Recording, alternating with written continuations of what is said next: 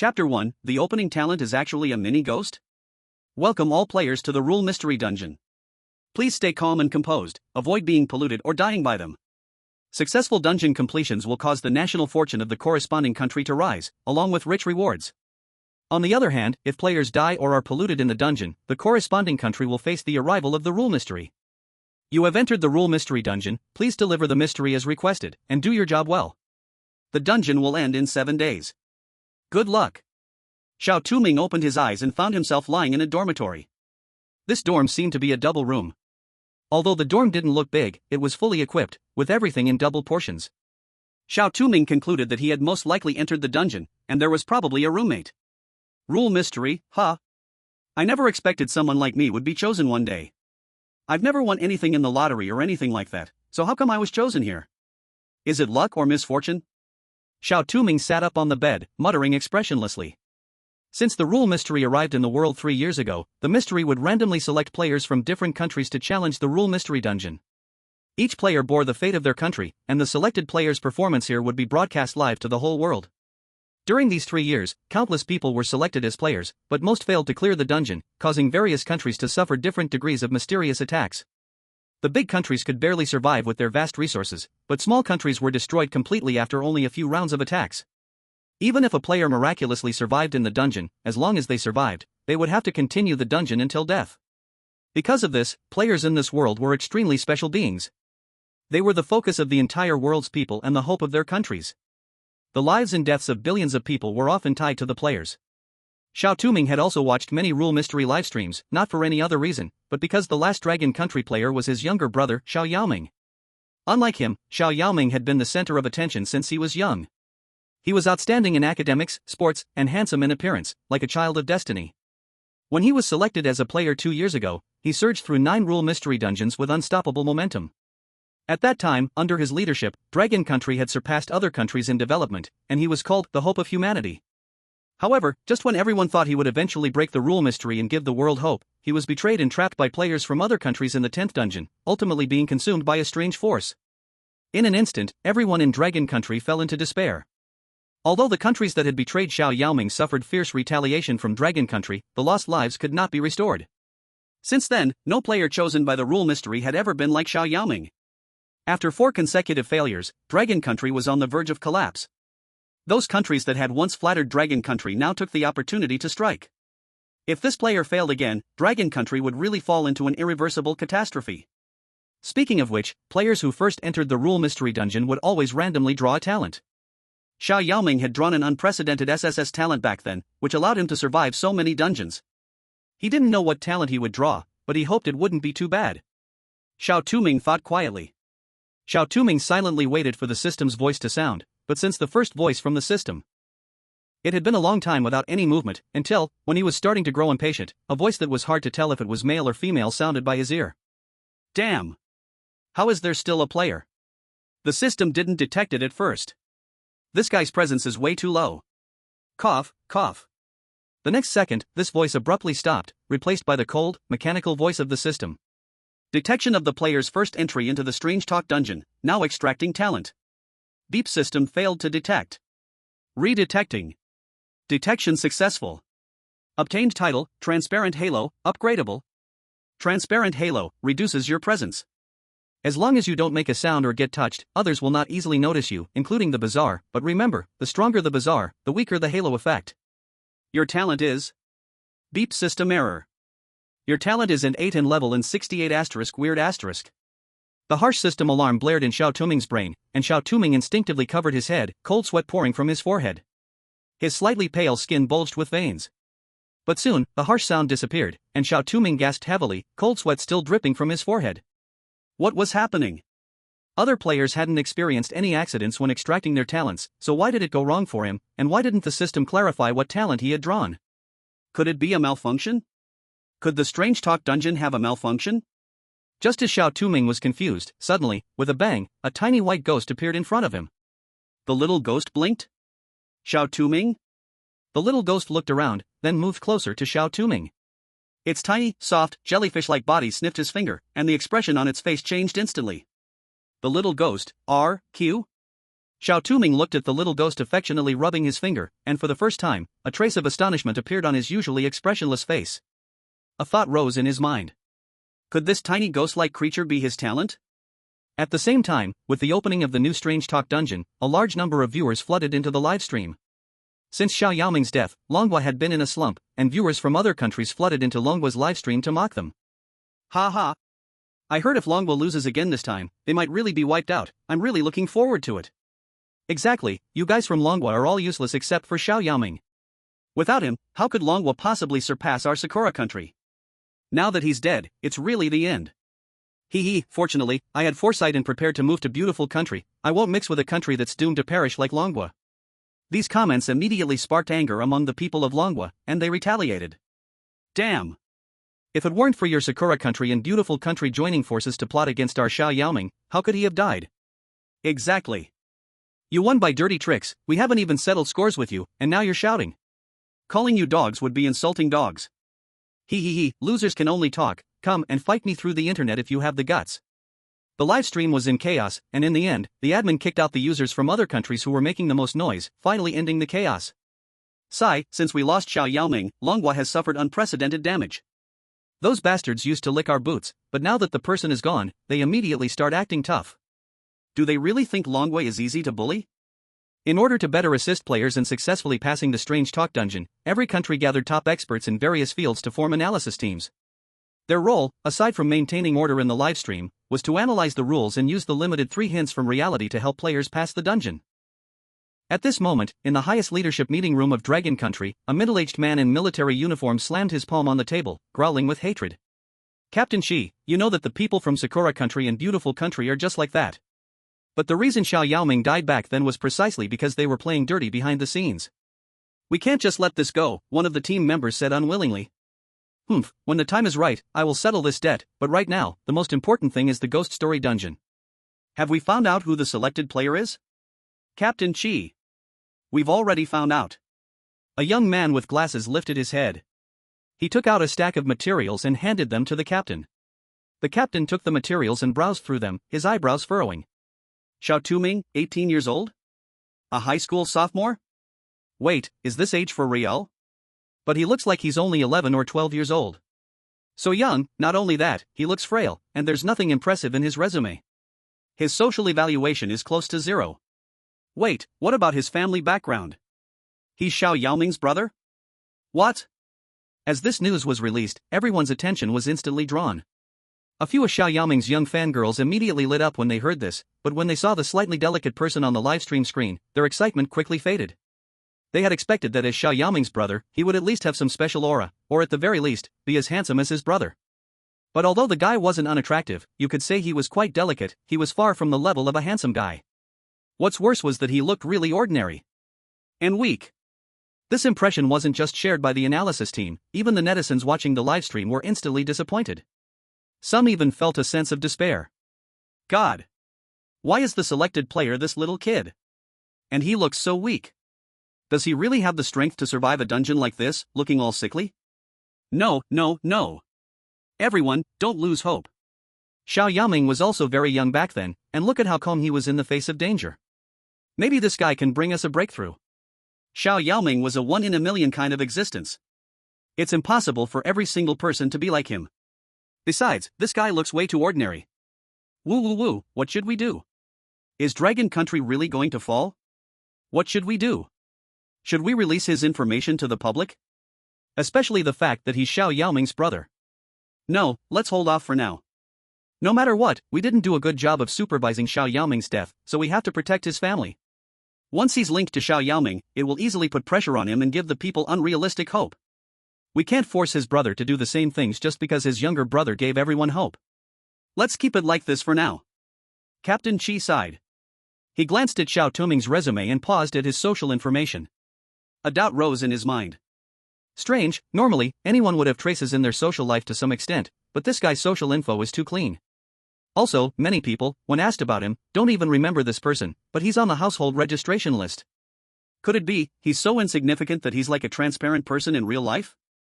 Chapter 2, Naming the Ghost, the Terrifying Dried Squid? At this moment, Xiao Touming was unaware of the situation in the livestream room. He had now calmed down. He glanced at the tiny ghost still sticking to him, feeling a bit troubled. Although he didn't understand what this thing was, it didn't seem to have any killing power. It was probably just some mascot generated by a system error. Even if it's a mascot, it needs a name, he muttered. What should I call you? Xiao Touming reached out his hand, lightly tapping the little ghost's body. The ghost was knocked over by the strength of the finger, rolling and its eyes turned into swirl shapes. But soon, it returned to its original state, affectionately rubbing Xiao Touming's hand and lazily blowing out a bubble. A ghost that blows bubbles? Then I'll call you Bubble. Xiao Touming clapped his hands. Bubble, asterisk? Xiao Touming nodded, a barely noticeable curve forming at the corner of his lips. Looks like you really like it. But speaking of which, since we've entered the creepy story side, the most important thing right now is to find the rules as quickly as possible. This is something all players must know. Soon, not only Xiao Touming, but others also found a manual in the dormitory at the fastest speed. It was filled with rules written in small, dense handwriting. Congratulations on becoming a member of the Please Rest Assured delivery company. As a delivery worker, your job is to accept orders and deliver them with top-notch service. Our company provides meals and accommodation, excellent allowances, and offers 5 social insurances and 1 fund. However, due to special reasons, you must follow the following rules to ensure your personal safety. Rule 1, as a delivery worker, the customer is always right. Please remember to meet every need of the customer and aim for a 5-star rating at all times. Every 7 days, the company selects the delivery worker with the most positive reviews to send for further training. Rule 2, our company issues uniform work clothes. Every delivery worker must wear the uniform and use the company-issued equipment. Wearing personal clothing during working hours is strictly prohibited. Rule 3, new employees must go to the warehouse to pick up their work clothes and corresponding equipment. Please remember that delivery worker uniforms are all white. If the warehouse manager gives you black or red clothing, please immediately remind them. The manager is someone who likes politeness and quietness. He is very sensitive to sound. Rule 4, for delivery workers, being late is not allowed. Please be cautious not to exceed the time limit 3 times. If you exceed the limit, you will face severe punishment. Rule 5, due to special reasons, please follow the delivery software's time. If a customer gives a bad review because of exceeding the software's time, please ignore it. A customer's bad review will not affect the company's rating. Rule 6, keep your work ID safe. It is the only proof of your identity and your only pass to enter various places. If you lose it, go to the office immediately and get a replacement as fast as possible. Rule 7, the uniform represents the company's image. Please take good care of your work clothes. Remember to send them to the laundry every night for cleaning. If you find your uniform stained with other colors, especially black or red, and the color covers more than half of the uniform, send it to the recycling station and hand it to the staff there. Rule 8, as a delivery worker, kindness and a warm heart will bring you good luck, even if it may not show at first. Rule 9, the customer's privacy is of utmost importance. Please do not attempt to look at anything inside the customer's package. Believe me, you wouldn't want to see what's inside.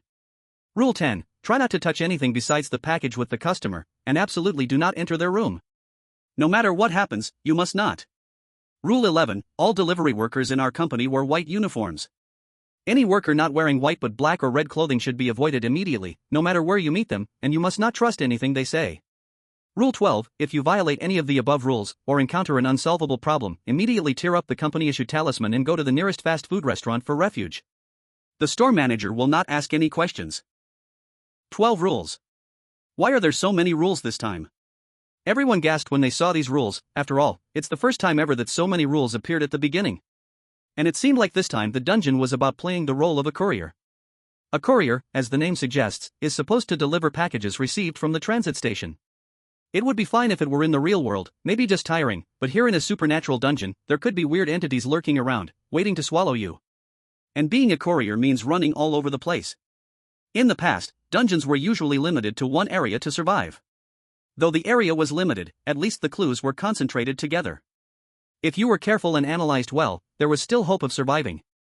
But now, as a courier, you'll definitely have to run around, the clues are too scattered, and with so many rules in such a long time, if you break any, the weird entities you encounter could be unimaginable. This time, clearing the dungeon is going to be really tough. At this moment, not only the players but also the people in the real world realized this. In an instant, everyone's expression turned grim. Xiao Touming slightly furrowed his brow, although it wasn't obvious on the surface. Although there were many rules this time, after careful analysis, only a few points stood out. The courier needs 5-star reviews, the uniform must remain white, any other color could indicate contamination, the work ID is important, and the fast food restaurant mentioned in the rules is likely a safe point. As for the way to clear the dungeon, Rule 1 mentions that every 7 days, the courier with the most reviews will be selected for further training, and the system prompt time is also 7 days. It matches perfectly.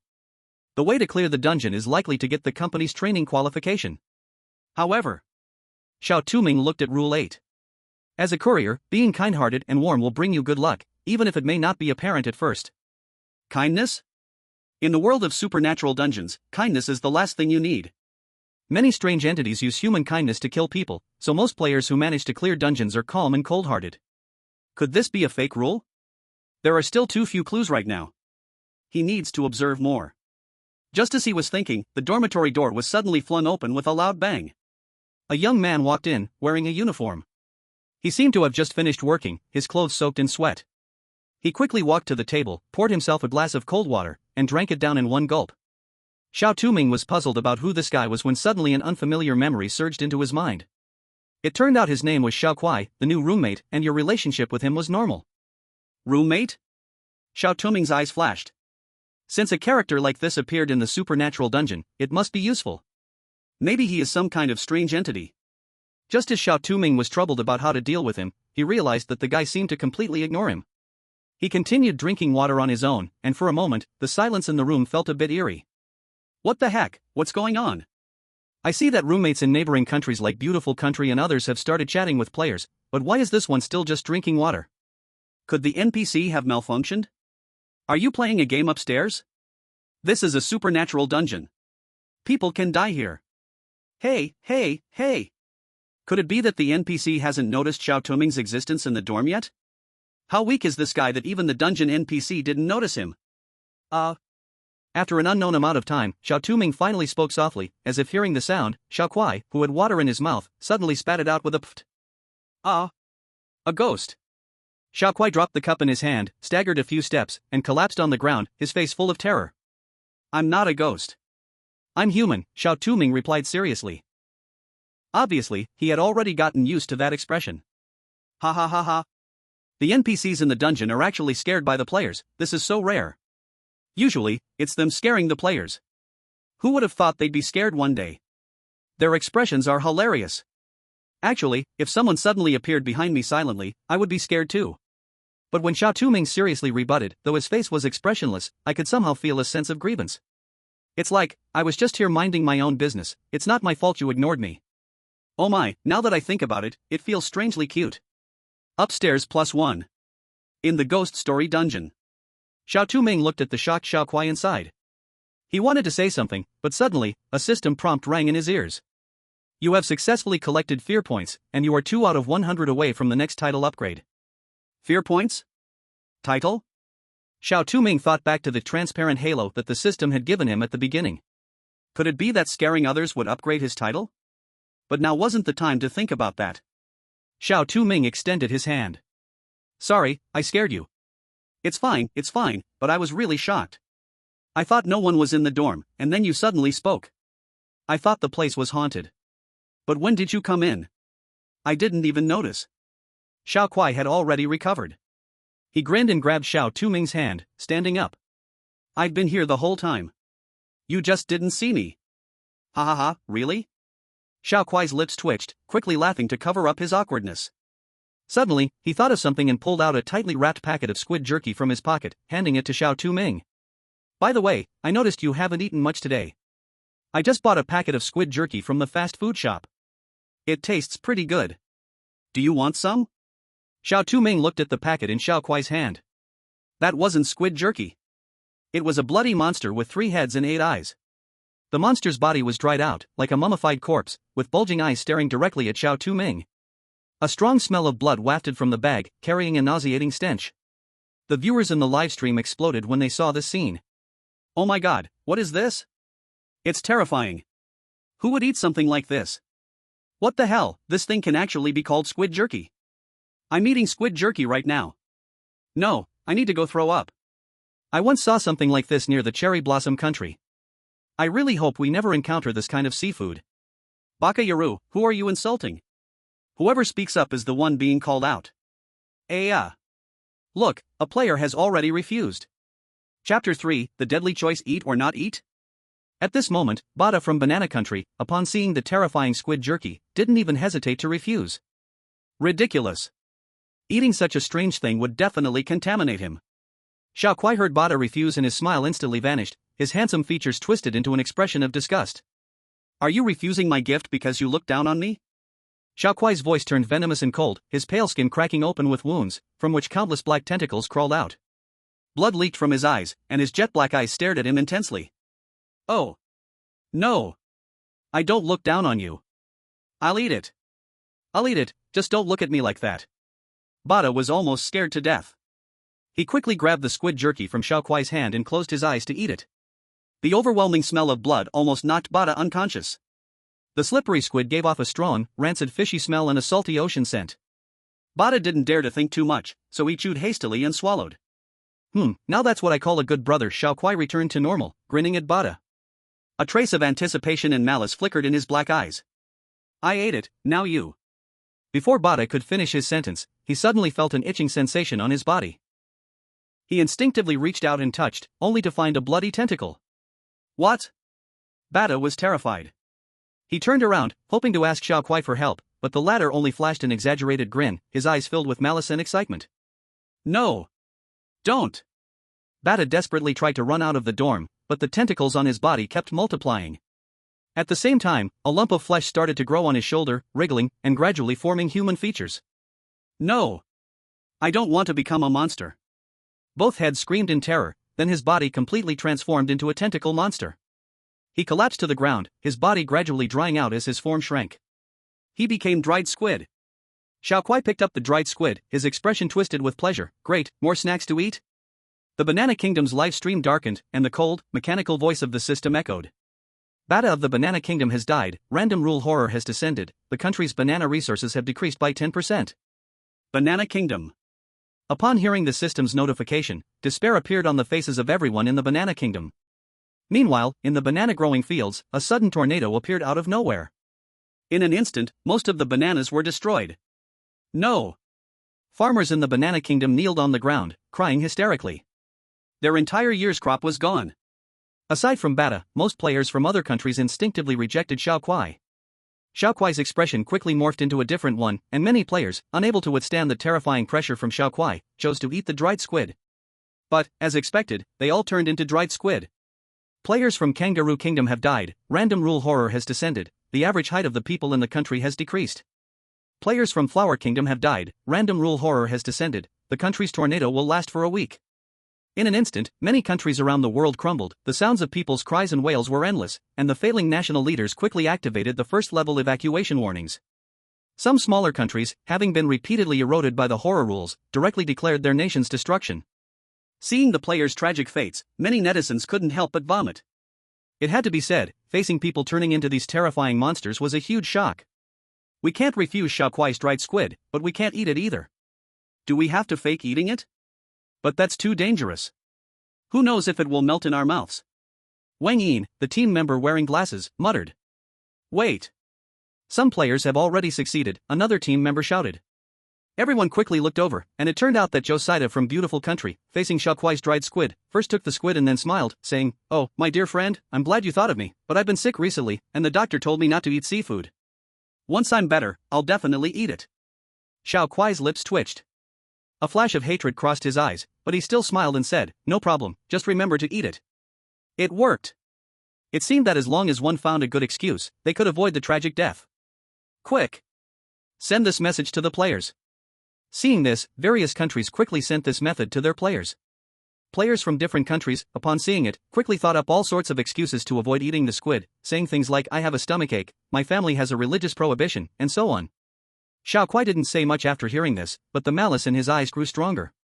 Team leader Qi? Why aren't we sending this to Xiao Touming? What if he can't resist and ends up eating the squid? One team member asked anxiously. No need. Look at his expression, he already knows what to do. Rather than worrying about that, let's focus on monitoring the other players' live streams and speed up analyzing the rules. We only have 3 chances to send hints, so we must use each one wisely. As team leader Qi said, Xiao Touming, upon seeing the bag of dried squid, already knew that this squid couldn't be eaten. But by the usual pattern of the dungeon, if he directly refused, it might trigger something weird. There were too many precedents of this kind of thing. He hesitated for a moment, just about to take it and think of a way to make an accident happen so the squid jerky couldn't be eaten. But the next second, Bubble suddenly rushed forward and swallowed the squid jerky in one bite. Xiao Touming? Xiao Kuai. Live stream viewers? Xiao Kuai, am my squid jerky? It was just here a second ago. Wait, could it really be haunted? Xiao Kuai was just about to turn and ask Xiao Touming beside him, when he saw the other speak seriously to the air next to him. Bubble. Don't eat everything you see. What if it upsets your stomach? Xiao Kuai was already afraid of ghosts. Seeing his roommate act so weird, his voice started to tremble from fear. Who are you talking to? Can't you see it? Xiao Touming pointed at the ghost Bubble chewing beside him with confusion, and seriously apologized. Sorry, it ate your squid jerky, but thank you for your kindness. But in Xiao Kuai's and the livestream viewers' eyes, there was absolutely nothing where Xiao Touming was pointing. In an instant, everyone thought Xiao Touming had gone crazy or been corrupted. Team leader Chi even specially called in a psychologist to analyze whether Xiao Touming was mentally disturbed or had been contaminated. Judging from his appearance, it looks like hallucinations caused by corruption. But the problem is, that squid jerky really did disappear right under all our eyes, so it's also possible there's some invisible weirdness in the dungeon, said psychologist Wan V. But if that's the case, why can't Xiao Kuai see it either? He's a weirdness inside the dungeon, someone argued. This psychologist Wan V was speechless. The analysis team argued fiercely over this matter, and in the end decided that Xiao Touming had possibly been corrupted due to long-term ignoring of Xiao Kuai. Everyone became deeply worried, because based on past experience, once a player is infected, death isn't far away. It looked like he really couldn't see Bubble. At this moment, Xiao Touming saw Xiao Kuai's face, scared almost to tears, and the system alerts of +1 fright value ringing continuously in his ears, and silently thought. He became more and more curious about where Bubble came from. And after Bubble ate the squid jerky, it didn't show any abnormal reaction. Instead, it puffed up its little belly and casually blew Bubbles. A bold thought rose in his heart. Could it be that Bubble can swallow weirdness? As soon as this idea came up, he pressed it down. The situation wasn't clear yet, he'd have to run an experiment later to find out if it was true or not. Sorry, I was lying to you just now. Xiao Touming tried to comfort him. Actually, you don't have to be afraid. There are no ghosts in this world. Even if there are, not all ghosts are scary. Xiao Kuai's face turned even paler. Bro, I just remembered the supervisor is still waiting for you in the office. Today's your first day at work, don't be late. The supervisor hates latecomers the most. The office is on the 3rd floor, first room on the left, don't go to the wrong one. Xiao Kuai said as he took a phone out of his pocket and handed it to Xiao Touming, reminding him, oh right, your phone was left with me earlier. I already installed our company's app for you. Since you're new here, if you're unfamiliar with anything, just search on the app. Thanks. Xiao Touming nodded and thanked him. He walked a few steps toward the door, then suddenly turned around. Actually, you really don't need to be afraid of ghosts. Some ghosts really aren't scary. Xiao Kuai, stop talking already. Xiao Touming shrugged. Just then, the system started to alert again. Your bond with Xiao Kuai +10. When Xiao Kuai said the supervisor was looking for him, all the countries were shocked. The reason was, even though other countries' players also received a phone from Xiao Kuai, none of them were told about the supervisor or the app. Damn it! Quickly send a message to the players. If it's too late, it will be too late. On the other side, Joe Saida from Beautiful Country also received his phone, but Xiao Kuai didn't tell him that the supervisor was looking for him. At this moment, Xiao Kuai was already in bed, and Joe Saida was fiddling with his phone. The phone was not locked, and he found a courier app in it. As soon as he clicked on it, he suddenly received a notification from the country. Hurry to the office to report to your supervisor. The supervisor hates latecomers. The office is the first room on the left on the 3rd floor. If you're unfamiliar with the place, search it in the courier app on your phone. What? The supervisor is looking for him? Joe Saida jumped out of bed and rushed out. Not just Joe Saida, but all the players who received the message rushed out. Bujili from Asan country also rushed out after receiving the message. However, because he was in such a hurry, he tripped and fell, and his phone broke. Oh no! My phone! Bujili wailed. He tried to fix the phone, but it was no use. The supervisor was still waiting for him, and he couldn't just sit there and do nothing. Without his phone, couldn't he ask others? Since it's a company, there must be colleagues, so he could just ask someone for directions later. Thinking like this, his expression relaxed a lot, and his face became much more confident. He kept walking forward. Though there were many dorm room doors, they were all tightly shut, and no matter how hard he knocked, there was no response inside. He was unwilling, so he searched the whole building. The huge dormitory building was empty except for him. As time passed, he gritted his teeth and thought, I can't just keep going like this. How big could this company be? Maybe I can find the office building right outside. With this thought, he left the dormitory building, but no matter which direction he went, he would eventually return to the dormitory building. What's going on? Bujili became more and more anxious. How could he not even get out of the dormitory building? He was unwilling, so he kept trying to walk out. He kept walking and walking until he became dry-mouthed and dizzy. His body seemed to be enveloped by a fog. This fog grew larger and larger until it engulfed the entire livestream room. Bujili from Asan country has gotten lost. The rule of the random horror story has descended. Hail will last for a week in this country. Chapter 4, The Price of Being Late, the Irritable Warehouse Manager. Oh no! How could this happen? Why did he get lost in the company just because his phone broke? It looks like the phone not only serves as a work device but also as a locator. They haven't even left the dormitory yet, and so many players have already died. How hard is this dungeon? But fortunately, aside from Bujili, the other players mostly didn't break their phones. They hurried according to the phone's instructions, and finally arrived at the office. However, due to the delay, the supervisor's face had turned as dark as ink. His forehead was bulging with veins, and black energy was emanating from his body. As soon as he saw the players, he immediately threw a cup at them. Sang Ben Kaohui from Sakura country was hit on the head by the cup without warning. In an instant, blood spurted out. He didn't get angry, but instead, he habitually bowed, Hongdo Nic Mimasen. The supervisor's face did not soften because of the apology. Instead, he became even angrier, pointing his finger at him and hurling insults. Sang Ben Kaohui did not get angry, but instead showed a flattering expression, looking like a lapdog. As for why he could endure so much, it was because in real life, he was a corporate slave working under high stress. His bosses were also like the supervisor, bad-tempered, but as long as you flattered them well, getting a promotion and a raise would be easy, right? Maybe it was this flattering expression that pleased the supervisor. His expression gradually softened, and the black energy around him slowly disappeared. But the other players from different countries weren't as lucky. Han Late from the pickled vegetable country was originally a rich young man, spoiled since childhood. Even his parents didn't treat him this way back at his house. When a teacup was suddenly thrown at his head, his anger surged up immediately. He forgot that he was in the ghost story instance and pointed at the manager's nose, yelling, "Damn you! Who do you think you are? My parents wouldn't even dare hit me. Do you believe I'll call my dad to come back and buy your company, then fire you? Idiot!" The leader of the pickled vegetable country was enraged to see one of his country's players speak to the strange in this way. He was so furious that he was almost about to pass out. Who spoiled his temper? Does he think he's at home? Damn it, why did we pick such an idiot this time? Go notify everyone and prepare for the ghost story event. Also, look into this guy's family background. From now on, this family will no longer exist in the pickled vegetable country. Minutes later, Han Late's home address and personal information were all found out. With a single command from the leader, their household registration was revoked, and in an instant, the once wealthy family went bankrupt and became homeless. Completely unaware that he no longer had a home, Han Late was now facing an even more serious situation. The manager heard his insults, and his face turned darker. His body began to ooze large amounts of black goo, and his face started to crack. A deafening sound echoed through the entire office, and the office began to collapse. "You dare threaten me? All right, very well."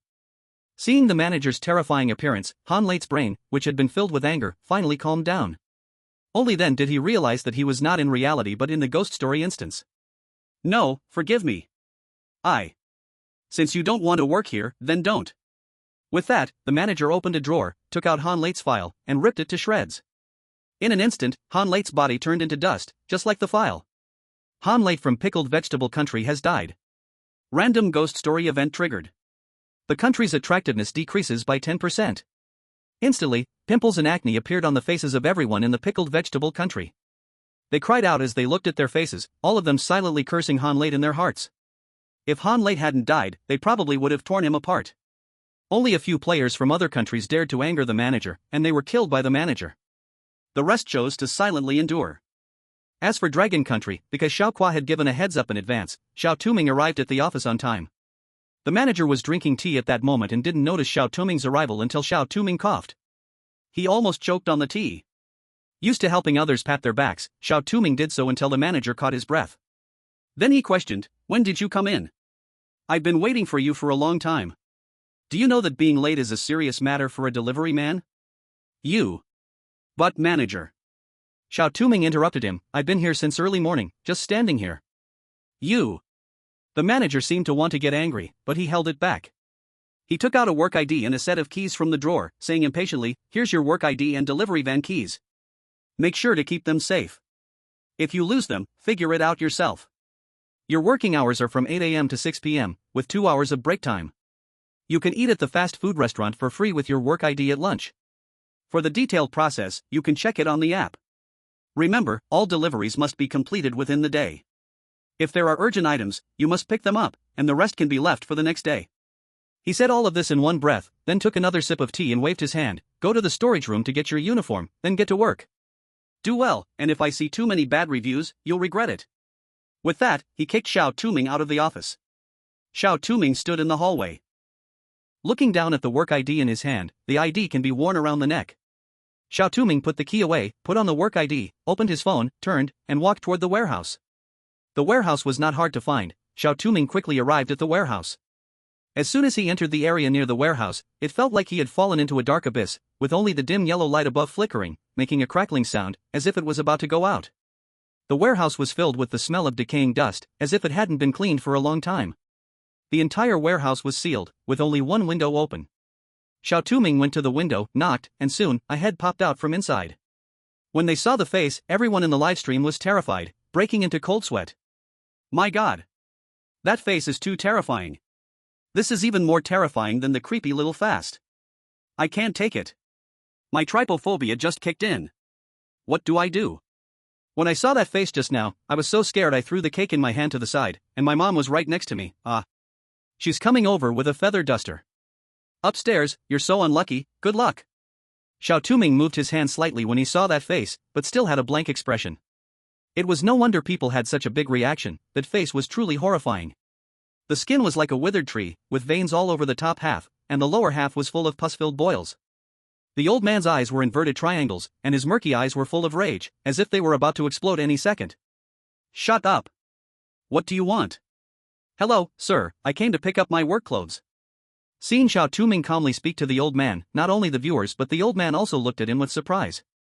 After all, besides Xiao Touming, other players were so scared when they saw this terrifying old man. Only Xiao Touming remained calm. What a master! No wonder he's from Long Country, Xiao Yaoming's older brother. Everyone sighed in admiration. In fact, when Xiao Touming saw that terrifying face, it was impossible for him to not be scared. But he was used to having a poker face, so to the uninformed, he appeared like a master. The old man revealed a strange and exaggerated smile. "Oh? A newcomer?" "Yes." "Wait." The old man left after saying this. After a while, he came back with a set of work clothes. Just as Xiao Touming was about to reach out to take them, he suddenly stopped his movement. Perhaps because of the lighting, he didn't notice at first that the work clothes weren't white, but black. Rule 3, when a newcomer joins, they need to go to the warehouse to pick up their work clothes and the necessary equipment. Remember, the courier's uniform is always white. If the warehouse manager gives you black or red clothes, immediately remind the manager. The manager took out black clothes, and according to the rules, he should remind him, but is it really that simple? If he were to politely remind him, one would instinctively think to speak up.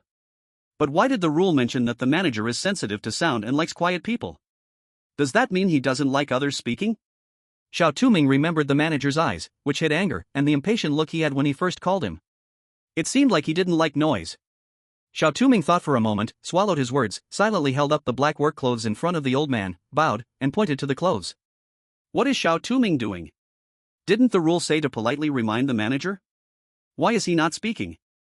This is bad. Even if he noticed that the work clothes are indeed black, if he doesn't remind him, it will still be contaminated. I told you, the only reason he's survived this long is pure luck. Ha ha. The Dragon Kingdom is doomed. What is Xiao Touming doing? Didn't he remember the rules? We should send him a message to remind him, said Injia, a member of the analysis group, anxiously. It's too late, sighed another group member. We should quickly notify the people to evacuate. I don't think it's over. This is not that simple. Look, everyone. Team leader Chi suddenly spoke up. The group turned to the live stream, where they saw the administrator was not as angry and strange as they had expected. Instead, he muttered irritably, "Here we go again, what a hassle." After saying that, he turned around and disappeared for a few minutes. When he returned, he was wearing the usual white work uniform. Chapter 5, New Rules of Huami Community. On the other side, when Sang Benpaohui from Sakura Country noticed the work uniform was black, he immediately thought of reminding the other person about the rules. So, he spoke up, "Hongdo Nic Minmasen, you've got the wrong uniform, this is the black work uniform." He thought the other person would change into the correct work uniform, but to his surprise, the administrator suddenly yelled, "You're so annoying. I hate it when people make noise while I'm working. You talk too much."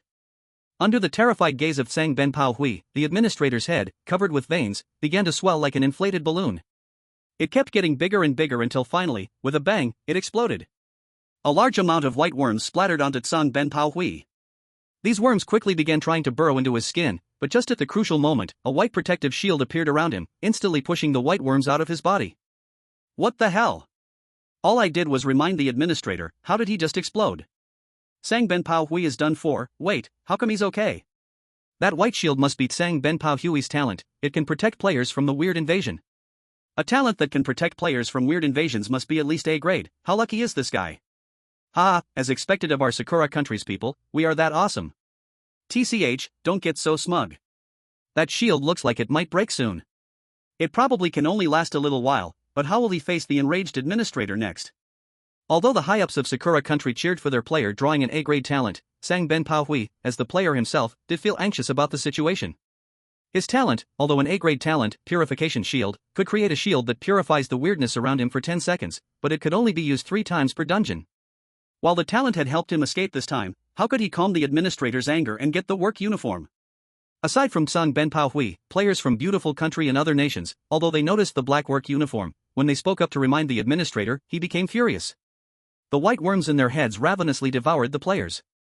Except for those with A-grade or higher talents, or those who could resist the weird invasion, most players were gnawed down to skeletons by these white worms.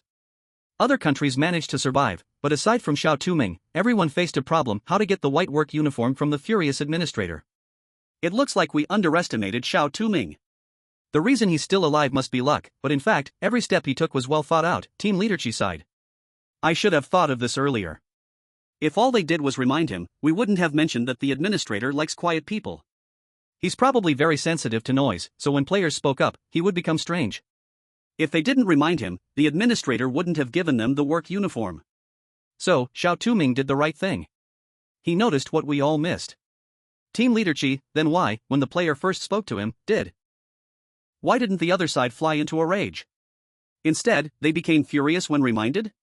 Injia asked. I think it's because of the rules. Although the copy is terrifying, the strange creatures, like the players, are also limited by the rules. Only when they break the rules do they kill players, Wang V slowly said. At that moment, the senior officials from other countries saw that Xiao Touming had successfully obtained the work uniform and put it on. So they hurriedly sent the method Xiao Touming used to the players. Upon receiving the message, the players quickly began following Xiao Touming's method, first bowing and then pointing at their clothes. Sure enough, after bowing, the black mist and worms on the administrator's body disappeared. The headless body let out a cold grunt, then vanished, finally throwing a white work uniform and a white bag to the players. When players from all countries received the work uniforms, Xiao Touming was busy counting the work items. Besides the work uniform, the administrator had taken out another white bag, which was said to contain work tools. White gloves, an empty thermos cup, some random tools, and a red talisman? Xiao Touming took out the talisman. It was woven with red string, still warm in his hand.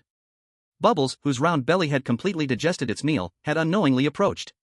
It sniffed the talisman. Just as Xiao Touming was about to tell it not to eat, he saw Bubbles lose interest and turn away, instead drooling toward the storage room. Strange, Bubbles wasn't interested in this talisman. Could it be that it wasn't made by the strange creatures? Anyway, if it wasn't made by the strange creatures, then it's much safer. A talisman. Could it be that this thing protects people from contamination? By the way, if Bubbles is only interested in the strange creatures, then doesn't that make it a natural tester for the strange creatures? I didn't expect Bubbles, who looks so silly, to actually be quite useful, Xiao Touming thought as he poked Bubbles' soft body. Bubbles? Nothing, just seeing you drool. Are you hungry? But even if you're hungry, you can't eat everything. Although you're a ghost, it won't be good for your stomach if you eat something bad, Xiao Touming reminded. Bubbles, Sigma, A, is carat Ti. Xiao Touming, you can eat a little less of the things that look more normal. Bubbles, R, Q. Xiao Touming sighed helplessly, then saw it was time to start work. He followed the map and found the delivery vehicle stored in the garage. However, when he saw the company-issued delivery vehicle, not just Xiao Touming, but everyone was shocked. My god, this car is so broken, my grandfather's electric tricycle is better than this. This car feels like it's about to fall apart at any moment. Suddenly, I feel like the delivery vehicle our company gave us is actually the best, at least it's not this broken. Same feeling. +1. Despite how broken the delivery vehicle was, the players had no choice but to accept it. Xiao Touming rode the vehicle. Fortunately, even though it looked old, it wasn't slow. Following the phone's GPS, Xiao Touming quickly found the transfer station, collected a large number of packages, and prepared to distribute them. The first delivery address was a place called Huami Residential Area. Ames from the United States, who was an athlete in real life and had good physical strength, was the first to arrive at Huami Residential Area among all the players. Just as he was about to enter the residential area, he suddenly saw a sign near the entrance. He walked over and saw that there were 5 rules written on it. Welcome to Huami Residential Area. To ensure you have a comfortable environment inside the community, please follow the rules below. Rule 1. The opening time of the community is 5:30 a.m., and the closing time is 10 p.m. No entry or exit is allowed during closed hours. Anyone found violating this rule will be immediately expelled. Rule 2. The community has a security office. There are security guards on duty. If you face a difficult problem you cannot solve, you can come to the security room for help. The guard will help you solve it. The security room has power all year round and will never lose electricity. If you see the security room without its lights on, quickly stay away from it. At that time, the security room is no longer safe. Rule 3. Because recently there have been outsiders frequently harassing our community residents, the community has decided to implement real name management. All people entering or exiting must show identification. If anyone is found without ID, they will be punished immediately. Rule 4. Remember, the Huami community property staff all wear yellow uniforms, and the security guards wear blue uniforms. If you see anyone in a black or red uniform pretending to be staff or a guard, ignore them and quickly stay away. Rule 5. Security guards are trustworthy. Having a good relationship with the guards will be very good for you. Please say hello to the guards every day when you go out. If you have any visiting guests, remember to take your guests to say hello to the guard too. Of course, even if they are not residents of the community, it's the same. We welcome all invited guests. So that's it, just get along with the guards? That's too easy. Amaze flipped his hair, proudly holding his delivery and work ID, and walked to the door of the security room. Even though it was daytime, the security room still gave off a cold and gloomy feeling. Amaze knocked on the door and politely asked, "Hello, security brother, I'm the new delivery man Amaze." With a creaking sound, the door of the security room slowly opened. A guard wearing blue clothes walked out. He was tall and strong. Even the 1.8-meter tall Amaze looked like a little chick in front of him. "Oh, dear friend, hello." Seeing the guard come out, Amaze immediately gave a big bright smile, trying to make a good impression. But the guard looked at him, and a twisted and extreme smile appeared on his rough face. "Outsider." "What?" Before Amaze could react, the guard suddenly raised a baton as thick as his arm and smashed it onto his head. In an instant, his head exploded like a watermelon. Brain matter and blood splattered onto the guard. He showed a fierce but excited smile and kept smashing the body again and again, until it turned into meat paste. Amaze of America is dead. The rule horror descends randomly. The country's mineral resources are reduced by 10%. How could this happen? The high-ranking officials of America fell to the ground, muttering in disbelief, "Impossible, Amaze clearly followed the rule. Why was he still killed by the guard? Could it be that Rule 5 is a fake rule?" Quick! Send a message to Xiao Touming, Rule 5 is a fake rule. He must not be seen by the guard at the gate, shouted team leader Chi loudly. At this time, Xiao Touming had already arrived outside the community. Just as he finished reading the rules, he saw the message from Dragon Country. Rule 5 is a fake rule. Once you are discovered by the gate guard, you will be killed.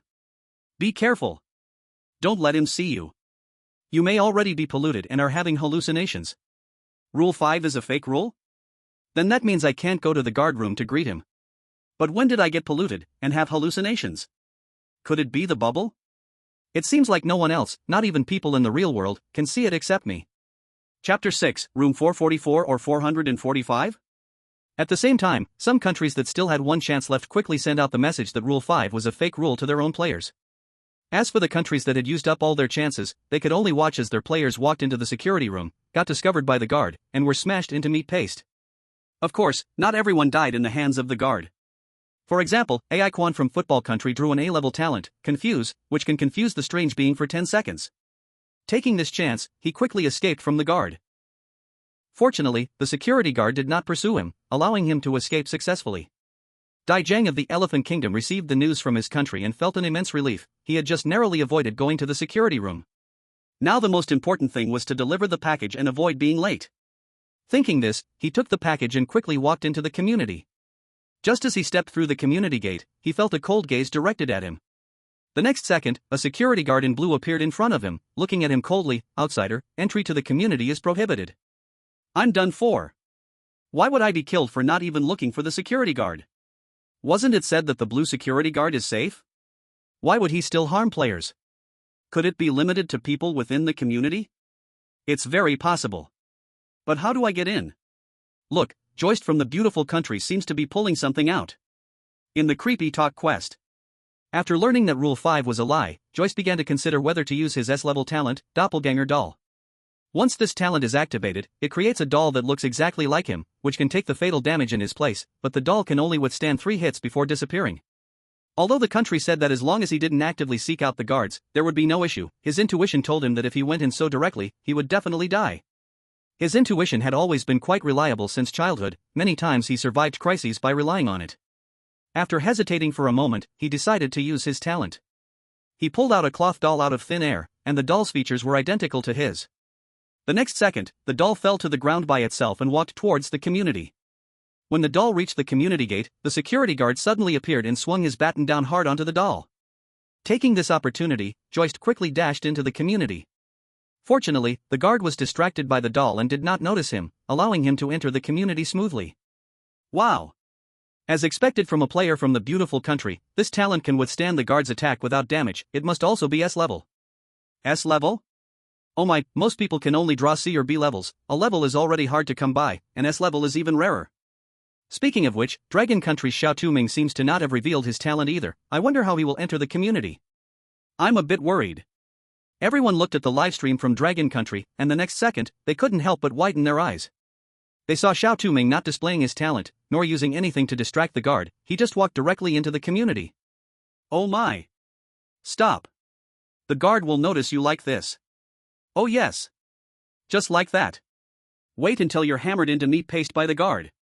Wait! Something's not right. Xiao Touming has entered the community. Why hasn't the guard shown up? Hold on. A guard is coming over. He passed by Xiao Touming. He ignored him. What the heck? Why can everyone else see the player at a glance, but this one is completely ignored? There's something fishy going on. Because of this scene, the analysis group from Dragon Country began to debate why the guard ignored Xiao Touming. At this moment, Captain Chi suddenly spoke. I see, perhaps this is Xiao Touming's talent. What do you mean? At first, I suspected that Xiao Touming's talent was invisibility, but looking at how the others reacted to him, it seems he actually lowers his own presence. So you mean Xiao Touming's talent is to lower his own presence? But that also explains why those earlier people did not notice him at first. But having weak presence doesn't mean he won't be discovered, and this talent can't eliminate the anomalies. Can he really clear the quest with just this talent? At this point, we can only believe him. In the spooky story, sure enough, no one noticed him. Xiao Touming walked through the community, and the people around seemed to ignore him, busy with their own tasks. In fact, from the reaction of the little fast, Xiao Touming already knew the effect of the title Transparent Aura. Transparent aura can reduce one's presence. As long as you don't make a sound and aren't touched, others won't easily notice you, including the odd. As long as you wear this title and remain silent, the weirdness won't easily discover you. Indeed, when he entered the community, the security guard at the entrance didn't notice him. But why did the system give him this title? Could it be because he is easily overlooked in real life? Speaking of which, there was a time when he was even called a ghost. Anyway, the transparent trait that usually troubled him turned out to be a convenience in the spooky world, which was quite a surprise. Thinking of this, he looked down at the address on the parcel, Building 4, 18th floor, room 444, note, my home has a bunch of mugwort hanging at the door. Xiao Touming quickly found Building 4 and entered the elevator. Xiao Touming glanced at the elevator, which could go up to the 22nd floor, and there were at most 2 floors below, but he didn't find the 18th floor inside. But in the next second, the previously disappeared button for the 18th floor reappeared. At that moment, he felt the temperature in the elevator drop significantly. Bubbles then leaned over, its soft body pressed against his cheek, and Xiao Touming immediately felt warmer. Not so cold anymore. Is it Bubbles' effect? Xiao Touming unexpectedly looked at Bubbles, his eyes softened considerably. Thank you, Bubbles. Bubbles, */omega**. Xiao Touming pressed the button for the 18th floor, and the elevator began to ascend slowly until it reached the 18th floor. With a chime of ding and the sound of grinding gears, the elevator door slowly opened. The outside of the elevator was dim, and as Xiao Touming stepped onto the 18th floor, a strong stench assaulted him. Xiao Touming covered his nose, using the light from his phone to search for room 444. Room 444 was not hard to find, he soon located it, but there was no bunch of mugwort hanging outside room 444. Instead, the door of room 445 had a string of mugwort. Faced with this situation, everyone began to feel troubled. Analysis teams from various countries wanted to help, but unfortunately, aside from the Dragon Country, other countries had long used up their 3 chances. They were anxious but powerless. Sangbin Yaohui from Cherry Blossom Country, facing this problem, decided to knock on the door of room 444 without thinking. After all, the door number was real, and perhaps the mugwort had been temporarily taken down. Many players from small countries, including some from big countries, had similar thoughts, while a few decided to go against the grain and knock on room 445. Sangbin Yaohui confidently knocked on room 444. Hello? Is anyone home? Delivery. After a while, the door slowly opened, and a pale hand with red nails reached out and grabbed Sangbin Yaohui's hand. At the critical moment, a white shield blocked the attack for him, and Sangbin Yaohui quickly moved back. Instead of feeling relieved, he was filled with even more fear. Because his white shield only had 1 chance left. If there was another incident, he could very well die. The hand shook in reluctance after being repelled, and just when Sangbin Yaohui thought it would chase out to kill him, it suddenly withdrew back into the room. Sangbin Yaohui collapsed to the ground, gasping for breath. No. I quit. A bad review is just a bad review. I still have 2 chances. Sangbin Yaohui threw the delivery to the door, overwhelming fear pushing him to run away. He no longer cared about the package, he just ran. As he fled, he didn't notice that just when the delivery time displayed on his phone showed expired. A bad review appeared on his phone's home screen, and at the same time, his white work uniform was gradually stained black. Unlike the others, who clearly weren't so lucky, a cold death notification from the system rang out around the world. At that moment, everyone realized that there were also those who decided to knock on door 445 in these countries. What in the world is going on? Why do those who knock on either 444 or 445 die? Which one is the real client's house, said In Jia from the Dragon Country analysis team, frowning. Inside the bizarre case, Xiao Touming received a message from the state. Both 444 and 445 are strange. Knocking will lead to death. Receiving bad reviews will stain the work uniform black, suspected of being contaminated but not fatal. You have 3 chances for bad reviews. If you can, you may give up to save your life. So it turns out that knocking on either 444 or 445 is wrong, and receiving a bad review will stain the uniform black, suggesting pollution. The rules also state that you can only receive 3 bad reviews, and if you exceed this, you will be punished. This means that exceeding 3 times could likely get you killed by the strange entity. What is the black-clad employee? Someone who received more than 3 bad reviews? The rules say there are no black-clad employees in the company, and none have been found so far. But in both the company and the community, black and red are colors to avoid. It seems that the black and red-clad individuals are its spies. However, although the state says you can give up, if possible, he also wants to take a chance. After all, he doesn't want to be polluted for nothing. He glanced at the mugwort hanging on the door of 445 nearby. Then he looked at 444. On the 18th floor, 444 is my home with mugwort hanging on it. Mugwort, 444. Suddenly he thought of something, opened his work bag, and took out a pair of white gloves, putting them on. Then, under the confused gazes of others, he reached out and picked the mugwort from 445 and hung it on 444. After doing all this, he noticed that his white gloves now had a touch of black. Upon seeing this black mark, Xiao Touming understood. Sure enough, Rule 10 states to avoid direct contact with anything from clients, except for packages, and absolutely not to enter the client's room. No matter what happens, you cannot. This refers to the fact that even the clients in this building are polluted by the strange entity, and once you touch them, you will also be contaminated. But if touching leads to immediate death, then the company wouldn't issue gloves. It seems that gloves, like work uniforms, possess the ability to block pollution. However, if the gloves turn completely black, they would likely be useless as well. Thinking the other way around, is the work uniform not the same principle? Once fully contaminated, it would become a black-clad employee. So what about the red-clad employees? Are they the evolved forms of the black-clad employees? Chapter 7, The Woman at 444's Request, Fast Food Rules. Xiao Touming shook his head. Compared to this, it was better to finish the task at hand. He knocked on the door, and soon, a soft, gentle voice came through. "Who is it?" The door slowly opened, revealing a tall, proud woman in a red cheapao. When the live stream audience saw her face, they went wild. "Oh my! She's too beautiful. I thought she would look as terrifying as that administrator, but I didn't expect. This figure, this beauty, and this voice are way more beautiful than any celebrity I've ever seen. If those who died before were killed by this woman, I would be a bit envious. After all, dying under a peony is still a poetic end. Hey upstairs, why don't you give it a shot?" Never mind. But I didn't expect our brother Tua would think of such a brilliant idea. He's amazing. From now on, he's my idol. Add me to that. Same here. Hello, this is your delivery. Faced with the woman's astonishing beauty, Xiao Touming showed no expression on his face.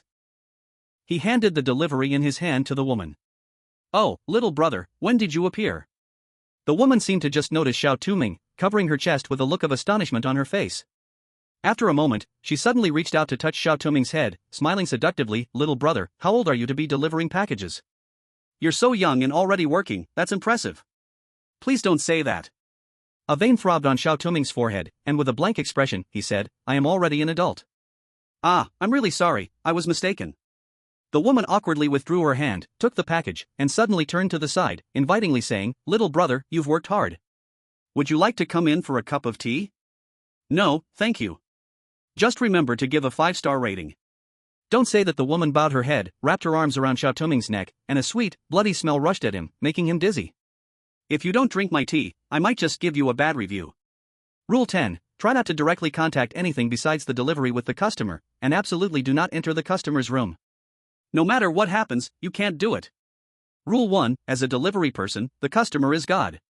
Always remember to meet all the customer's needs and earn a 5-star rating, as it is crucial for the company's annual evaluation. The thing he worried about most had happened. Rule 1 said to get a 5-star rating from the customer, which means meeting all their requests, but Rule 10 said not to touch the customer's things and not enter their home. But what if the customer insisted on letting him in? This was undoubtedly a conflict between the two rules. If Xiao Touming refuses, it will surely anger her, but if he enters her home, it breaks the rules. Either way, it's a dead end. Team leader Qi furrowed his brows in frustration. "What will you do, Xiao Touming?" "Okay then, thank you." "Very good, come in quickly. I'll pour you some tea." Hearing Xiao Touming agree, the woman's reddened lips instantly formed an exaggerated smile, but then she heard Xiao Touming say, "But. Are you going to refuse me?" The woman narrowed her eyes dangerously. "No, I mean, can you serve it to the door? I have to deliver another package soon, so I can't sit inside." "All right." The woman's expression darkened, her beautiful eyes revealing a hint of unwillingness and resentment, but she still agreed. "I see, this way he really doesn't have to go in, but does Xiao Touming really want to drink tea? Or is he just making an excuse to ruin the tea?" Team leader Qi said softly. Not long after, the woman came over with a cup of tea. When she walked in, Xiao Touming realized that was not tea at all. It was clearly a cup of fresh blood. Eyes were even floating on top. "Try it, this is top quality Longjing tea, make sure to finish it all." Xiao Touming stared silently at the cup of tea. He didn't take it. Just as the woman began to impatiently urge him, a white shadow flashed, and the tea in the cup instantly disappeared without a trace. "I finished it, thank you for your tea. Remember to give me a 5-star rating." The woman was dumbfounded. "Wait, you didn't even take it, how did the tea disappear?" "That's my unique ability." Xiao Touming said seriously, "I can drink the water in the cup from a distance." Perhaps because Xiao Touming's expression was too serious, showing no trace of a lie, the woman paused for a moment, then smiled brightly. "I see, as a human, you're really amazing." "Xiao Touming, I'll take my leave now. Don't forget our agreement, 5-star rating, thank you." "Oh dear, little brother, do you not trust me? I'll give you a good rating right now." The woman pouted. If you didn't know she was strange, she was quite cute. The woman quickly pulled out her phone, hurriedly giving a good review, and soon, Xiao Touming's phone heard a ding. A good review popped up on the homepage of the phone. "Thank you." Xiao Touming quickly expressed his gratitude and turned to leave. The woman behind him shouted, "Little brother, my name is Yu Qingmei. If you have time, remember to come here for tea. Yu Qingmei favorability plus 50, bond value plus 10. Xiao Touming silently walked out of the residential building. When he returned to the delivery bike, he finally breathed a sigh of relief. Although he had just put on a calm demeanor, in fact, his back was already soaked in cold sweat. If it wasn't for Bubble helping him drink the tea, he probably wouldn't have gotten through so easily. He spread out his hand. Bubbles' little belly was now swollen from the tea, and it faintly showed a hint of red. Thank you for your hard work, Bubble. Xiao Touming poked Bubble's small tummy, and it rolled over in dissatisfaction, falling back asleep. This little guy. Xiao Touming shook his head helplessly, carefully putting it into his pocket and continued writing to deliver packages. Seeing Xiao Touming's action, the Dragon Nation livestream once again erupted. My god? What was that just now? Am I seeing things? Why did the tea disappear? You're not seeing things, the female ghost looked shocked too. What exactly did Brother 2 do? If I wasn't sure that Brother 2 is human, I would suspect he really can drink water from a distance. The main thing is that the other party genuinely believed it. They really believed it. Suddenly, it feels weird but fun. That's only for our Brother 2, but I suddenly find him cutely serious when he talks nonsense. After that, delivering packages went very smoothly. After delivering 7 or 8 packages, it was soon lunchtime. According to the rules, players can use their work ID to eat lunch for free at the fast food restaurant. It was easy to find the fast food place.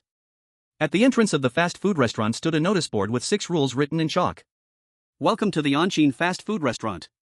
You can find our store anywhere in the city. To create a safe and friendly environment inside the store, please adhere to the following rules. Rule 1, to maintain a pleasant dining environment, loud arguments or fights are strictly prohibited. Violators will be expelled and no longer protected by the restaurant.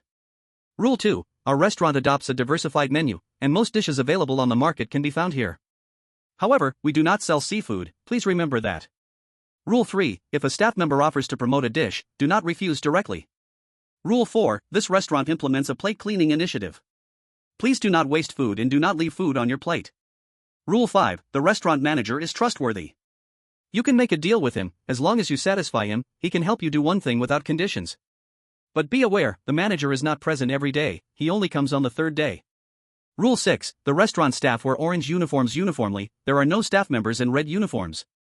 If you see them, ignore anything they say and do not respond. Normal people are safe in the restaurant. New rules unexpectedly, 3 kinds of rules appeared on the very first day. Moreover, for Rule 3, if a staff member offers to promote a dish, do not refuse directly. What if the staff promotes seafood, should it be accepted or not, and do those staff members include those in other colors? Xiao Touming lowered his gaze and silently memorized those rules. He walked into the fast food restaurant. The fast food restaurant was clean and bright, with a rich aroma of food in the air. Staff wearing orange uniforms were busily working, and the glass cabinets, nearly transparent from being cleaned, displayed a variety of dishes neatly. No matter if it was Chinese, Western, or desserts, everything was available, and each looked delicious and appealing. Xiao Touming searched around, although the fast food restaurant had a rich variety of dishes. But there was no seafood. Xiao Touming secretly breathed a sigh of relief. Suddenly, he felt a strong gaze upon him, and he turned his head sharply to see a young man in a blue shirt smiling at him. But in the next moment, the young man vanished without a trace. Xiao Touming hurriedly searched around, but he could not find the young man's figure. Was it just his imagination? No, it shouldn't be an illusion. However, he wasn't wearing an orange work uniform or black or red clothing, he didn't seem to be a staff member.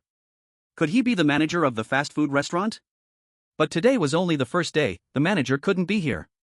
Xiao Touming was puzzled and eventually had to give up for the time being and focus on eating his meal. I have to say, the food at the fast food restaurant really did taste good. After Xiao Touming was full, he left the restaurant. Just as he was about to return to his dorm to rest for a while, he suddenly heard a commotion from the street.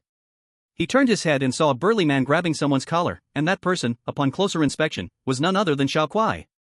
At this moment, aside from Xiao Touming noticing Xiao Kuai, most other players were too exhausted to pay attention and went straight back to their dorms.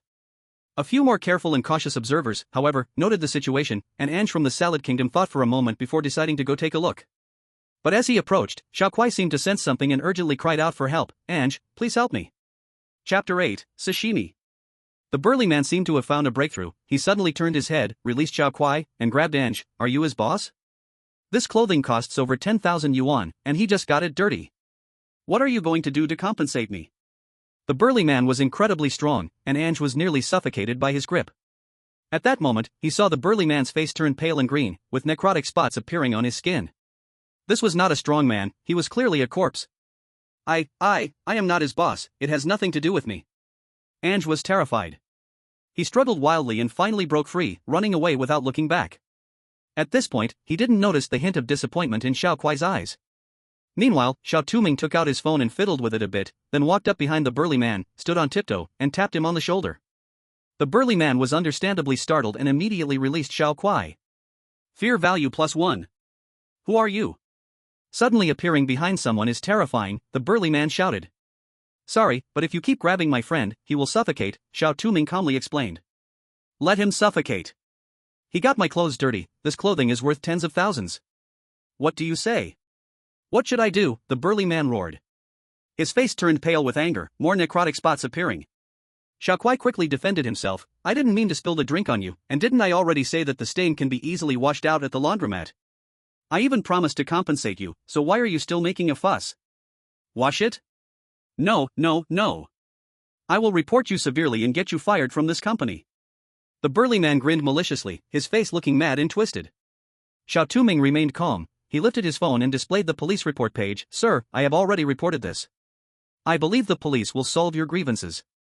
The burly man was taken aback, he hadn't expected this kind of response. The veins on his pale face suddenly bulged, writhing, with numerous redworms crawling out. But he seemed to be wary of something, and angrily said, You all wait for me.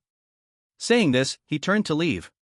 Just as everyone thought the trouble was over, the burly man suddenly turned around, and right in his hand was a bottle.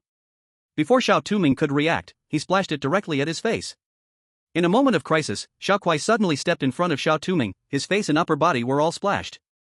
The liquid splashed onto his face with a sizzling corrosive sound, and Xiao Kuai fell to the ground in pain. Holding his face and howling. Ha ha ha. You're done for. You're done for. The big man laughed viciously, then his smile froze on his face, his whole body like a duck being choked, making strange sounds.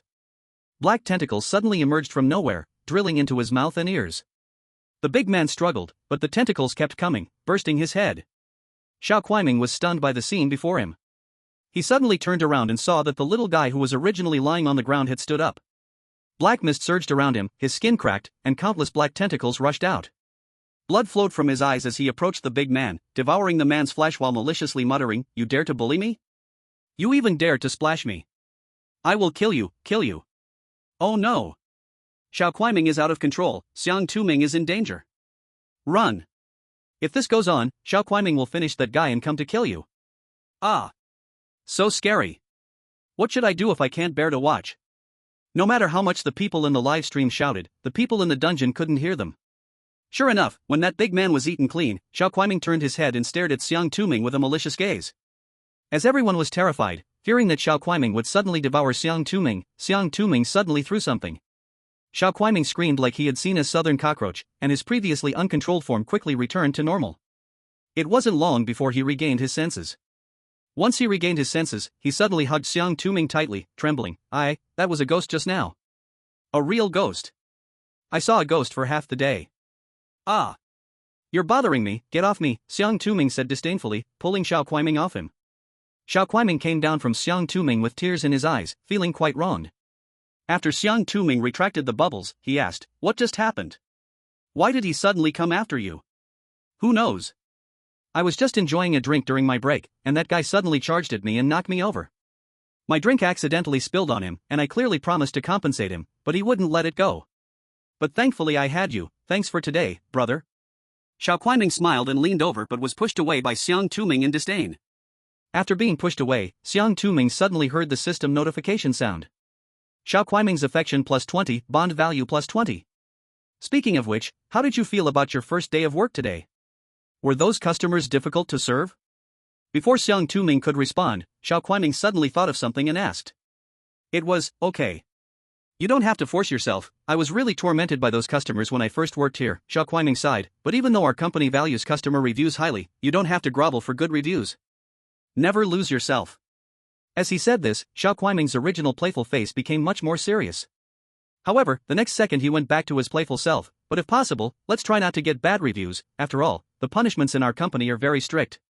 He suddenly leaned in closer and whispered in his ear, Actually, I have the perfect way to get good reviews. When those customers ask you to do something, you can find loopholes in the wording. Although we have to fulfill the customer's wishes, they didn't specify how, did they?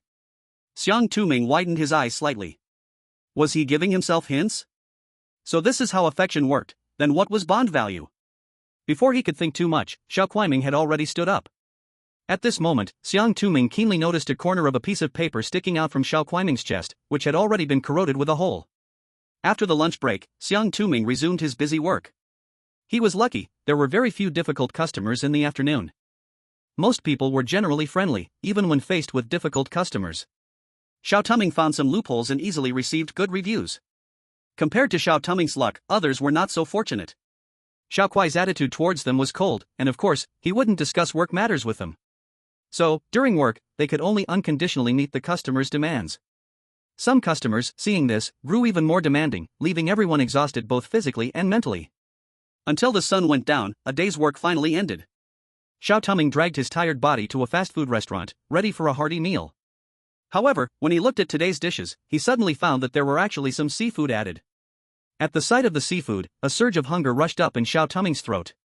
For a moment, he wanted to devour the seafood, but he quickly restrained himself. But some players didn't have such strong willpower. They couldn't hold back their hunger and chose to eat the seafood directly. In an instant, their white work uniforms turned completely black, and their heads transformed into oddly shaped seafood heads. Yet they seemed unaware, enjoying their meals with blood dripping from their faces. At that moment, a young man in a blue robe appeared behind them. He smiled gently, but his eyes were cold as ice. How annoying, some dirty things have burst into the restaurant. He waved his hand lightly, and the black-clad players at the tables exploded. Strangely, no blood splattered out, instead, they turned to dust and dissipated in the restaurant. Within just a few minutes, several countries were attacked by rule-related horror stories due to players' deaths. Meanwhile, in the live broadcast room, everyone watching hid a peek in the chat as they saw the young man in the blue robe take action. Oh my god, did you see that? That guy is really handsome. Don't be a fan. Didn't you see the way he just waved his hand and killed those contaminated people? Could this power be the shopkeeper mentioned in the rules? But didn't the rules say that the shopkeeper wouldn't be in the shop except on the third day? Aside from that, the rules clearly state not to eat seafood. Why did they still eat it? Could it be that the seafood has some allure? Looking at those contaminated players, it suddenly seemed like the seafood in their hands wasn't appealing anymore. What the heck, is the internet slow? Who dares to eat seafood at a time like this? If it weren't for the trouble caused by Sakura Country, we could all enjoy seafood peacefully. So many marine creatures wouldn't have to die. Baka Yoru. Who says our seafood is inedible? Our leaders ate it. Hee hee, I hope you eat it all. By the way, I wish the players from your country good luck surviving. After all, your tiny country can't withstand many weird attacks before getting wiped out, huh?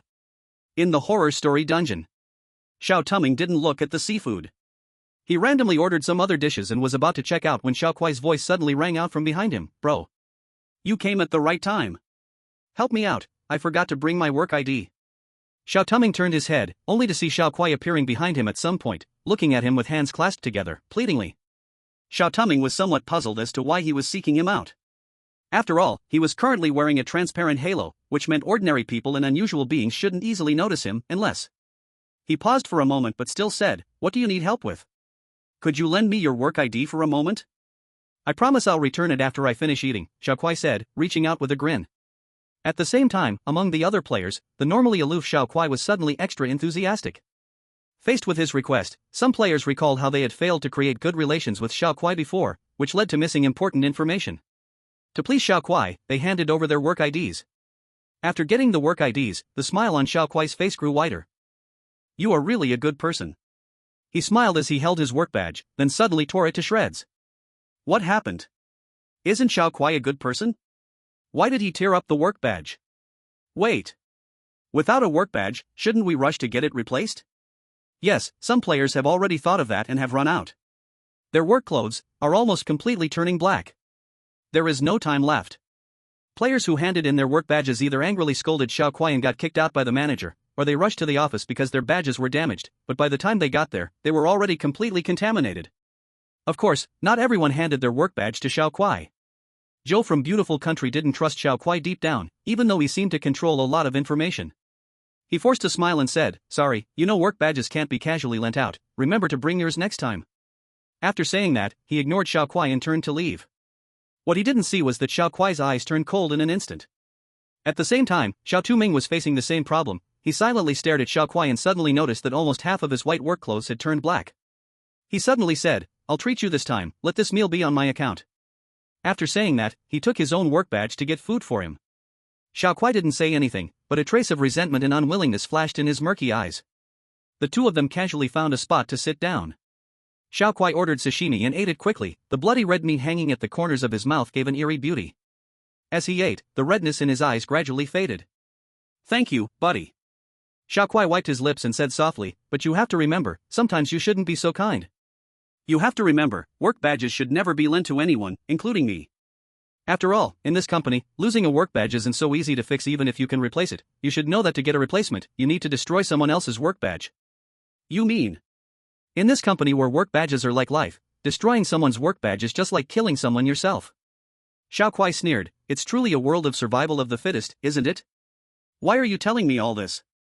Did your work badge get damaged at noon while saving me? Xiao Kuai's eyes widened, seemingly not expecting Xiao Touming to say that. How did you find out? I noticed it at noon, and your work clothes changed from black to white after eating the sashimi, and when you spoke to me earlier, your eyes were red, now they've turned back to black. You probably weren't in a clear state of mind just now.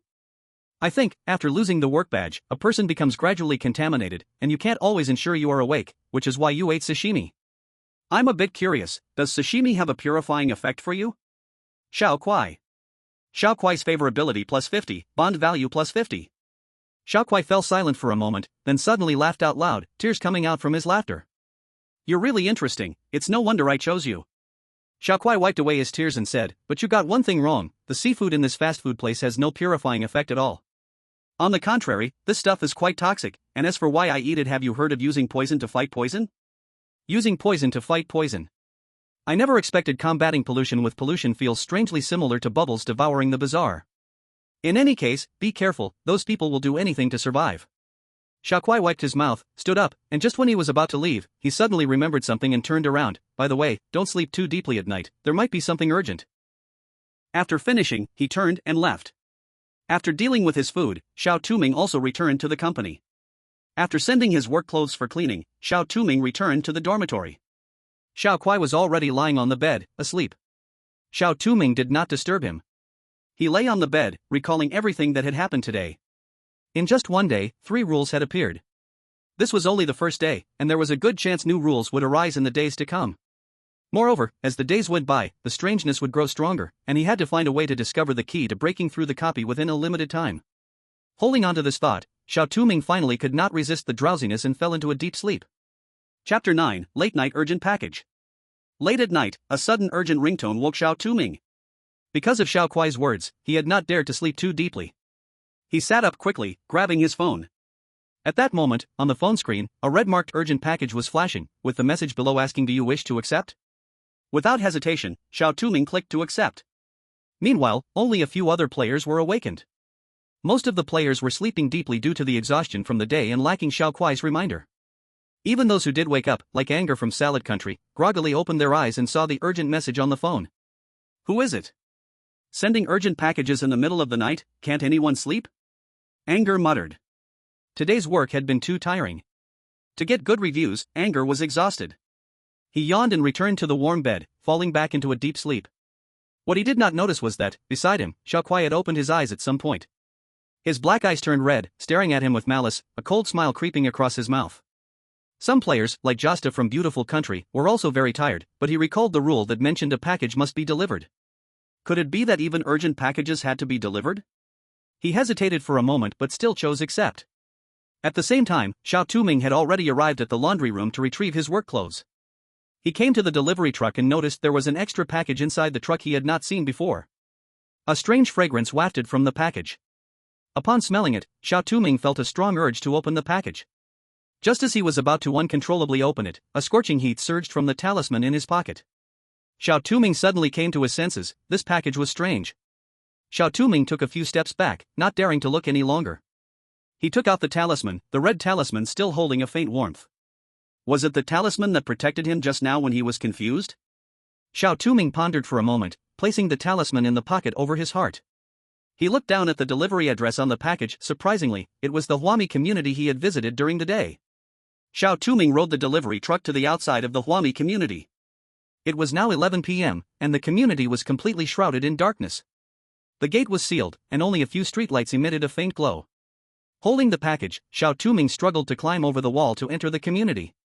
He successfully avoided the patrolling security and made his way inside. Xiao Touming lowered his head to check the address on the package, and it was a coincidence that tonight's address was indeed Building 4, where he had been during the day. But the address was room 404 on -3 floor. -3 floor? I remember there wasn't a -3 floor during the day. Xiao Touming muttered softly. But time was pressing, and he could not afford to think too much. He stepped into Building 4 and entered the elevator. As with the day, the elevator at night did not have a button for -3 floor. Xiao Touming watched the time on his phone getting closer and felt anxious. This can't go on. Since the elevator wouldn't work, he could only take the stairs instead. Xiao Touming arrived at the stairway, and at that moment, he saw new rules posted at the stairway entrance.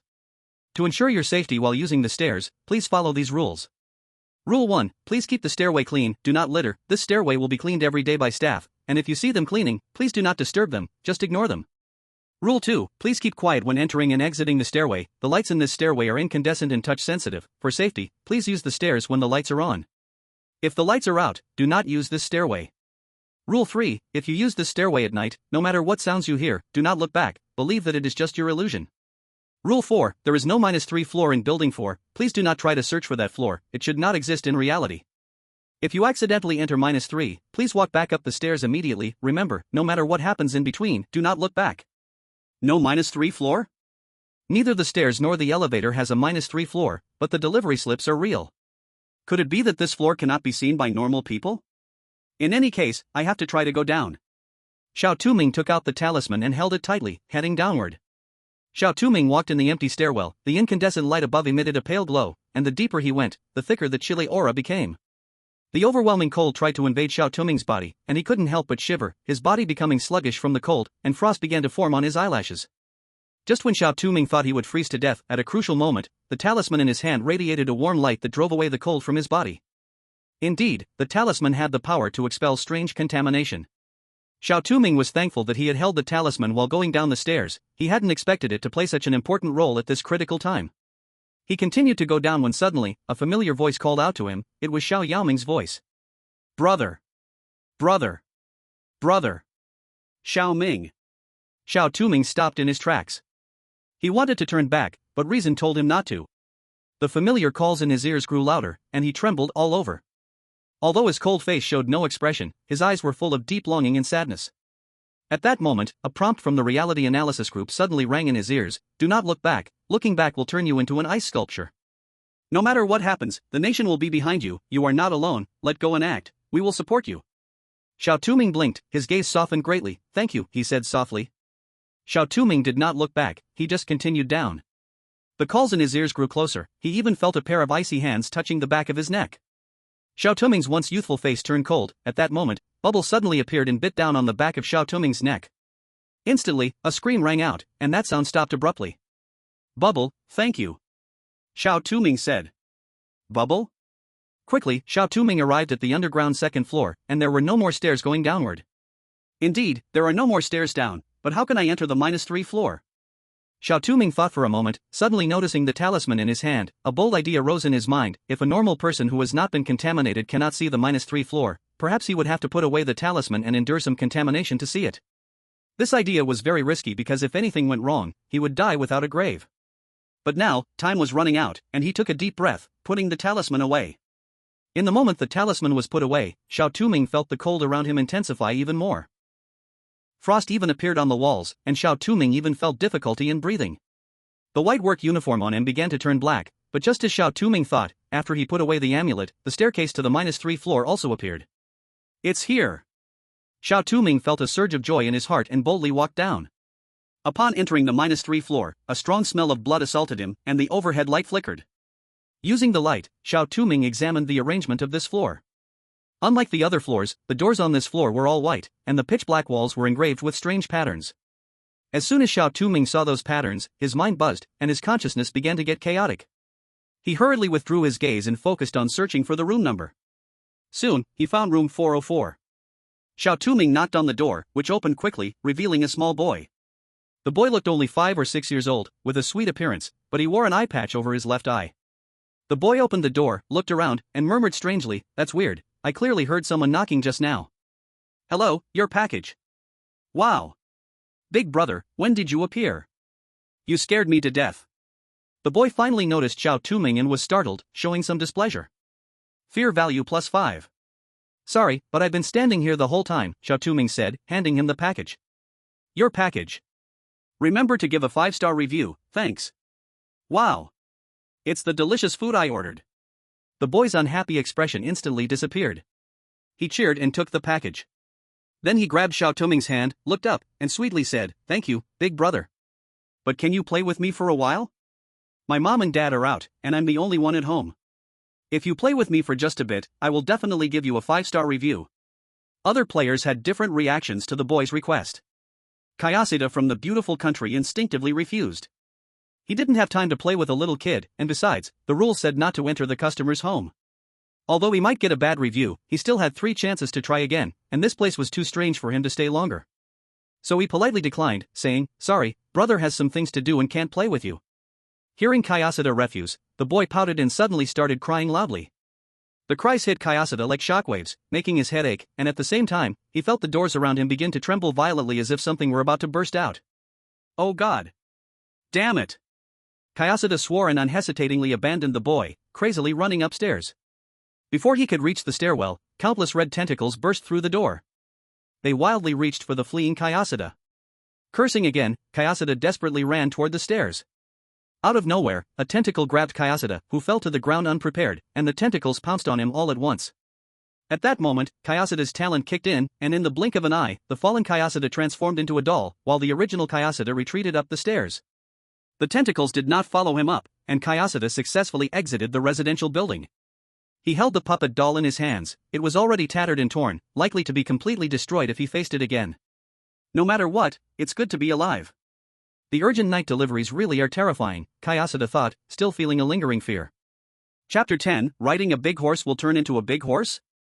On the other side, Sangbin Yanghui from Sakura Country was nearly scared to death when he heard the commotion caused by the boy's cries.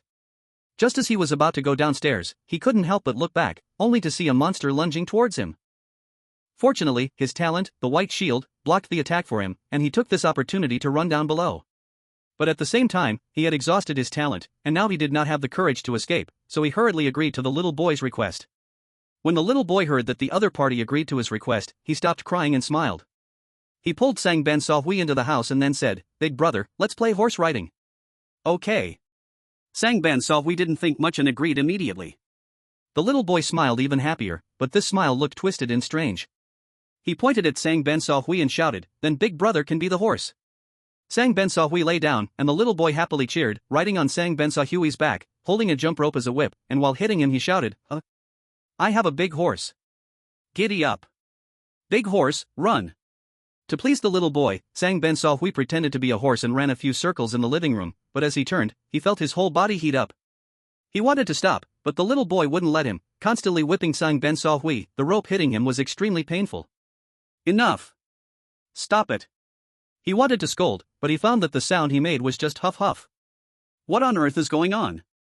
He turned his head and happened to meet the full-length mirror in the living room. At that moment, he was horrified to discover that he was no longer human, but a brown horse. No. Why has this happened? Why, he didn't want to become a horse. Shut up. You filthy horse. The little boy seemed disturbed by the noise. He was extremely annoyed and directly grabbed Sangbin Sahui's head and twisted it off. That head rolled away, its bulbous eyes staring fixedly at the people in the live broadcast room. Sangbin Sahui of Sakura Country has died. The rules of the random horror game have descended. The average intelligence of this country is reduced by 10%. No. Sangbin-kun, why did it end up like this? In the Sakura Country analysis room, the higher-ups fell to the ground, their faces paler than paper at this moment. They never expected that Sangbin Sahui, who clearly drew an A-level talent, would die on the first day. The Dragon Country, which had lost 4 consecutive times, was still intact. Why? Clearly, it should have been that guy from the Dragon Country to die. Clearly, it should have been them from Sakura Country who survived to the end and gained supreme glory. Since our country has already failed, you Dragon Country will definitely not get through this level. Everyone will die. In the horror story instance. Faced with the little boy's request, Xiao Touming squatted down to meet his gaze and said gently, "I can play with you, but brother can only play 1 game with you and then has to leave. And this game must be agreed upon by both of us to play." Can you agree to that? Although I want you to stay with me longer, but, okay, I agree. The little boy cheerfully nodded and then pulled Xiao Touming into the room. Unlike outside, the living room was neat and bright, cozy with decorations, a potted plant on the windowsill, and 2 adult umbrellas and a children's umbrella hanging at the door. It clearly looked like a family of 3. "Big brother, please sit down, I'll pour you some tea." Mom said when guests come, we should treat them well. The little boy pulled Xiao Touming to sit on the sofa and turned to go to the kitchen. While the little boy was in the kitchen, Xiao Touming went to the front door. He tried to open the door, but it was as if it had been welded shut, not moving at all. Sure enough, he couldn't leave until his wish was fulfilled, could he?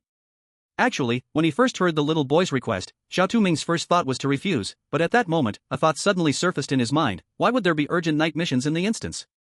And why would this level appear in the most polluted place? Could the client be hiding some clues to pass the level?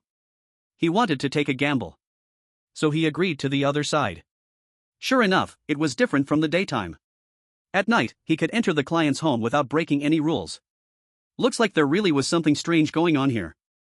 But for now, since the other person was still in the kitchen, it was best to check around and see if there were any clues nearby. Just then, Bubble somehow brought over a note in its mouth. Xiao Touming took the note. The paper was crumpled beyond recognition and stained with large patches of blood. But he could still make out a few lines of writing. "If you are reading this note, I believe I am already gone. Follow the rules below, and maybe you can survive a bit longer like I did. Rule 1, there are 3 people living in this house: father, mother, and child. The parents are very dangerous. If you entered when they weren't home, then no matter what, you must leave before 3 a.m. Rule 2, don't eat anything here. And don't directly reject the boy's requests. Rule 3, usually, the little boy feels tired after playing a game. You can play any game with him, but absolutely never play hide and seek. Even more so, never play horse riding. Wish you a safe escape." More new rules again. But I can't fully trust the rules. Seems like the person who wrote this note didn't end up too well either, Xiao Touming muttered. "Big brother, have some tea." At that moment, the little boy placed a tea set on the table, imitating an adult's tone as he spoke. Xiao Touming didn't even look at the tea. He didn't need to, he already knew it wasn't anything good. He said to the boy, "Didn't you want me to play with you? Don't waste time. Let's get started." Big brother is in such a hurry. "Let's play horse riding, okay?" The little boy smiled with squinted eyes. Xiao Touming paused. "Are you going to be the horse? You're too young. You can't handle my weight. My back isn't good either, so I can't be the horse. For both our safety, let's choose another game." The little boy was confused by Xiao Touming's words, but in the end he nodded. "Okay, then we won't play horse riding. Let's play hide and seek. Big brother, this time you can't refuse me." The boy lifted his head, and under his eye mask, something was squirming. Xiao Touming said, "Okay. But I'll be the seeker." The little boy cheered, "Great. Then big brother, close your eyes and count." No peeking. Oh no, why did Xiao Touming agree to play hide and seek? Didn't the rules clearly say not to play hide and seek? But judging by how the boy looked just now, if 2GE didn't agree, he might have been eaten right there. But if Xiao Touming can't find him and the parents come back at 3:30, it's all over. Wait, maybe being the seeker can drag out more time? Ah. Could this be why 2GE chose to be the ghost? Inside the horror world. Xiao Touming finished counting. He opened his eyes. The warm, cozy living room had vanished.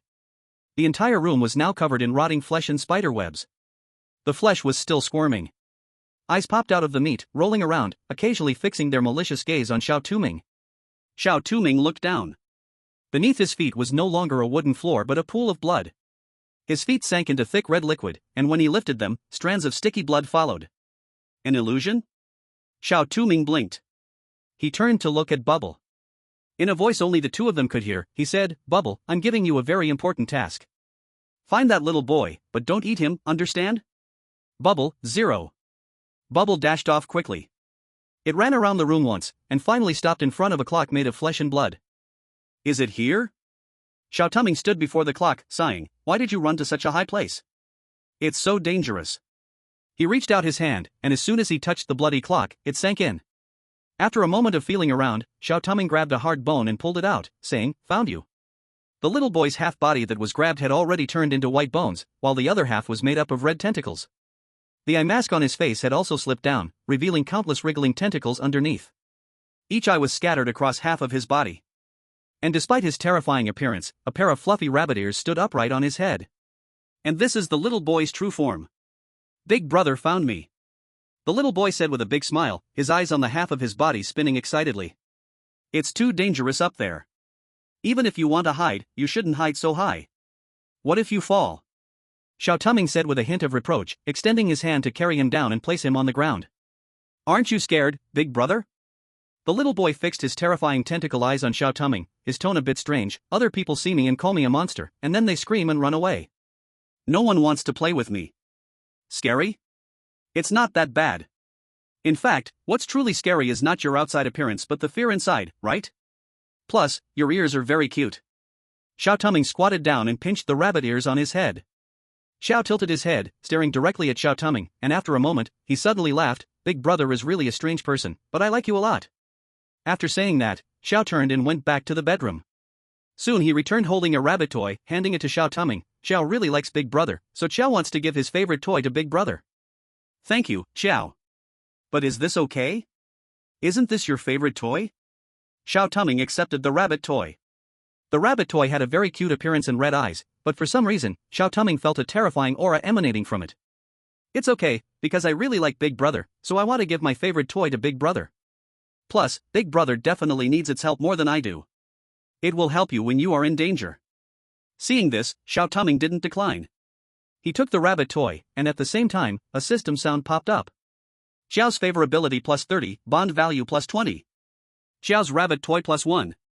Xiao's rabbit toy, Xiao's favorite toy, your actions have caught its attention. It might protect you from a deadly disaster when you are in crisis? Or perhaps it is the key to unlocking a certain side quest? After playing hide and seek, Xiao showed a tired expression. Xiao Touming said goodbye, and the boy waved his hand with a smile, closing the door. Ding, positive review plus 1. Soon after closing the door, Xiao Touming's phone also showed this notification. Xiao Touming let out a sigh of relief. With time still not yet 3:30, he hurried back.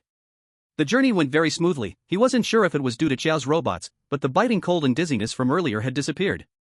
Xiao Touming successfully returned to the company, delivered the uniform, and then went back to his dormitory, collapsing into sleep. Chapter 11: The Girl in the Red Dress Who Wants to Jump into the River. The next day, Anger groggily crawled out of bed in the kingdom of Sarah. He felt heavy, as if an iron ball was pressing down on him. He struggled to get up from the bed and noticed that he was the only one left in the dormitory. Xiaoqua didn't know where he had run off to.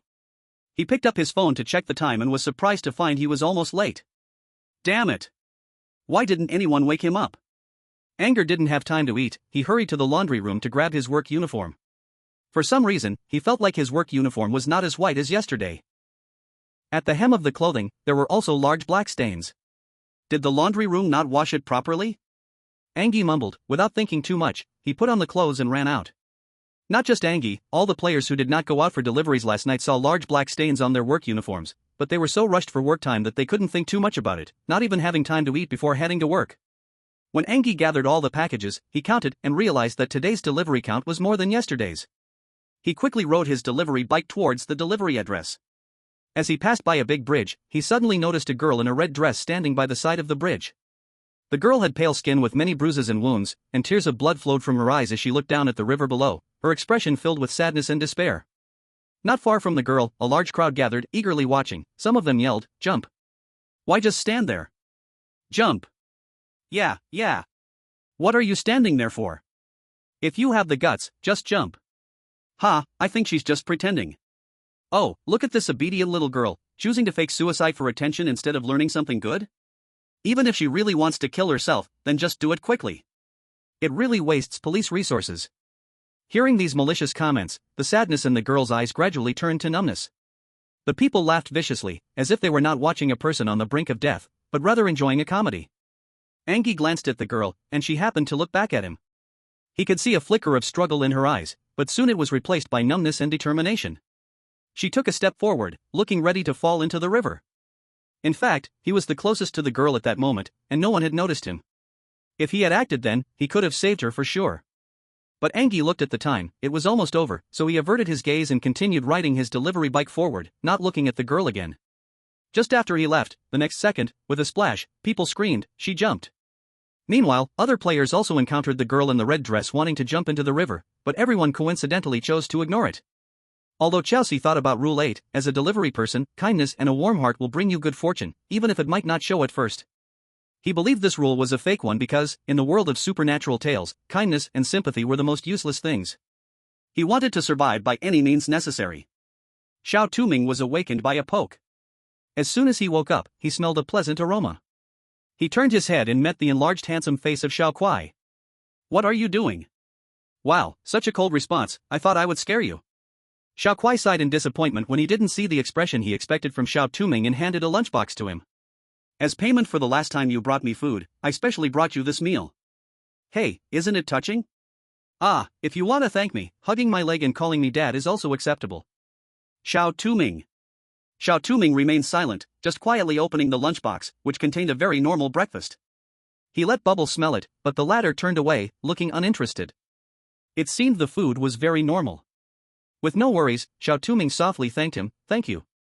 Then he picked up the chopsticks and started eating. Xiao Kuai saw Xiao Touming eating the food he brought without hesitation. His gaze softened significantly. Xiao Kuai favorability plus 10. This breakfast tasted very familiar, it was the flavor of a fast food restaurant. Xiao Touming quickly finished his meal, put down his chopsticks, and thanked Xiao Kuai again. After changing into a clean work uniform, he went to collect the package. On the way to deliver the package, he saw the girl in the red dress standing on the bridge, with a crowd nearby cheering wildly. Their expressions were twisted and excited, they didn't care whether the girl would really jump, they just wanted to see the show. The girl heard the crowd's cheers, her eyes filled with numbness and despair. She stepped forward slowly, her figure swayed, about to fall at any moment. At a critical moment, a hand pulled her collar and yanked her back down. The sudden change shocked everyone in place. Xiao Touming had appeared behind the girl at some point, and he was the one who had just pulled her back. What the heck? When did someone show up? Like a ghost. The person who had been cheering was taken aback and complained. Xiao Touming silently turned around, his cold eyes fixating on the person who just spoke. That person met Xiao Touming's gaze, he intended to curse, but for some reason, he felt an inexplicable and terrifying stare locked onto him. Cold sweat trickled down his back as he hurriedly pulled the person next to him away. Seeing the girl was saved, the crowd, finding it uninteresting, dispersed. Only Xiao Touming and the girl in the red dress were left. At this moment, in the Longguai analysis group, team leader Qi and the others saw Xiao Touming's choice to save the girl and all frowned. What is Xiao Touming doing? If he saves the girl, he will definitely run out of time. What is he thinking? Team leader Qi was anxious, he's still just a kid, kindness and sympathy are the most fatal flaws in the world of strange tales. In the strange tale instance, Xiao Touming glanced at the time and found that saving the girl had indeed left him with insufficient time. He sighed, squatted down, and took out a handkerchief, handing it to her. Are you all right? The girl remained silent, the wounds on her body were continuously bleeding. Xiao Touming sighed again, pulling out the handkerchief and carefully and gently wrapping her wounds. I don't know what happened to you, so I won't say anything to comfort you. As he bandaged her, he said softly, but no matter what, death is not the best choice. Those who dislike you won't feel guilty over your death, instead, what you are doing now will only make those who really care about you sad. The girl trembled slightly but did not resist Xiao Touming's actions.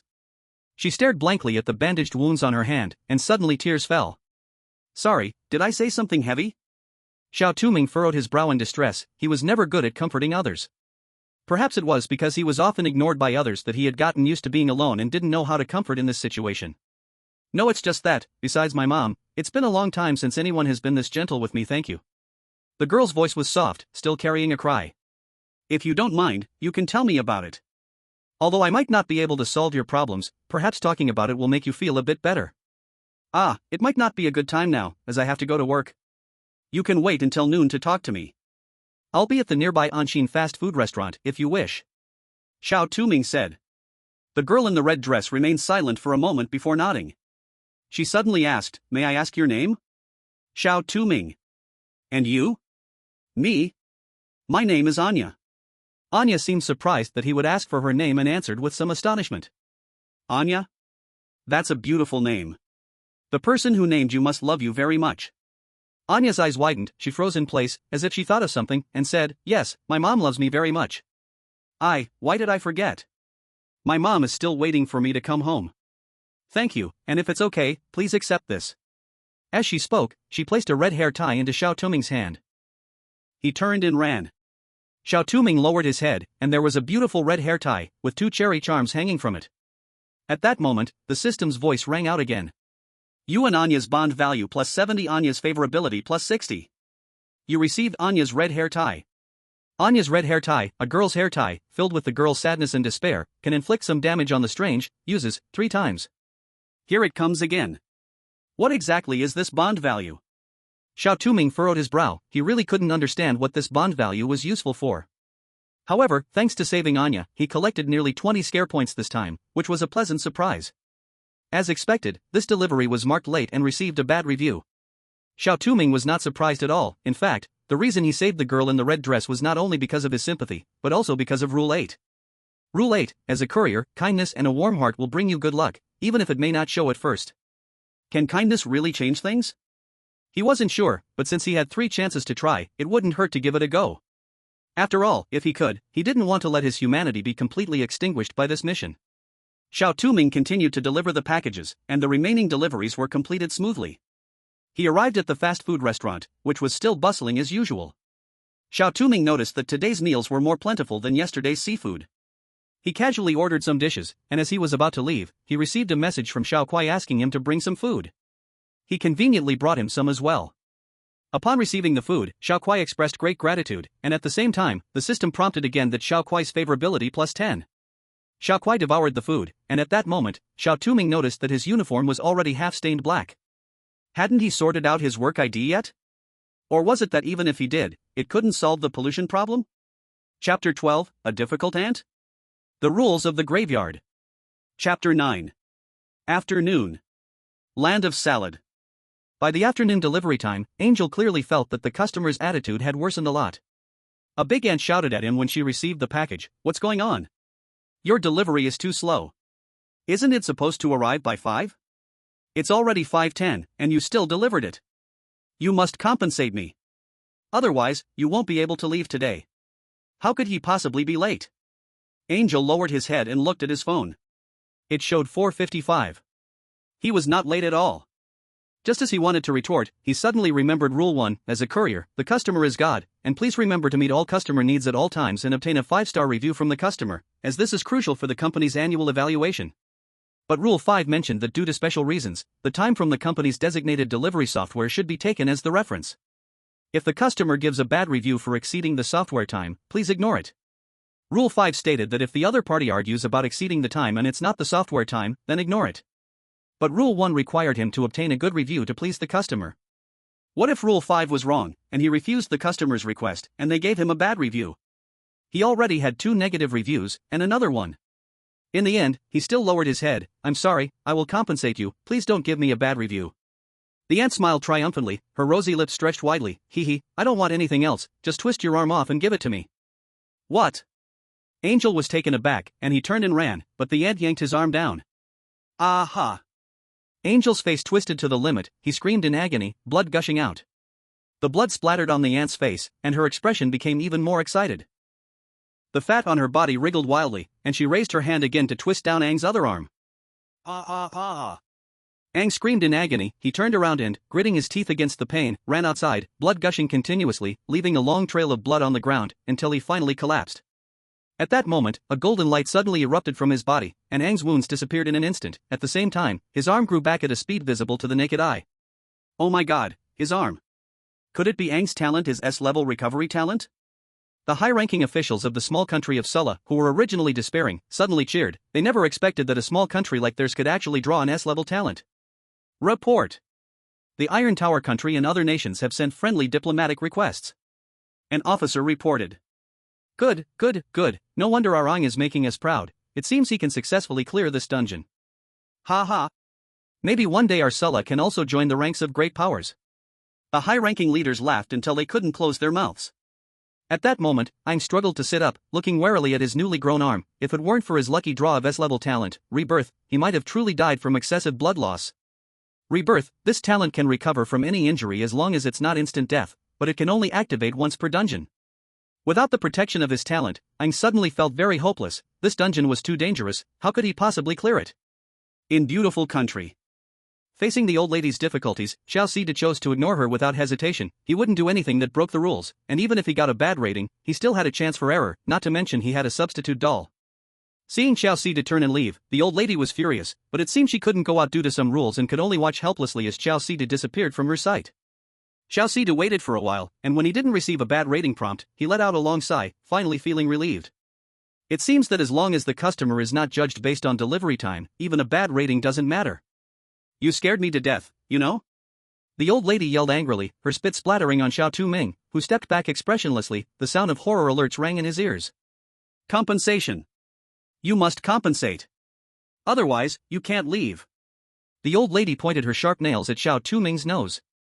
Xiao Touming paused for a moment, then suddenly turned his head and quietly whispered a few words to the little bubble beside him, which nodded and dashed out directly. The old lady was still cursing, but suddenly, she froze all over. She fell to the ground, frantically grabbing her own body as wounds appeared on her body as if it was being gnawed. It hurts. Stop it. Stop. I was wrong. I shouldn't have cursed. I shouldn't have extorted. Please spare me. The old lady cried, desperately begging for mercy. Did you really recognize your mistake? Extorting people is wrong, Auntie. Xiao Touming squatted in front of her, speaking calmly. I was wrong. I really was wrong. Please, don't eat me anymore. The old lady crawled in front of him, pleading. I can make it stop, but before that, can you please give me a good review? Thank you.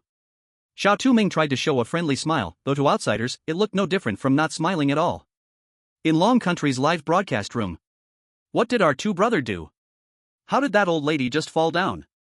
Other countries either ignored it or were badly tortured by that old lady. No wonder our Long Country's players can make the opponent cry and give a good review. I think our two brothers squatting on the ground and talking looks really handsome. But I'm still curious how that injury on the old lady was caused. In the copy of The Strange Tale. Xiao Touming looked at the new positive reviews on his phone, nodding in satisfaction. He gazed down at the round, plump bubble that was eating again, a faint doubt rising in his heart.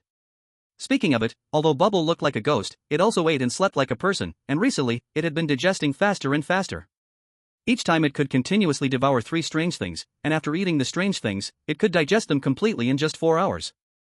Moreover, the size of the strange things it could eat had grown from small items at first to now being able to swallow larger portions of the strange.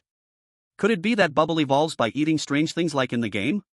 Soon, the afternoon work was quickly completed, and Xiao Touming simply finished his meal at the fast food restaurant. That night, he dared not fall into a deep sleep. After an unknown amount of time, the urgent notification sound from his phone rang out, and this time, the delivery location was actually a graveyard? A graveyard. The delivery service here is really extensive. Xiao Touming muttered. He picked up Anya's red hairband and Xiao's robot, taking the fast-asleep Bubble with him, and rode his old delivery bike to the graveyard. The graveyard was in a very remote location, and even with navigation, Xiao Touming put in a lot of effort to finally arrive at the graveyard entrance. At night, the graveyard was dark as pitch, with only a solitary moon casting a cold light. The fence around the graveyard looked precariously unstable, and at the entrance, there was a yellowed security room, with an old lamp outside casting a dim yellow light. Xiao Touming approached the gate, which was locked. He looked around, noticing that the nearby walls were scattered with broken glass, making it seem impossible to force his way in. After thinking for a moment, he went to the security room and knocked on the window. The window opened, and a withered old man peeked out. Upon seeing Xiao Touming, he showed no surprise, just sizing him up with tiny, almost invisible eyes. Then, with a skeletal hand, he handed over an old piece of paper. Xiao Touming took the paper, and when he looked up again, the old man had disappeared. At the same time, the previously locked gate had somehow been opened. Xiao Touming did not enter immediately. He looked down at the paper. It contained 5 rules. Rule 1, please do not make loud noises when entering or exiting the graveyard, as it may disturb the sleeping residents. Rule 2, when visiting the residents, be polite. If possible, please light incense for them, they will thank you. Rule 3, there is only one path in the graveyard. If you see 2 paths, please close your eyes and count to 5. When you open your eyes again, the paths will return. Rule 4, if you encounter a crisis, please hide in the security room at all costs, the guard will ensure your safety. Rule 5, if you cannot reach the security room, you may seek help from the residents if necessary, but remember, the residents may ask you for a reward, please do not refuse them. After reading the rules, Xiao Touming took a deep breath and pushed open the heavy gate to enter the graveyard. The graveyard was vast, with countless tombstones neatly arranged on either side, but it seemed that no one had visited for a long time. The graveyard was very desolate, with cobwebs everywhere and incense burners toppled over. Several crows perched on nearby tombstones, cawing hoarsely, their crimson eyes staring directly at Xiao Touming. Using the moonlight, Xiao Touming searched for the delivery address, and soon he found the address on the delivery slip. It was a woman's tombstone, and the photo of the woman on the tombstone showed a very gentle-looking lady. Strange. I feel like I've seen her face somewhere. Xiao Touming examined the photo carefully, suddenly recalling a shy young girl in his mind. Anya? This woman looked very much like Anya. Was it a coincidence? Or was she Anya's mother? But more importantly, how should he deliver the package now? He closed his eyes and began to recall the rules he had just seen. Rule 1, please do not shout loudly when entering or leaving the cemetery, as it will disturb the sleeping residents. Rule 2, when visiting the residents, please be polite. If possible, please light incense for them, they will thank you. Chapter 13, Anya's Mother. I see. Xiao Touming opened his eyes, took out his lighter, and lit the incense in front of the burned-out incense holder again, then joined his palms and bowed. When he raised his head again, he found himself no longer in the desolate cemetery but in a deep corridor. In front of him was an old security door. Xiao Touming knocked on the door, and soon, the door opened. A woman in a nightgown peeked out with sleepy eyes. Who is it? Hello, delivery.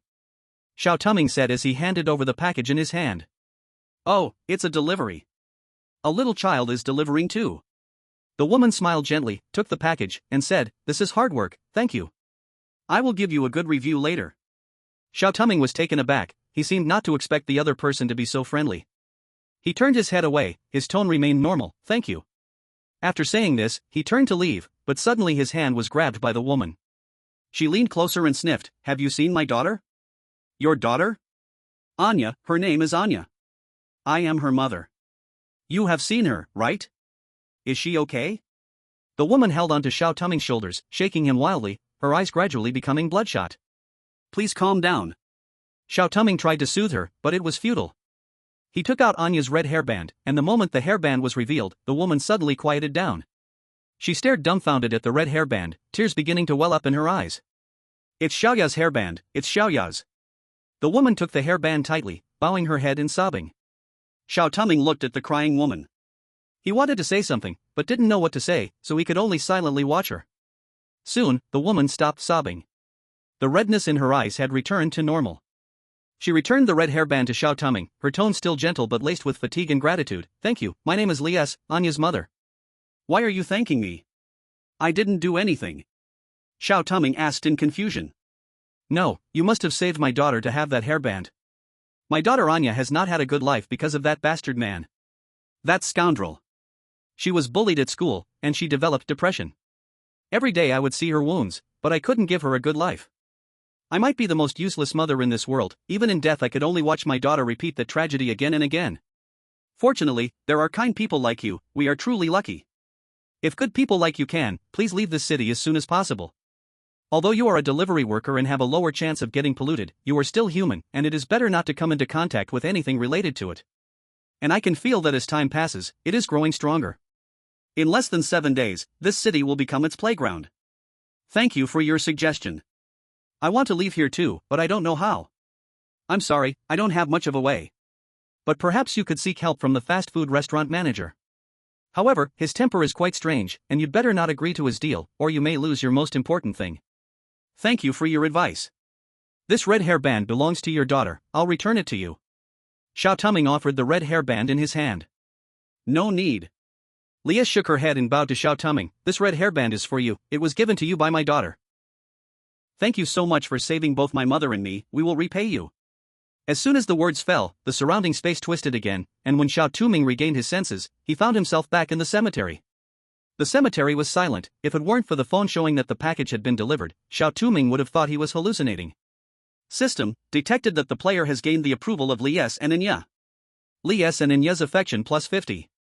You may ask them for help once if necessary, just by pulling the red string 3 times. However, the red string will disappear after use, so please use it wisely. Shopkeeper's affection plus 30. You have gained basic affection from the shopkeeper. Sure enough, Rule 8 is likely correct. After helping Anya, although he got a bad review, he also gained benefits. But why did he gain the shopkeeper's affection? Could it be that to meet the shopkeeper, he must help others first? In a beautiful country. Xiao Saida also entered the cemetery after receiving the note. The cemetery was filled with chilling winds, and he couldn't help but shiver. For some reason, he always felt something was watching him from behind. It's just an illusion, just an illusion. Xiao Saida forced himself to endure his fear, repeatedly whispering to himself, trying to hypnotize himself. Soon enough, he found the address mentioned in the package. No way. This is really a grave. Surely no one will pop out to receive the package. Impossible, impossible. There must be another way to meet the client, Xiao Saida thought for a moment and suddenly remembered Rule 2 he had just seen. He pulled out a lighter and lit some incense, bowing respectfully. In the next second, the scene in front of him transformed into a hallway. Just as I guessed, only by offering incense to the person in the grave can I meet them, Xiao Saida smiled proudly as he stepped forward and knocked on the door. The door opened, and a beautiful woman stepped out. She took the package and promised to give him a good review. Just as Xiao Saida was about to leave with satisfaction, the woman suddenly grabbed his hand. The smell on you is my daughter's. You have seen my daughter, haven't you? The woman sniffed him and suddenly flew into a rage. Crazy. Who knows your daughter?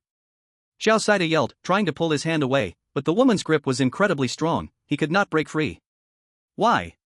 Why did you clearly see my daughter back then? Why didn't you save her? It would have been so easy to just reach out and help.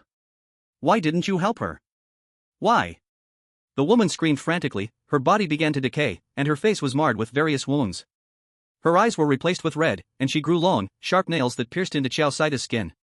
Xiao Saida screamed in agony, his mind clouded with rage, unable to help but shout, "What does it have to do with me? If someone wants to die, let them die. I don't know her, why should I save her? There are so many indifferent people in this world, why are you directing your anger at me?" The woman suddenly froze. Blood tears welled up in her crimson eyes as she lowered her head.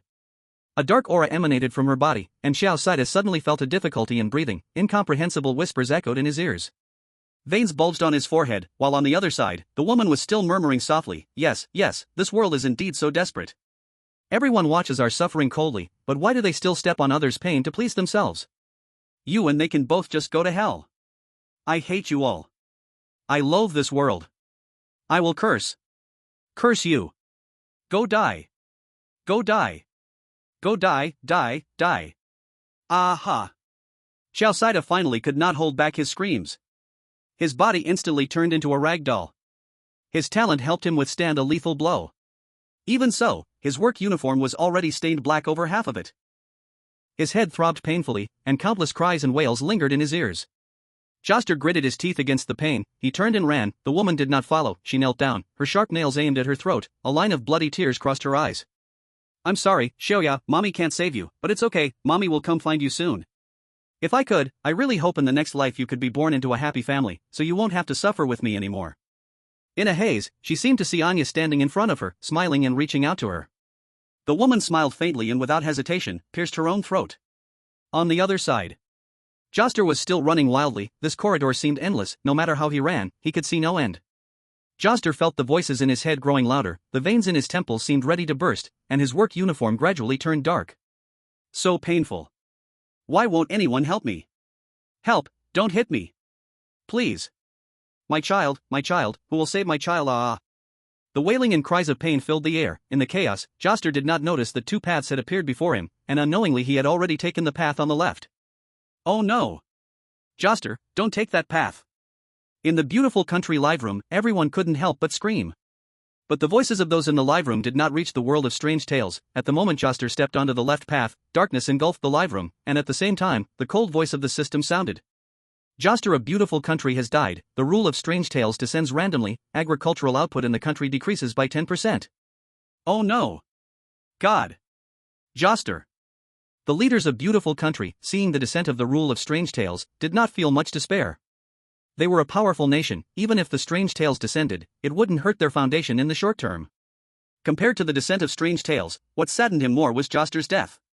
Even in a big country, players with S-level talents were few and far between. After all, players drawing S-level talents had a high probability of clearing dungeons, and as long as they cleared dungeons, the benefits they brought to the country could greatly enhance its status in the world. In today's era, a player with S-level talent was more precious than a national treasure. Losing Joster, an S-level talented player, was a fatal blow to their country. Chapter 14 Fast Food Store Manager. The next day. After 2 sleepless nights, Xiao Touming nearly didn't wake up. He rubbed his temples and struggled to sit up. Sleepiness made it hard for him to open his eyes. To relieve his drowsiness, he went to the sink to wash his face, finally feeling a little more awake. When he raised his head and saw himself in the mirror, he couldn't help but be shocked. His face looked paper pale, and there were dark circles under his eyes. The blood vessels in his eyes were all red, making him look like a zombie emerging from the grave. Had he really turned into this after just 2 days of poor sleep? Xiao Touming felt that things were not that simple.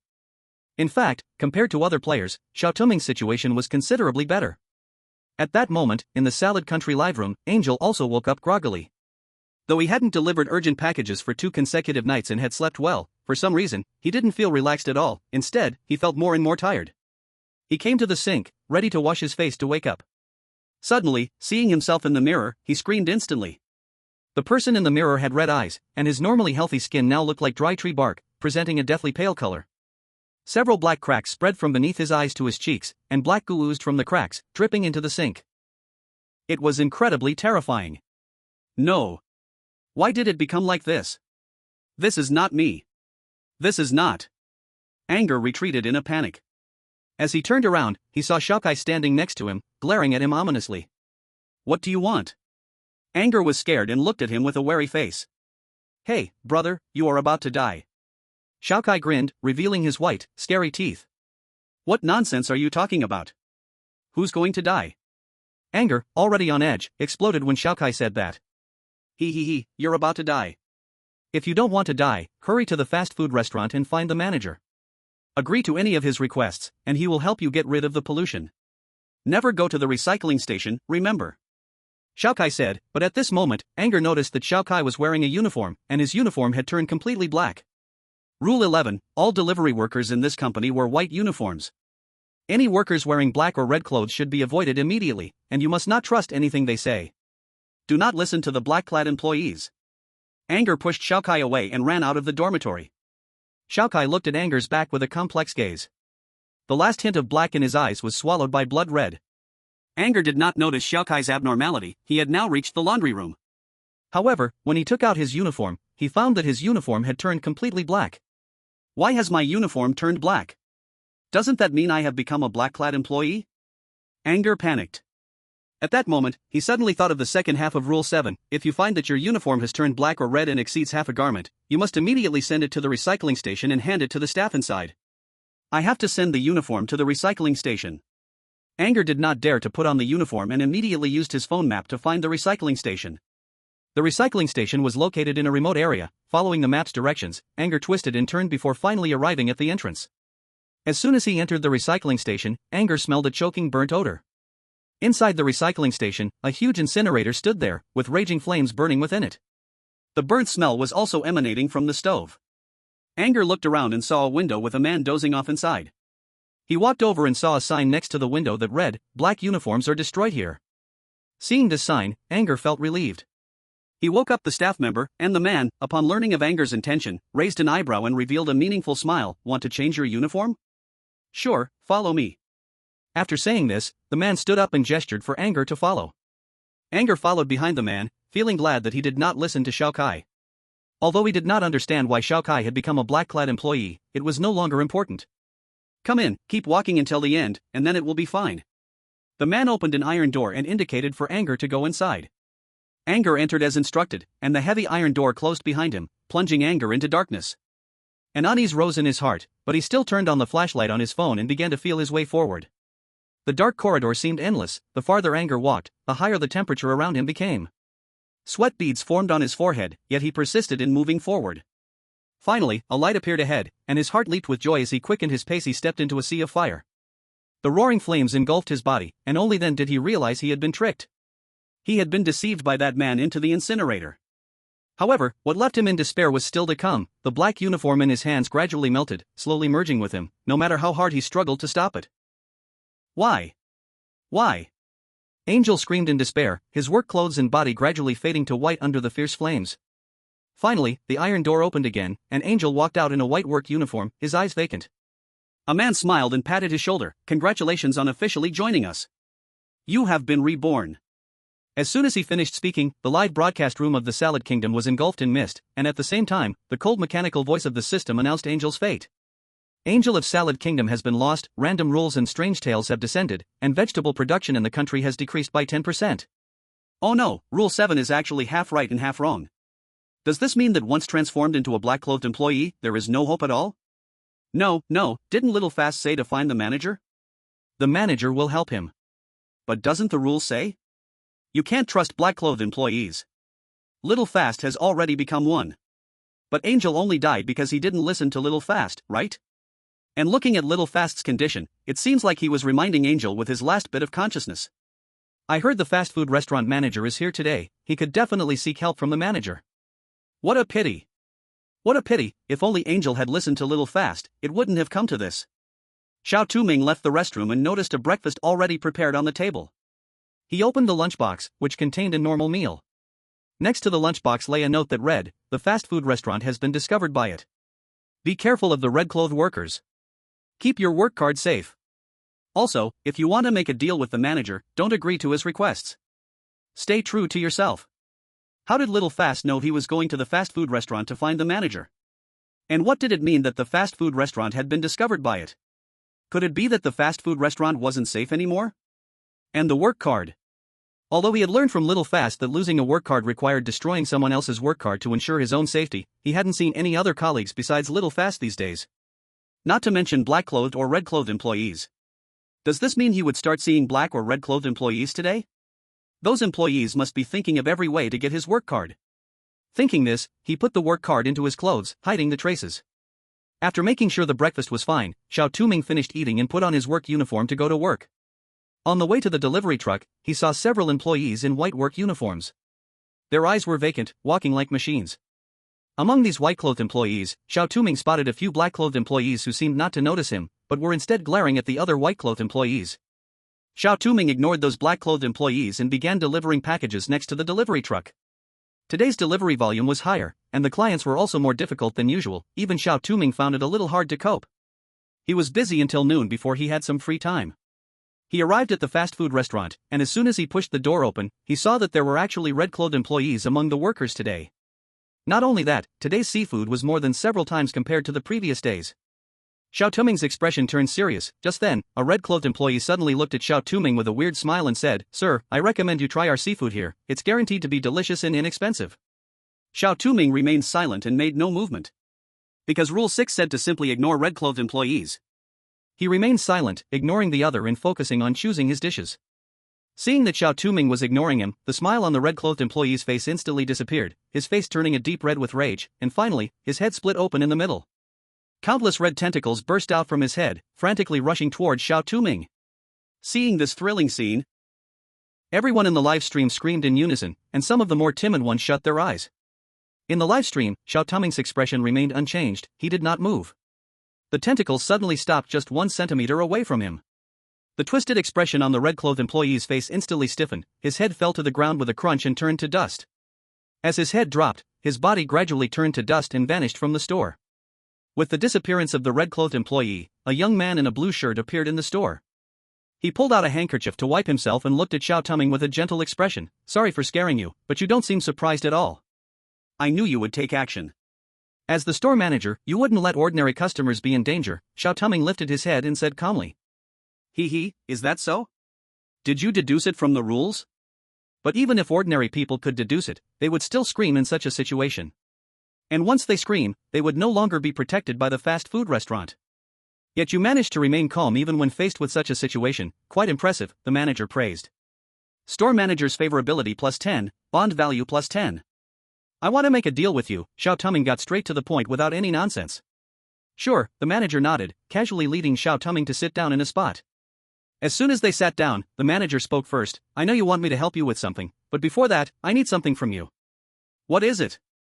Let me think." The manager rubbed his chin in contemplation. Finally, he suddenly looked up and pointed to the little creature next to him, still blowing bubbles.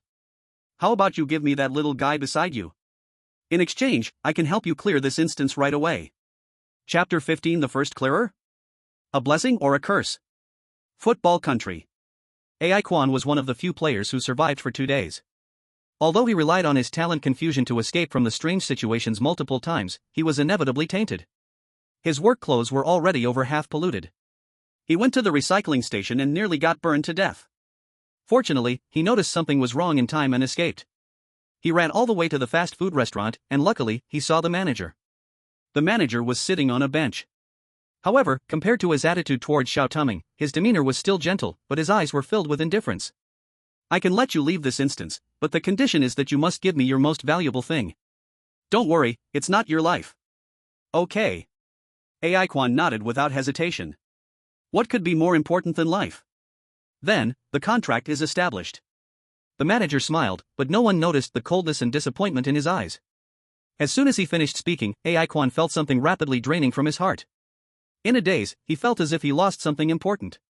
But soon, the world in front of him began to collapse, and the system prompt sound echoed. Congratulations, player has cleared the horror story instance. Please relax for the horror story.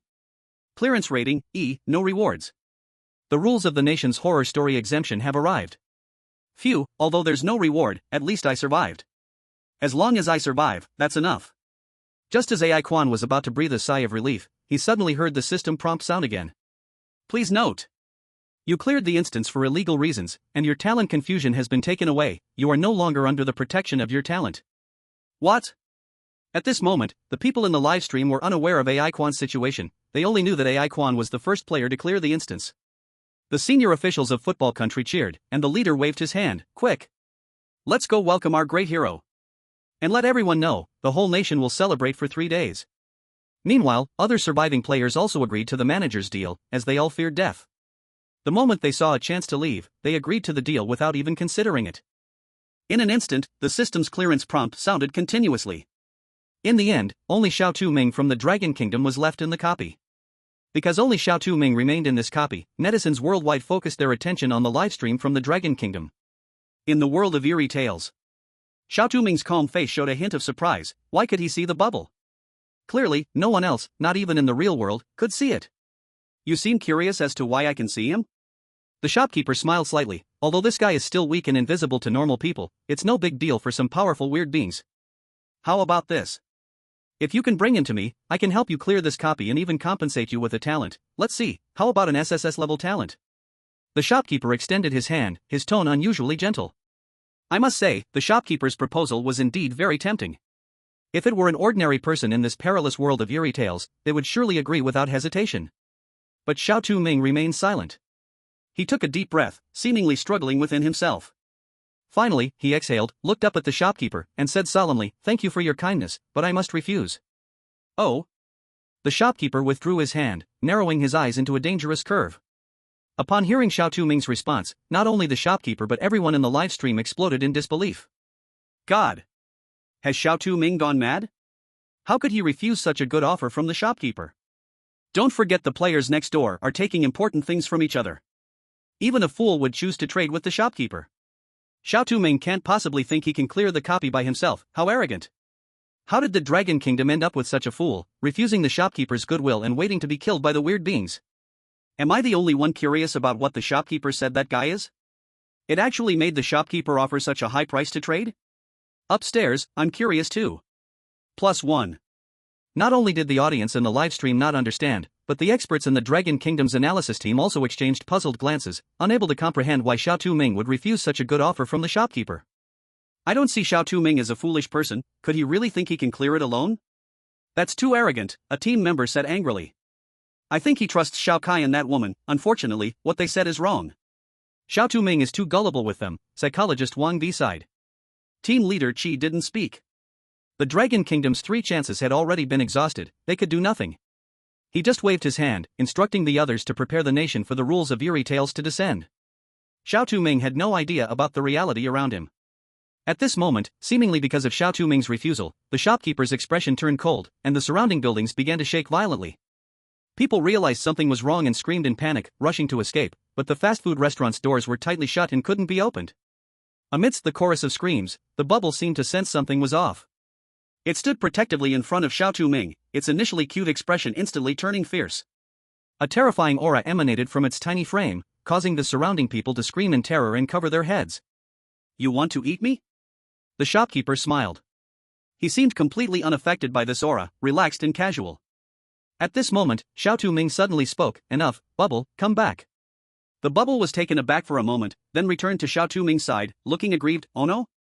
Xiao Touming comforted the bubble, then turned his head, calmly looking at the shopkeeper. You don't need to test me, although your offer was indeed tempting. Bubble has saved me many times and is my important friend. I cannot abandon him. Friend? Don't think this little guy seems harmless. Actually, right now he is just in a very weak state. When he grows stronger, even I will have to retreat far away. Xiao Touming fell silent. In fact, he also faintly felt that Pow Pow's origin was not simple, but he still firmly adhered to his thoughts. Thank you for your advice, but instead of this, we should formally start the transaction. Oh? A transaction? But didn't you just refuse my offer? The rules state that I can trade with you, but the premise is to make you satisfied. Only then will you help me with one thing unconditionally. Xiao Touming said slowly, but you said you could help me leave the copy right from the start, which obviously does not comply with the rules. I think this may be your test. Even you must obey the rules here, otherwise you wouldn't go to such trouble to clean up the pollution yourself. The shopkeeper fell silent. His gentle expression disappeared, but there was joy in his eyes. He smiled gently, and at that moment his smile was not as fake as before, but truly gentle and warm. I want to make a trade with you. Aside from Pow Pow, my family, and my country, you can take anything from me as a price. Xiao Touming said with determination in his eyes. No need. The shopkeeper shook his head. Xiao Touming's heart tightened. Could it be that he guessed wrong? Then he heard the shopkeeper's gentle voice. I have seen something very interesting. You are the first person I have met who treats the strange as friends. I look forward to your performance later. But one thing you guessed wrong. What? The trade I proposed just now was indeed a test, but it was also a transaction. If you agree, I will give you what I promised earlier. I am serious. However, it is unknown whether you will be punished by the system for escaping the copy early. Punished by the system? Xiao Touming was confused. You will understand soon. To take a shortcut, you must bear the cost that comes with it. The shopkeeper smiled mysteriously. All right, tell me what you need me to do now. The shopkeeper changed the subject and inquired about Xiao Touming. I want to ask you some questions. Xiao Touming was silent for a moment and then slowly spoke. Okay, go ahead. What are the conditions for clearing this copy? The shopkeeper did not speak. He just took out a piece of paper and handed it to Xiao Touming. Xiao Touming looked down and saw that 3 sentences were written in red on the paper. SSS clearing condition, no more than 1 negative review received within 5 days, obtain 3 keys from customers, and find the door to leave here within the 6th day. S-level clearing condition, no more than 3 negative reviews received within 5 days, obtain 2 keys from customers, and find the door to leave here within the 6th day. A-level clearing condition, obtain qualification for further education and leave this city before the 7th day arrives. Keys? And the door to leave here? Xiao Touming frowned. He thought that just surviving 7 days to get the qualification for further education would be enough, but if what was on this paper was true, something terrible would happen in this city on the 7th day. By then, even if the players were still alive, they might very well die. But what do the keys and the door mean? It is already the 3rd day, and he has only 2 days left. Where will he find the keys and the door? As if sensing Xiao Touming's confusion, the shopkeeper took out a compass from the counter and handed it to him. And said to him, "This is a key I give you, perhaps it can help you." After saying that, the shopkeeper disappeared from his sight. The surrounding environment returned to normal, the employees in red or black clothes were gone, and people in the fast food restaurant were chatting and laughing, as if nothing had happened. If it weren't for the compass in Xiao Touming's hand, he would have thought he had hallucinated again. At this moment, the system's prompt sound rang in his ear again. Detected that the player passed the shopkeeper's test, obtained the shopkeeper's compass, shopkeeper favorability plus 60, obtained hidden information. Compass, by consuming mental power, it can guide any thoughts in your mind. Warning. You have obtained hidden information and gathered 3 keys, please be careful, you have been found by it, please protect yourself and do not get contaminated. Chapter 16 The non-existent door rampaging little fast? Found by it? A simple sentence made Xiao Touming feel like he had fallen into an ice cellar. After watching the live broadcast for so long, he naturally knew that the players targeted by it only had 2 fates, either death or being contaminated and assimilated. Only Xiao Yaoming back then was targeted by it and managed to escape by luck. Others were not spared. Xiao Touming's heart pounded like a drum, but his face remained calm. He knew that his upcoming days would not be easy. He did not consider himself as powerful as Xiao Ming, but no matter what, he had to survive. And the hope of survival might lie with Bubble. Xiao Touming lowered his head, and Bubble seemed to sense something, affectionately nudging Xiao Touming, as if comforting him. Xiao Touming felt a warmth in his heart, and his panicked heart calmed down a lot. He sighed deeply, forcing himself to calm down and think about the next countermeasures. Without a doubt, the most important thing now was to find the door, but what he did not expect was that he had unknowingly obtained 3 keys. According to the system prompt, he only gathered the 3 keys after receiving the compass from the shopkeeper, which indicated that the keys were not necessarily real keys, they could be other items. In the past 3 days, the only things he had obtained from clients were the robot from the little boy Qiao, and Ya's red hair ribbon, and the shopkeeper's compass. Could these 3 items be the so-called keys? If he thought this way, then the 8th rule stating that goodness would be rewarded also made sense, because if they ignored them, they might not get the keys at all. Although Grade A said that as long as one obtained the qualification for further study and left before the 7th day arrived, convincing them to go against the company's original plan was certainly as hard as reaching the sky. Moreover, as time went on in the company, it was estimated that there would be more and more employees in black clothes, making it much harder to escape. He must find the door quickly and escape. Xiao Touming lowered his head, examining the compass in his hand. This compass was only palm-sized but exquisitely crafted. However, strangely, there was no pointing pin in the central part of the compass. No pointing pin in the compass? Xiao Touming recalled what the shopkeeper had said before, that this compass might be able to help him, along with the compass introduction from the system. Xiao Touming closed his eyes and mentally inquired about the direction of the door. Soon, the compass in his hand began to shake violently, and a shape of a pin faintly constructed in the center, spinning wildly before finally pointing in one direction. Ah! At this moment, Xiao Touming suddenly let out a cry, and the compass in his hand fell to the ground, cold sweat running down his forehead. Damn, this compass consumes too much mental power, it couldn't hold up after just a little while. Xiao Touming gritted his teeth and picked up the compass. After using it only for a short time, his head felt like it was going to explode. How could he use it? Xiao Touming wanted to roar, but he ultimately put away the compass. No matter what, the work had to be done, and right now, the most important thing was getting food. After eating and drinking, Xiao Touming's painful head felt much better, no longer hurting so much. He threw himself back into work, hoping that he might find the position of the door while working. But after a busy afternoon, Xiao Touming still hadn't found the position of the door. It seemed as if this door never existed at all. Not only that, Xiao Touming also keenly discovered that the clients he met in the afternoon and the surrounding buildings had begun to appear strange. Not only that, but he also saw black-clad employees on his way to deliver a package. Fortunately, due to the transparent halo, those employees did not notice Xiao Touming, allowing him to successfully avoid them. When it was time to get off work, Xiao Touming, dragging his exhausted body, had a simple meal at a fast food restaurant before taking out his compass and trying to search again.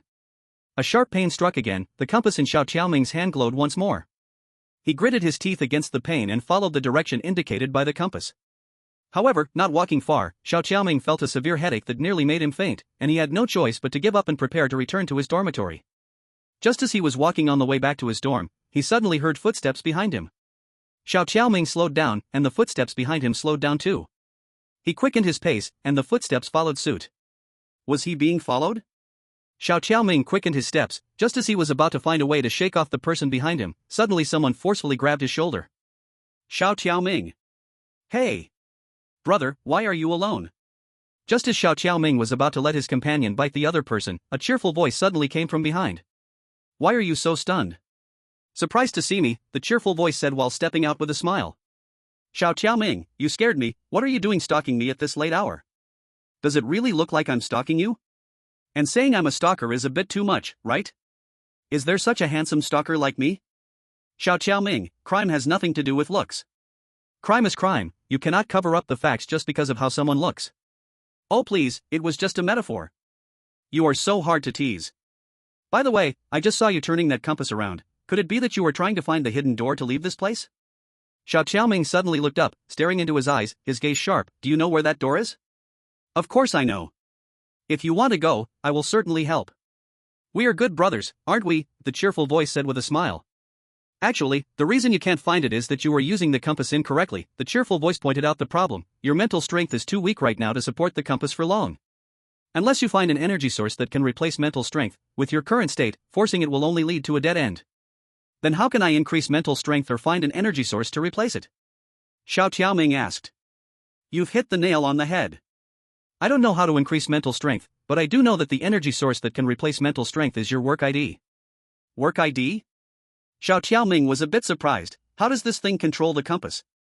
Take out your work ID, and I will demonstrate it for you, the cheerful voice said. Seeing Xiao Touming not moving, he said angrily, What? Don't you believe me? Don't forget that if I hadn't protected you, you would have lost your work ID. Without me, how could you possibly stand here safely? Quick, take it out, I will help you leave here. The cheerful voice carried a hint of temptation. Xiao Touming hesitated for a moment but seemed to eventually believe the other person. He put his hand in his pocket and slowly pulled out an ID card. Suddenly, the smiling cheerful voice revealed a fierce glare, grinning wide and lunging toward Xiao Touming. Bubbles rushed over first, biting a chunk out of the cheerful voice, but the cheerful voice only let out a muffled grunt and kept moving. In a critical moment, Xiao Touming used his hand wrapped with the red headband to strike fiercely at the cheerful voice's face. The red headband's effect made the cheerful voice scream, his face split open with countless red tentacles writhing within. But soon, he got back up. Although the red headband could cause him harm, it could not severely injure him. Little Fast, although he had a large wound on his face from the burning red headband, was not angry at all. Instead, he spread his hands, and a card the size of a work ID suddenly appeared in his palm. It turned out that although Xiao Touming had just pushed Little Fast back, the thing in his hands had also been taken away by the other party. Little Fast let out a sharp, strange cry, excitedly saying, "Thank you, my good brother. I am about to be completely engulfed by it. As long as I have your work ID, I can stop being its puppet. Ha ha. I am about to be free. Wait. This isn't your work ID." Little Fast's laughter abruptly stopped. He was stunned to find that what he had just snatched from Xiao Touming's hand was not a work ID, but a small card commonly seen on the street. "You tricked me?" Little Fast roared in fury, suddenly looking up, only to realize that Xiao Touming had already run away. Ah! Little Fast let out a long howl, his black work outfit completely turned the color of blood. He transformed into red clothes and wildly chased after Xiao Touming. At this moment, Xiao Touming was running for his life at the fastest speed he had ever experienced. He did not plan to return to the dormitory. Whether Little Fast was real or a fake, he knew that since the adversary knew so much about him, he must have made preparations in the dorm. If he returned to the dorm, it would be like a sheep entering the tiger's den. He ran to the delivery truck and quickly drove off at top speed. The red figure behind him was relentless, its speed was astonishing. Even though Xiao Touming was driving fast, he still couldn't shake it off. To make matters worse, for some reason, he didn't see a single fast food restaurant along the way. Xiao Touming's eyes flickered, he gritted his teeth and suddenly made a U-turn, heading straight for Huami community. God! Has Xiao Touming gone crazy? Even though the community hasn't closed, that security guard is no pushover. It's over, it's over. He must be too scared and lost his mind. Whoa, I don't want to see him die. Amatba, may God bless, I'm willing to be vegetarian for 3 months just to ensure Xiao Touming's safety. Just as everyone prayed frantically, Xiao Touming drove straight into the community. The red figure followed closely, but just as it stepped into the community, several blue-clad security guards appeared in front of it, mechanically chanting, "Intruder, intruder, eliminate the intruder." They raised their batons, and one struck the red figure. The red figure cried out in pain, and its tentacles immediately engaged in battle with the guards. Taking advantage of the security and the red figure being caught in a fight, Xiao Touming hurriedly drove the car out through another entrance of the community. With the protection of the Touming halo and bubbles, Xiao Touming temporarily escaped the red figure's entanglement. Finally, have I gotten rid of it? Xiao Touming got out of the car, leaned against the wall, and let out a long sigh. His heart still raced wildly. He wiped the sweat from his forehead and was just about to leave when a hand suddenly grabbed him and pulled him into the darkness. Chapter 17, The Death of Little Fast, Forever Friends. Oh no! The red figure has caught up? Xiao Touming instinctively swung his fist, and at that moment, a familiar voice called out, "Wait! It's me!" Xiao Touming stopped suddenly, but when he saw where the voice came from, his cold expression showed a hint of surprise. How did you end up like this? Where's your body? It was true, the person in front of him making Little Fast's voice was not a person at all, but a mass of black mist. The mist stirred and spoke helplessly, "I have lost my work ID.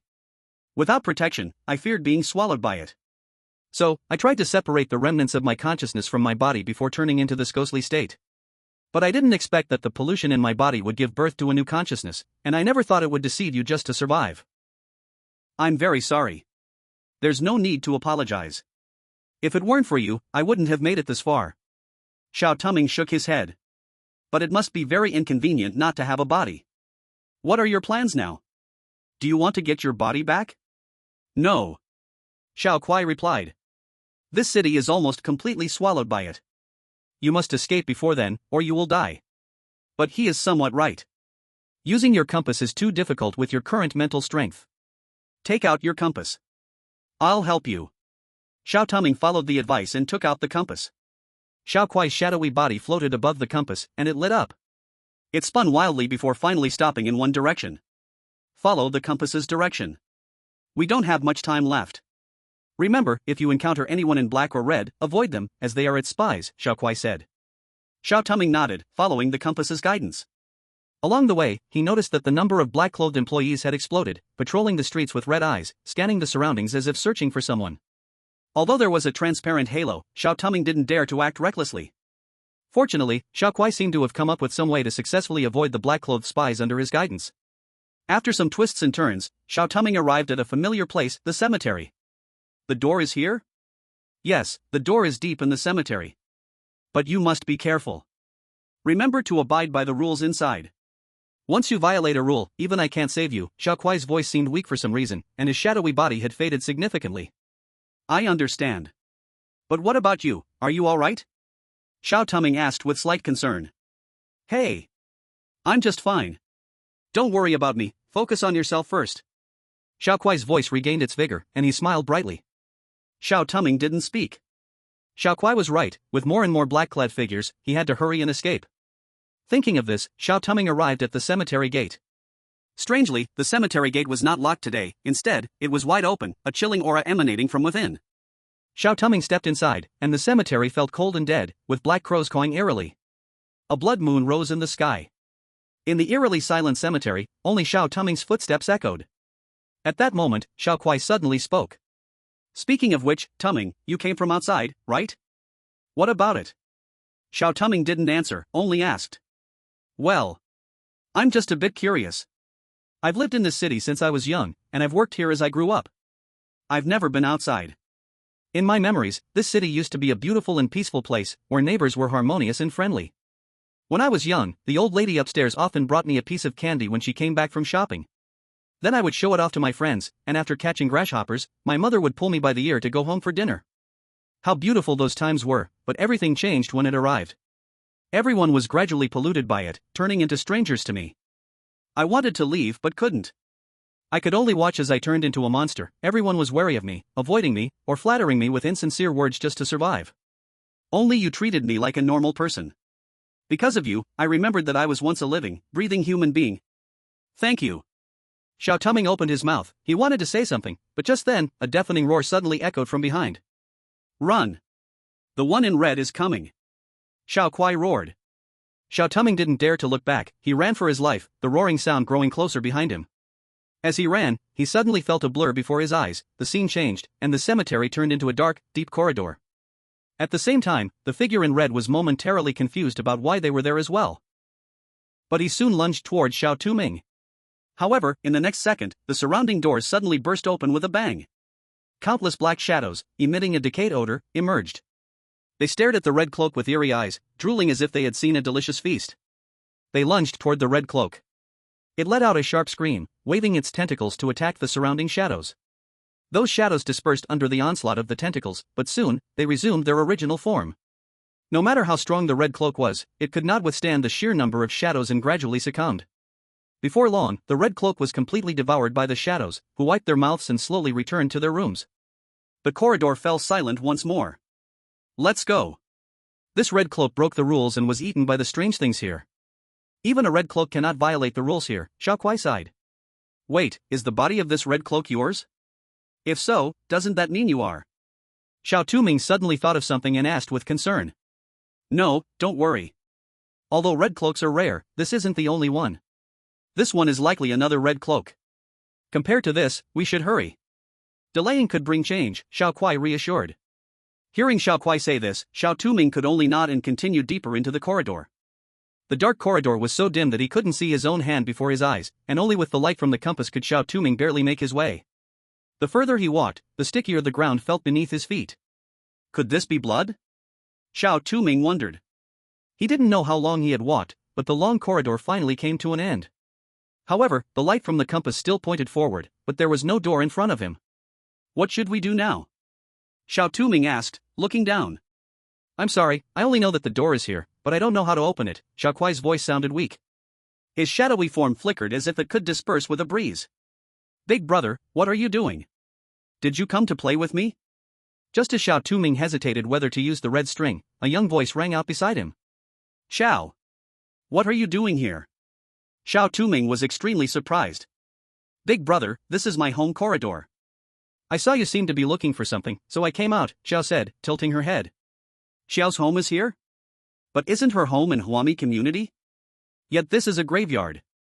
Does that mean the third floor of Huami Community has something to do with this graveyard? Today my mom and dad are not here. Can you play with me, big brother? Xiao still had that cute expression, pulling Xiao Touming's hand and acting spoiled. I'm sorry, big brother has something very important to do and can't play with you right now. Next time we meet, I'll play with you, okay? Xiao Touming lowered his head and patted Xiao's head. Okay. Then it's a deal. You must keep your promise. Xiao cheerfully raised her pinky, and Xiao Touming hooked his finger with hers. At that moment, he heard a system alert sound by his ear. Xiao's affection plus 30, bond value plus 30. Here it comes again. What exactly is this bond value? Xiao Touming was even more puzzled, but then he suddenly thought of something and asked Xiao, by the way, Xiao, can you see a door here? A door? Yes. Isn't there a big door here? Look, you can even push it open. Xiao said as she went to the wall and pushed it.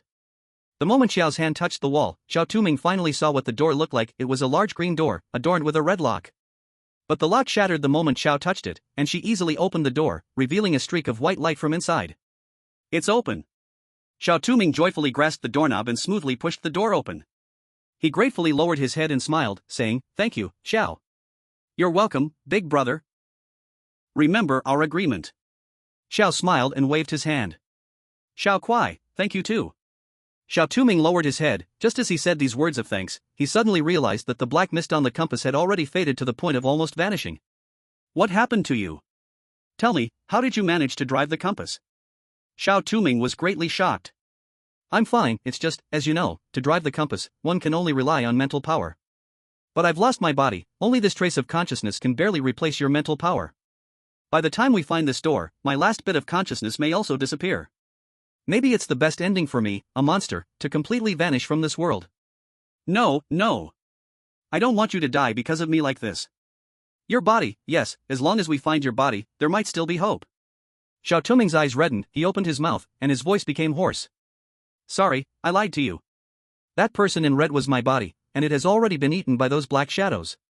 Even if I take back my body, I will completely become it and be devoured. By then, I might hurt you. I don't want that. Besides, even if I don't help you, I'll die sooner or later. So I'll help you a little." "Good brother, if we had met a bit earlier, maybe we could have truly become the best of friends." Xiao Kuai's voice was light, but there was still a trace of bitterness and reluctance. "I really want to go back to the old days. I want to catch grasshoppers with my friends again, eat candy, and eat my mom's cooking. Really, I just want to go back." Xiao Touming trembled all over. He opened his mouth, wanting to say something, like finding a way to save him, or to stand in for him and see the outside world. But maybe the outside world wasn't as beautiful as he thought. But because he rarely talked to others, he didn't know how to say these words. In the end, he could only promise, "All right, I promise you." "Thank you." Xiao Kuai's consciousness completely dissipated, turning into smoke and vanishing before Xiao Touming's eyes.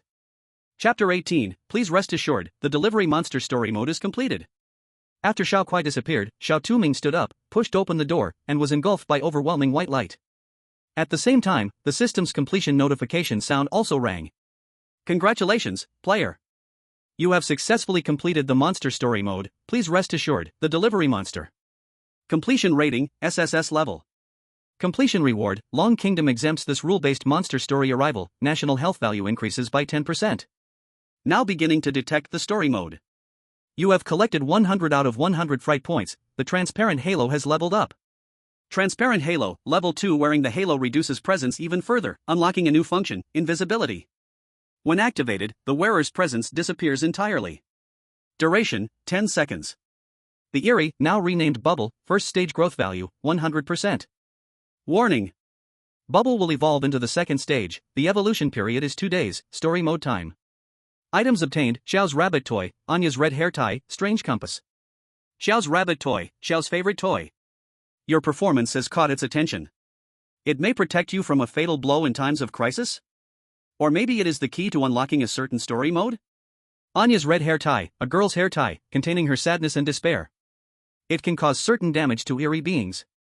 Uses, 2 times. Effect 2, you may seek help from her once, just by twisting the red hair tie 3 times.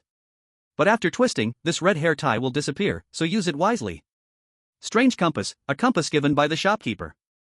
By consuming mental power, it can guide anything the mind desires. However, since Xiao Kuai's lingering regrets reside in the compass, it can be used without consuming mental power. Now detecting your bond values. Yu Qingmei's bond value, 10. Xiao's bond value, 50. Anya's bond value, 70. Xiao Kuai's bond value, 100. Tip: it has been detected that your bond with Anya has reached 70. 3 days later, a new story mode will open, Strange Little Sister. 30 seconds after the copy ends, the countdown begins, 30, 29. 5, 4, 3, 2, 1. I didn't expect the bond value to have such an effect, that's just unbelievable. Xiao Touming frowned upon hearing this. He never imagined that the so-called bond value would actually be the key to determining the next copy. But as expected, the bubble would indeed grow, although he didn't think that evolving the bubble would take 3 days. In the horror copy, there were countless dangers, and many times he relied on the bubble to resolve crises. The thought of the bubble not being able to appear for 3 days made him feel uneasy and anxious. And that compass, the little fast. No matter what, this copy has finally ended. He could only take it one step at a time. Xiao Touming closed his eyes and allowed the white light to engulf him. When he opened his eyes again, he found himself back in his own room. At this moment, in the Dragon Country, whether in the live broadcast room or the conference room, there was a wave of cheers. 3 years. Ever since Xiao Yaoming, their Dragon Country had fallen into decline. Many countries had taken advantage of the situation to ridicule and step on them. 4 consecutive failures had pushed the Dragon Country to the brink of no return.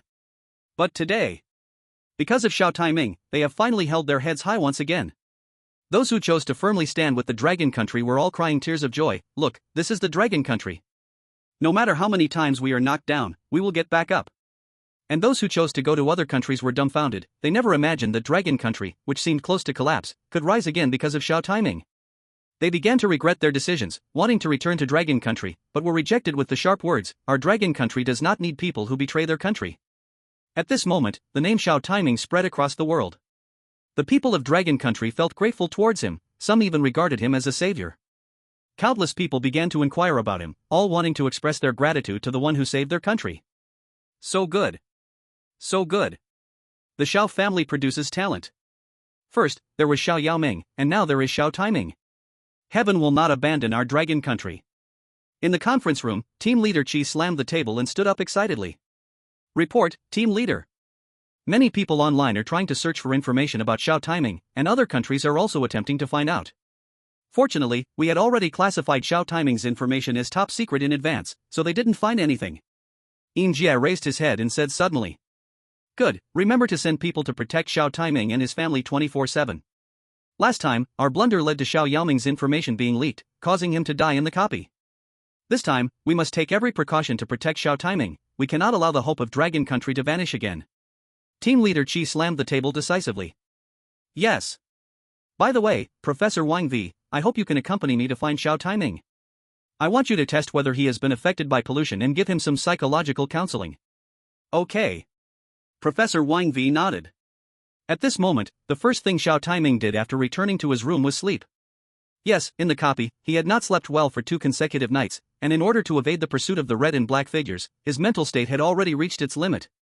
So as soon as he returned to his familiar room, he could no longer control himself and fell into a deep sleep. When he woke up, it was already evening. At that moment, Xiao Touming suddenly caught a whiff of a familiar meal aroma. He got out of bed, pushed open the door, and saw a table full of delicious dishes. As if hearing the door being opened, the man sitting on the sofa reading a newspaper looked up. The man had a refined appearance, though he was not particularly handsome, he was very pleasant to look at.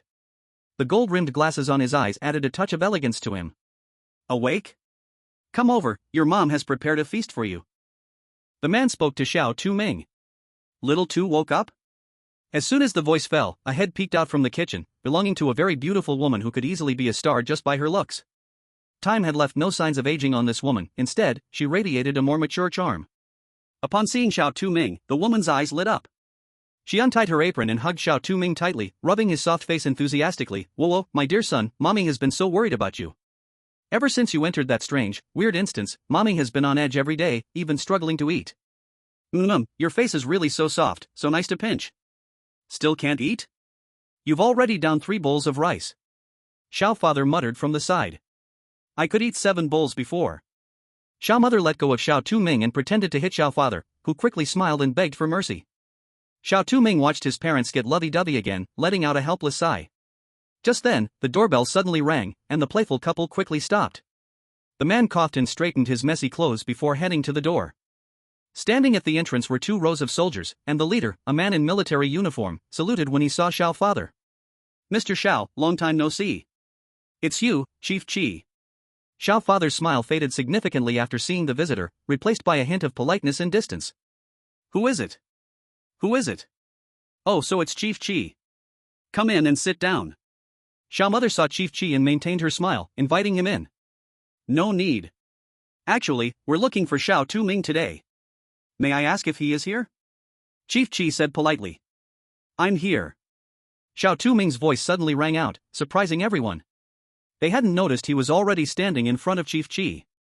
If the visitor were an assassin, they probably wouldn't even have noticed before it was too late. With this thought, cold sweat broke out on their foreheads, and their eyes held a hint of fear and vigilance as they looked at Xiao Touming. Xiao Touming was always sensitive to changes in others' gazes. He took a slight step back, and Chief Chi immediately reacted, turning to warn his subordinates with a glance. I'm sorry, they meant no harm. Xiao Touming, we would like to have a proper talk with you. Chief Chi said gently. Okay. Xiao Touming nodded. Just as he was about to walk away, Xiao father suddenly spoke. Wait a moment, Chief Chi. What is it, Mr. Xiao? One of my sons has already died in the instance. As a father, if possible, I hope my child can live a life of peace. But since he has been chosen, I cannot say much. I only hope you can protect my only child well. I do not wish to see Xiao Ming's tragedy happen again to Xiao Tu. He bowed deeply after speaking. Chief Chi's eyes were complex as he nodded, solemnly saying, I will. This time, what happened before will not occur again. I promise it on my life and honor. After bidding farewell to Xiao father and Xiao mother, the group entered a highly confidential room. Although the outside appeared heavily guarded, inside was an elegant restaurant. Once in the cafe, Chief Chi suddenly took out a device and handed it to Xiao Touming, signaling him to blow into it. Xiao Touming was puzzled but blew into the device anyway. The instrument lit up with a green light, and upon seeing this, everyone visibly relaxed. Sorry, this is routine. This is a device to test whether a person is contaminated. Green means normal, red means severely contaminated, and yellow means lightly contaminated. Every player must be tested for contamination upon returning to reality. If a player is contaminated, we must take corresponding measures. After speaking, he waved his hand to dismiss the soldiers. Once the soldiers were gone, only Chief Chi, a lady, and Xiao Touming remained. After sitting down, Chief Chi spoke to Xiao Touming. Before we start talking, I want to thank you for saving the Dragon Nation. As the leader, I express the highest gratitude on behalf of everyone in the Dragon Nation to you. Saying this, he stood up and saluted him. Xiao Touming waved his hand, a bit flustered, and said, No need to thank me, I am just trying to survive, I haven't done anything extraordinary. No, right now you represent the lifeblood of the Dragon Nation, only you can survive to protect the Dragon Nation from the erosion of the strange tales. Your brother Xiao Yaoming once brought us hope, but now he is gone. Fortunately, you are here, and I believe you will bring us new hope. How could I possibly compare to Xiao Ming? He was so brilliant, while I am just a forgotten person. Xiao Touming returned to a cold demeanor, lowering his head and murmuring softly. What? Nothing. Chapter 19, News about my brother? A new scenario opens. Revised. Oh, by the way, this is the nation's top psychologist, Ms. Wang Vi. Group leader Chi pointed to a lady wearing a white coat beside her. No need for such introductions, in this era where strange tales run rampant, I am just an ordinary person. Wang Vi smiled gently, her voice soft, making it very pleasant to hear. Alright, you chat first, I have something else to attend to. Oh, by the way, there is one more thing we want to tell you. Actually, Wang Vi and I suspect that your brother might not be dead. What? Xiao Touming widened his eyes, suddenly standing up, his face showing an incredible expression. Could it be that Xiao Ming is not dead? Actually, according to the current situation, he is indeed dead, but Wang Vi and I recently received a code sent by Xiao Yaoming. Our expert team is currently working hard to decipher it, but it will take some time. Once we crack it, we will inform you right away. So, live well, remember, no matter what difficulties you face ahead, do not give up hope of living. Your family and all of us are waiting for your victorious return. Group leader Chi patted Xiao Touming's shoulder, speaking earnestly. I understand. Xiao Touming clenched his fists, replying seriously. After group leader Chi left, only Xiao Touming and Wang Vi remained in the restaurant. A waiter came over, handed a menu to Wang Vi, and respectfully asked, Sir, ma'am, what would you like to order? What do you want to eat? This restaurant has the most comprehensive menu in the country, and the chefs are also national banquet chefs. We interrupted your dinner, so consider this meal a gesture of apology. Wang Vi said. I can eat anything except seafood. Xiao Touming paused, then slowly said, Actually, you don't need to feel sorry. I should be thanking you, because although I have developed some resistance, if I had eaten my mother's cooking, I would probably have a stomachache tonight. Wang Vi, what? Your mother's cooking looks and smells great. Xiao Touming's gaze went blank, shaking his head, seemingly recalling something, and said seriously, that's just the surface, but actually, after eating, aside from our family, others would generally vomit for about 3 days. Oh, but don't worry, my mother's cooking won't land anyone in the ICU. Wang Vi, it's really not easy for you to survive until now. After chatting briefly, Wang Vi ordered a few dishes. While waiting for the food to arrive, Wang Vi smiled and asked, by the way, I am a bit curious, did you see anything that others couldn't see in the scenario? Xiao Touming looked at Wang Vi in surprise. She tucked her long hair behind her ear and took a sip of the freshly served coffee. You can see it? No, I can't see it. Wang Vi shook her head, but I can tell from your movements and micro-expressions that at first, it did seem like you saw something you shouldn't have. But this is just my guess. After all, if you were contaminated, you would see things you shouldn't, but your later actions do not resemble those of a contaminated person. So I boldly made a guess, and if I am wrong, I apologize to you. No. You are not wrong. I can indeed see things that you cannot. No, it should be ghosts. Xiao Touming fell silent for a moment, and in the end, he revealed that he had seen bubbles. I see, ghosts that feed on the strange. Wang Vi thought silently, and after a while, she suddenly looked up and said to Xiao Touming, I need to go back and check some materials. Previously, Xiao Yaoming brought back some information about the world of strange tales. Perhaps it has the information we need. But it might take some time. I know that, but please be sure to tell as few untrustworthy people as possible after you go back. The fewer people who know about this, the better, Xiao Touming said. Don't worry, I have a plan. By the way, what is your next copy? Wang Vi asked. Normally, players should know the information about their next copy after completing the current one. Strange sister. Strange sister? I got it. Let me add a contact, and when I get back, I will send you all the information related to this copy from previous years. After saying this, she ignored her meal and directly left the restaurant. Xiao Touming then enjoyed a splendid feast all by himself. When he finished eating and returned home, he found his phone filled with a pile of materials about players' experiences in strange tales over the years. There are really a lot. I have no choice. For Xiaoming's information, I have to give it a shot. Xiao Touming encouraged himself and immediately immersed himself in the sea of materials. In these 3 days, Xiao Touming spent 2 days analyzing and studying the materials Wang Vi brought, and for the remaining day, he set everything aside to rest well. After all, to keep a clear mind, proper relaxation is essential. 3 days passed, and Xiao Touming was once again teleported into the next strange tale copy. Surviving players from the last copy, you will re-enter the copy, while players from all other countries will be randomly selected. The countries selected this time include Long Country, Beautiful Country, Rice Country, Sakura Country, Iron Tower Country, White Bear Country. Welcome players to enter the copy, Strange Sister. Please survive for 7 days and find a way to escape within this time. Warning! Warning! All surviving players except from Long Country, you have used cheats to escape the last copy without meeting the completion requirements, and this time you have attracted special attention from it. You will suffer doubled contamination. Malicious doubling. All reality prompts will be reset to 0. As the system's voice fell, everyone was stunned, especially those players who had traded with the fast food restaurant manager to complete the copy in advance. They had been deprived of their talents because of it, and now facing doubled contamination along with its watchfulness, their chances of survival were extremely slim.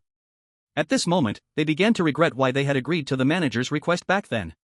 Would they have received help from the manager like Xiao Touming if they had refused it? But now it was too late, they could only bear the anger of it and the punishment of doubled contamination. Oh my god, I didn't expect the manager's trade to be a trap. We all thought Xiao Touming was a clown, a fool, who would have thought that in the end, we were the clowns. I really didn't expect Xiao Touming to win in the end. I am truly sorry. Here I apologize to Xiao Touming. Add me. At the beginning, I was blind. To show my apology, I am willing to offer myself. Hey! You're hitting your abacus beads in my face. Xiao Touming opened his eyes and found himself in a bright bedroom this time. The room was spotless, and Xiao Touming looked around. Judging from the decor and design style, it seemed to be a student's room. At that moment, Xiao Touming heard the system voice sound again, warning. This time, due to special circumstances of the level, the red headband summoning has been blocked, and this instance cannot be used. What? Xiao Touming exclaimed in shock, not expecting to be this unlucky. Without the company of Bubbles, Xiao Touming felt uneasy, but he never imagined that his powerful weapon, the red headband summoning, was also unusable, which was essentially pulling away one of his trump cards. Xiao Touming took a deep breath, forcing himself to calm down. No matter what, for the sake of the country and Little Ming's news, he had to survive. He got out of bed, and after confirming safety, searched the room. Xiao Touming found a student ID card in his backpack on the chair, which had his name in grade written on it, Class A, Year 3. Aside from the student ID and textbooks in the backpack, he also dug out a note filled with rules. You and your mom, little sister, and dad live together. You are a very happy family. But now there is someone in the house who wants to destroy this happiness. You must find this person within 5 days, or you will die. Before that, please remember the following rules to ensure you can survive in the house. Rule 1, you are the most anticipated child in the family, and your parents dote on you. You can make reasonable requests to them, but please be careful not to go against your parents, or they will get angry. Rule 2, your sister is the least liked child. Everyone except your mom hates her. She usually wears a white dress. You can do anything to her and command her to do anything, but if you see your sister wearing a red dress, please fulfill any of her requests. Rule 3, your mom hates everything red. Please don't let her see red. If you smell burnt meat coming from her, don't worry, she might just be cooking for you. Rule 4, sometimes, mom will cook meat for the family. Please eat the meat heartily, it will deepen your bond with your family. Rule 5, if you see someone wearing a red hat at school, please ignore them. If you encounter danger or difficulties, please find the security guard in blue clothes, not the one in black clothes, so please be careful to distinguish. Rule 6, be sure to return to your room before midnight. No matter what you hear outside, ignore it and do not respond. If someone tries to break into the room, hide under the bed immediately, and hold your breath until they leave. Rule 7, no alcohol should be present in the house. If you see any alcohol, throw it away immediately, and remember not to let dad see it. Rule 8, at 11 o'clock at night, go in front of the mirror in the bathroom. The mirror will give hints. Please write down the suspect in the notebook before the 7th day comes. Each player only has one chance. If you choose wrongly, you will fail the level. A notebook? Xiao Touming frowned. He didn't find a notebook in the room. At that moment, memories that didn't belong to him suddenly surged into his mind. He glanced at the calendar. It was now 5 in the afternoon, and mom's off time was 7.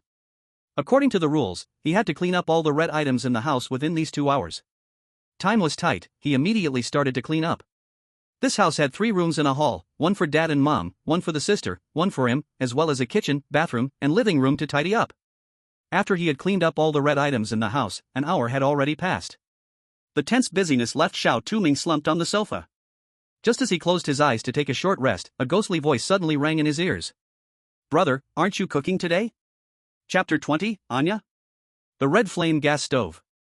Xiao Touming opened his eyes suddenly.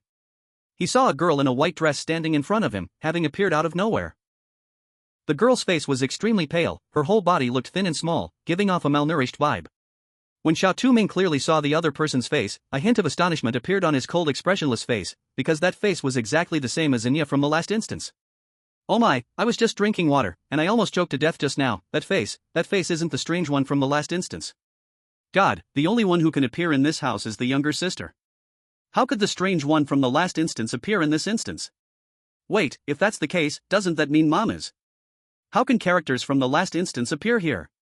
This has never happened before. What's going on? A member of the Dragon Country analysis team said. Group leader Chi didn't speak, just silently stared at the live broadcast screen. Meanwhile, Wang Vi also seemed to be lost in thought. Inside the creepy instance. Anya. Brother, why are you looking at me with that kind of eyes? Anya lowered her head, her cheeks blushing like ripe tomatoes. No, it's nothing. Xiao Touming returned to his original cold demeanor. He thought of something and asked, why did you say that just now? Is brother confused about studying? Anya twisted the hem of her clothes and timidly said, hasn't it always been brother cooking? I cooked? Xiao Touming was startled and then suddenly remembered something. He rushed into the kitchen, under the bewildered gaze of everyone, and turned on the gas stove. It was not glowing the normal light blue, but a bloody red. Xiao Touming turned back and asked Anya beside him, is our gas stove broken? No. Anya shook her head. In that case, Xiao Touming turned off the gas stove, relieved in his heart. How close it was. If Anya hadn't reminded him, he would have never discovered the stove's abnormality. Mom can't see red, what if she enters the kitchen to cook? Xiao Touming didn't dare to think further. He turned around and gently patted Anya's head, saying, thank you. What do you want to eat tonight? Anya clearly didn't expect Xiao Touming to ask her.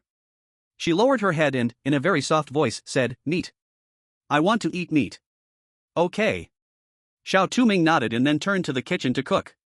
Suddenly, he turned back and said to Anya, who was at a loss, could you please set the dining table?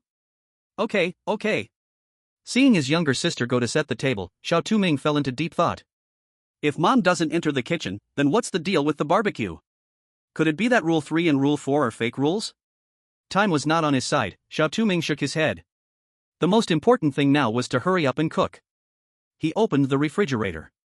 Inside were many fresh fruits, vegetables, and noodles. When he opened the bottom shelf, a strong bloody smell mixed with a rotten odor rushed out to meet him. The meat in the refrigerator was unrecognizable, pale, and upon closer inspection, there were green streaks mixed in. Xiao Touming held back his nausea, picked out a piece of meat that looked somewhat edible, and started to cook. Soon, sweet and sour ribs, stir-fried vegetables, and rice were placed on the table. Time quickly reached 7 o'clock. The door opened, and a young woman in work clothes walked in. Just as Xiao Touming had thought, that face was indeed the mother of Anya from the last instance, Lies. The aroma is so good. Xiaya, did your brother cook in the kitchen? Mom put down her bag and asked Anya beside her. Mom, I'm here. Mom was taken aback, looking down at Xiao Touming, who had appeared beside her without her noticing, and was startled, then awkwardly laughed. Ha, when did you appear here? I've been here. Listening to the sound of scare level +1 beside his ear, Xiao Touming said lightly. Ha, is that so? Mom chuckled, reaching out to touch Xiao Touming's head, gently saying, I've always troubled you. Cooking is such a small matter, you could have just left it to me.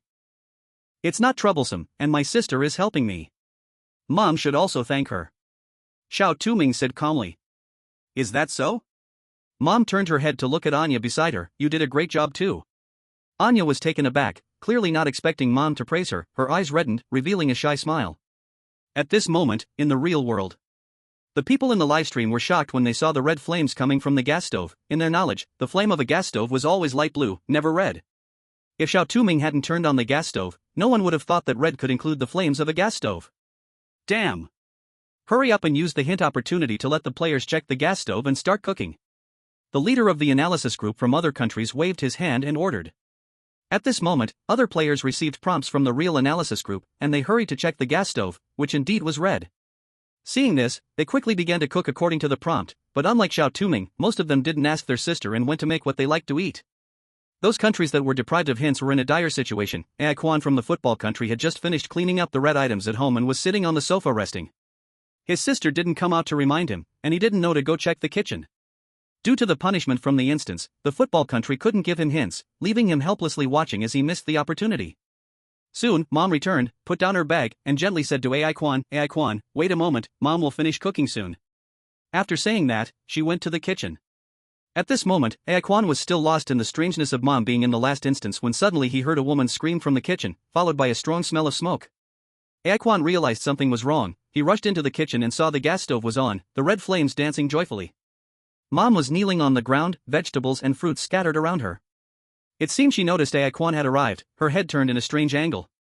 A face that looked like it was melting revealed itself in front of him. Ai Quan?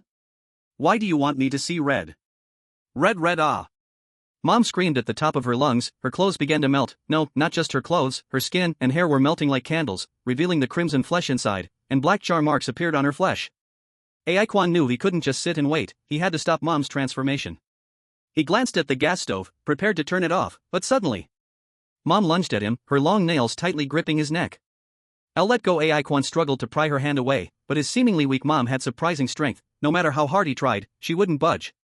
The feeling of suffocation blurred his vision. Just as he was about to be choked to death, a deep male voice suddenly called from the doorway, "Is someone dead at home? Why is no one around?" Hearing this voice, Mom suddenly trembled all over, as if frightened by something, and her grip loosened a bit. Seizing this opportunity, Ai Quan hurriedly pushed her away and turned off the gas stove. With the red flames extinguished, Mom's transformation also stopped. She gradually returned to her original state, looking at Ai Quan with some confusion and asking, "What happened to me?" "It's okay, Mom, Dad is calling you." Ai Quan dared not say more and could only tell her that. "What? Hubby is back?" Mom immediately rushed to the living room without a second thought after hearing this. Ai Quan collapsed to the ground. If Dad hadn't come back in time, he might have been killed by Mom. However, from Mom's reaction just now, it seemed she was quite afraid of Dad. Before he could make sense of it, Dad suddenly burst into the kitchen, questioning Ai Quan why he wasn't cooking. Ai Quan hurried to start cooking. But despite this, Mom and Dad were still very angry. They locked Ai Quan in the bedroom and wouldn't let him out. Ai Quan tried to sneak out, but the door was locked, and he couldn't get out at all, so he could only worry in the room. Myanmar. Unlike Ai Quan, the player from Myanmar, Xiao was much more unlucky. He saw his mom changing in the kitchen and was scared stiff, his legs trembling. A yellow liquid soaked his pants as his mom twisted her body and rushed at him. He wanted to escape, but whether it was from too much fear or tripping over something, he fell directly to the ground. No, don't eat me, Mom, please, ah. The live stream went black, and a cold system notification immediately sounded.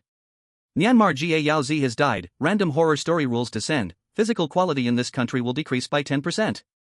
We're done for, all because of that bastard. All he knows is to eat. Now everything is ruined. The leader of Myanmar spat out blood from anger and fell down. The analysis team in Myanmar became chaotic the moment their leader collapsed, and besides Myanmar, several other countries were also unfortunate, being eaten by mutated mothers before their dads returned. In an instant, the system's voice echoed continuously, and those unfortunate countries fell into chaos. In the horror story dungeon, Xiao Touming was having dinner with his family at the table. He noticed Anya seemed to be staring at the meat, so he picked up a piece and placed it in her bowl.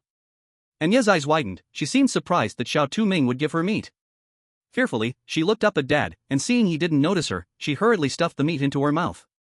However, the next second, Anya's expression turned very strange. Not only her, but the chopsticks in Mom and Dad's hands also suddenly stopped, and their faces looked very odd.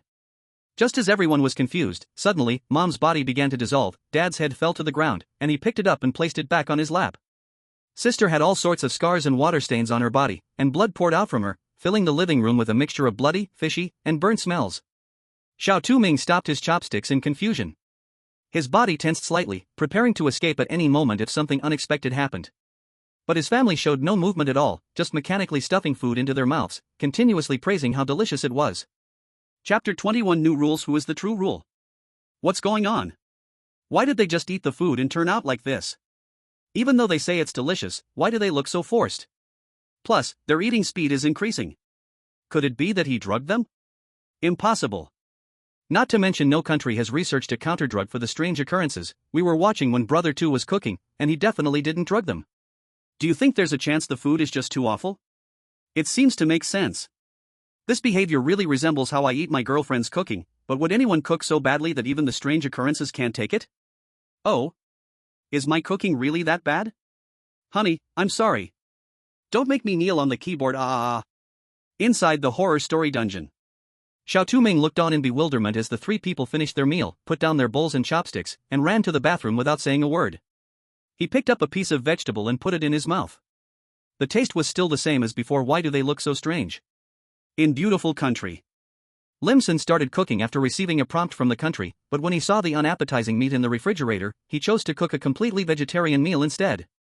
He had experience cooking, as he once served as the head chef in beautiful country, and he was confident that his dad and the others would gain goodwill from eating his food.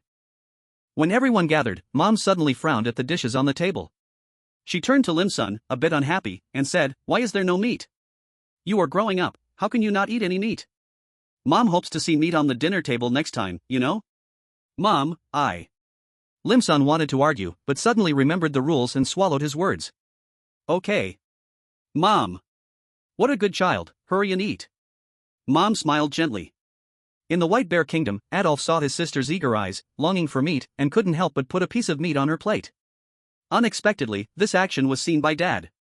He angrily put down his chopsticks and shouted, "How can you give meat to a girl? Meat is such an expensive thing, is it for a little girl to eat? I only gave it to her because my stomach hasn't been feeling well lately."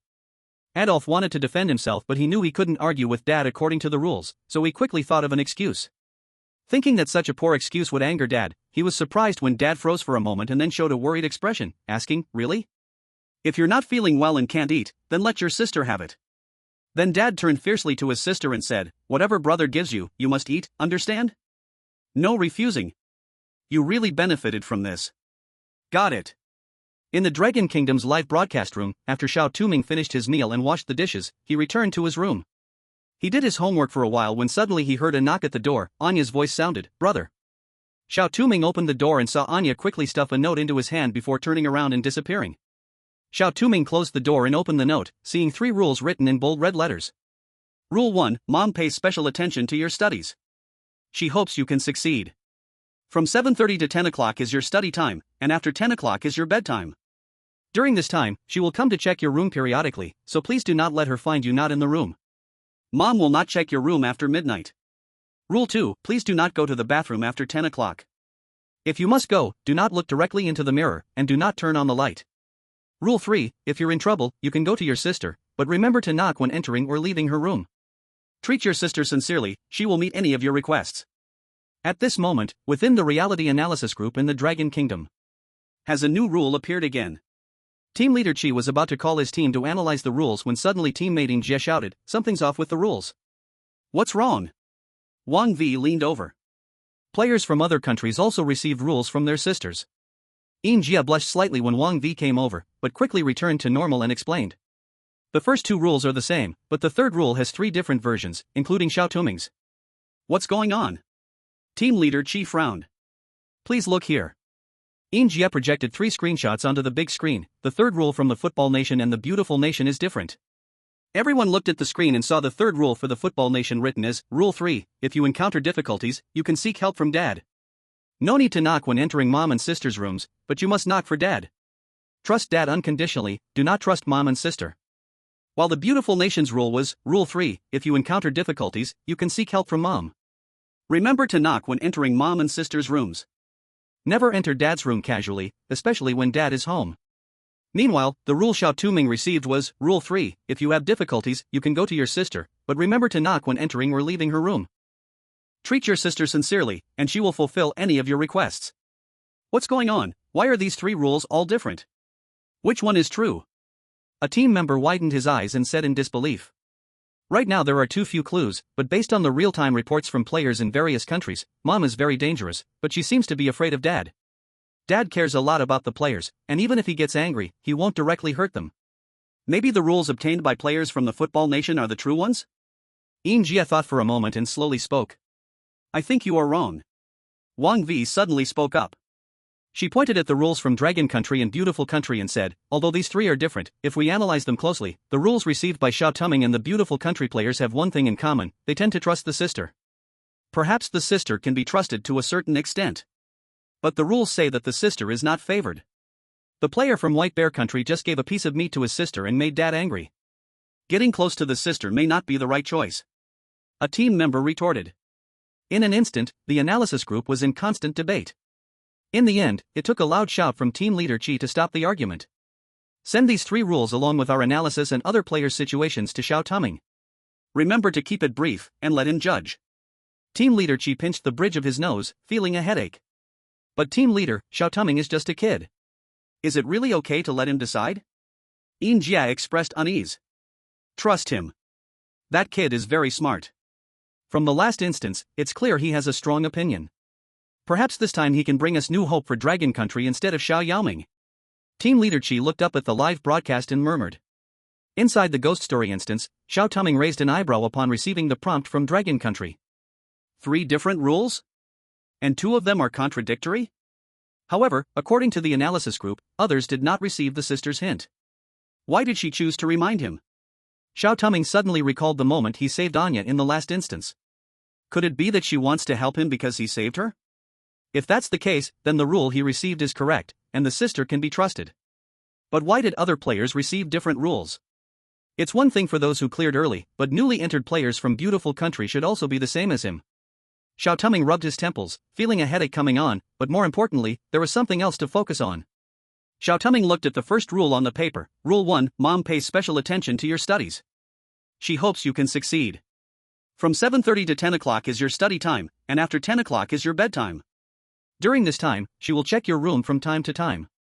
Please don't let her find you missing from your room. After 10 o'clock, Mom will check from time to time to see if he is in the room sleeping, but he must get to the bathroom by 11 to check the mirror's hint. Right now, with Bubble not being around, his biggest reliance is on the newly evolved ability of the transparent halo, invisibility. But this ability can only be used once, so he can't take it for granted, and he can't ensure he won't be discovered even with the halo. He can only go to the bathroom when he is sure that Mom has finished checking and left. But what if Mom finishes checking and goes to the living room instead of his room? Xiao Touming suppressed his anxiety. He can only take a gamble now. With the halo's protection, he should not be easily discovered. And now, it's time to check how often Mom comes to the room to check. Xiao Touming thought this, his pen continuing to write homework, while he split his focus to check the time on his phone. Sure enough, after a while, Mom came into the room, and seeing Xiao Touming quietly staying in the room, she nodded with satisfaction and left. After Mom closed the door, Xiao Touming closed his eyes to listen carefully to the footsteps. The footsteps gradually moved from the living room towards the bedroom, and after a soft sound of the door, all went silent. Was it really like this? According to reason, Mom did not notice him when she first entered, but why did she see him at first sight under the transparent halo? Was this search something one had to go through? Xiao Touming pondered, staying in the room for a while longer, and finally figured out the time periods of Mom's comings and goings. Starting from 7:30, Mom would come in every hour, and every time she came, there would be a smell of something burnt. However, considering the current time, he had plenty of time to move back and forth from the bathroom. He let out a long sigh and quietly waited until 10:50 before stealthily opening the door to go to the bathroom. Chapter 22, The Mirror's Hint. The bathroom was pitch black, and only the cold moonlight barely illuminated the space through a small window. Next to the bathroom door was a smooth mirror. Xiao Touming remembered the rules and did not dare to look directly at it.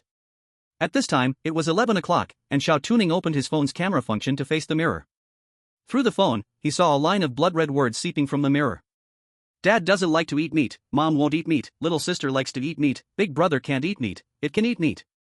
It can eat meat? Is this referring to the little sister? Not only was this Xiao Touming's first thought, but other players from different countries also had the same idea after seeing the hint from the mirror. Sakura country player Jinko Huijin even revealed a victorious smile. He knew, everyone knew. The little sister must be that person. As long as he finds the notebook, he would be able to clear the game smoothly. What? Isn't this very simple? It seems that Dad is the head of the family. As long as he flatters Dad, even Mom couldn't do anything to him. With a bit of caution, clearing the game would be easy. As for the note that advised him not to trust his father, that was surely a false rule meant to confuse him. Thinking about the highest treat he would receive from his country after returning home, he couldn't help but dream of the future. Meanwhile, in the Dragon Country livestream. No, something feels off. Xiao Touming shook his head. Was it really that simple? Could that person really be the little sister? If it was really her, then why would she give him a hint? The hint on the mirror gradually faded. He knew there was no point in staying any longer and returned to the bedroom. Monkey Country. Bu Zhizhi felt a bit drowsy after returning to the room from the dining table, having eaten the meat his mom had given him. When he woke up, he realized it was almost 11 o'clock. Damn it! This is bad, I must get to the mirror. Bu Zhizhi cursed silently, hurriedly opening the door. He was lucky, there was no sign of his mom at the door. Without a second thought, Bu Zhizhi rushed into the bathroom. The bathroom was completely dark, and the only moonlight was obscured by dark clouds. Seriously, why is the bathroom so dark? Bu Zhizhi mumbled, instinctively reaching for the bathroom switch. The next moment, the bathroom suddenly lit up, but the light was not the normal white light, it was a bloody red glow. Under this glow, Bu Zhizhi's perception twisted and changed. In his eyes, the bathroom walls turned into flesh, covered in pus-filled sores. At that moment, he suddenly felt something wet on his head and reached up to touch it. It was blood. No. Blood, walls, tumors, sores, eyes. No. No. Bu Zhizhi's voice suddenly stopped. His white eyes were filled with numerous blood vessels, and his pupils lost all brightness, like a puppet that had lost its soul. Two enormous eyeballs opened wide from the flesh on the ceiling. He cracked his mouth wide open. I see you. The Monkey Kingdom player Zhu Zhizhi has died, a rules horror tale has randomly descended, the blizzard on this nation's land will last for a week. Meanwhile, the player from the Salad Kingdom also stood before the mirror. Fear made him forget the rule of not looking directly at the mirror, and as he looked into it, he suddenly found his reflection smiling with a strange curve at the corners of his mouth. What the hell? Before the player could react, he suddenly saw the mirror start to writhe, and then a bloodied hand reached out and pulled him into the mirror to swallow him whole. Oh, I told him not to court death, but he had to court death. Now look at this. Don't say that. In that instance, he would definitely be scared and forget something. But speaking of which, what happened to that Monkey Kingdom player? After turning on the light, it seems he saw something terrifying, and then he died. He broke the rules, of course he would die. But looking at this, it seems the first two rules given by his sister are indeed correct. Now it all depends on whose third rule is true. Yeah, but currently looking at the mirror's hint, it seems all clues point towards that person being the sister? I think the sister seems likely. She is the only one in the house eating meat. Who else could it be? The live chat was buzzing with discussion, while at that moment, in the horror tale instance, Xiao Touming lay on the bed. He dared not sleep, waiting until after midnight. The previously quiet door suddenly echoed with footsteps, followed by his mother's voice at the door. Little two, are you asleep? Xiao Touming did not respond. Seeing the room was silent, the footsteps outside gradually faded away, and the whole room fell into dead silence once again. He did not know how long had passed. Just as Xiao Touming was dozing off, a little girl's crying suddenly came from outside, the cries sharp and repressed, chilling to the bone. Despite the cries being so haunting, Xiao Touming still felt an irresistible wave of sleepiness wash over him, and before he knew it, he sank into a dream. In a half-dream, he constantly felt a cold hand caressing his cheek, and a tender voice whispered in his ear. "Brother, it is so great that you can come here. I am really so happy." In the Long Kingdom live stream. As the people in the live stream saw Xiao Touming fall asleep, the previously empty room suddenly appeared a girl in a red dress. The girl's face was pale, her appearance just the same as during the day, but her face and body were covered in scars, blood oozing from her wounds, and with every step she took, a blood footprint was left behind. She walked to Xiao Touming's side, her pale hand softly caressing his cheek. She lowered her head, her forehead touching Xiao Touming's forehead, blood dripping from her head onto his face, and a chilling laugh that did not belong to a human erupted from her throat. This scene directly terrified the people in the live stream. "Oh my, what is that? It's too scary. If I opened my eyes and saw this scene, I would definitely be scared to death. Truly impressive, Brother 2 can still sleep peacefully under such circumstances. I admire him." Admiration +1. That night, aside from the thrilling scene happening in the Long Kingdom, other players were plagued by the girl's sharp cries outside, making it impossible for them to sleep well. By the time the next day came, almost every player, except for Xiao Touming, had 2 large dark circles under their eyes. Xiao Touming opened his eyes, the warm sunlight of dawn spilling onto his face. He sat up groggily, looking around. For a moment he thought he had returned to his own room, but soon he realized he was still in the world of the horror tale instance. He glanced at the time. It wasn't too late for cooking. He stood up, quickly washed up, and began to check the house. After confirming there were no dangerous items, he made a simple breakfast. When he brought the breakfast to the table, the whole family had woken up. Their faces turned exceptionally strange upon seeing the food laid out. "What's wrong? Aren't you going to eat?" Xiao Touming sat down and looked at the three with puzzled expressions. "Xiao Tu, your dad and I both think it's a critical time for your studies now, so you don't need to cook anymore. Let me handle it from now on, okay?" Mom said gently, but her words chilled everyone's hearts. What a joke. If Mom cooks, won't she see the red color? That would break the rules. Yeah, I dreamed last night about that unlucky guy being swallowed whole by a mutated mom. It was horrifying. But I can't go against Mom. Won't going against her break the rules? Oh no, what should we do? Isn't this falling into a crisis? Xiao Touming lowered his eyelids, knowing he couldn't go against Mom's orders at that moment. He turned and suddenly asked Anya, "Little Anya, can you help me cook from now on?" Okay, but... Anya fidgeted with her clothes, looking a bit uneasy as she glanced at Dad, hesitating to speak. "What are you talking about? Who wants to eat food made by that worthless hoof?" Dad slammed the table, his forehead veins bulging, his face turning red with anger. "But Dad, if Mom cooks, you won't get hot meals." "Oh, I see." Xiao Touming suddenly realized, clapping his hands as he said, "So Dad wants to eat my cooking, huh? Why didn't you say so? I'll cook for you every day from now on." Though Xiao Touming's voice was cold, his expression was exceptionally serious, as if he truly cared for his father. Dad glanced at the food on the table, seemingly thinking of something. His body shivered a little, and his expression turned quite ugly. But he didn't say anything, silently allowing his sister to cook. The 4 of them fell silent. Just like yesterday, after finishing their meal, they quickly rushed to the bathroom, but just before leaving, Mom suddenly stopped and turned to remind Xiao Touming to study hard today. "Do we have school today?" Xiao Touming suddenly remembered it was indeed a school day. At that moment, he suddenly felt a strong gaze beside him. He turned his head and found Anya staring at him eagerly. When she saw him turn, she quickly looked away. "Do you want to go to school together?" Xiao Touming extended his hand, his once cold tone softened significantly. Anya widened her eyes slightly, timidly nodded, and placed her hand in Xiao Touming's palm. Xiao Touming held Anya's hand, grabbed his backpack, and opened the door. Outside, the air was thick with fog, but this fog was unlike normal mist. It was red, almost resembling flowing blood at first glance. "This fog." Xiao Touming furrowed his brow, instinctively sensing the fog was dangerous, but he still had to go to school. He contemplated away, suddenly feeling movement in his palm. He turned and saw Anya offering a red mask. "Brother, wear this." This can resist the fog," Anya said softly. "Thank you." Xiao Touming nodded and took the mask. Seeing Xiao Touming accept the mask, Anya's lips curled up into a small smile. Anya's affection +10, bond value +10. At that moment, Xiao Touming ignored the voices in his ears, lowering his head to check the mask in his hands. The mask appeared stained red, yet felt smooth to the touch, recalling the texture of skin. Could it be that Anya peeled it off from herself? At the thought of this, Xiao Touming shuddered. As it stands, Anya didn't seem to have any intention of harming him. With Bubble not around, he could only take a gamble now.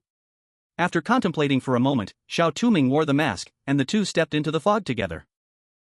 As soon as Xiao Touming stepped into the fog, he felt as if he had entered a thick sea of blood. Everything in front of him was blood red, making it hard for him to breathe, and words remained stuck in his throat. His body began to feel heavy, and his consciousness started to blur. For a moment, he felt like he was about to melt into this blood-colored mist. Just when his awareness was about to fade, the mask on his face suddenly emitted a faint warmth. Instantly, he felt a smoothness in his breathing, and that heavy sensation disappeared. Indeed, it looks like his gamble was right. Chapter 23: Dangerous Fog. Sakura Country Live Broadcast Room. Jinko Huijin was so sleepy that he nearly overslept. After checking the house and making breakfast, he had decided after a night of thinking that he would please his father well today. Since his father seemed to dislike his sister so much yesterday, he specially divided a portion of his sister's share of breakfast for his father. Sure enough, during breakfast, his father praised Jinko Huijin, while his mother remained silent, focusing entirely on urging him to study well. His sister had a pitifully small amount of food on her plate. She was thin and small, her stomach flat and empty. The food was simply not enough for her, and when she finished eating, she stared at Jinko Huijin with longing eyes, swallowing a gulp of saliva. Jinko Huijin did not pay attention to his sister's gaze. Instead, it was his father who noticed her small movements, and he flew into a rage, suddenly standing up and grabbing her hair. His sister screamed in pain, and his mother flinched at the sight. She stood up, trying to stop it, but was slapped back by his father. Jinko Huijin did not intervene. He coldly watched his father beat and tear at his sister on the floor as she cried for mercy, her body covered in blood from the beating, a pitiful sight. As he watched the scene unfold, a surge of impulse rose within Jinko Huijin. He wanted to join in and enjoy some violence himself. At this moment, although the viewers in the live broadcast room saw the scene blurred by a layer of mosaic, they could still tell how tragic it was. Oh my god, although the sister might be odd, she is really pitiful. Can we really trust this father? How could a man who commits domestic violence be a good person? But that might only apply to humans. This is a paranormal world. We can't use common sense here. Perhaps Jinko Huijin's actions are correct. I don't think so. Brother 2 is really good to his sister, and isn't he living well now?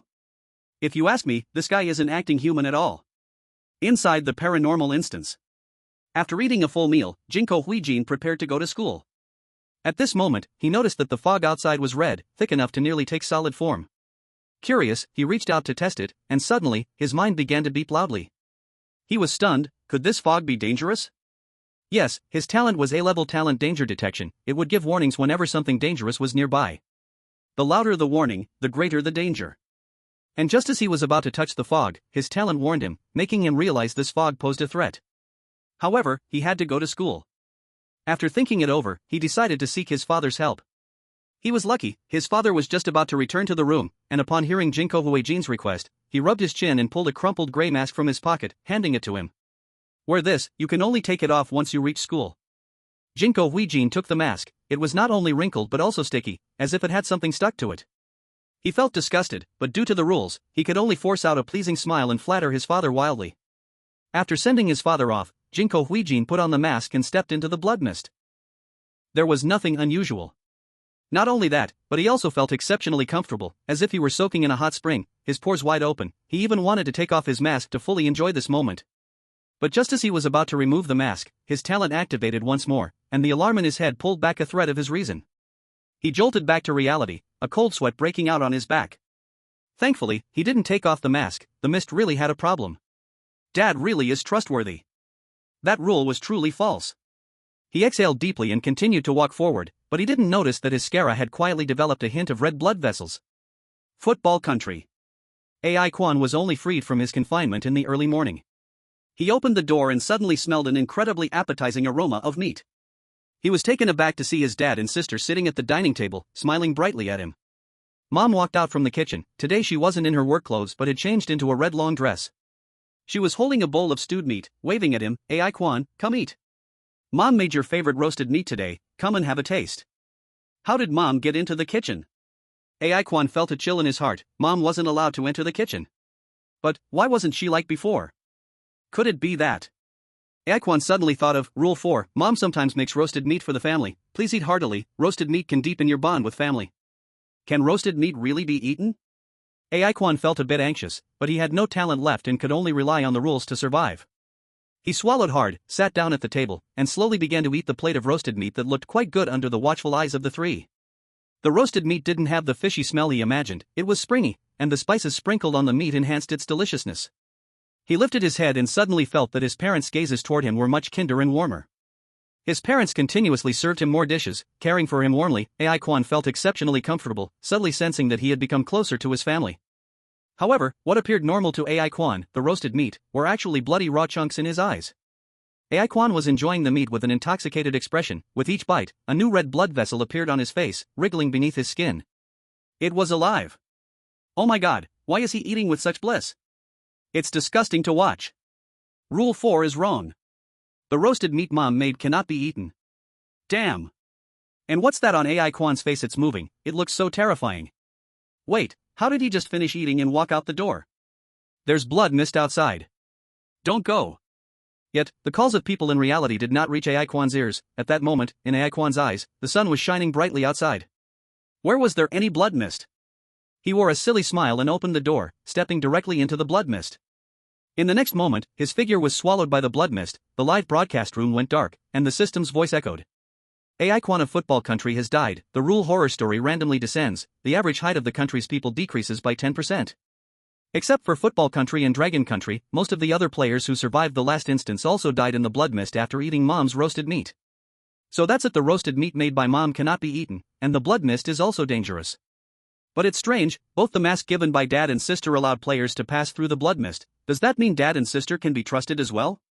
No, it may not be that simple. By the way, should I tell Xiao Touming now that Rule 4 is incorrect? In the analysis group of Dragon Country, Jie analyzed and spoke to team leader Qi. No need, it seems mom hasn't made roasted meat for Xiao Touming yet, we'll tell him when she does. We also need to gather more information, and we'll send it all at that time. Team leader Qi said. Understood. In the horror story instance. In this blood mist, Xiao Touming did not know how long he had been walking, but he finally saw the shadow of the school. The blood mist inside the school had mysteriously disappeared. The school gate was like a dividing line, separating the outside world from the inside. Xiao Touming and Inyet entered the school. As he stepped through the school gate, Xiao Touming glanced at the security room beside him and saw a guard in blue uniform dozing off inside. Is this the security mentioned in the rules?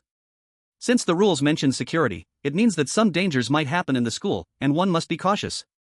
As Xiao Touming thought this, he turned around to ask Inya, only to find that she had disappeared. With no choice, Xiao Touming could only follow his memory to the classroom. Just as he was about to reach the classroom, Xiao Touming suddenly saw a group of terrifyingly fierce-looking students surrounding another student not far ahead, beating him. These attackers either had ugly scars on their faces or were missing limbs, but each one wore a red hat on their heads. The student being attacked, although his face was not visible, Xiao Touming noticed he did not have a red hat on his head. The beaten student lay on the ground, groaning in pain, with a large pool of blood beneath him, but the group of red hat students continued to mercilessly beat him. At this moment, other players also saw this scene, but they all remembered the rule not to provoke the red hats. So, most chose to ignore it and walked straight into the classroom. A few kind-hearted individuals, such as the Bear Country Adolf, tried to intervene but were collectively beaten to death by the red hat students. Only Adolf barely escaped thanks to his talent. Dragon Country live stream room. Xiao Touming stopped in his tracks, staring silently at the bullying scene in the distance. What does Xiao Touming want to do? Is he thinking about stepping in to help? You know, those who tried to help before got killed. Come on, look at his twig-like arms and legs, he clearly can't fight. What do you know upstairs? Our Touming is smart and resourceful, unlike you muscle-brained folks who can only solve problems with violence. Wait, look, he's turned around, he definitely isn't going to intervene. Wait. Why is he walking towards the security room? At this moment, more people flooded into the Dragon Country livestream, curious about what Xiao Touming was up to. In a moment, everyone saw Xiao Touming arrive in front of the dozing blue-uniformed guard. He reached out and gently tapped him. The blue-uniformed guard opened his eyes groggily and was startled when a pale face suddenly appeared in front of him, almost jumping out of his chair. Shock value plus 10. Sorry to bother you, but that group of red hat students is blocking my way to class. Could you please drive them away? Xiao Touming said. The guard nodded, picked up his nightstick, and waved to disperse the group of students. When the red hat students saw the guard, they scattered like scared birds, leaving only the beaten student lying there. Xiao Touming did not go to help him. He seemed to just pass by, dropping a piece of handkerchief as he walked. At the same time, he looked up at the sky, muttering to himself, it's almost class time, it's better to clean up a bit. After saying that, he left without looking back. Xiao Touming did not notice that the student picked up that handkerchief, his eyes fixed on Xiao Touming's back beneath his slightly long hair. Chapter 24, Red Hat and the Living Restaurant? Xiao Touming arrived in the classroom, sitting in his seat according to the memory given by the system. There was still some time before class started, and Xiao Touming sat in his seat, deep in thought.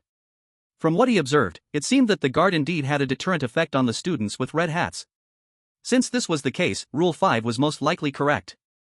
But what does that black-clothed security guard mean? Is he dangerous, unlike the blue-clothed security guard? While pondering this, he suddenly heard a nearby bench being pulled out, and a male student sat down. Xiao Touming observed that the other was wearing a dirty school uniform, tall and slender, with slightly long bangs covering his eyes, and his skin was dotted with scars. For some reason, when Xiao Touming looked at his profile, he momentarily seemed to see his younger brother. Xiao Touming instinctively wanted to speak, but was interrupted by the teacher who entered. A woman in a stiff formal outfit, as thin as a skeleton, walked in. Her eyes were hollow, clearly without eyeballs, only black goo seeping from her eye sockets. Xiao Touming saw that on the woman's work outfit, there was a name tag that read, Head Teacher. The head teacher walked to the podium, glanced around, and heavily struck the blackboard with a ruler, then hoarsely began to speak. Class, please be quiet. Before we start today's lesson, I want to praise that 3 more students in our class have earned a red hat. They are all excellent students who have contributed to the honor of society and our school. Other students must study hard to earn the red hat awarded by the school soon. After the head teacher finished, she excitedly spat out a mouthful of black blood. At that moment, as if she thought of something, she slammed the ruler down on the head of the student next to Xiao Touming. In an instant, blood sprayed profusely from that student's head. Do you know how much you dragged down our class's average score on the last monthly exam? Because of you, our class missed the title of excellent class. What followed was a 20-minute criticism from the head teacher, and the student just kept his head down, silently enduring the reprimand. Blood continued to flow from his head, but he remained unfazed, as if he felt no pain, not even frowning. Time quickly passed, and when the lunch bell rang, Xiao Touming saw all the students walking in unison toward the cafeteria. Xiao Touming also got up and walked to the cafeteria. The cafeteria was quite large, with students continuously coming in and out at the entrance. At the entrance stood a large notice board with red text that read, Fighting is strictly prohibited in the cafeteria. Violators will be severely punished. Entering the cafeteria, there were nearly 10 serving windows, and the workers inside wore orange uniforms. The food in the cafeteria looked very delicious and normal. However, just to be safe, Xiao Touming still opted for some vegetable dishes. As he was about to sit down casually to eat, he suddenly caught sight of a familiar figure, Enya, sitting alone in the corner of the cafeteria in a white dress. Strangely, even though there were many people in the cafeteria and seats were almost all taken, a large area around Enya was left vacant, about a meter wide. At that moment, a student wearing a red hat and missing a leg approached Enya with a tray. As he got next to her, he tilted his hand, and the soup in the tray spilled all over Enya. Brown soup dripped from her hair, and her white dress was covered in food scraps and soup. In the face of this scene, Enya showed no reaction. She lowered her head and silently ate her pitifully small portion of rice from the tray. Not seeing what he wanted to see, the student who spilled the soup on her clearly seemed a bit displeased. He clicked his tongue and reached out to grab her hair. Suddenly, a sharp scream came from behind. Be careful! The student instinctively turned around, only to see a tray filled with food directly dropped on his head. A large amount of unclear, foul-smelling luosafen was hanging on his head, and he emitted a unique bad smell, making him look particularly ridiculous, causing nearby students to burst into laughter. Sorry. My hand slipped. Xiao Touming stood in front of the student, his face expressionless as he apologized, but his tone held not a trace of regret. But you too, didn't you see the tray and move out of the way? Your eyesight isn't bad. Xiao Touming coldly fired back, then glanced at the student's legs, paused a moment, and spoke in a tone tinged with guilt. I'm sorry, I didn't know you were legless. It's impressive that someone without legs still insists on coming to the cafeteria for meals. No wonder you spilled the food just now. It turns out that besides your legs, your hands are crippled too. Xiao Touming's simple words left the online viewers of Longwa's livestream utterly dumbfounded. Wow! As expected of my brother too, so bold with words. He has a cold face but a sharp tongue. If I were that student, I would be furious. Xiao Touming is doomed. Who doesn't know that the student with the red hat is not to be messed with? Isn't he just asking for trouble by saying that? Ha ha!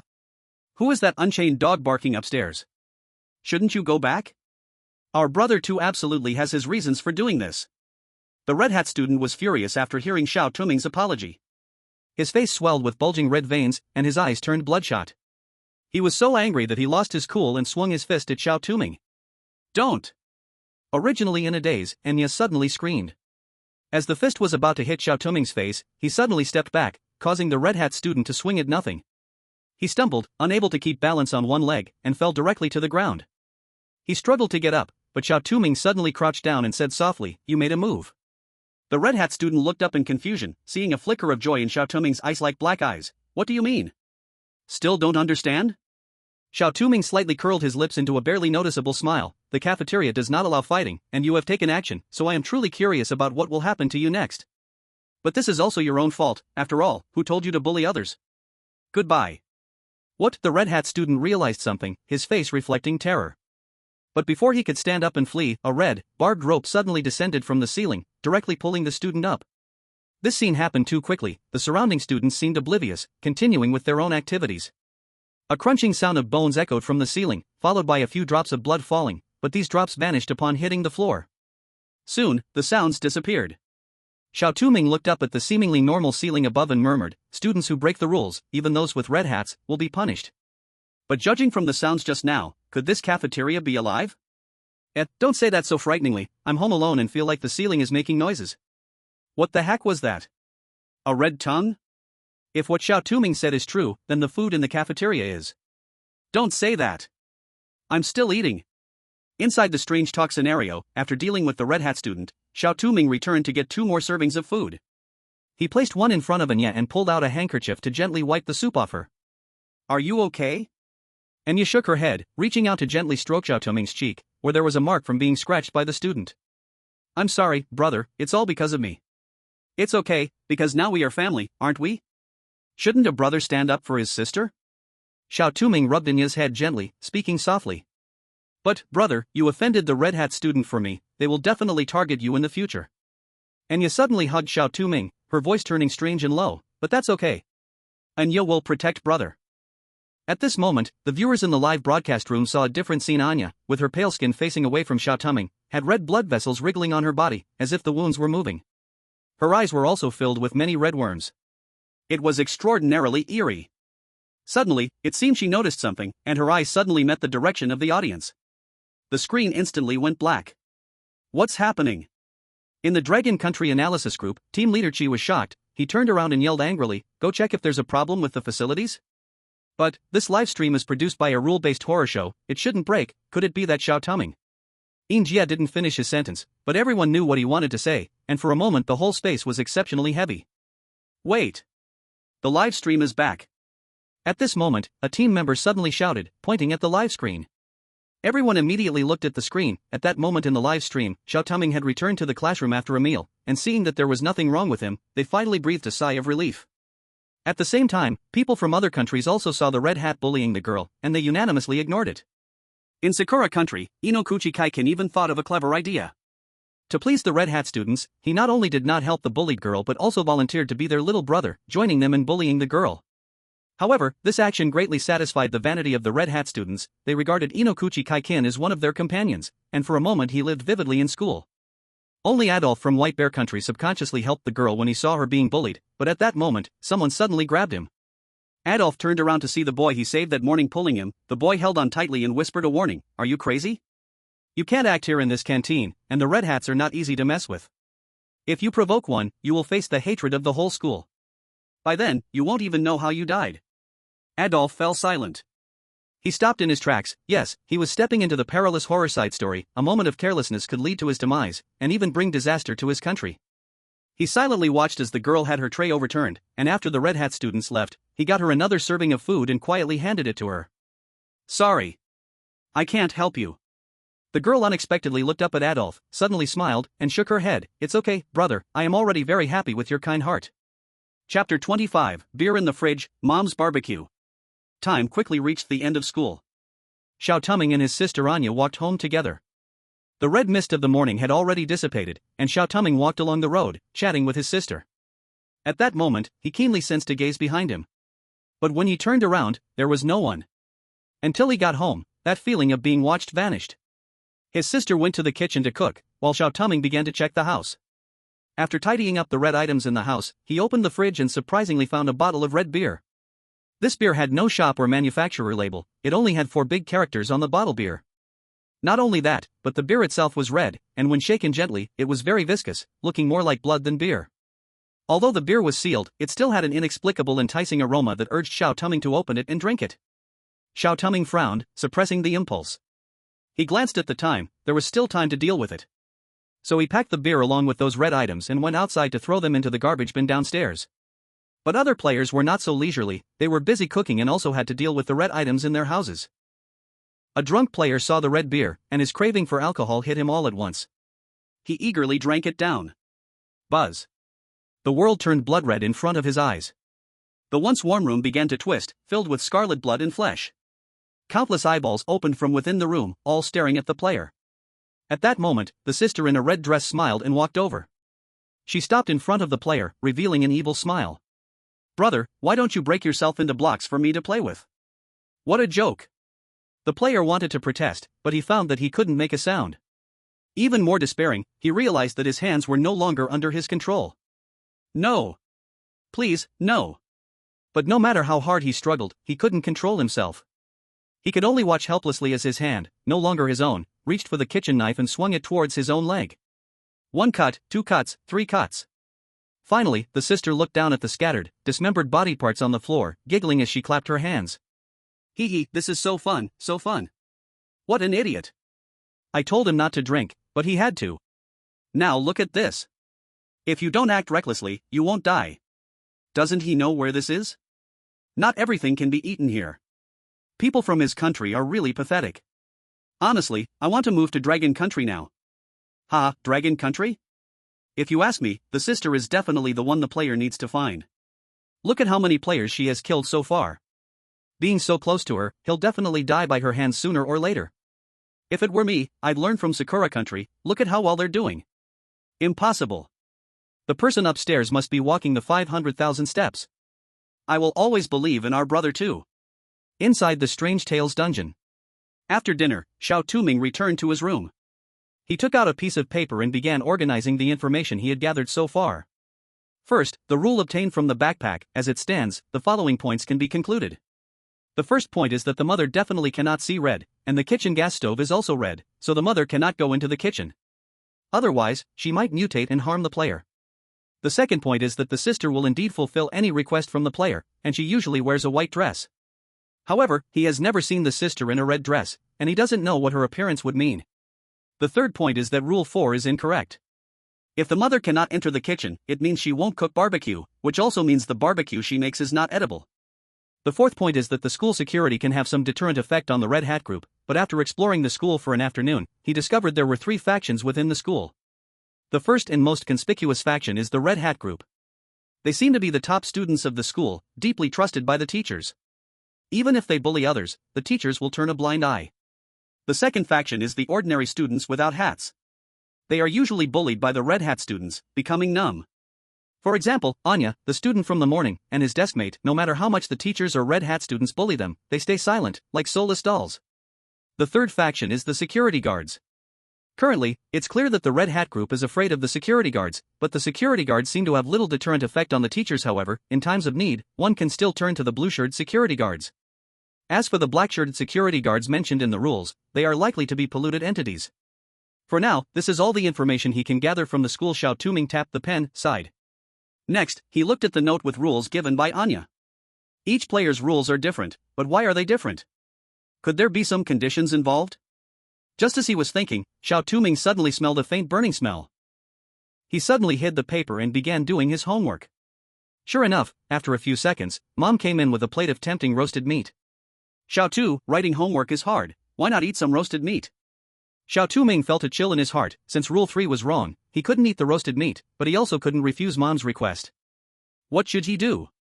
Damn it! I can't eat the roasted meat Mom made, but I can't go against her either. What should I do? Team leader Chi gritted his teeth, asking the team members around him, "Quick, go see what other players are doing." At that moment, some other players had previously received hints from reality, knowing they couldn't eat the roasted meat. So without thinking, they rejected it. Mom suddenly fell silent, the burnt smell on her growing stronger. She fiercely grabbed his neck, her eyes bulging. Why? Why won't you listen to Mom? Do you know how much Mom has sacrificed for you? While yelling, she squeezed the player's neck tightly. The player tried to struggle, but Mom's strength was tremendous. In the end, he tilted his head and died. Players from the Flower Kingdom thought they couldn't go against Mom, so they ate the roasted meat. As a result, he wore the same blissful expression as AI Quan from the Football Nation, and then his body started to melt like Mom's, the live stream going dark. Players from the Flower Kingdom have died, the random rule Spirited Away has descended, this nation's production level has decreased by 10%. Seeing that no matter whether they agreed to Mom's requests or not, they would die, the people in the live stream exploded. Are you kidding? No matter if you accept Mom, won't you die anyway? There's no way out at all. Wait. Look. The player from the Cherry Blossom Nation, Jinko Huijin, has escaped. Hearing this, everyone rushed to the Cherry Blossom Nation's livestream. It turned out that at a critical moment, Jinko Huijin suddenly thought of asking Dad for help. So he yelled, "Help!" Oh, the voice. In less than a few seconds, Dad pushed the door and entered. He grabbed Mom's hair and pulled her out. Mom screamed for mercy, the plate in her hand fell to the floor, scattering meat everywhere. After being saved, Jinko Huijin let out a sigh of relief. He knew he could absolutely trust his father. Now, as long as he pleases Dad and the Red Hat at school, he could be worry-free. Dad helped Jinko Huijin? It seems Dad can be trusted? But the younger sister also helped the player, could that person be Mom? No way. The younger sister also killed the player, among all the players, only Dad has never harmed anyone. I think what Jinko did is correct. The livestream was filled with arguments, while inside the instance, Xiao Touming fell silent in front of his mom, holding the roasted meat. Mom grew impatient as Xiao Touming remained silent for too long, her face darkening, and the burnt smell on her intensified. Why aren't you talking? Xiao Tu? Damn it. Although using the Cherry Blossom Nation's method is a bit unwilling, life is at stake. Quickly send him a message. Team Leader Chi waved his hand, but at that moment, Xiao Touming suddenly spoke, "Thank you, Mom, but I've eaten too much tonight. If I eat more, I might throw up, and that wouldn't be good for my studies." Damn it. It's still too late. Didn't I say you can't refuse Mom? Team Leader Chi clenched his fists, but just when he thought Mom would get angry, she didn't grip Xiao Touming's neck like the previous players. She froze completely, as if trapped in a struggle, murmuring to herself, "Review, eat meat, can't affect, studies." Knock, knock, knock. At that moment, a knock sounded, and his younger sister Anya's voice came from outside, "Mom, Dad is calling you." Upon hearing that Dad was looking for her, Mom shook all over. She dropped the roasted meat and rushed out of the room. After Mom left, Anya walked in wearing a red dress. The shy expression she usually had was nowhere to be seen, it was replaced by an air of confidence. She joyfully came to Xiao Taiyuming's side, pointing at the plate of hot roasted meat and asking, "Brother, I want to eat this plate of roasted meat." Xiao Taiyuming was worried about how to deal with this plate of roasted meat, Anya's action was exactly what he needed. He nodded and handed her the roasted meat, "Eat, be careful, it's hot." Anya picked up the plate, thanked him happily, and then turned to leave the room. I didn't expect Xiao Taiyuming to escape using this method. Even we didn't think of this method. The Dragon Kingdom has really found a talent this time. The leader of the White Bear Nation was quite shocked. He quickly ordered to utilize the hint and specifically instructed, immediately contact the Dragon Kingdom and say that the White Bear Nation is willing to establish friendly relations with the Dragon Kingdom. In the White Bear Nation live stream room, after receiving the hint from the country, he immediately said according to the hint that he couldn't eat because it would affect his studies. His mother hesitated after hearing this. At that moment, his sister appeared and said that Dad was looking for her. However, unlike the Dragon Kingdom, this time his sister was wearing a white dress. Regarding the roasted meat, Adolf thought for a moment and said to his sister, "Can you help me deal with this plate of roasted meat?" "Sure. I can." His sister nodded and took the roasted meat to leave the room. Chapter 26 Strange Dreams, Bubble returns. Beautiful nation. After receiving the hint, Limson said the same thing, and his mother also fell into hesitation. But after quite a while, his sister still hadn't appeared, and Limson couldn't help but curse inwardly about what was going on. There was no choice, Limson gritted his teeth and said, "Mom, didn't Dad just call you?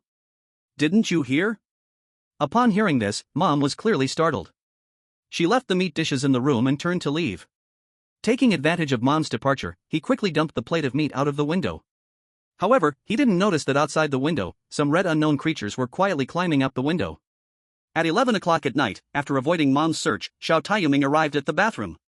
New words appeared in the bathroom mirror. The red hat cannot be resisted, students can be resisted. Remember that everything has cause and effect, and everything will cycle. What does this mean? Why does it say the red hat cannot be resisted? But students can be? And what do reincarnation and cause and effect mean? Time didn't allow him to think more, Xiao Taiyuming quickly returned to his room. He lay on the bed, and unknowingly, it was already past midnight. Suddenly, a heavy sound of footsteps came from outside the door. The footsteps stopped at Xiao Taiyuming's door, then there was a heavy knocking sound. Dad yelled angrily, "Xiao Taiyuming! Open the door!" Open the door. Xiao Touming didn't respond, seeing no one opened the door. Dad's voice grew increasingly furious. You little brat. How dare you ignore what your father says? I told you to open the door, do you understand? The door was being banged heavily, making a creaking noise, as if it were about to be broken down at any second. Xiao Touming hurriedly hid under the bed, held his breath, and prepared himself. However, in the next second, the banging suddenly stopped, and then came his father's terrified voice, No, don't come over. I was wrong. Ah. Dad's scream cut off abruptly, followed by the sound of a little girl's innocent laughter, then the sound of a knife chopping meat vigorously. Xiao Touming felt a sticky liquid flowing in through the crack of the door. He sniffed gently, and a heavy smell of blood hit him. It was blood. Has Dad been killed? From the sound, it seems like it was his sister who did it. Unlike Xiao Touming, the viewers in the live room witnessed the whole process. After midnight, Dad suddenly appeared outside Xiao Touming's door, banging hard on the door. The thin wooden door couldn't withstand such banging. Just as the door was about to be smashed, his sister, wearing a red dress, suddenly appeared behind Dad. As soon as Dad saw his sister, his face showed an expression of terror. No, don't come over. I was wrong, ah. Watching his little sister as if she were holding a little chicken. Very easily, Dad was dragged into the kitchen, and then she picked up the knife. Next came a series of scenes that couldn't be broadcasted due to censorship, but the level of bloodshed made everyone gasp in fear, and they became even more afraid of the younger sister. This red-dressed sister is too scary. Even Dad can't fight her? It's over, it's over. Xiao Touming has been targeted by the red-dressed sister. Ha! How did Xiao Touming fall asleep? The other players are too scared to sleep, and he's the only one sleeping soundly. Truly, he's tough. In the ghost story dungeon. In a daze, Xiao Touming felt that his bedroom door had been opened, and a pair of rotting, shapeless feet walked in. With each step taken, a footprint was left behind. Xiao Touming instinctively held his breath. For some reason, he felt an overwhelming fear in his heart. He was terrified of the monster outside. The monster slowly turned in the pitch-black room, as if searching for something. No, he must not be discovered. He has to escape. He must run away. If he gets caught this time, he will definitely be killed. Cold sweat streamed down his forehead, and his body started to tremble uncontrollably. He dared not even breathe. He didn't know how long it had been, but the footsteps gradually faded away, and the monster's feet were no longer visible in the room. Has it left? Just as Xiao Touming was about to breathe a sigh of relief, he suddenly felt a surge of heat above his head. He looked up. A pair of monster eyes were staring right at him. Xiao Touming. Xiao Touming abruptly sat up in bed, clutching his chest, glancing around as he gasped for air. Realizing he was still in his original room, he finally relaxed. Had he just had a nightmare? But why was this nightmare so real? Brother, come out for dinner. Anya's voice echoed from outside the door, and Xiao Touming replied. Just as he was about to get out of bed, he suddenly felt something soft.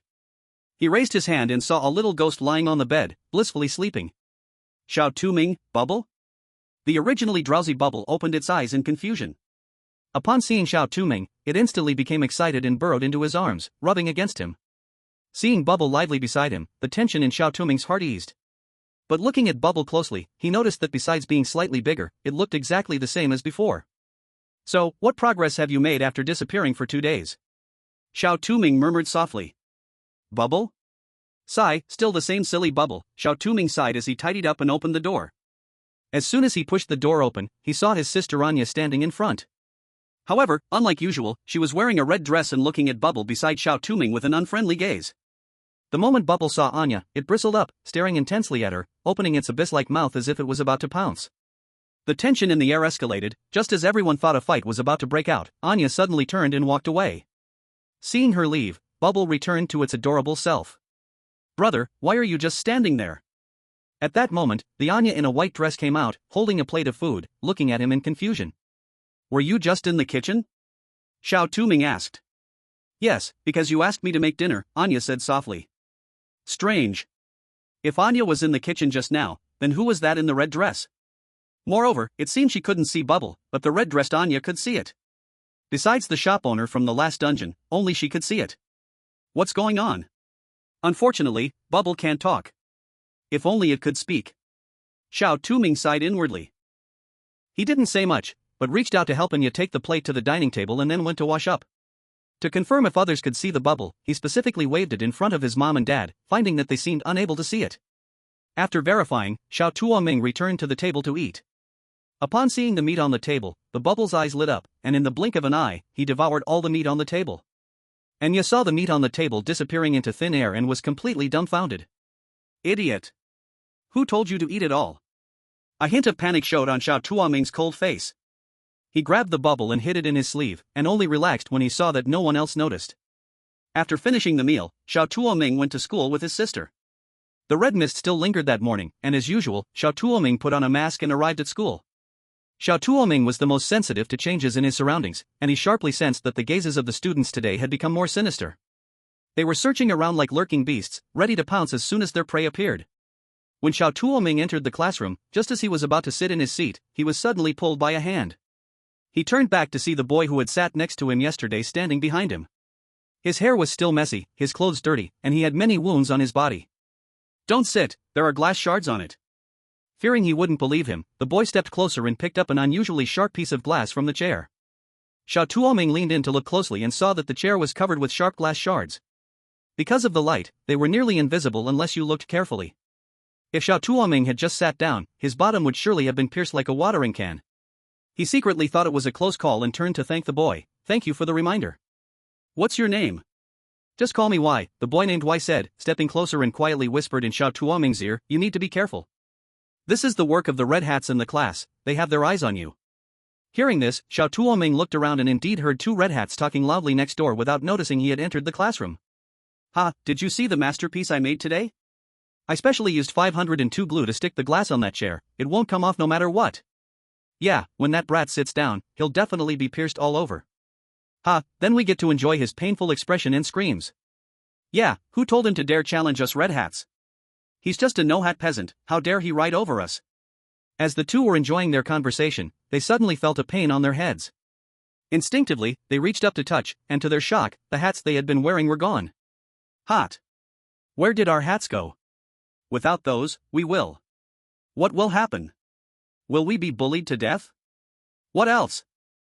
That person's voice cut off suddenly. Unbeknownst to them, a small figure stood before them, looking no more than 11 or 12 years old, with pale skin. Beside him stood a tall boy with hair covering his eyes and clothes dirty. He held a chair, and before they could react, he shoved the chair right into their faces. Sorry, my hand slipped. Chapter 27, Each Choice. Ah! My eyes, the student screamed, glass shards piercing his eyes as he covered them and began to scream. It's you? How dare you hit me? The other student covered his bleeding face, trying to fight back, but was bitten by the bubble, howling in pain. Of course, to outsiders. He was the only one making a ruckus. Y turned in confusion and asked Xiao Touming, what did you do? A secret. Xiao Touming replied faintly, what about you? Did these people bully you before? Of course, they bullied me a lot before. But because they had red hats, I couldn't fight back. I never expected you could make their hats disappear. How did you do it? Y nodded. How does it feel to get revenge yourself? Instead of answering his question, Xiao Touming asked this. Very good, it's been a long time since I felt this satisfied. Y stared at his fists, and some light flickered in his numb eyes. Really? If that's the case, do you want to get revenge on those who bullied you? I can help you. Xiao Touming looked up at him. After nearly 3 hours of experiments, Xiao Touming finally understood some situations. The students with red hats were the only two bullies in the school, who could usually bully ordinary students, while ordinary students couldn't resist them. But when they lost their hats, they suffered a 100-fold retaliation from ordinary students, and their strength also greatly declined. Moreover, teachers wouldn't protect those who lost their hats unless they got them back again, and it seemed the red hats could only be obtained from the school leaders, with only recognized students eligible to receive them. He never expected to grasp this information in such a short time, and it was thanks to the bubbles being able to consume red hats. It was quite rewarding. Xiao Touming nodded with satisfaction, turning around to see a crowd of students without red hats behind him. Beautiful country. When Limson arrived at the school gate, he was suddenly surrounded by a group of students wearing red hats. Limson instinctively stepped back, feeling a surge of wariness.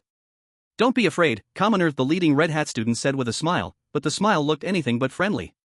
We just want to ask you for a favor. I heard your sister can give you commands unconditionally, right? How do they know? Limson was shocked. How could these students know? He hadn't shown anyone the rules. I don't know, I'm leaving. Limson turned and tried to run, but before he could take 2 steps, a punch from the red hat student behind him knocked him to the ground. Limson grunted, his rage boiling inside him. In that moment, without thinking, he activated his A-class talent, shadow separation. This talent allowed his shadow to detach from his body, moving like a person. It even had the same strength as his own, but if the shadow was destroyed, he would be seriously harmed as well. Moreover, he could only use it 3 times in one scenario. The shadow squirmed and stood up, delivering a punch to the red hat student. The red hat student moved but was completely unaffected. How is this possible? You dare to resist? The red hat student sneered, suddenly twisting his head 180 degrees, and brutally tore Limson's shadow apart. The shadow let out a wretched scream before dissipating. At the same time, Limson violently spat out a mouthful of blood. He felt weakened. You, a commoner without a hat, dare to resist us? You've really grown bold. The red hat student kicked him several times before grabbing Limson's hair and lifting him up. He spat at him, mocking, "We kindly offered you a chance to join us, yet you dare to resist? Truly unaware of your own limits." "No, I agree to what you want, please don't hit me anymore." Limson's face was swollen like a pig's head, and from the pain of the shadow's destruction, he felt that a few more blows would truly end him. So he pleaded desperately. "Hey, only now do you remember to beg for mercy? Forget it, I'm in a good mood today, so I'll let you go. Hurry up and command your sister to kneel and lick our shoes." Everyone laughed heartily, and amidst the laughter, Limson reluctantly approached his sister, commanding her to kneel and lick their shoes. His sister was almost in tears from the injustice, but bound by the rules, she could only kneel down and lick their shoes. The White Bear Kingdom. Adolf also suffered an attack from the Red Hats, but his assault was even more severe. Despite having a talent for protection, he was still beaten badly. However, he refused to comply with their demands. Just then, a blue-uniformed security guard suddenly appeared and saved him, allowing him to escape a disaster. "Are you okay?" The guard squatted down and helped Adolf up. "I'm fine, thank you." Adolf spat out some blood and said, "You're really unlucky to be targeted by these guys. If someone hadn't notified me, you might have really been killed by them. Take this, it can help you a bit, the rest is up to you." The blue-uniformed guard patted his shoulder and handed him a blue badge. Adolf took the badge, and a voice from the system echoed in his ears, "You have obtained the security guard's blue badge." Security guard's blue badge, a badge usually worn by security guards. Only those recognized are qualified to wear it. Wearing it can exert a certain deterrent effect against the strange, especially the red strange, or the effect is doubled. This item is so powerful. In a real assessment, it would probably reach an A level or above. Adolf, in disbelief, took the badge. He couldn't understand why a guard he had only met once would suddenly give him such a precious item. He looked up and shouted at the guard who was walking away, "Why are you giving this to me?" "Because you deserve it, and I am just fulfilling someone's request." The guard did not stop but waved his hand. Meanwhile, most other players were also under attack from the Red Hats. Except for a few players like Xiao Touming, the remaining surviving players mostly chose to ally with the Red Hats, using them as tools to command the sister for their amusement. But they did not notice that after bullying the sister, a corner of her skirt had turned red. No matter what choices the players made, time continued to pass, and in the blink of an eye, the third night arrived again. Tonight, the interval between Mother's room searches was shortened a bit, but Xiao Touming still successfully evaded the search and made it to the bathroom. Under the tense gaze of everyone, blood words gradually appeared in the mirror, "Be careful. When emotions reach their peak, the red one will descend, and the day of reckoning will come early." God, why are the hints from the mirror always so strange? They're impossible to understand? What is this? Riddle person, no, the mirror? In short, riddle mirror, get out of here. The red one? Could it be referring to the sister in the red dress? So, the rule is that we are looking for the sister too, right? But the problem now is, where is the notebook? It seems like none of the players have discovered the notebook. I remember one player specifically went to the store, but all they found were sketchbooks or large scripts. There were no notebooks for sale at all. I don't know, anyway, there's still time, let's observe a bit more. Xiao Touming returned to his room. Tonight it was exceptionally silent. There were no sounds outside, and his mother did not enter the room or knock on the door. It was as quiet as before a storm. Just after midnight, the originally quiet atmosphere was suddenly shattered. Loud banging on the door began again, accompanied by the girl's mournful cries. Red blood slithered like a snake through the crack of the door, but before it could reach the bedside, it was completely swallowed by bubbles. White Bear Country. Just like at Xiao Touming's place, Adolf returned to the room. Upon hearing those sounds, he subconsciously hid under the bed. At that moment, he suddenly saw blood seeping in through the crack of the door. Adolf's heart tightened, and he instinctively took out his brooch, as if sensing the brooch's deterrent power. The living blood slowly retreated, disappearing within the room. Adolf sighed with relief. He had never been more grateful for this brooch before. Although his talent was S-level talent, fear, capable of deterring the strange, every time he activated it, it required mental strength. Last time, to escape from the Red Hat, he used it once, and even now, his mental strength hadn't recovered. So this morning, he couldn't fight back against the siege of the Red Hat. But now with the brooch, it neatly filled this gap. Would this be considered a blessing in disguise? Beautiful country. Lim Sun lay on the bed, feeling utterly exhausted from the events of the day. As soon as he touched the bed, he fell into a deep sleep. In his deep sleep, Lim Sun did not notice blood seeping in through the crack of the door. Meanwhile, outside, a blood fog rose, creeping in through the window, all heading towards the sleeping Lim Sun's bed. Fuck! How is this guy still sleeping? Quickly wake him up, shouted the leader of Beautiful Country angrily. But, some players have been eroded, but they're fine, one of the group members replied. As he spoke, the blood fog and blood quietly enveloped Lim Sun. But unexpectedly, the blood did not corrode the player like it did during the day, the person sleeping in bed remained unharmed. Seeing this scene, the leader of Beautiful Country suddenly understood something. He clapped his hands and exclaimed, I see. It seems the blood at night doesn't pose much danger to players. It's only during the day that it's a problem. It probably wants to make players worry that the blood will harm them, causing them to lose sleep and mentally break down. I see. Truly impressive of you, the other group members also came to realize, praising the leader one after another. The leader smugly curled his lips, clearly thinking he was quite amazing.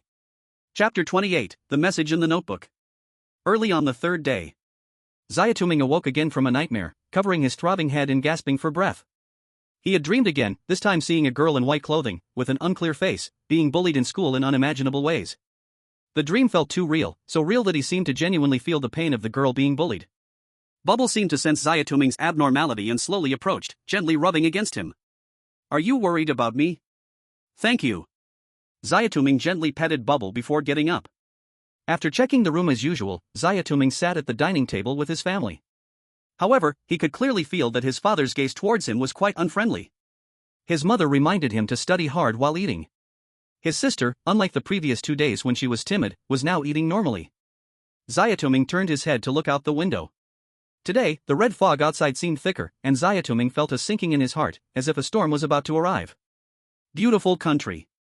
Lim Sun awoke from a deep sleep, his face looking much paler, and his body had a lot of visible wounds and bruises, as if he had been beaten up badly. But these wounds were not caused yesterday, they were newly added. However, Lim Sun seemed oblivious to the wounds on his body. He numbly got up and began his daily life. In addition to Lim Sun, most other players who were attacked by blood yesterday also had similar wounds, but they did not notice the new wounds on their bodies. It seems like there are no injuries on them at all. Strange, why don't they feel the wounds on their bodies? They look so obvious. In the Dragon Nation analysis group, Jia stared at the livestream, pondering. Cognitive pollution. Wang Vi suddenly spoke up. What does that mean? It's simple. Their perception has been polluted, in their eyes, they are still fine. Wang Vi sighed, but fortunately, our Xiao Touming has not been polluted. But it's very strange. If the players from White Bear Country avoided being attacked because of the brooch, then why wasn't Xiao Touming attacked? At that time, the blood seemed to disappear just as it was about to reach Xiao Touming's bed. Jia questioned. Could it have something to do with that ghost bubble? Wang Vi thought deeply, exchanging a glance with Leader Qi, and they both chose to remain silent. Regardless, until the investigation is clear, the fewer people know, the less likely it is to cause leaks or panic. Inside the ghost story dungeon, Xiao Touming arrived at school, and as soon as he entered the classroom, he saw vulgar words carved into his desk, and his drawer was stuffed with all kinds of bugs and rotting mice. He looked around and indeed saw a group of red hats grinning with malicious intentions. Xiao Touming frowned, it was really strange. Those red hat classmates had been eaten yesterday, so why were they appearing again today? Could they respawn like NPCs? As he was thinking, he suddenly felt a tap on his back. He turned around sharply to see Wai standing behind him. Today, Wai's school uniform was a bit cleaner, but his hair was still a mess. Your seat has been vandalized again. Those guys just don't learn, Wai said indignantly. It's fine. Since they don't learn, they'll remember after a few times, Xiao Touming replied indifferently. He suddenly looked at Wai and asked, by the way, do you have a notebook? Notebook? What's that? Is it very important to you? Wai's reaction puzzled Xiao Touming. Could it be that this world has no notebooks? Please help me gather all information about notebooks, and the analysis group too, Xiao Touming suddenly said. Wai replied, got it. But what is the analysis group? Xiao Touming said, it's nothing. Please hold down those red hats later, I need to ask them some questions. Upon hearing that he could teach them a lesson, Y became very excited, rolling up his sleeves. Okay. Leave it to me. In the real world. Is Xiao Touming asking us for help? A team member murmured. Are you an idiot? Jia slapped the team member on the head. Hurry up and collect livestream information from the other players. Yes. The unfortunate team member covered his head, shouted, and turned to check the livestreams from other countries. In beautiful country. Limson came to school as usual, and as soon as he entered, he was stopped by the Red Hats, who pulled him to bully his sister just like yesterday. Limson looked at his sister, cornered and shaking with scars all over her body, and instead of feeling guilty like yesterday, he felt a genuine pleasure and strange excitement in his heart while she was being bullied. This excitement was like a drug, making him addicted. He couldn't help but step forward and kick his sister hard. She screamed in pain, her head hitting the ground and blood gushing out.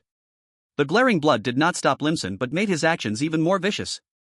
A twisted smile appeared on his face, shocking the other Red Hats into silence. What's wrong with him? A Red Hat student asked the leader of the Red Hats beside him. Oh, he's nothing. He will soon become one of us. The leader of the Red Hats smiled ominously. In White Bear Country. Adolf, having the brooch. Most of the Red Hats dared not approach him, but not approaching was one thing, while playing dirty tricks was another. They either stuffed trash onto his desk or accidentally spat into his food, doing whatever disgusting things they could think of. Adolf tiredly rubbed his forehead. During the break, he found a quiet place to rest. He sat on the steps, and like Xiao Touming, he was also pondering the whereabouts of the notebook. At that moment, he suddenly noticed the blue uniformed security guard sitting not far away, smoking and looking troubled. Perhaps he has news about the notebook. With this thought, he walked over and greeted him. Hey, uncle, why are you here all alone? Oh, it's you, little brother. What's up? The security guard recognized Adolf, exhaled a puff of smoke, and said lazily. I want to ask you about something. Do you know where I can find the notebook? The notebook? The blue uniformed security guard raised his eyebrows in surprise. Seeing Adolf's expression, he knew there was a chance and quickly asked, Yes, I've been wanting the notebook, but I don't know where to get it. Can you tell me? The notebook. You've come to the right person, as I'm probably the only one here who knows where it is. However, young man, if you want to get news from others, you need to offer something in return. The blue uniformed security guard chuckled and replied languidly. What do you want? Anything I can give you is okay, except for my life. Seeing Adolf's determined look, the security guard shook his head with a smile. He clicked his tongue and gestured as if drinking. Who wants your life? Just bring me a bottle of red beer. Red beer. Adolf didn't initially react, just nodded. Okay, I'll prepare it for you, but what do you want that for? That stuff is high quality, but your desire for the notebook is related to this. Alright, enough of this child's talk, hurry up and get to class. The blue uniformed security guard was clearly getting impatient and started to shoo Adolf away. How strange, why would the security guard say that the bottle of beer is related to the notebook? I remember a player died after drinking it before. Could it have other uses? In the Dragon Country analysis group, Jia pondered while stroking his chin. More importantly, how to safely bring the beer out without my parents noticing is the key. Don't forget, red things cannot be in the house and dad can't see it. Wang V suddenly posed another question. Let's compile the information we've gathered and inform Xiao Touming. Team leader Qi paused for a moment before slowly opening his eyes. Inside the spooky tale scenario. I see, perhaps the security guard knows the whereabouts of the notebook. After receiving the prompt, Xiao Touming closed his eyes to think. Suddenly, he opened his eyes. He slowly walked over to a Red Hat student who was knocked to the ground by Y and squatted down to look directly into his eyes. Do you know anything about the notebook? TCH, why should I tell you? Hurry up and give me back my hat. If it weren't for me not having a hat, how could I possibly? The student didn't finish his sentence before being harshly kicked by Y. He seemed very afraid of Y and lost his previous arrogant attitude, replying obediently, I don't know what the notebook is, but I know the library might have clues. After all, our school's library is the most diverse in the entire city. There might be information you want inside. I see. Do you know what the blue uniformed security guard at the entrance is about? Xiao Touming asked again.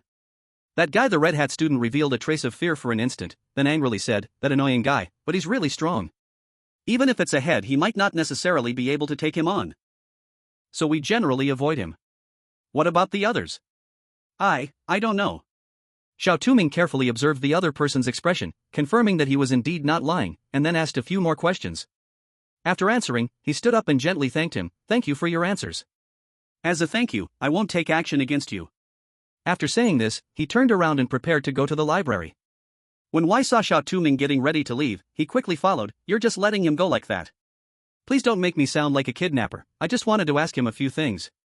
Xiao Touming said, besides, even if we ignore him, the people he used to bully won't let him off, after all, he is no longer Red Hat. Heh, did you think of this in advance? Wai raised an eyebrow and smiled. Xiao Touming said nothing, he just asked, do you know about the school library? Are you really going there? Wai frowned, only students with red hats are allowed to enter. If the librarian finds out, there will be very severe punishment. Xiao Touming, so that means if I don't get caught, I can go in? Why, you are completely missing the point. Chapter 29, Library Horrors, The Fate of the Notebook. I won't be in any danger, you don't have to worry. Xiao Touming patted his shoulder, reassuring him. Who cares about you? Wai turned his head away awkwardly, falling silent. Xiao Touming didn't mind, he turned around and walked towards the library. Seeing that he really went, Wai stomped his foot and suddenly turned to run in another direction. Based on the memory given by the system, Xiao Touming arrived at the entrance of the library. From the outside, the library looked no different from a normal school library, except that all the students entering and exiting wore red hats. Is this the library? I hope to find the information I need inside. Xiao Touming murmured. After saying this, he lifted his leg and walked towards the library. Because he himself had a weak presence and was protected by a halo, no one noticed a student without a red hat going in. Xiao Touming did not see anyone resembling a librarian inside. He asked Bubble to keep watch while he began searching. During the search, he suddenly saw a shelf with a stack of old newspapers. He reached out and pulled out a yellowed old newspaper. The newspaper reported on a couple who had gone missing 20 years ago along with a boy about 7 or 8 years old. According to informants, the last time they were seen, they said they were taking their young son to the zoo. A zoo? Why would this come up here? Xiao Touming's mind flashed with an adorable face of a boy. He shook his head, realizing this was unrelated to the information he was searching for. But the other newspapers had no information about the notebook. Instead, there was a supernatural story that caught his attention. It was a very eerie legend, similar to a strange tale. The rumor said that behind the mirror was a parallel world just like reality. Although it was a parallel world, everything in the mirror world was opposite to that of the real world. It is said that as long as blood is used to draw a symbol in the mirror, one can enter the parallel world through the mirror. Parallel world. Xiao Touming frowned slightly, putting the newspaper down. He turned to search elsewhere, but after searching for an hour, he found nothing. This won't do. I can't go on like this, the librarian could discover me at any time, and this efficiency is too slow. Xiao Touming rubbed his chin, contemplating what to do next. Right, libraries usually have computer records, but that place has the highest chance of encountering the librarian, if he returns and sees me. Xiao Touming glanced at Bubble nearby, deciding to take a risk. At worst, he could use invisibility. With this thought, he approached the service desk. It was empty. Xiao Touming looked at Bao Bao. Bao Bao, you must keep a close watch. If anyone approaches the service desk, you have to let me know, okay? Bao Bao. Xiao Touming quickly reached the computer at the service desk. He was lucky, the librarian's account was still logged in. He swiftly clicked in and began searching for the word notebook in the search bar. But unfortunately, there were no books related to notebooks in there. Just as he was about to exit, suddenly a news headline popped up on the screen, instantly grabbing his attention. Red-dressed girl jumps into river, onlookers do not stop her but cheer? Victim reported to have suffered long-term domestic violence and bullying at school? The school has responded.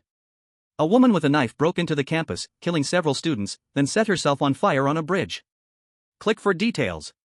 This is, so that's how it is. Xiao Touming stared at this series of messages, his mind racing. He seemed to understand something, took out his phone to take a picture, and then closed the page. However, at that moment, he heard Bao Bao's alert call. He suddenly looked up, and saw a woman in a uniform, with a badge identifying her as a librarian, walking toward him. Xiao Touming hurriedly hid behind a nearby bookshelf, secretly observing her.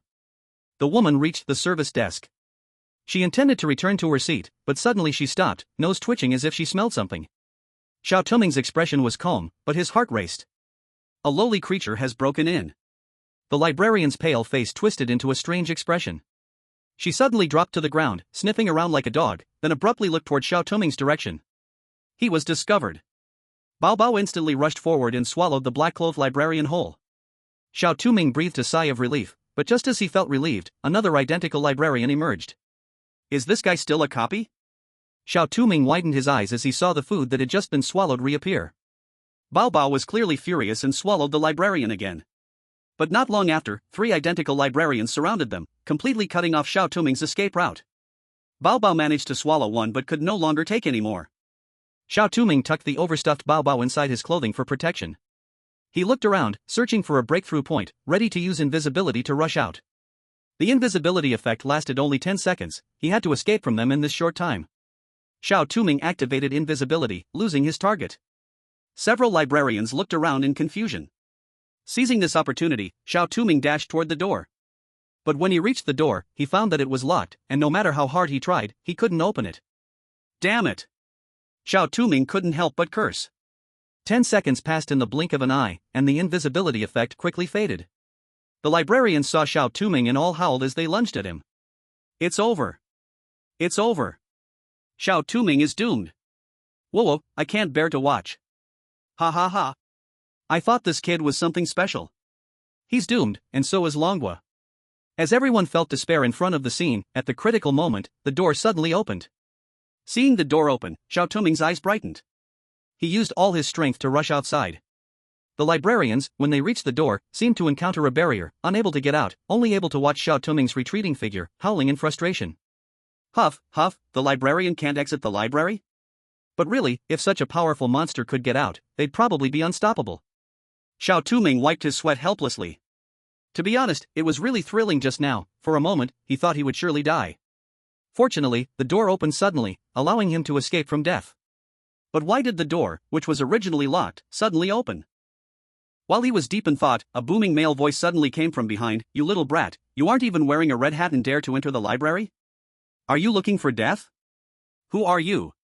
Xiao Touming turned around, seeing a security guard in blue standing behind him, looking quite displeased. How did you know? Wait, could it be that you opened the door for me just now? Xiao Touming realized suddenly, bowing to the man, thank you for saving me. Seeing Xiao Touming's good attitude, the blue-clad security guard's expression improved significantly. Well, at least you have a bit of conscience. It wasn't a waste for me to come specifically to save you. The security guard lit a cigarette and took a puff. However, even with my help, how could you last until I opened the door for you? I just entered normally. Xiao Touming replied calmly. Impossible. Other ordinary students entered before, and by the time I arrived, they were all dead. The security guard extinguished his cigarette, his face serious, clearly not believing this statement. I'm telling the truth. In fact, I didn't notice I was in danger when I entered. Thanks to you, I'm still alive, aren't I? Xiao Touming looked into his eyes earnestly. Alright, you little guy looks so inconspicuous, I guess it's possible. But you're not allowed to go there again, understand? The security guard patted his shoulder, giving him a warning. Please wait a moment. Xiao Touming suddenly spoke up. What is it? The security guard stopped and turned back. Xiao Touming asked, do you know if the supernatural rumor about the mirror is true? How did you find out about that? The security guard suddenly turned around, striding toward Xiao Touming, bending down to grip his shoulders tightly, his expression particularly grave. I found it in the library, but judging by your expression, that rumor must be true. The notebook is in there, isn't it? The security guard fell silent, releasing his grip and staring at him quietly. You are the first to discover this secret on your own. You're right, the notebook is indeed in the mirrored world. But, getting the notebook safely won't be easy. One wrong move, and you could die too. The security guard's tone was somber. I know, I'm prepared. Xiao Touming nodded. Honestly, I didn't expect you to look so young yet be so courageous. Should we say that a young calf isn't afraid of tigers? The security guard shook his head helplessly, placing a white brooch into Xiao Touming's palm. Since you're ready, then go for it. This brooch will help you pass through the mirror's passage smoothly. But you must remember, no matter what you encounter in that world, never forget your purpose. Remember, do not lose yourself. Also, the notebook only has one color that is real. You must discern it carefully. What do you mean, are there going to be two notebooks? Xiao Touming was confused. The security guard said nothing and turned to leave. After the security guard left, Xiao Touming sat down on the ground to rest for a while, and during that time, he glanced at the bubble in his clothes. Seeing that the other party was still sound asleep and seemed fine, he let out a sigh of relief. After resting, he stood up and started walking back. When he was near the classroom, he suddenly saw Weiss standing at the door. Seeing Xiao Touming, Weiss' tense expression relaxed considerably. You're back. Did you find anything? Yes, I figured it out. Thank you for helping me notify the security guard. Xiao Touming replied gently. How did you know I told the security guard? I clearly didn't tell anyone. Wei was taken aback, clearly not expecting that the other person would see through his actions. Could it be that he can predict things? Xiao Touming said, it seems you really did help me. I wasn't sure before, but now I'm sure. Why? Ha? Are you tricking me? Xiao Touming slightly curled his lips. No, I was just testing. Chapter 30, Crisis Strikes. Players from multiple countries die. The real world. When the news about the notebook broke, the entire world erupted into chaos. No one expected that the boy from the dragon country, who seemed so insignificant, could solve the mystery that analysts from all nations could not figure out. No, it's impossible. How could a mere nobody from the dragon country find the notebook's whereabouts in such a short time? There must be something hidden behind this. Exactly. I suspect the method he used is completely wrong. It's clearly the method from Sakura country that is correct. Look. He has already earned the trust of the Red Hat. Humph. Is someone upstairs a traitor or just jealous? Why can't they admit how amazing our dragon country is? As for the people from Sakura country, they understand, but our brother Tugu truly came up with a method that no one else could think of. Adolf from White Bear country is also impressive. He got the method to the mirror world from the security White Bear country analysis group. Hooray! Adolf, you are amazing, truly impressive, a group member shouted excitedly. But this Xiao Touming from Dragon country is also impressive. Adolf got his method from the security, but Xiao Touming found it through his own investigation. This person is no simple character. I've only seen someone this talented besides Xiao Yaoming from Dragon country, the leader of the White Bear country analysis group murmured while holding a stack of documents. Xiao Touming, Xiao Yaoming, could they possibly be brothers? A group member said jokingly. Impossible.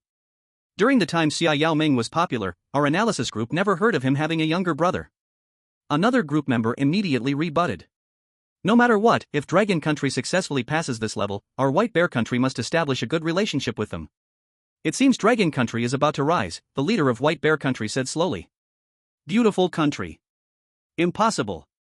How could a mere dragon country think of the notebook method before us? Quick, use our last chance to tell him how to obtain the notebook, and make sure Limsun gets it before Dragon country. The high-ranking officials of the analysis group shouted at the surrounding people. His expression was already twisted.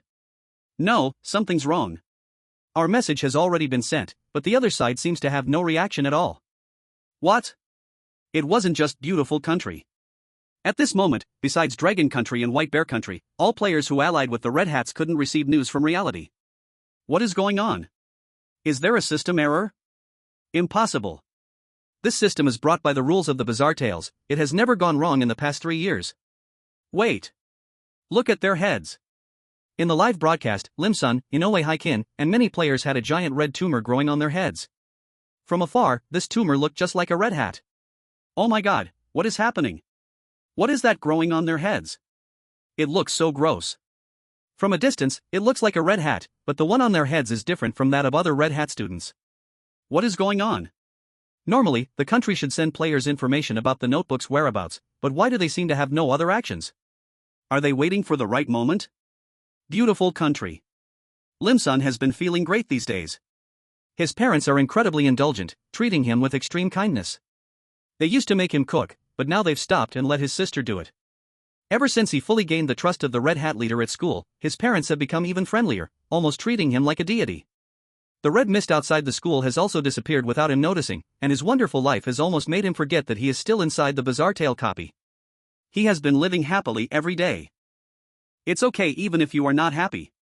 After all, he could still find joy in bullying his little sister. Since he discovered that every time he bullied his sister, he felt a wonderful sensation, a feeling more delightful than any delicacy. And every time he bullied his sister, the Red Hat leader would cheer for him. He slowly fell in love with this feeling. But he had no idea that the red tumor on his head was growing bigger and more swollen with each daily bullying session, looking from a distance like a red hat. After a day of bullying his sister, he intended to leave, but suddenly felt an itch on his head, so he reached up to scratch it. No, it still itched.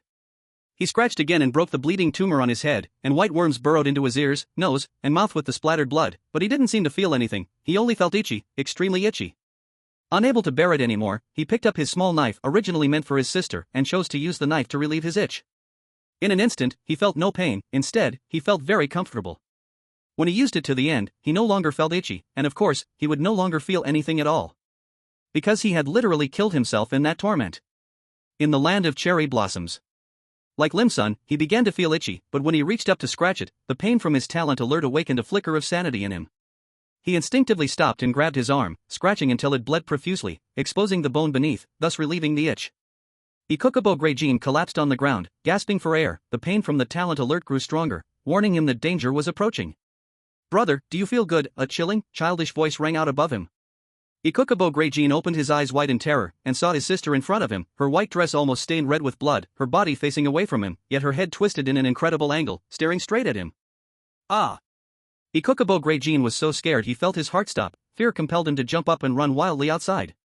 He intended to seek help from other Red Hat students, but the next second he saw the once peaceful campus had turned into a hell on earth, with fallen Red Hat students' bodies everywhere, their remains mangled and grotesque. What is happening? It's not time yet. Ikukubo Greijin trembled in fear. He only wanted to escape the school and find his father for help. He ran with all his might, his sister's chilling laughter echoing behind him. "Brother, don't run away. Brother, didn't you love playing with little Aya and the others? Why don't you want to play now? Aren't you all usually the ones who like to play with me? How come when it's my turn to play, you're so sensitive? Since you are my brother, you must be very fun to play with." Ah! Ikukubo Greijin could no longer bear it and screamed loudly. He just reached the door when he saw a security guard standing ahead, but since the guard was in the shadows, he couldn't see the color of his clothes. Upon seeing the guard, Ikukubo Greijin felt like a drowning person who had found a lifeline, pleading for help. "Security brother, help me. Come with me." The guard didn't turn around, only said this one sentence and walked forward. Ikukubo Greijin wanted to follow him, but at that moment, his head started to throb again. He suddenly understood that it was a warning from his talent. He stopped abruptly and carefully looked at the guard's clothes, only to realize they were completely black. "Why aren't you moving?" The guard's low voice sounded, and he stopped as well. "No, you are a black-clad security guard. I won't go." Ikazuchi Huijin took a few steps back and turned to run. The black-clad security guard did not chase, but instead, he stared ominously at Ikazuchi Huijin's back. On the other side, in America. Just like Ikazuchi Huijin, America's Jenny also used his B-grade talent, one-time healing, by sheer luck to heal during a red tumor outbreak. However, unlike Ikazuchi Huijin, he first thought of asking the security guard at the gate for help. Without saying a word, the security guard led Jenny out of the campus and down a dark alley. The further they walked, the more eerie the road became. A gust of cold wind blew, causing him to shiver. "Big brother security, where are you taking me?" Jenny asked cautiously, his voice almost breaking into a sob. "We've arrived." The security guard suddenly stopped. "Arrived?" Jenny looked around and found there was no exit, only a dim yellow light casting an eerie shadow on the surroundings. "But there's no..." "Aha!" 3 minutes later, the security guard stood up, the yellow light shining on him, revealing the black uniform he wore and the bloodstains at the corner of his mouth. Behind him, only a shapeless pile of blood and flesh remained. "American player Jenny has died. A random rule haunting event has occurred. Crime rate in the country has risen by 10%. On the other side, in Sakura country, Ikazuchi Huijin, after escaping from the black-clad security guard, managed to return home without incident. He collapsed at the doorway as soon as he entered. The house was quiet. After resting for a while, Ikazuchi Huijin suddenly remembered that his parents hadn't returned yet. He was still thinking about what to do next when he heard his sister's voice outside the door. "Brother, are you home? Damn it! How did she come?" Ikazuchi Huijin cursed loudly, feeling a throbbing headache. He instinctively thought of hiding in his father's room. After all, she was always so scared of their father that she surely wouldn't enter his room, right? Thinking this, he hurriedly ran into his father's room, but due to the pain in his head, he didn't notice the sound of breathing coming from within the room. Without thinking, he opened the door, quickly walked in, and closed it behind him. As soon as the door shut, his sister's voice abruptly stopped. Ikazuchi Huijin waited a moment, and when his sister didn't rush in, he sighed in relief. But just then, his father's deep voice rang out, "Ikazuchi Huijin, what are you doing here?" "Sorry, Dad, I got..." Ikazuchi Huijin hadn't finished his words when his neck was grabbed. Ikazuchi Huijin was lifted off the ground by one hand. He looked up in shock at the creature before him, its organs sewn out of place, and squeezed out the words, "Monster." "Monster?" Hearing this word, the creature that sounded like his father let out a furious howl. "I've raised you all these years with so much effort. I've provided for your schooling with all I had. And you dare call me a monster? Not only did you disturb my sleep, but you also insulted me? I'll teach you some respect." With that, it swung a massive fist and struck Ikazuchi Huijin's face, instantly flattening half of it. "Ugh, please spare me, ah." Ikazuchi Huijin tried to beg for mercy, but his father didn't give him the chance. Fist after fist came down, ultimately turning him into a bloody pulp. Sakura country player Ikazuchi Huijin has died. A random rule haunting event has occurred. The country's sleaziness rate has increased by 10%. Chapter 31, Anya's Interference, Heading to the Mirror World. In the real world, Beautiful country player Limsun has died. A random rule haunting event has occurred. The country's IQ level has dropped by 20%. Sakura country player Ikazuchi Huijin has died. A random rule haunting event has occurred. American player Jenny has died. A random rule haunting event has occurred. Within this short period, a large number of players began to self-harm to death, including many from major countries. Only 2 countries remain, the Dragon Nation and the White Bear Nation. Beautiful nation. Oh. Fuck. How could this happen? The high-ranking leader of Beautiful Nation stepped back a few paces, stunned for a few seconds, and then suddenly turned around, grabbing a team member by the collar, roaring, "Twice! Twice we have failed in the capital. Why is this? Why? Ha? We are clearly the strongest in the world, why?" The poor team member was so scared that he was about to wet his pants, but soon, the leader let go, and the member rolled his eyes and fell backwards. Quick, call a doctor. It's really a lively scene. In the chaos, a magnetic voice suddenly rang out, and then, a tall figure walked in with a light pace. When everyone saw the person's appearance, their faces turned red, but soon, one high-ranking official stood up instantly, looking extremely pale, as if he had seen a ghost. Why are you here?" "Of course, I came to see you all." How pathetic, the once strongest nation's leader is actually hospitalized because of anger. The person unabashedly put an arm around the high-ranking official's neck, whispering in his ear. You. The official was furious but dared not to yell, nor to look at the person's face, which was like that of a demon. He could only suppress his anger and said coldly, "What are you doing here? This is not a place for you." "Let me see, the only nations still surviving are the Dragon Nation and the White Bear Nation. Although this guy from the White Bear Nation might make it through this copy, if he continues to be so reckless, he won't last in a few more copies." The one you mentioned before who first discovered the notebook's whereabouts was called Xiao. What was it again? Xiao Touming.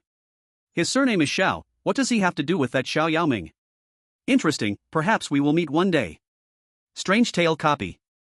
Time quickly arrived at dismissal time. Xiao Touming was just about to leave school as usual when he suddenly saw a familiar figure standing at the school gate. Anya? Brother. Anya stood at the school gate, her head down, her expression unclear, but the bright red dress she wore proved she was no longer the timid younger sister from the day, but the terrifying sister Anya. "Brother, are you leaving?" "Yes, I am leaving here." "Don't go, stay here forever, okay?" Anya reached out her hand to Xiao Touming, as the sunset behind her painted the sky red. Anya lifted her head, her face covered in various scars, blood gushing from the wounds, her eyes white had turned into black holes, flowing with blood tears. This scene reminded Xiao Touming of the message in the mirror, "Be careful. When emotions peak, the red one will come, and the day of the end will arrive early." I didn't expect it to come early. So this means she really is. At this moment, in the live broadcast room, as only the Dragon Nation and White Bear Nation remained, most internet users had come to the Dragon Nation's live room, and upon seeing this scene, everyone was shocked. God, how did the red dress sister show up? And didn't the rules say you can't refuse the sister? It's over, it's all over now. Yeah, whether you refuse or agree, it's death. They were so close to escaping. Damn it. So close yet so far. However, to everyone's surprise, Xiao Touming replied, "Sorry, I can't agree to that." Huh? Has Xiao Touming gone crazy? The rules clearly state that you can't refuse the sister in the red dress. Maybe he just wants to take a gamble. If it were me, I would do the same. After all, agreeing means certain death, refusing might still be a gamble that the rules are wrong. Yeah, may the gods and Buddha bless, definitely bless Xiao Touming to be safe. But the imagined rules being wrong did not occur. Just as Xiao Touming's words fell, a pool of blood suddenly appeared beneath him, with countless bloody hands reaching out to grab Xiao Touming's body and pull him down. "Brother, stay here with me forever." However, just when everyone thought Xiao Touming was certain to die, all of the bloody hands on him suddenly vanished, and Xiao Touming was safe and sound. Oh my god, thank goodness. Xiao Touming is fine. It seems that the rule might be wrong, that's why Xiao Touming could survive. No, wait. If that rule is wrong, then those bloody hands shouldn't have appeared. What the netizens didn't know was that when the bloody hands appeared, they were all swallowed by the bubbles around them. Why do you want to leave? Why? Anya covered her face, her cries sharp and haunting, piercing eardrums. Around her, one by one, students in red hats began to approach Xiao Touming. "Don't go, brother, stay here, stay here." 1, 2, 3. No, too many, the bubbles can't swallow this much. Damn, what to do? Xiao Touming didn't let the bubbles keep swallowing. After all, the bubbles could only swallow 3 strange things at a time, and now the number was too large for them to handle. As these students were about to reach Xiao Touming, suddenly the students in red hats stopped moving. That's enough. The security guard slowly walked into the crowd, and with each step he took, the red-hatted students seemed to retreat in fear. Why your clothes? Xiao Touming's eyes widened suddenly when he saw the security guard's uniform had turned black halfway. Ha, it's fine, I haven't fully been tainted yet. The security guard laughed heartily, then looked complexly at Anya. Anya, that's enough. I know what those children did to you, but you have locked their souls here over and over again, torturing them day and night. This has long surpassed their sins. Moreover, you have also harmed many innocent people. As a security guard, I cannot let you continue. After saying this, he turned back and whispered to Xiao Touming, you hurry and go, with me here, they won't dare to chase you, quickly run home. Hurry! Xiao Touming didn't say a word, he quickly broke through the crowd and rushed out of the school. Anya instantly got furious, her voice a mix of crying and laughing, and the surrounding red-hatted students lunged at the security guard as if they had gone mad. From behind came the security guard's pained cries and the sound of bones being crushed, but Xiao Touming didn't look back. He knew what was happening behind him but couldn't stop. If he did, he might get caught by them. He couldn't let the security guard's sacrifice be in vain. Xiao Touming gritted his teeth, some tears welling up in the corners of his eyes. He desperately ran towards home, but the road ahead suddenly became blurry and twisted, and the clear sight of home disappeared. Crimson blood mist quietly crept up from the corners of the streets. Xiao Touming panted for breath. He wasn't good at running, and after only a short distance, he was already almost out of strength. I can't stop here, damn it, where is home? At that moment, the compass in his arms emitted a strong glow. Yes, I can use the compass. Xiao Touming quickly took out the compass, and as he silently recited in his heart, the compass pointed out a path for him. Thank you, Xiao Kuai. Xiao Touming felt grateful. Following the compass's guidance, he quickly found his home. As soon as he stepped into the house, Xiao Touming immediately opened the refrigerator. Indeed, there was a bottle of beer that looked like blood inside. This should be it. Xiao Touming murmured, turning around only to bump into his mother. Xiao Tu, what are you holding? Oh no. Xiao Touming hurriedly hid the beer behind him, but it was too late. His mother started trembling all over, muttering, red, red. Xiao Touming no longer hesitated, he pushed his mother away and quickly locked the bathroom door. With one hand, he opened his phone to take a picture, and with the other, dipped his finger in the beer to draw symbols on the mirror. Bang bang. The bathroom door made a loud crashing sound, and at the same time, Mom's frantic voice echoed, Xiao Touming, are you not Mommy's good child anymore? Come out. Come out. Don't worry about her. If she rushes in, just swallow her, Xiao Touming advised Bubble beside him, continuing to work with his hands. Just as the words left his mouth, the bathroom door was suddenly smashed open. Bubble was also knocked away. Ugh! In the next second, Xiao Touming was grabbed by his mother, pinned against the sink, her melting features emitting a hoarse voice. Why won't you open the door for Mommy? Are you not my good child anymore? If you aren't, then go die. As she spoke, she squeezed his neck tighter. Xiao Touming's face gradually turned purple as he struggled to spit out a few words. Look, in the mirror. Instinctively, Mother looked up at the mirror, and the next second, she suddenly released her grip and fell to the ground, covering her face and screaming. Cough cough cough. Xiao Touming coughed desperately, struggling to stand and draw the symbols. However, when he was about to finish the last stroke, the liquid in the bottle ran out. He immediately realized that the accident had spilled some of it. Damn. Do I have to use my own blood? I don't even know if it will work. Just as he hesitated, a voice unexpectedly came from behind him. Use my blood. You. Sorry, Mr. Xiao. I can't believe I did that to you earlier. Mother slowly stood up. Although her face was extremely pale, her features had returned to normal, and her mind was clear again. There was a look of guilt on her face. Ms. Liu, Xiao Touming exclaimed as he picked up Bubble in shock. There's no time for more words, Ms. Li said, piercing her finger with her sharp nails to add the final stroke to the symbol. In an instant, a red light burst forth, and a black portal appeared before him. Ms. Li directly pulled Xiao Touming and threw him into it. Anya becoming like this is partly my responsibility. If I hadn't been so weak and put too much pressure on her back then, things might not have come to this. For all these years, I've been trying to blame others for the mistakes and attempted to escape the guilt, but in the end, I realized that it wasn't redemption. I was only comforting my own guilt. Ms. Li turned back, her smile particularly desolate in the night. So Anya has never forgiven me, right? I am really an unqualified mother. If you can meet Anya, please tell her that Mommy is not a good mommy. Mommy is sorry for you. If there's a next life, go find a happy family. Chapter 32, Adolf's Challenge in the White Bear Kingdom. Xiao Touming opened his eyes. The morning sunlight poured through the window, warm and bright. Just like usual, Xiao Touming got out of bed and opened the window, where the sunlight shone brightly, and the sky was a clear blue. A few white doves flapped their wings and flew from the treetops. Today's weather is nice. Enjoying such good weather, Xiao Touming stretched and felt particularly happy. Brother, it's time to eat. His sister Anya's voice came from outside the door. Coming. Xiao Touming opened the door, and in the dining room, his mother had already prepared breakfast. While setting the table, she nagged at Xiao Touming, "Why did you get up so late? Hurry and wash your hands to eat, don't be late." Got it. Xiao Touming quickly washed up, then sat down to eat. At the table, his mother and sister chatted while eating, while his father remained silent. The meal ended quickly in a warm atmosphere, and Xiao Touming and Anya went to school together after eating their fill. Upon arriving at school, as soon as they walked in, they saw several people smiling and greeting Anya. Anya. Good morning. Anya. Your clothes look beautiful today. Xiao Anya. Want to go to the cafeteria together for lunch? Today there is delicious braised lion's head. Anya smiled and responded one by one to others. A few boys surrounded Xiao Touming, one of them hugged his neck and shouted for him to come and play football in the afternoon.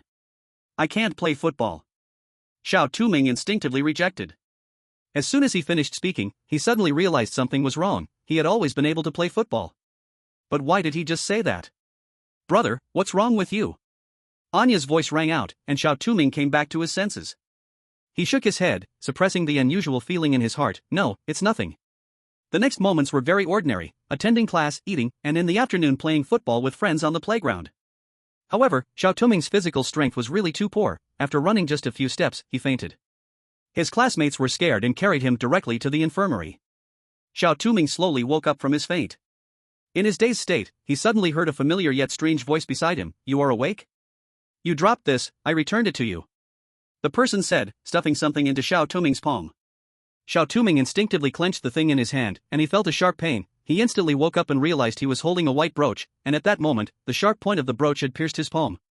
Xiao Touming watched as blood slowly oozed from the wound in his palm. A blue-clad security guard suddenly came to his mind, handing him the white brooch. But you must remember, no matter what you encounter in that world, do not forget your purpose. Remember, do not lose yourself. In an instant, a flood of memories surged into Xiao Touming's mind, and he recalled everything. It turned out that when entering the mirror world, he was attacked by Anya, while Bubble and Anya started to fight, and he accidentally dropped the white brooch, resulting in losing his memory and having implanted memories that did not belong to him. Without a doubt, the implanted memories were from Anya. But who gave him the brooch? I knew they wouldn't invite me to play football. Ignoring me would have been the right thing to do. Xiao Touming smiled bitterly. I don't know how much time is left now. I already understand who that person really is, and I must hurry to find the notebook. Just then, Xiao Touming heard someone approaching the infirmary. He quickly lay back on the bed. As soon as he lay down, he saw a few boys in sportswear push the door open. One of the boys saw Xiao Touming awake and immediately asked with concern, You woke up? How do you feel? I still, cough. Xiao Touming coughed violently a few times. A layer of abnormal redness appeared on his pale cheeks. It's just that I probably haven't exercised vigorously for a long time and can't hold on. Sorry for worrying you. Oh, it's all brothers, it's normal to care a little. The boy poured a glass of water, handed it to Xiao Touming, and patted his back to help him breathe easier. By the way, can I borrow your notebook?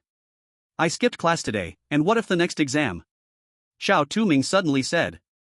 Notebook? Are you confused? Our whole school doesn't use notebooks anymore. Oh, wait, there should only be you and your sister still using notebooks. Xiao Touming didn't say anything. He closed his eyes and appeared very weak. Seeing him like this, a few students exchanged glances, choosing to say goodbye and let him rest well. After they left, Xiao Touming opened his eyes. He exhaled sharply, muttering, I really am still not used to so many people caring about me. But now I've found clues about the notebook. That counts as a gain. Without delay, Xiao Touming immediately left the infirmary. He returned to the classroom, and just right, everyone in the classroom was absent. He returned to his seat and indeed found his notebook in his backpack. Even more surprisingly, he also found a notebook with his sister's name on it. The two notebooks, aside from the different names on the covers, were just different in color. Mine was red, while my sister's was white. Is this the different notebook the security guard mentioned? Which one is real? At this moment, in the real world, the Dragon Clan analysis group and the people were thinking, and after listing a bunch of hypotheses, they ultimately decided, choose the white notebook. Should we tell Adolf? A member of the White Bear Country analysis group asked the leader. Wait a moment. Inside the strange tale instance. The white notebook? After receiving a reminder from reality, Xiao Touming picked up his pen, ready to write in the white notebook, but just as he was about to write, a legend he had seen in the library suddenly flashed in his mind. The legend said that the other side of the mirror was a parallel world, just like reality, but everything in the mirrored world was the opposite of the real world. Opposite, could it be? Xiao Touming shivered all over. He suddenly opened the red notebook and wrote the words "Dad" on it. Seeing what Xiao Touming did, everyone was stunned. Right after that, the live broadcast room was instantly flooded with comments. Oh my god. What is Xiao Touming doing? He was so close. Damn it. This jerk. We thought for so long, and he had to go against the grain at this moment, huh? If the rule strange tale comes down and I die, I will hold him accountable. What nonsense, Touming? I see he just wants to die and drags others down with him. Look at the players from the White Bear Country, they're so obedient. Why are our players such idiots this time? Who does he think he is? Xiao Yaoming? We clearly gave him the answer, yet he insisted on going against it. Wah, I don't want to die, I don't want to die. For a moment, comments cursing, crying, and gloating flooded in. However, just when everyone thought Xiao Touming would definitely die this time, the system prompt sound slapped everyone in the face at that moment. Congratulations, players successfully chose the correct notebook and found the person wanting to destroy the happy family. Since you were the first player to successfully find it, your country's various resources will increase by 50%. Wait, am I hallucinating? Why did Xiao Touming choose correctly? No, it's not a hallucination. I also heard the system say Xiao Touming chose right. Oh my god. But why is the correct notebook red? Clearly before, red was the danger color. Ha ha. I said our Touming wouldn't make a mistake. Are those who cursed Touming earlier still feeling the pain? Phew, luckily I didn't send the wrong message to Adolf just now, otherwise. A member breathed a sigh of relief, remembering how close they were to possibly triggering the White Bear Country's rule strange tale. Alright, enough celebrating, hurry and send a message to Adolf. So that's how it is, it's red? At this moment, Adolf had just entered the mirrored world. Unlike Xiao Touming, Adolf was not attacked by Anya's sister, he retained his memory thanks to the badge. Relying on Xiao Touming's experience of passing through given by reality, Adolf easily found the notebook in his backpack and wrote "Dad" on it. Sure enough, the next second, the system's success prompt sound rang out. Congratulations, player successfully found the person wanting to destroy the happy family. Player has met the basic clearance conditions. Would you like to exit the instance? Yes. Adolf immediately chose to exit. He knew his own limitations and that he had survived until now thanks to many people and even bizarre help. He did not dare to stay any longer. Congratulations, player cleared the instance of the strange sister. Rating, S grade. This country's rule strange tale is exempt from descending. The crime rate in the country decreased by 20%. Gained items, security guard's blue badge, security guard's white badge, sister's fruit knife. Security guard's blue badge, the badge regularly worn by the security guard. Only those who are recognized are qualified to wear it, and wearing it can exert a certain deterrent effect on the strange, especially the red strange which doubles the effect. The white brooch of the security guard, wearing it allows the wearer to maintain their own mental state and remain somewhat clear-headed. The sister's kitchen knife, suspected to be the knife that the sister used to kill their father? It can cause a continuous bleeding state on the strange. What a powerful weapon, this thing could be rated as an S-class item, right? This reward is so generous. Adolf exclaimed. But that Xiao Touming is really impressive, he was able to think of something that so many others couldn't. I must meet him if I have the chance in the future, Adolf thought at the last moment before exiting the copy. Seeing the players from the White Bear Nation clear the level first, everyone in the White Bear Nation cheered. Hooray! No wonder it's Adolf. It's actually an S-class clearance. It seems our White Bear Nation also has a day to rise. Quick, fast. Let's send the fine silver fish we caught at home to our great hero. I think they definitely won't care about your broken fish. How can such small things be worthy of our great hero? If you ask me, we should send a bear instead. Chapter 33 Goodbye. Anya. Inside the ghost story copy. As expected, Xiao Touming sighed in relief upon hearing the system's voice. However, the next system prompt left him frozen in place. Detected that your bond with Anya has reached the conditions to unlock a hidden mission. A hidden mission will be forcibly activated, destroy it within 3 hours. The one who clears it will receive generous rewards. Warm reminder, liberation and extermination mean the same thing. Xiao Touming's mouth twitched. He actually had to exterminate it in this copy, and it was a force-timed mission, thank you very much. At this moment, in the livestream room of the Dragon Nation, viewers were also left stunned upon seeing this scene. Oh my gosh, how can there still be hidden missions? This luck is just too good. And it's to exterminate it in this copy. This is simply impossible. suddenly feeling sympathetic towards the Dragon Nation. Did you offend the rule of ghost stories? Inside the ghost story copy. Although I generally know how to solve it, I'm really not good at persuading others with words. Xiao Touming sighed deeply, talking to himself in frustration. Anyway, I'll give it a try. Xiao Touming stood up and walked to the window, looking down at the playground where Anya in a white dress was laughing and joking with her friends. The girl's smile was pure and beautiful, as if she had never been tainted by a hint of pollution. Xiao Touming remembered Anya in the mirror with countless scars on her face from wearing the red dress, making it hard to imagine what had happened to such a pure and beautiful little girl to end up that way. As if sensing Xiao Touming's gaze, Anya looked up and waved at him. Xiao Touming also greeted her in return and gestured for her to come up. Brother! Anya ran up, her face still flushed. Xiao Touming took out a handkerchief and gently wiped the sweat from her brow. Did you have fun playing with your friends? Of course, I'm happy. Brother, why are you asking this all of a sudden? I was just reminiscing about a dream I had a few days ago. Xiao Touming turned to look at the sky outside the window and said to himself, there was a girl born into a family that favored boys over girls. Her father was an alcoholic with violent tendencies, often abusing the girl and her mother over trivial matters. Her mother was a weak person who lacked the courage to divorce her father and placed all her hopes on her daughter, forcing her to study hard. This kind of pressure became a pathological oppression, placing immense stress on the girl. Anya's smile slowly faded. She clenched her fists, trembling slightly. Not only was there the father's abuse, but also the mother's pathological oppression. At school, the girl was also an unwelcome presence. Some students bullied this girl. She once tried to find the teacher for help, but the teacher didn't believe her. In the teacher's eyes, the reason she was bullied must have been her fault. After all, it takes two to make a sound. Anya's eyes became hollow, and her body shook even more, as if she recalled something terrifying. Xiao Touming ignored Anya's abnormality and continued, even in this desperate situation, she only worked hard to study, trying to get into a school in another city to escape this nightmare. But in the end, her hope was crushed on a certain day. Don't say it! Anya covered her ears and screamed. The space around her began to shake and collapse, and the screams of students filled the air. The originally peaceful and beautiful campus instantly turned into a hell. On that day, her father came home drunk, perhaps driven by lust. He set his sights on his daughter, who was doing her homework at home. The daughter fought back desperately, but how could the weak girl resist her strong father? At that moment, she saw a fruit knife beside her. Shut up! Anya screamed in despair. With a crack, the entire mirror world shattered. Xiao Touming saw Anya in the red dress tangled up with Bubble again. Both sides were bruised, looking like they had suffered greatly. Bubble, upon seeing Xiao Touming, instantly transformed from fierce to cute and aggrieved. He dropped Anya and leaped into Xiao Touming's arms. Bubble? Okay, it's alright. Xiao Touming comforted Bubble. He looked up at the two Anyas before him, one in a red dress, covered in scars and blood, the other in a white dress, looking terrified and uneasy. Hello, nice to see you again, Xiaoya. Xiao Touming said. Brother, who are you greeting? Me. The Anya in the red dress pointed to herself and then to the Anya in the white dress, or her. You are indeed one person. Why distinguish so clearly? Xiao Touming replied calmly, pointing at the Anya in the white dress. To be accurate, this child is your true self, right? After your death, perhaps you longed for a normal life, but couldn't let go of your hatred. Thus, you split into another individual, while your true self lived a normal and beautiful life, and the other self tortured your enemies.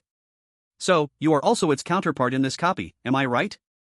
Of course, what I've said is just my speculation. You are not too wrong, brother. Both Anyas spoke at the same time, their voices overlapping.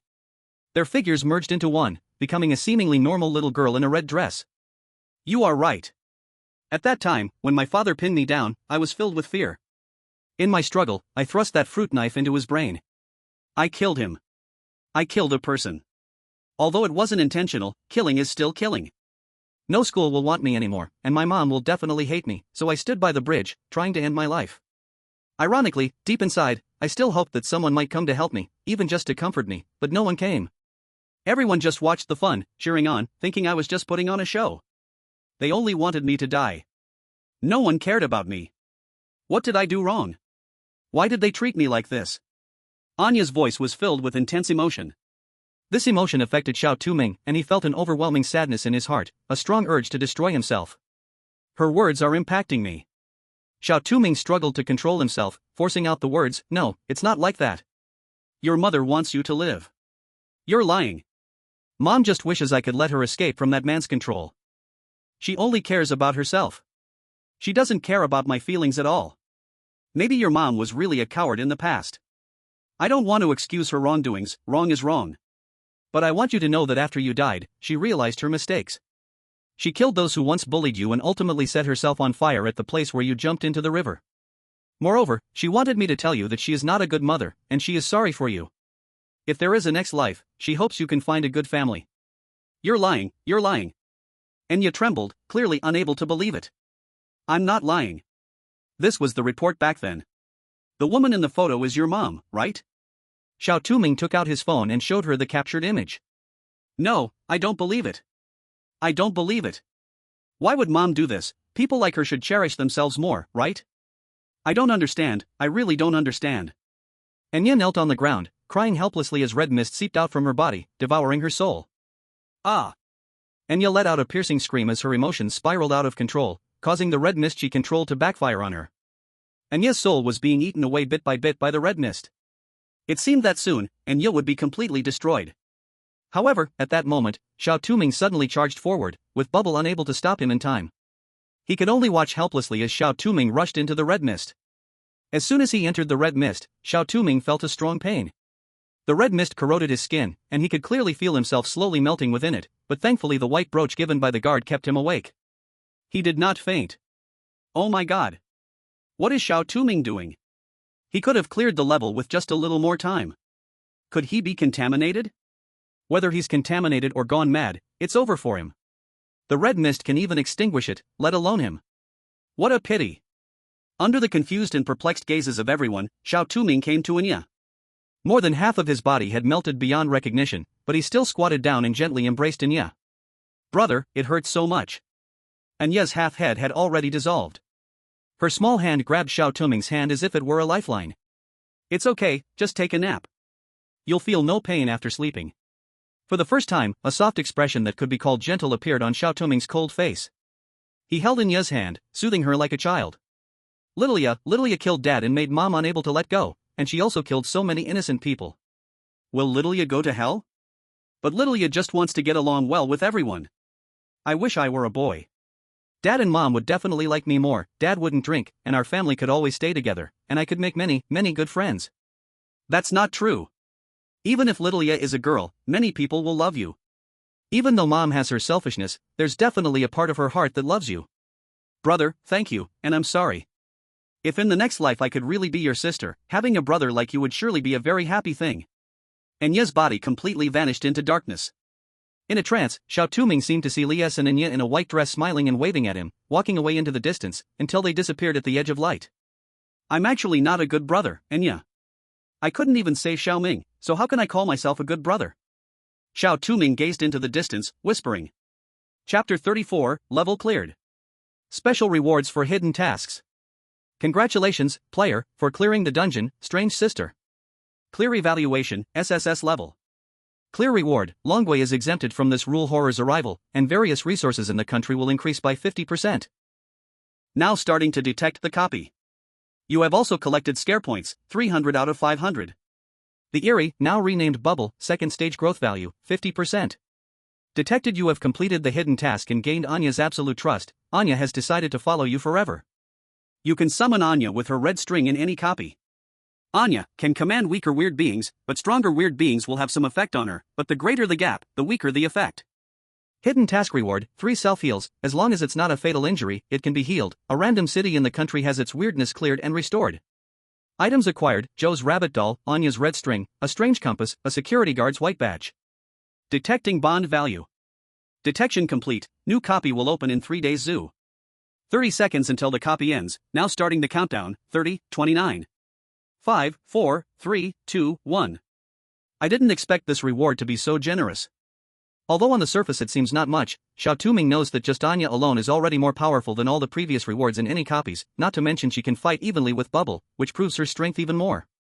Adding 3 self-heals, Xiao Touming immediately used one, and in the blink of an eye, half of his decayed body was restored to its original condition. He marveled at the power of this effect, and although one was used, there were still 2 left, plus Bubble and Anya, his chances of survival were greater. However, one thing surprised him, the scare points collected from this copy were actually more than he expected. Although he couldn't level up yet, it had already exceeded his expectations. Could it be that time he commanded Y to scare the Red Hat? At this moment, Long Country was already cheering, because compared to other rewards, they cared more about the random removal of a city's weirdness and its restoration. Because this reward meant that their Long Country had a city that had once fallen to weirdness restored, giving them a new place to survive. How could this not make them cheer? Thank you, Xiao Touming, woo woo woo, I've never thought someone could be so handsome. Thank you, Two Brother, thank you, Divine Being. I live near a city that fell to weirdness, I saw with my own eyes that city restored to its former state. It's just a pity those who died because of weirdness will never return. This is unavoidable, my family also died in that city because of weirdness, I couldn't even collect their belongings. At least now I can finally give them a proper burial. Really, thank you so much, from now on, I will be Xiao Touming's loyal little brother. Whoever dares to mess with Two Brother will have to deal with my hundreds of brothers. Don't think you can hide behind a network line. Speaking of this, what happened to those who cursed Xiao Touming? Shouldn't they come out and apologize? Exactly. As a loyal mommy fan of Xiao Touming, I will not allow our little one to be insulted at all. When did we have mommy fans? At first, I wanted to have a child for Two Brother, but he really has this kind of cold and cute vibe, a sense of maternal affection gradually grew from deep within. I really didn't expect Xiao Touming to actually do it. I thought he definitely wouldn't survive. In the analysis group of Long Country, Leader Chi slumped in a chair, sighed, and smiled in relief. Yeah, this kid really did it. I was worried at first that the target you set for him was too difficult, but now it seems to me that he might be able to be as strong as or even stronger than his brother, bringing new hope to our Long Country once again. Wang Vi smiled as he looked into the distance. During their conversation, someone suddenly reported that the leader of White Bear Country had sent a secret letter. The leader of the White Bear Nation is going to visit the Dragon Nation, accompanied by a player from the White Bear Nation, Adolf. As a major nation like the Dragon Nation, the arrival of the White Bear Nation is a significant event. Team leader Chi immediately organized people to receive the visiting leader. During the reception, Adolf expressed his desire to meet Xiao Touming. After considering many factors, team leader Chi ultimately agreed to the request, but the time and location must be decided by them. Soon, Adolf, after passing through multiple layers of protected forbidden areas, arrived at a comfortable lounge. After sitting down, team leader Chi told him to wait a moment before closing the door. The lounge is equipped with everything for eating, drinking, and having fun. Just as he was in high spirits, a voice suddenly rang out, "Hello, are you Adolf from the White Bear Nation?" Damn! Where did this kid pop out from? Adolf was startled, as he hadn't noticed anyone entering the room. However, when he saw the person in front of him looked to be only about 11 or 12 years old, barely reaching his thigh, he mistakenly thought the other was just a child who had wandered in from a high-ranking family's home, so he squatted down to pat the child's head and asked, "Little friend, are you lost?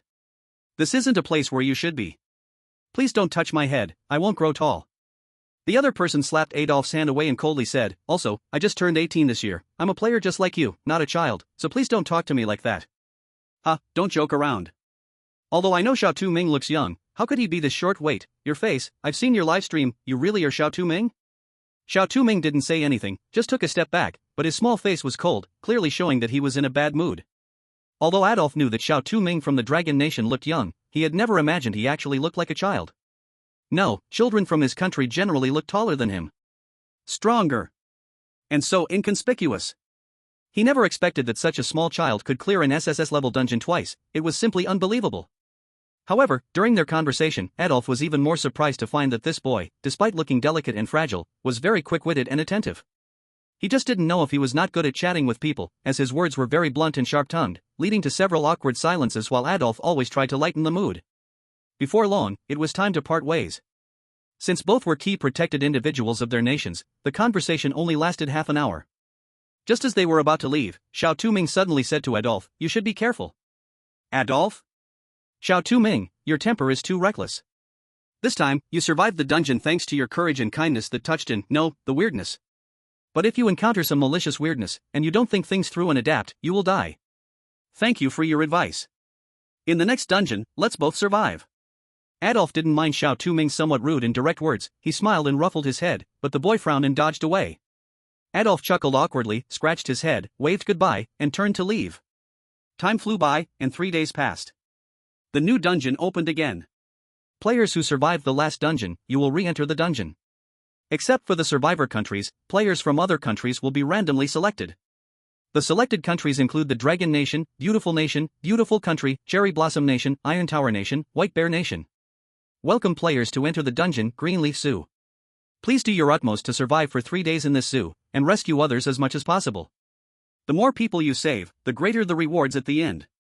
Friendly reminder, this time, players from different countries have different identities. What? Is it actually a zoo instance? As the hint sound of the rules of Strange Tales faded, the live stream instantly exploded.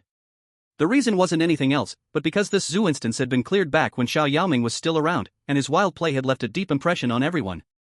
What the heck, it's actually a zoo. I remember this instance has the highest survival rate among all instances. With the experience of those before us, as long as we don't act recklessly, we'll definitely survive. Yeah, although there's still a need to save people, the rules of this instance are straightforward. Following them strictly should create no problems. It seems the death rate in this instance is not as high as the first two. Is it really that simple? I think this zoo is a bit different from the previous ones. Could the rules be different too? Oh come on, it's a zoo. Even if there are differences, it shouldn't be too far apart. Stop being paranoid.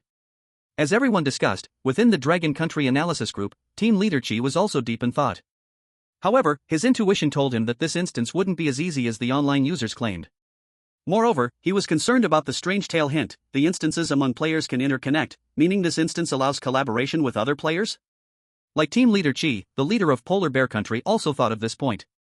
He immediately ordered his subordinates, quickly contact the Dragon Country analysis group and say that Polar Bear Country wishes to ally with Dragon Country to clear this instance together.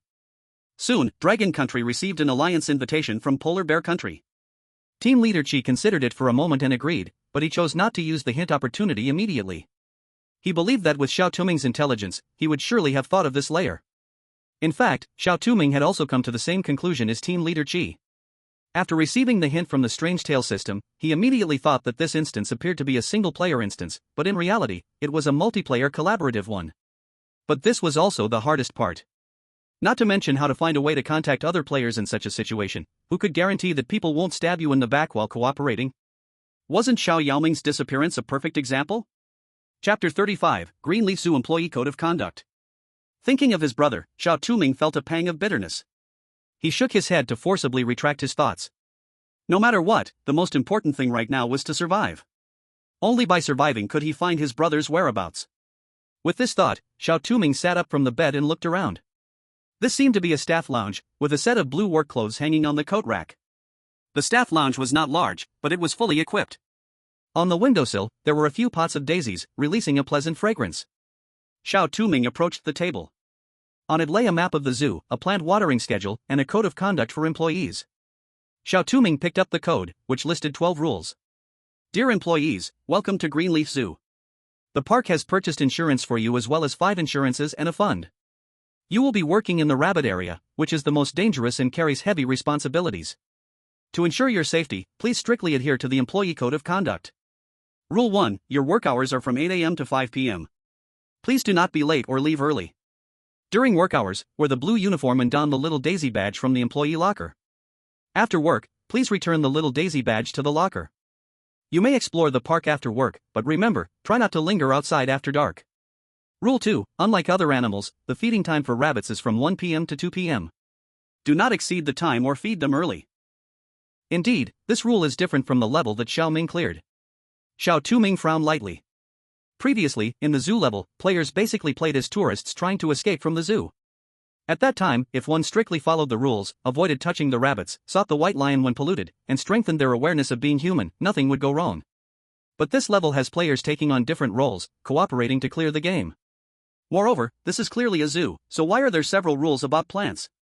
If the rules are all correct, then it means that the role meant to purify the pollution is not just the white lion. Plants can also purify pollution. But if the plants are good, why does that green leaf juice cause a decrease in sanity? And once the sanity decreases due to the plants, one has to drink the absolutely forbidden black sheep's blood? It feels like plants and animals are balancing each other out. Damn it! How could I be so unlucky to be assigned to the rabbit park staff? In the real-world Dragon Kingdom analysis group, Team Leader Chi slammed the table, his face serious. He never thought Xiao Touming's luck would be this bad, ending up as a blue-clothed employee in the rabbit park. Everyone knows rabbits are the closest to it, and the rabbit park is the most polluted place. Most other players were assigned as tourists, only a few were given employee roles, and those were mostly in the white lion or monkey parks. Only a few unlucky ones were assigned to the rabbit park, and Xiao Touming was one of them. Could it be that because he cleared levels consecutively, he's being targeted by the system? Team leader Qi rubbed his temples in pain. It's okay. With Xiao Touming's wisdom, he will definitely clear it. Wang Vi said gently to comfort him. Let's hope so. For now, let's organize the clearing experience from the previous dungeon and send it to him later. Wait, I think we need to observe a bit more. Right now, the most important thing is to observe the information other players get and find a way to connect players.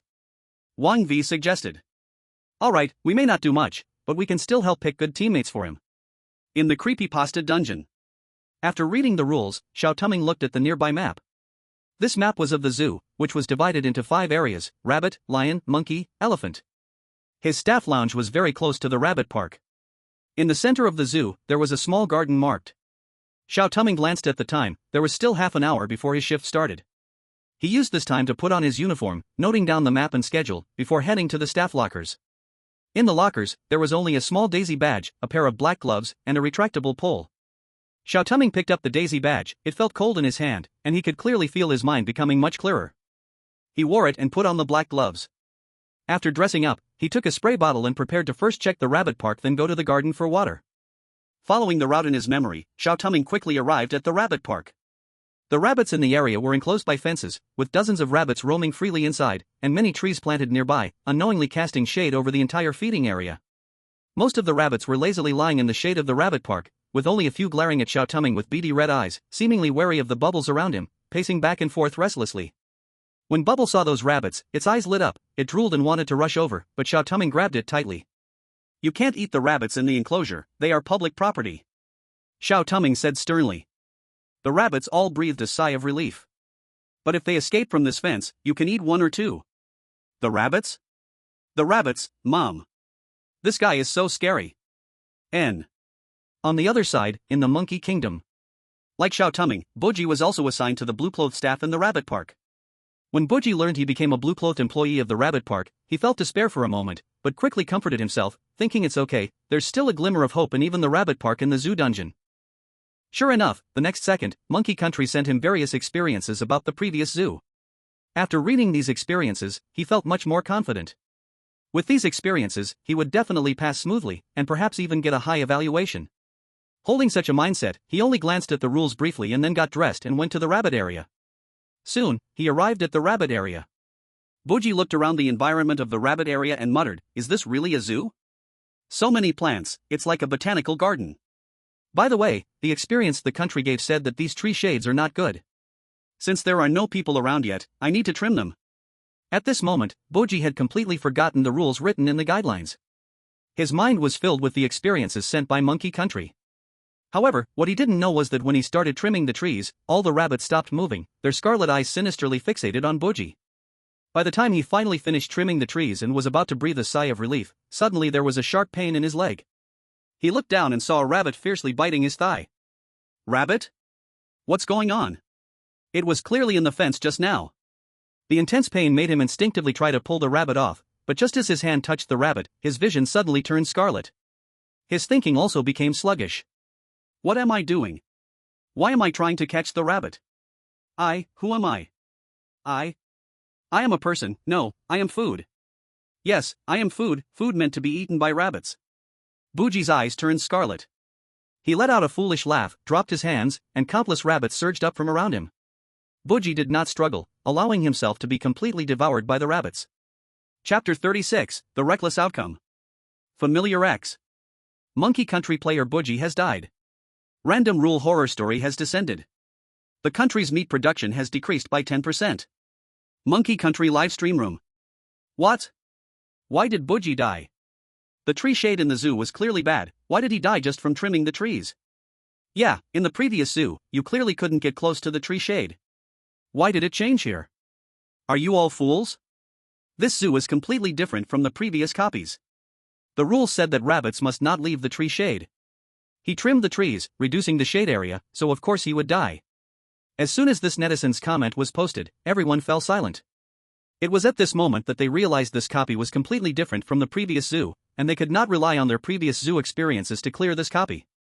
Thinking of this, analysis teams from various countries simultaneously sent a message to players: never treat this copy with experiences from previous copies. Inside the horror copy, Xiao Touming and Bubble had already arrived at the central area of the zoo with their water bottles.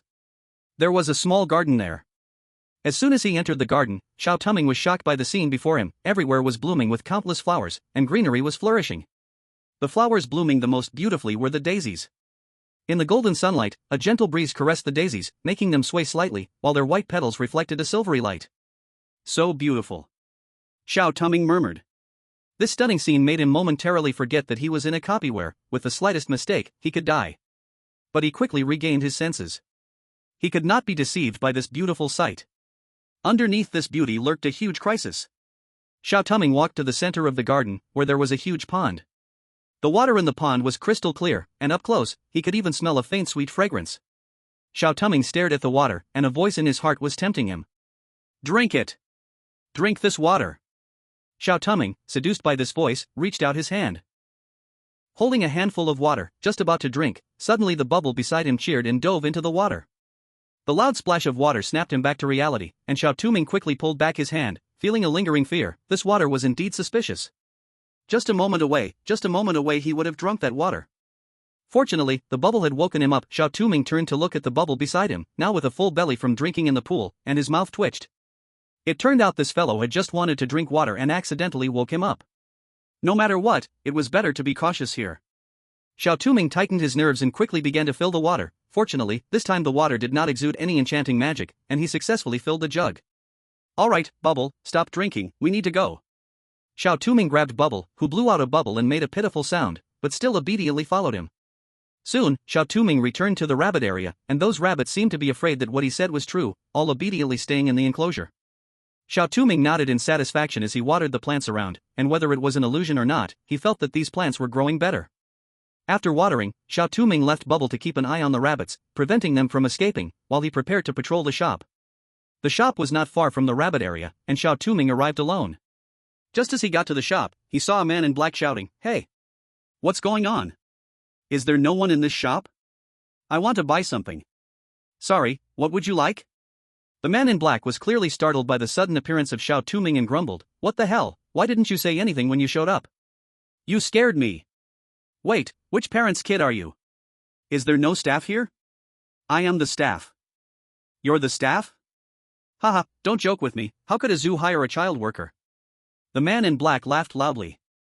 Xiao Touming felt his veins twitch but kept a straight face, coldly saying, "May I ask what you want?"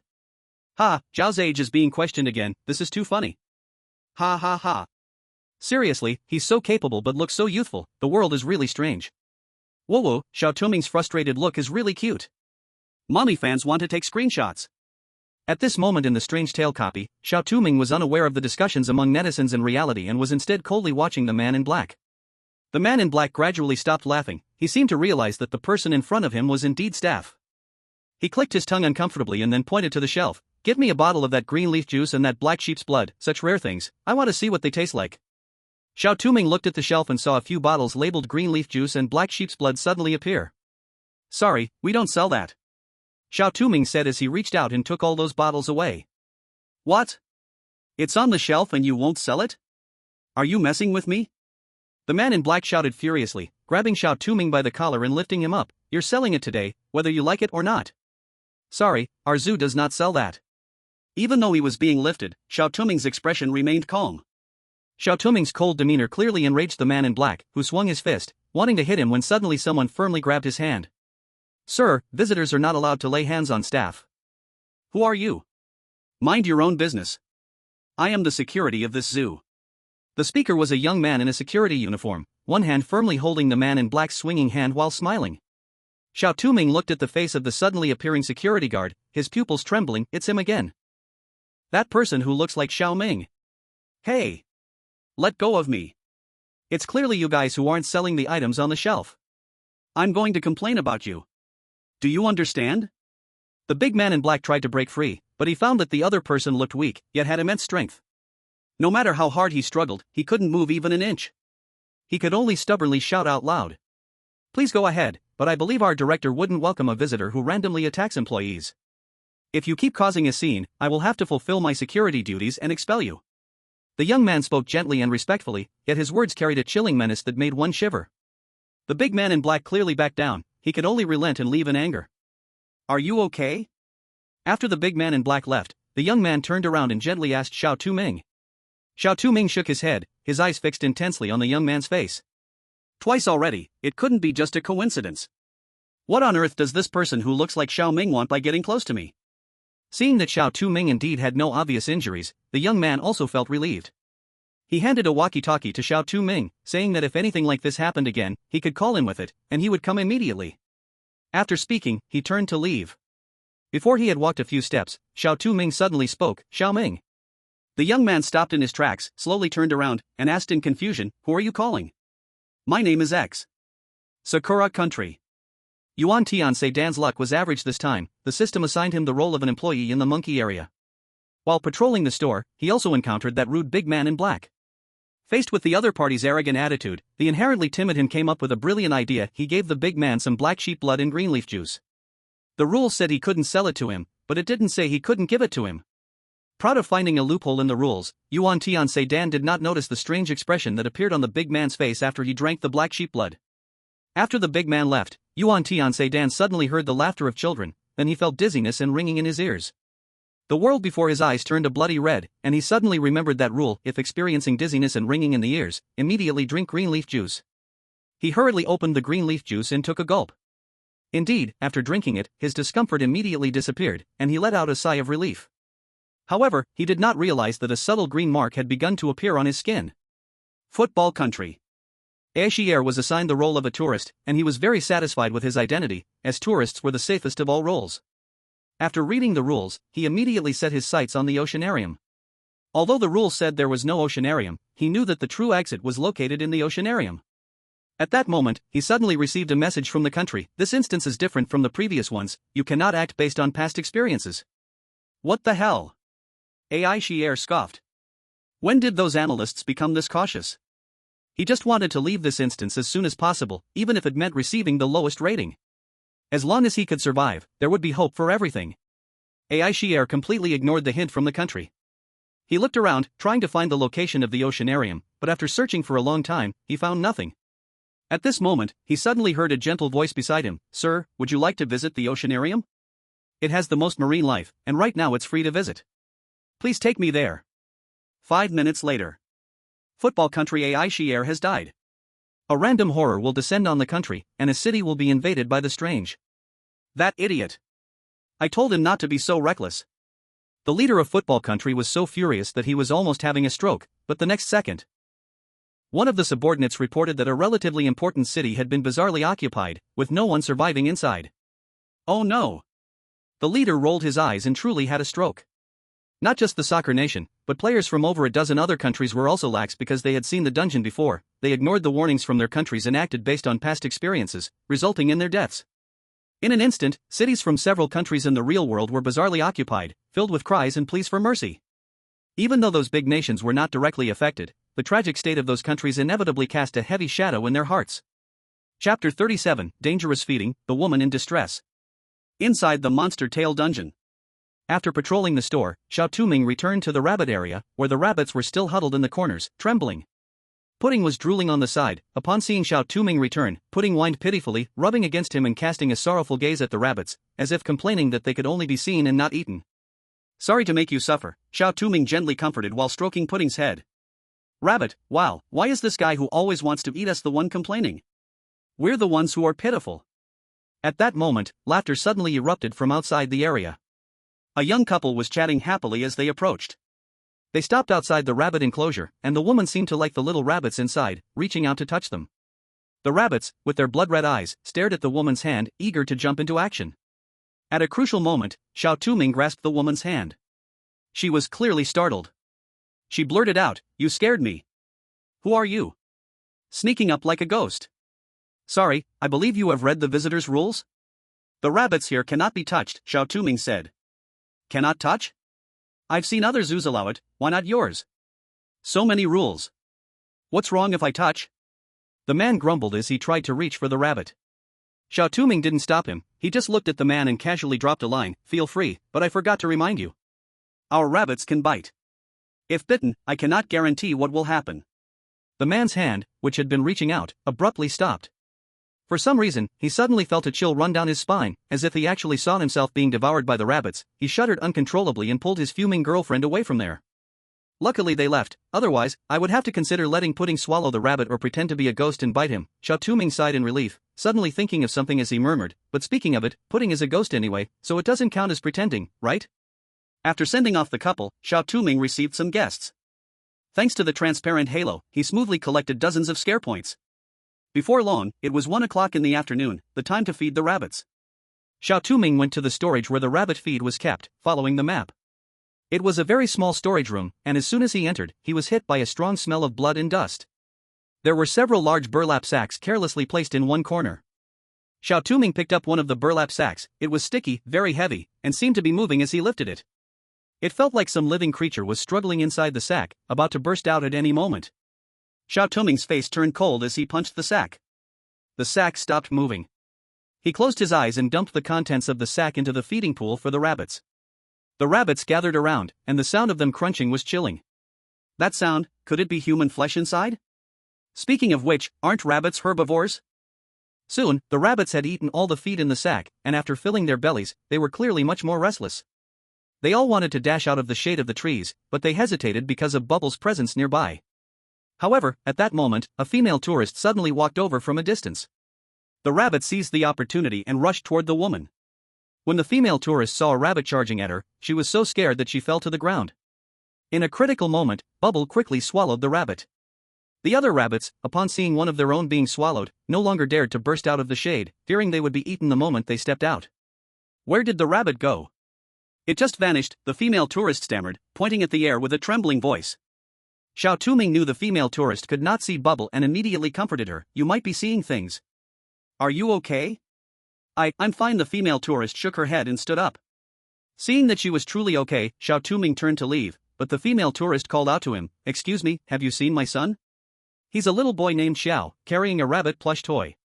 Xiao Touming's mind flashed to an image of a boy wearing an eye mask with tentacles in his eyes. It seemed they had made a deal for him to play with him. Was the boy the one she mentioned?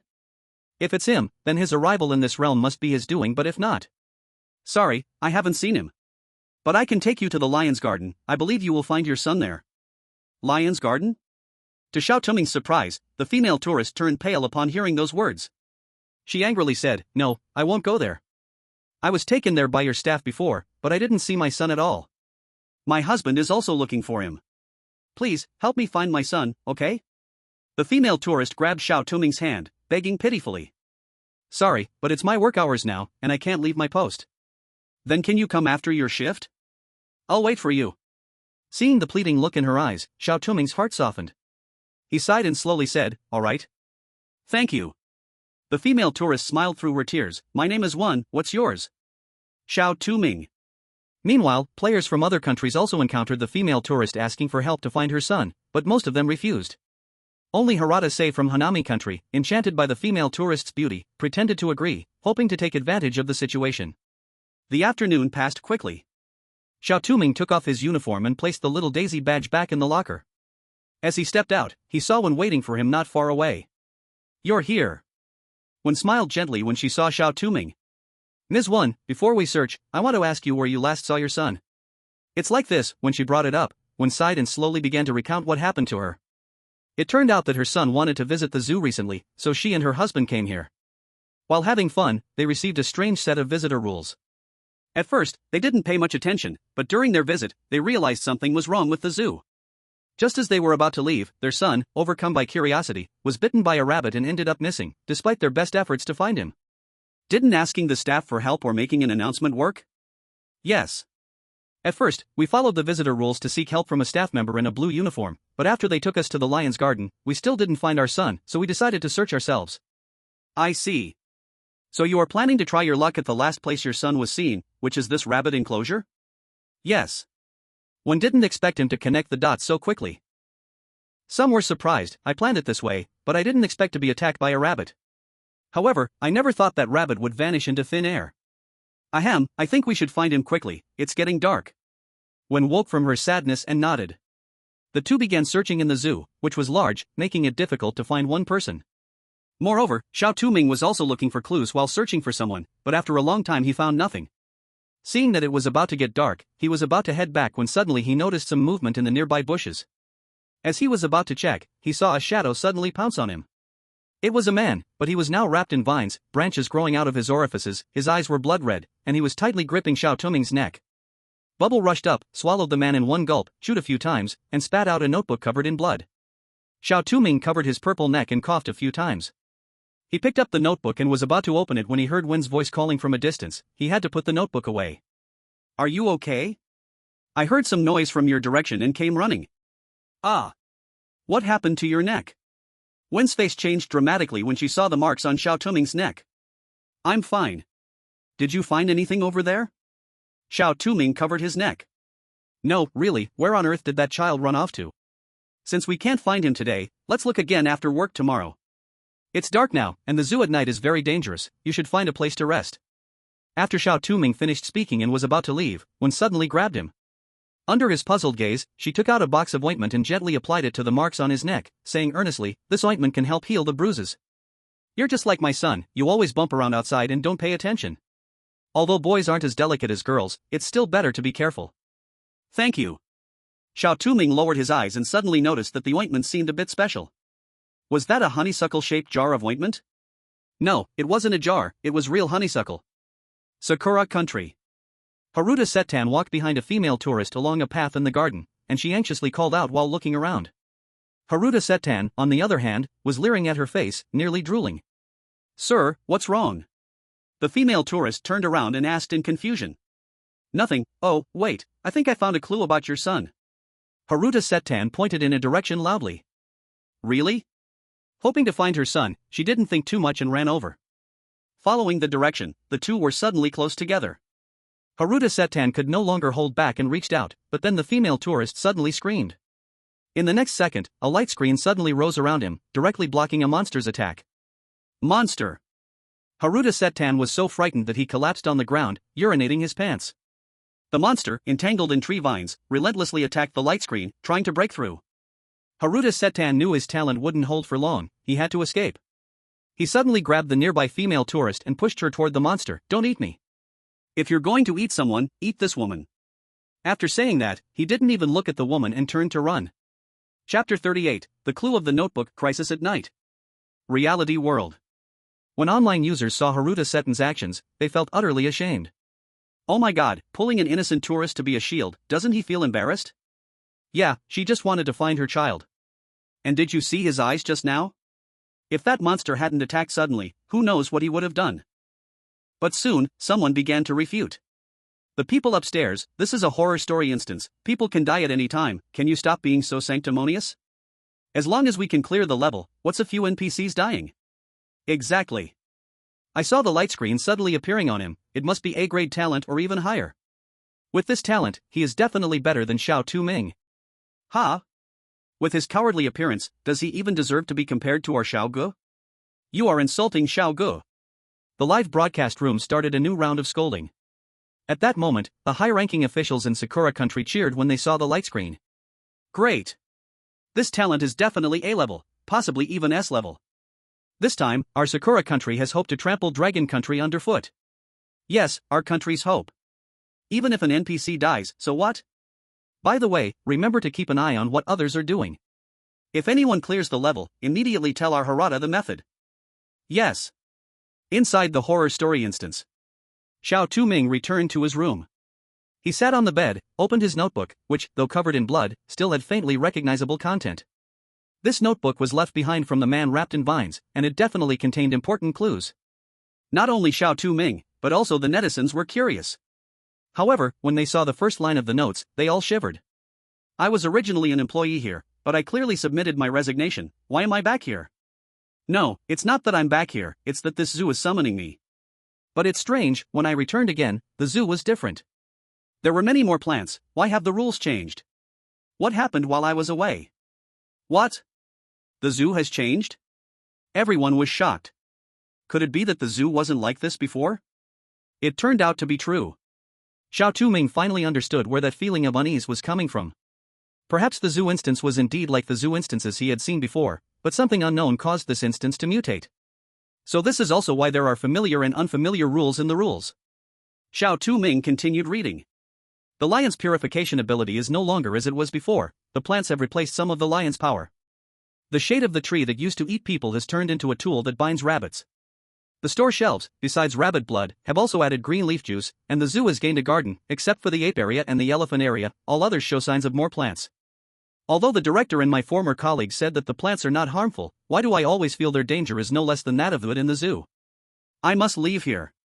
But why is the aquarium, the only place for me to escape, now missing? In its place is a botanical garden? But these plants have many benefits. Different plants have different effects, some can even help me resist attacks from monsters. Perhaps plants are actually good things. But the following diary entries were smeared with blood, making it impossible to see the words inside. Until the end of the notebook, it seemed the owner hurriedly wrote with blood, filled with indescribable despair and madness. Don't trust or rely on the plants. They are a group of greedy monsters, consuming our marrow and souls completely. The zoo does not have just won it, those so-called benefits are merely tricks to confuse us. We are all just pawns. Just toys at their whim. We can never escape the botanical garden, we cannot leave here. In the end, we'll only become nourishment. Don't believe that couple, smeared out. Trust that couple, only by helping them find their child and being a good person can we survive, right? I am a human. I am a human. Am I a rabbit? Am I a goat? I am a flower? I am a tree? I am a tree. Ha ha ha ha. The notes abruptly ended here, and at the very last of the notebook, there was a line written in blood, as if the owner had written with all their strength. I can't escape anymore, but if you see this notebook, go to the aquarium. The aquarium still exists. The way out is there. The aquarium? But the rule said the aquarium has been swallowed by the botanical garden, could it possibly still exist? Xiao Touming thought, suddenly hearing a strange sound from outside the window. He looked outside and was immediately scared to a cold sweat. Outside, it was a sea of red. No, it wasn't red. It was the bunny's scarlet little eyes pressed against the window. As if sensing Xiao Touming's gaze, those bunny's eyes rolled around, and the next moment, sharp laughter rang out as they banged frantically against the window. Ah! What is this? So many bunnies. Damn! You scared me to death. My claustrophobia is kicking in. I'm done for, now I'm watching the live stream alone, what if I can't even dare to go to the bathroom? Damn it! Xiao Touming took a few steps back. Logically, with the bubbles there, they shouldn't dare to come out. Why are they suddenly going crazy? Now I can't escape, if I do, I'm sure to die. The rules said you can't stay outside at night, which means the staff lounge is a safe place. There must be something to resist those bunnies in this lounge, such as plants. Sure enough, just when the bunnies were about to smash the glass, the little daisies on the windowsill suddenly emitted a soft glow, forming an invisible shield. The bunnies, seeing their attack ineffective, could only let out unwilling sounds and scatter away. After the crisis, Xiao Touming breathed a sigh of relief.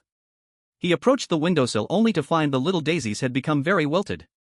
According to the rules, wilted plants need to be watered with black sheep blood. He took out the black sheep blood and poured it on the plants. Miraculous things happened. He saw the once dry plants instantly come back to life, blooming even more brightly than before. However, after watering, the bubbles drooled over that daisy. Their actions and the notebook's contents pointed to a truth. What seemed like protective symbols of the zoo were actually something strange. So that's it. Use the strange to counter the strange, allowing humans to survive in this, but this method is too risky. Since there are lions in the zoo, why use plants? No, it's not using plants, it's that plants invaded the zoo, so they had no choice but to do this, right? What on earth happened in this zoo? And that smudged content, could it be talking about Ms. 1? But why would the content be smudged? What is going on? A sweet floral scent wafted in, and Xiao Touming suddenly felt his eyelids grow heavy, and then he collapsed on the bed, sinking into a deep sleep. In a daze, Xiao Touming found himself back in the zoo. Just as he was wondering, he suddenly saw a couple walking with a child. Two of them looked very familiar, it was Wan and Xiao. Indeed, these two were mother and son. Xiao Touming stepped forward to call out to them, but they passed through his body as if they couldn't see him at all. Am I entering someone else's memory again? With the previous experience of Anya, Xiao Touming realized instantly. There's no other choice, Xiao Touming had to follow Wen in them. They were laughing all the way. Just then, Xiao saw a shop selling bunny toys. He seemed very fond of them, pointing at a bunny and asking his mother to buy it. Perhaps seeing him as a child, the staff in blue sold it to him. Xiao hugged the bunny toy and ran to the rabbit area, curious about the little rabbits inside, stretching out his hand. Wait! When Wen and her husband came to their senses, Xiao had already vanished. The couple sought help from the staff and arrived at the lion exhibit. But strangely, there was no sign of Joe in the lion park, and the two of them, ignoring the advice, went back to search again and again. Excuse me, have you seen my child? He is a little boy named Joe, carrying a rabbit toy. They repeated this over and over, their sorrow almost drowning Xiao Touming. Xiao Touming's consciousness began to blur again, and in his last awareness, he seemed to see a blurry figure saying to the desperate couple, "Go to the aquarium, your child is there." While Xiao Touming was in a deep sleep, top experts from various countries were also intensively analyzing, and the final results were similar to Xiao Touming's, but regarding whether to trust that woman, they leaned more towards disbelief. It seems the owner of the notebook has experienced cognitive confusion. Tomorrow we'll send him the analysis results and advise him to stay away from that woman. But right now, isn't it more important that no players have found a way to contact us? In the Dragon Country analysis team leader Chi asked. Sorry, no wait. It seems the White Bear Country has sent us a message. What? Quick, receive it. At this moment, players from other countries were facing similar crises. Some players could hide in the staff lounge by posing as employees, while others thought to seek help from staff and successfully avoided disaster, but those who chose to stay outside had a terrible fate. They were attacked by fleeing rabbits and ended up as nothing more than bones. Among these players, the daisy of Haruta Seitan from Sakura Country was in a withered state. The black sheep blood he had was also used up, and just when he felt helpless, he suddenly received a national prompt: undried plants can resist the rabbits. Even though he knew how to cope, he had no idea how to revive the plants. Suddenly, inspiration struck him. Since black sheep blood worked, it meant that any blood would do. With this thought, he steeled himself and directly cut his hand with a knife, using his blood to nourish the plants. Miraculously, after absorbing the blood, the daisy instantly revived, resisting the rabbits. The crisis was resolved. Only at this moment did Haruta Seitan not notice that 1/3 of the petals of the reopened daisy had turned a bright red. Chapter 39: Joe's Game, Bubbles and Sleep. The next day. When Xiao Touming woke up, he still felt a lingering fear. Once he calmed down, he received a national prompt, a long segment about the notebook analysis and a request to find the golden trumpet flower today. This was the only way to communicate with players from other countries. The golden trumpet flower indeed, the secret was hidden in this non-existent botanical garden, but before that, he had some questions to inquire about. Xiao Touming followed the same process as yesterday to the garden to fetch water, only to be astonished to find that the originally clear pond water now had a hint of bright red. Bubbles, as usual, drank to his heart's content, and Xiao Touming looked around. He was always very sensitive to changes in his surroundings, so he immediately felt that the plants in today's garden had doubled compared to yesterday. The plants awakened their greed through the blood. For some reason, this phrase suddenly came to Xiao Touming's mind. After fetching water, Xiao Touming arrived at the rabbit park. Today, the rabbits appeared much more listless, but in contrast, the plants had grown substantially compared to yesterday, sprawling wildly with some even blooming vibrant red flowers that emitted a sweet fragrance. This isn't right. Why have the plants grown so much today? Xiao Touming inhaled the floral aroma and suddenly felt dizzy. He stared at his hands, and for a moment, he saw them turn into branches. Illusion, Xiao Touming mumbled. Fortunately, this illusion lasted less than 5 minutes before it ended. Xiao Touming didn't drink the black sheep's blood, but continued to water the plants. Meanwhile, a player from Myanmar, out of fear, quickly drank the black sheep's blood when the hallucinations appeared. Immediately after he drank it, he suddenly heard high-pitched laughter of children in his ears. He reached out his hand to cover his ears, only to find his hand had turned into a rabbit's paw.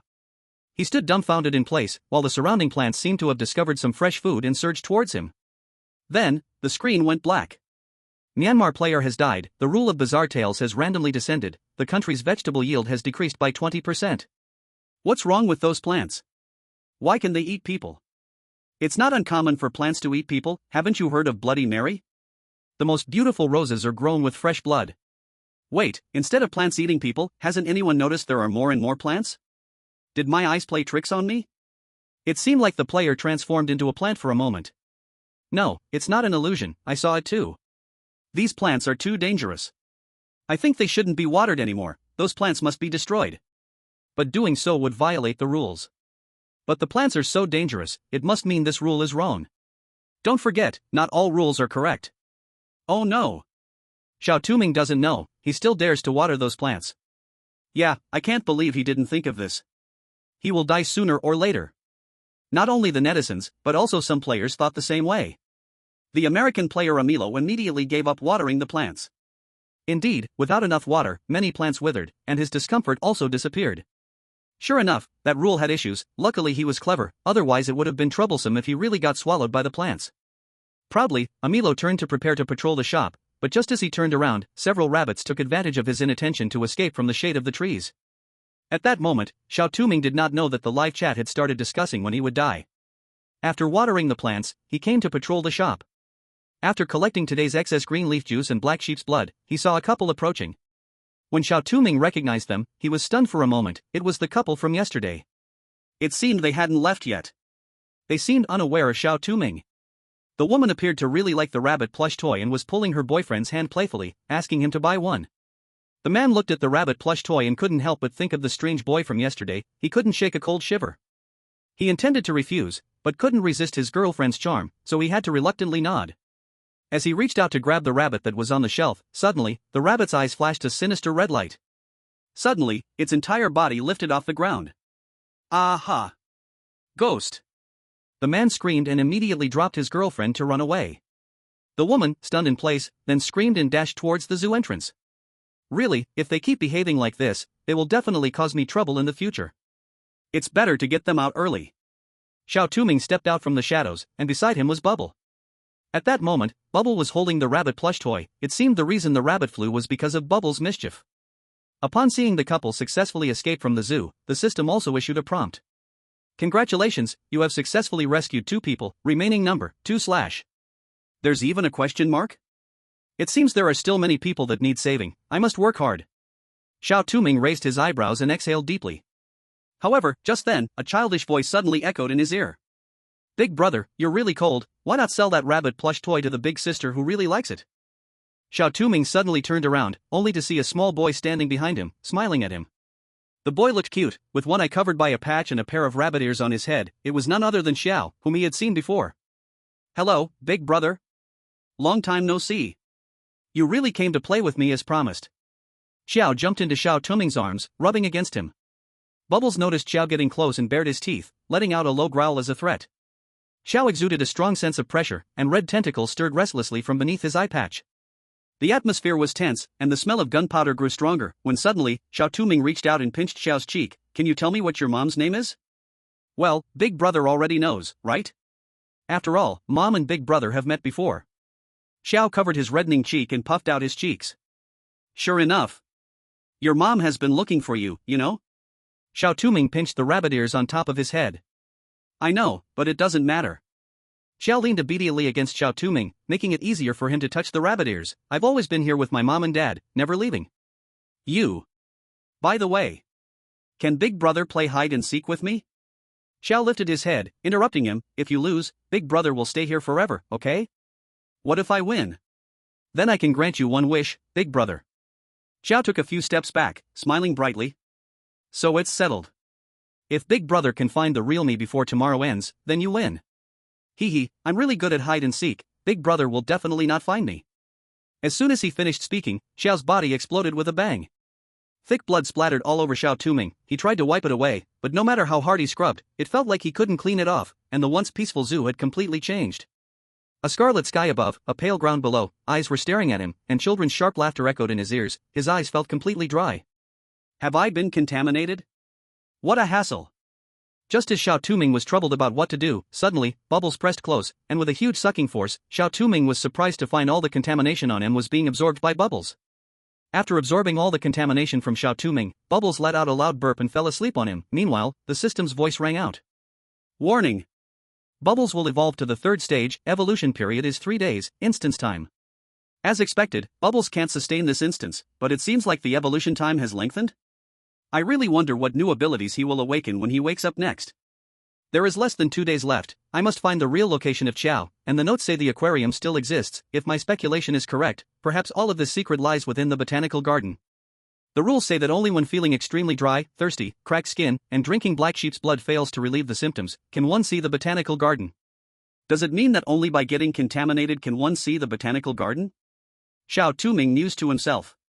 At this moment, the viewers in the livestream were still confused, because just as Xiao Touming was approached by Xiao, the livestream signal suddenly cut off. Once the stream finally resumed, they found Xiao Touming had already begun to contemplate how to get to the botanical garden.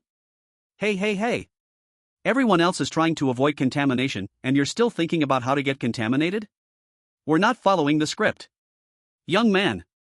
At this time, Xiao Touming was unaware of the viewers' complaints. He had arrived at the lion enclosure. There were only a few tourists visiting, and a young man in a blue uniform was sleeping soundly at the entrance of the lion enclosure. Xiao Touming walked up to him and patted his shoulder. The other party instantly jumped up like a startled cat and saluted. I'm sorry, Director. I wasn't slacking off. I was working hard. Xiao Touming, I'm not the director. Xiao Touming's lips twitched slightly. This guy could still sleep in such a dangerous place. Was it confidence or just plain foolishness? Not the director? The young man sighed in relief and rubbed Xiao Touming's head with gratitude. Then it's fine, I thought the director was here to check on me. By the way, what brings you here, little friend? I'm not a little friend. I'm an employee in the rabbit area. I saw a little boy wearing rabbit ear accessories in the shop, and according to the rules, I came here. Xiao Touming shook off his restless hand and said coldly. I see, I thought it was something serious. Turns out you saw rabbit ear accessories? Wait. A little boy with rabbit ears? The young man realized something, his pupils shaking. You mean you saw a little boy with rabbit ear accessories? Yes. But your brooch isn't wilted. This proves you haven't been contaminated. That's impossible. The young man shouted in disbelief, examining Xiao Touming from top to bottom with eyes that looked just like he was gazing at a rare animal. The brooch isn't wilted? Xiao Touming lowered his head in confusion to examine the brooch in his hand. The little daisy was just as usual, showing no signs of wilting. Forget it, maybe you're just lucky. Those who came to hand over shifts here before were either half crazy or almost completely insane. No one has ever come to the lion area with such a clear mind like you. Anyway, I will help you cover your shift for half a day. You should go rest in my employee lounge for a bit and come back in the afternoon. Saying this, the young man took Xiao Touming to the employee lounge in the lion area, gave a brief rundown, and then hurriedly left. Chapter 40, the second rule? The hidden office. After the employees of the lion area left, Xiao Touming began to investigate the room. The layout of this room was not much different from the employee lounge in the rabbit area, only there were far fewer plants here compared to the rabbit area. More plants mean more contamination. It seems this place is quite safe. Xiao Touming glanced around. Just a moment ago, he had already searched this room once, but other than the employee rules on the wall, he found nothing. Compared to the complex rules of the rabbit area, the employee rules of the lion area were much simpler. Rule 1, your working hours are from 8 a.m. to 5 p.m., please do not be late or leave early. When on duty, please wear the blue uniform and display the little daisy badge from the employee cabinet. After work, return the little daisy badge to the cabinet. After work, you can play in the park, but remember, try not to linger outside after dark. Rule 2, lions can eat rabbits, can eat goats, but cannot eat plants or monkeys. Please do not feed lions flowers or grass. Rule 3, there are only 4 lions in the lion area, please count them every day. If you see 5 lions, splash green leaf juice on the first lion and leave immediately. Rule 4, if you encounter someone claiming to have seen a little boy with rabbit ears, please immediately hand over your shift and keep the badge at the chest while taking over. If you feel unwell, immediately drink green leaf juice.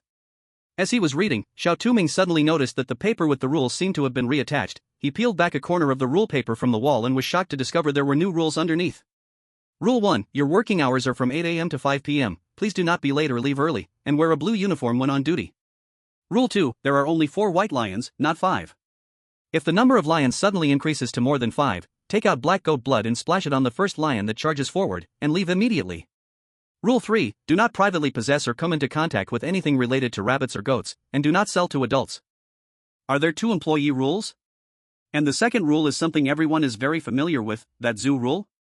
What is going on here?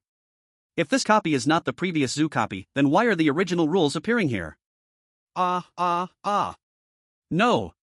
My brain can't handle this anymore. No, if that's the case, then other parks will have different rules as well? Forget it, I'll just keep looking. Just as I thought. This copy is the same as the one Xiao Ming and the others went through, but why has this copy changed? Xiao Touming muttered to himself, feeling along the walls, trying to find the new hidden rules. Suddenly, it seemed like he triggered some mechanism, and in the next second, with a loud rumble, a hidden passage opened behind him. Xiao Touming? A dark and deep staircase extended downward. Although he didn't understand why there was a secret room here, without any clues above, Xiao Touming ultimately decided to explore downwards. Following the staircase down, Xiao Touming arrived in a strange room. This seemed to be an abandoned office, covered in dust and cobwebs. Various newspaper clippings were randomly stuck to the walls.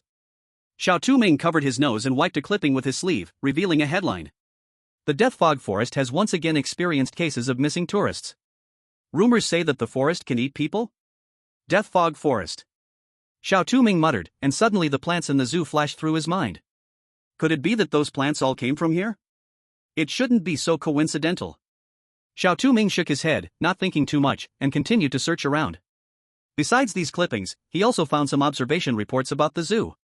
The first half of these reports seemed normal, but in the later sections, the reports showed that some abnormal visitors had appeared in the zoo. Most of these visitors wore green clothes, and their skin was covered in green markings. They spread strange seeds to everyone they encountered, including the staff. Although these seeds were quickly confiscated, for some reason, from that day on, the vegetation in the park increased a lot. It looks like this is the reason why the zoo has changed. Xiao Touming murmured, continuing to read. Suddenly, he saw a sentence written in the report. Recently, it has been a little restless. I can feel that it is a bit anxious, and several times I almost lost control of it. Today a couple came to the park seeking help, and the staff took them to the lion area as usual, but their child did not come back. It's strange, usually, it doesn't target children, but this time, it happened to go for the child. Does the child have something unusual about them? Or does it have some kind of conspiracy? The couple chose to stay and survived for 3 days. Recently, its activities have been increasing, and we can hardly contain them. Is it related to that couple's actions? Smudges of chaotic marks. No, why has it come to this? That child has actually become a smudge, everything has changed. What kind of demon did that couple release? At this rate, humanity will be doomed. No, as the park director, I cannot let this continue. Even if it means being smudged, I must only leave some unclear ink marks. The report abruptly stopped. Xiao Touming put down the report. The situation was now very clear. This zoo was once chosen by the system as a copy, but later, the couple's involvement turned it into what it is now. That child is likely Xiao, and that couple must be Wen and her husband? Just then, a call from the upper floor suddenly reached Xiao Touming's ears. Afraid of being discovered, he hurriedly ran upstairs, restoring the room to its original state as he went.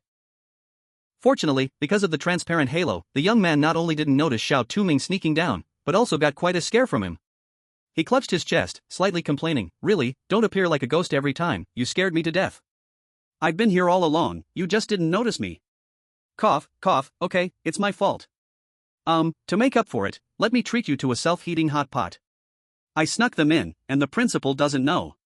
The young man mysteriously pulled out 2 self-heating hot pots and started heating them up by himself. Soon, 2 steaming hot pots were placed on the desk. While the young man ate with grease all over his mouth, he asked, "Speaking of which, I've never seen you before. When did you start working here?" "Recently."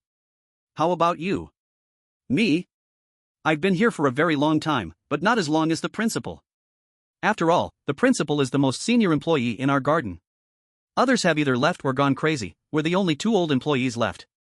The young man chewed on a piece of char siu and said this with his words a bit unclear.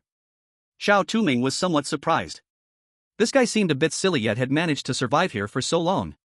Though the Lion District was safer than other zones, this guy must have some skills to stay alive. Could it be he had some special ability? Perhaps Xiao Touming's gaze was too sharp, causing the young man to blush from embarrassment. Hee, don't look at me like that. I know I'm handsome, but being stared at like this still makes me a bit shy. I forgot to add chili. He must have some special skills and didn't survive just because of his childlike intelligence and understanding. Probably. After lunch, Xiao Touming returned to the rabbit district. At this moment, it was just time for feeding the rabbits. Xiao Touming first went to the lounge and picked a few daisies, then went to the storage room to get today's feed for the rabbits. Perhaps seeing that Pow Pow was not around, the rabbits became much more agitated. They dashed around under the shade of the trees, gnawing at tree roots, trying to break free from the shade's constraints. The big tree began to wither at a visible speed, but perhaps because Xiao Touming had watered them today, most of the rabbits couldn't escape from the shade. Only a few rabbits managed to break free, but they were immediately knocked back by Xiao Touming's stick. On the other side, a Merlot from Beautiful Country was not so lucky. Because he hadn't watered the plants in the morning, the plants couldn't bind the rabbits at all. A large number of rabbits broke free from the shade. Luckily, he had taken the small daisies out just in case, and at the critical moment, he threw those daisies to the rabbits. The rabbits that were originally charging at a Merlot seemed to be enchanted by the flowers, crazily munching on them. After eating the flowers, their crimson eyes dulled a lot, and like controlled puppets, they returned to the shade. Taking this opportunity, he hurriedly watered those plants with black sheep blood. The withered plants regained their vitality, and a Merlot let out a long sigh of relief. Fortunately, he brought the small daisies just in case. It seems he can't leave those plants without water in the future. To prevent the rabbits from escaping again, he went to the garden to get water, giving those plants extra water. After soaking up the water, the plants became even more vibrant and grew at a visible speed, doubling in size. Completely unaware that danger was about to strike, he wiped his sweat. No matter what, it seemed these rabbits wouldn't escape now. Time quickly passed until the end of work, and after putting the small daisy badge back, Xiao Touming saw Wen Underscore waiting for him at the door as usual. When she saw Xiao Touming, Wen Underscore ran over excitedly, grabbing his hand and delivering a shockingly amazing piece of news to him. I found out the location of my child. Chapter 41, Botanic Garden Rules, Golden Trumpet Flower. What? Xiao Touming's brain momentarily crashed. How did she know so quickly? Could it be, he recalled the dream he had yesterday? After all, they met someone who helped them find their child's whereabouts. Who did you hear it from? Xiao Touming asked. A kind-hearted person. Speaking of which, he was wearing a black work uniform. Anyway, just come with me. Wen hurriedly pulled Xiao Touming outward. Xiao Touming had no choice but to follow Wen. They walked for an unknown time when suddenly a botanic garden appeared before them. The botanic garden had a semi-transparent greenhouse exterior, and from the outside, one could see various plants thriving inside. Xiao Touming arrived at the entrance and noticed a set of rules posted near the main door. When you see this notice, please do not shout it out. Whatever your reason for entering the botanic garden, you must abide by the following rules. Rule 1. The botanic garden's operating hours are from 11 a.m. to 6 p.m. You may enter freely during this time, but if you enter outside of business hours, please change into the red uniform at the entrance. Rule 2. Do not appear in front of employees wearing green work uniforms, avoid them as much as possible. However, if you see employees in blue uniforms, do not worry, they will not pay attention to you. Rule 3. The food and drinking water in the botanic garden are free for everyone. You can use them freely, but do not eat the herb meat pies and green leaf juice. The black lamb meat can be eaten in small amounts. Rule 4. The plants in the botanic garden have different effects. They usually help humans, but remember, do not approach the pitcher plants and Venus flytraps, they eat flesh. Rule 5. Do not go to the aquatic plant area. Unless you wish to become a plant yourself. Rule 6. If you hear a woman's crying or calling for help in the botanic garden, please ignore her. Just silently remind yourself that this is merely an illusion. Rule 7. The plants in the botanic garden are alive and conscious. Please treat them kindly and do not destroy any flowers or plants. Rule 8. The botanic garden at night is dangerous. If you choose to stay overnight, you can go to the lounge inside. Rule 9. Beware of the green-skinned ones, painted. Do not be afraid of them, they are not dangerous. Rule 10. The aquarium does not exist, painted, and similarly, the employees in black do not exist. After reading the rules, Xiao Touming glanced at the time. It was now 5:10 p.m., giving him some time before the garden closed. According to the rules, entering during this period was relatively safe. He planned to go in and investigate. He turned to speak to Wen but found that Wen, who had been behind him, had vanished, leaving only a golden daisy quietly lying on the ground. Xiao Touming picked up the daisy, which felt incredibly warm. Just holding it brought a comforting warmth, like a little sun. Almost instinctively, Xiao Touming placed the daisy in the pocket of his chest. Then he pushed open the large door of the botanic garden. As soon as he entered, he was greeted by a wave of greenery. Plants surrounded him, different kinds sectioned off by fences, and next to each plant, there were thoughtful descriptions. At the top, there was a huge sign reading in bright red letters, Terrestrial Plant Area. Xiao Touming instinctively shivered. He looked around, trying to find Wen's figure but found nothing. Not only was Wen missing, but the entire botanic garden was also empty, only his own breathing echoed in the eerie silence. With no other choice, Xiao Touming gave up the search. Time was limited, he had to quickly find clues about Xiao's hiding place in the botanic garden. Xiao Touming strolled alone through the botanic garden, feeling something strange. Although the plants were thriving, they seemed to harbor secrets.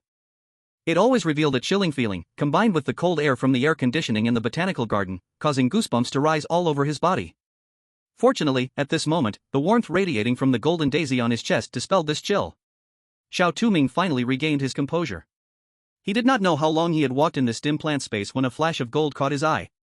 It was a blooming golden trumpet flower, standing out exceptionally bright against the dark surrounding plants. Golden trumpet flower. Xiao Touming's eyes lit up. He reached out his hand to pick the flower, but just then, a gentle voice stopped him. Wait a moment, this flower cannot be picked. Xiao Touming turned around to see a handsome man in gray-green standing behind him, smiling gently. Who are you? As Xiao Touming clearly saw his face, his pupils shrank slightly. That face was exactly the same as his warm husband in his dreams. The plants here cannot be randomly picked, at least, you must wait until they are willing. The man walked up to the flower and lovingly stroked the delicate petals. Oh, by the way, my surname is Yen, I came here for sightseeing. What about you, little brother?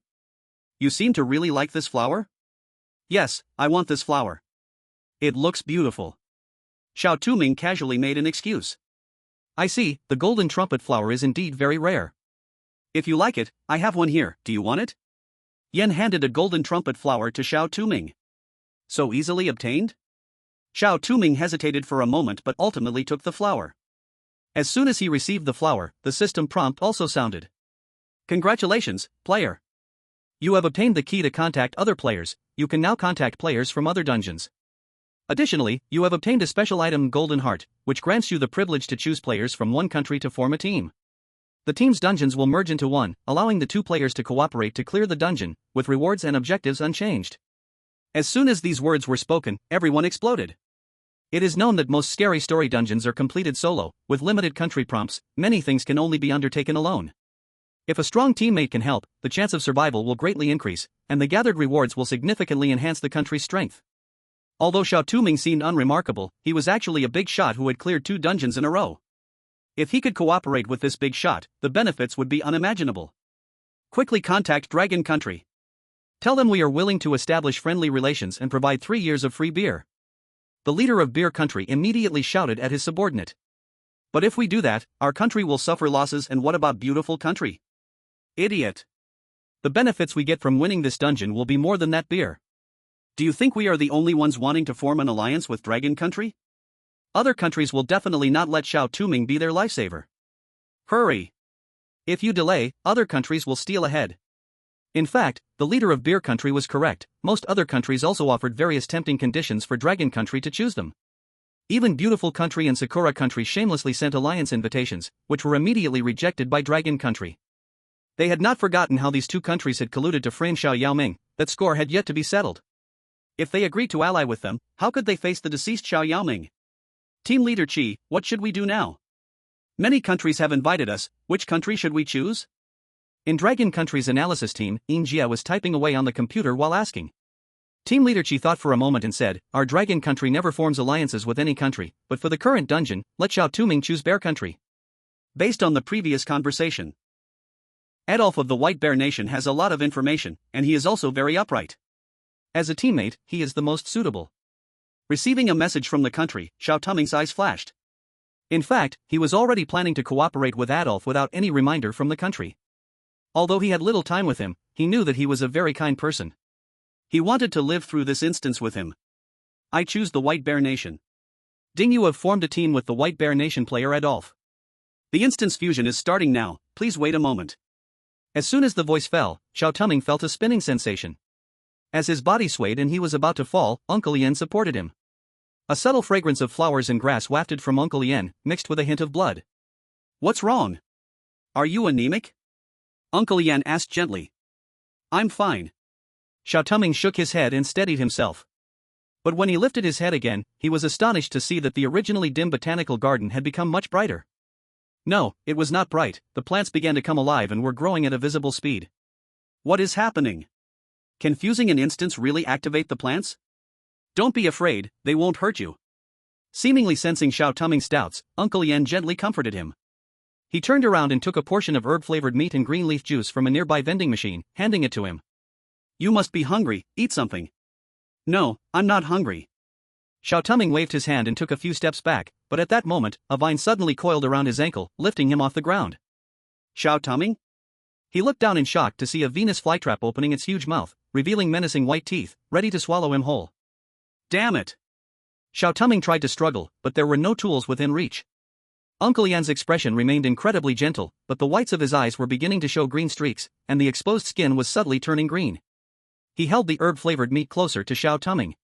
Don't be afraid, eat this. You will be just like us, and we can become a family. He attempted to pry open Xiao Touming's mouth to stuff the meat inside.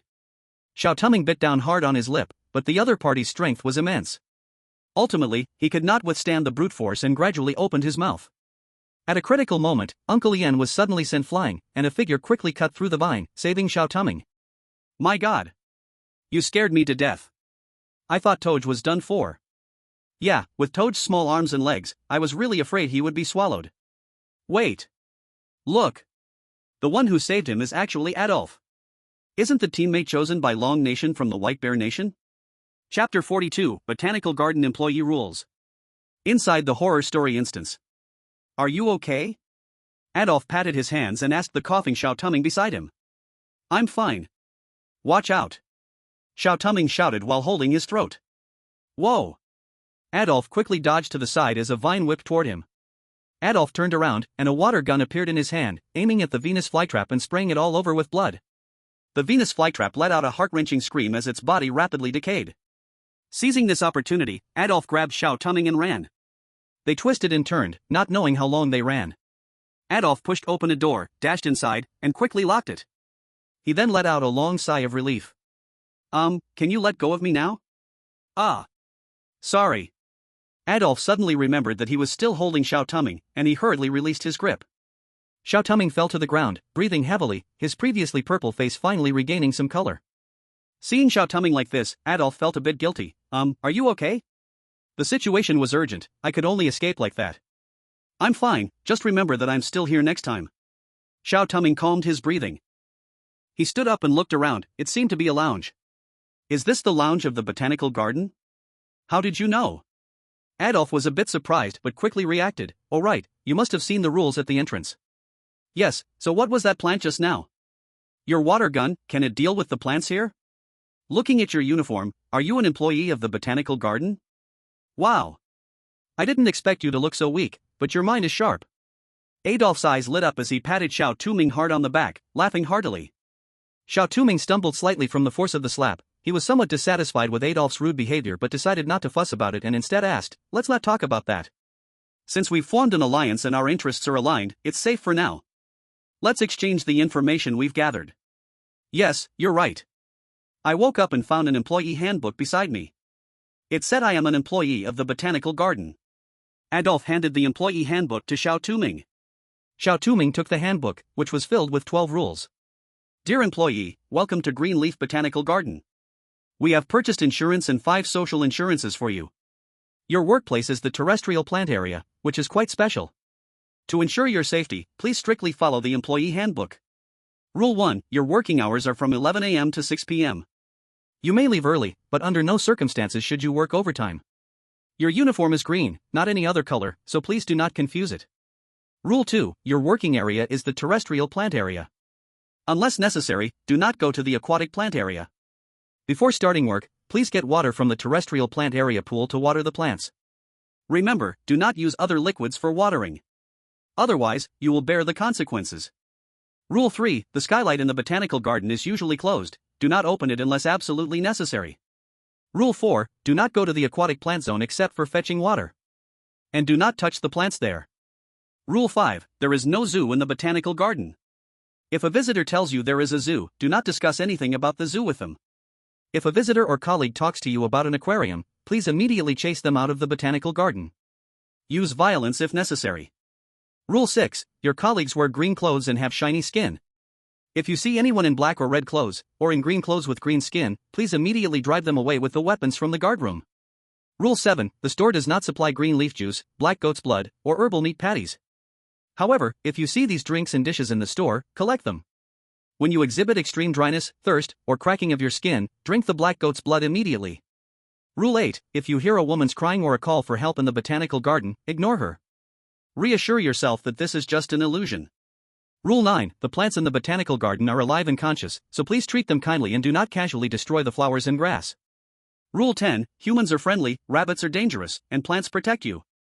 But do not spoil them, otherwise, they will become greedy and dangerous. Rule 11, the botanical garden closes at 6 p.m. If a visitor refuses to leave at closing time, please try to persuade them to leave. If they insist on staying, take them to the visitor lounge. Rule 12, humans are not plants, but if you feel you are about to become a plant, please head to the aquatic plant area, stand before the 2 biggest plants in the center, and then, be painted. Rule 13, the botanical garden at night is very dangerous, so please avoid staying in the botanical garden as much as possible.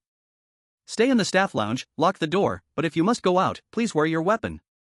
Rule 14, the liquid in the water gun in the guard room will automatically refill every day, but please note that the amount of liquid in the gun is limited each day, so use it sparingly.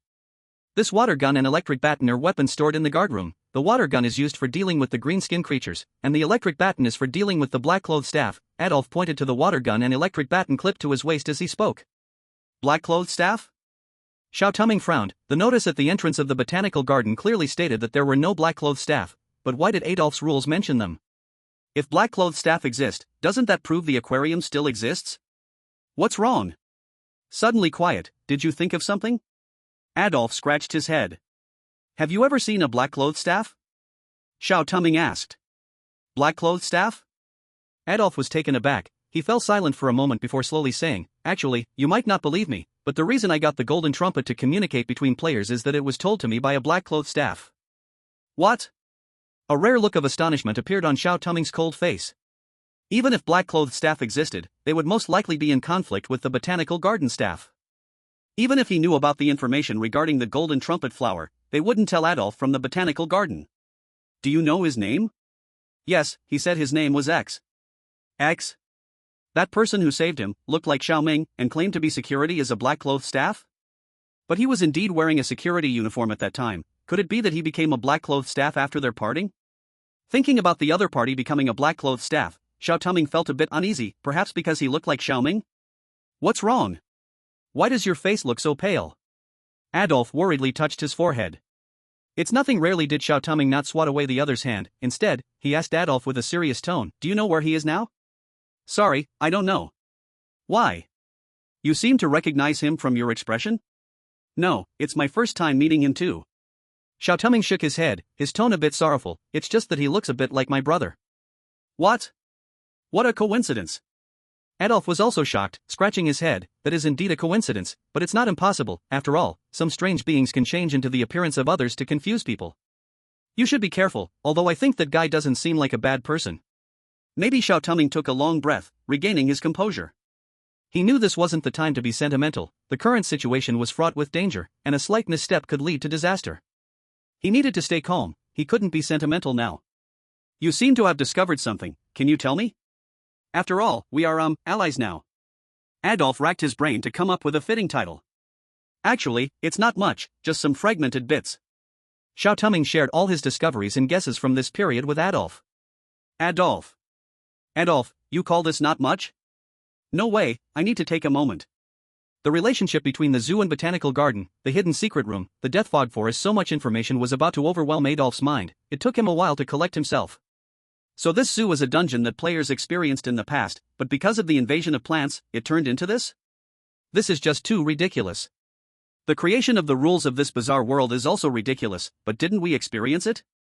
Xiao Touming said lightly, then casually dropped a bombshell. By the way, I forgot to tell you something. I played a game with Joe. Oh, or it might be the Zuzit. I need to find him before tomorrow night, or I will be trapped in this dungeon forever. While what? Adolf grabbed Xiao Touming's shoulders. Are you crazy? You actually agreed to this ridiculous game? How could you possibly fight it? You will die, do you know that? I won't die. Of course, I won't let you die either.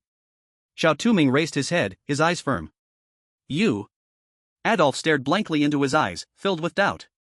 Why was this guy not scared at all? Did he really have confidence or was he just faking it? No, looking into his eyes, he seemed to truly be confident. It had been a long time since he had seen someone like this. Suddenly, Adolf burst out laughing, giving Xiao Touming a hearty pat on the shoulder. Since you're so confident, I definitely won't let you die, don't worry. No matter what happens, I will protect you. Xiao Touming felt a bit touched. Thank you. Adolf replied, after all, you look like you're about to die. Xiao Touming said, can you return my gratitude to me? Chapter 43, Golden Heart, Green Heart. But speaking of which, it's really strange. Normally, these carnivorous plants wouldn't attack people at this time. Why did they suddenly strike you today? Could it be that man is behind this? Adolf said, puzzled. What do you mean? You actually don't know. The reason the rules say not to linger in the botanical garden at night is because the plants come alive at 6 p.m. At this time, a bunch of rabbits barges in, and the rabbits and plants end up tearing each other apart, just like Plants versus zombies? Ah, no, it should be plants versus rabbits. How do you know this so clearly? Because I sneaked out at night. Adolf scratched his head, a bit embarrassed, and laughed loudly, but I almost got eaten by the rabbits and plants. Ha ha ha. Xiao Touming facepalmed in resignation. This guy, really, is he so carefree? But it's precisely because he's like this that he can gather such information. It's really hard to know what to say. But just as Adolf said, this man can cause the plants to mutate, so he must have a problem. Added to that face, he guessed it was very likely that he was Joe's father. though he later tried to corrupt and assimilate him. Before that he had helped Xiao Touming acquire the golden morning glory. Xiao Touming felt that Uncle Yan was likely somewhat lucid at that time. If he could get close, he might just uncover Zhou's hiding place. But right now, Bubble was in a deep sleep. Even with Adolf's help, he had no way to approach the unstable Uncle Yan unless there was something strange to assist him. Wait! Xiao Touming raised his wrist, the red string on his wrist faintly glowing. He hesitated for a moment, then tugged the string 3 times. In the next second, a strong bloody smell rose from the string, forming the shape of a girl. The girl was dressed in a red dress, with a delicate and sweet appearance. Who could imagine that this seemingly fragile girl was actually a horrifying weirdness? Brother! You finally called for me, Xiaoya is so happy. Anya pounced into Xiao Touming's arms, nuzzling against him like a spoiled child. This thing is it the weirdness from the last instance? Adolf stammered, pointing at Anya. Not just Adolf, the viewers in the livestream exploded upon seeing Anya. Oh my god, is that the weirdness from the last instance? I didn't expect such a powerful being would become Xiao Touming's follower. And NBSP. There's a chance. There's a chance. With such a powerful weirdness as a helper, this instance is definitely going to be fine. And NBSP. Wait.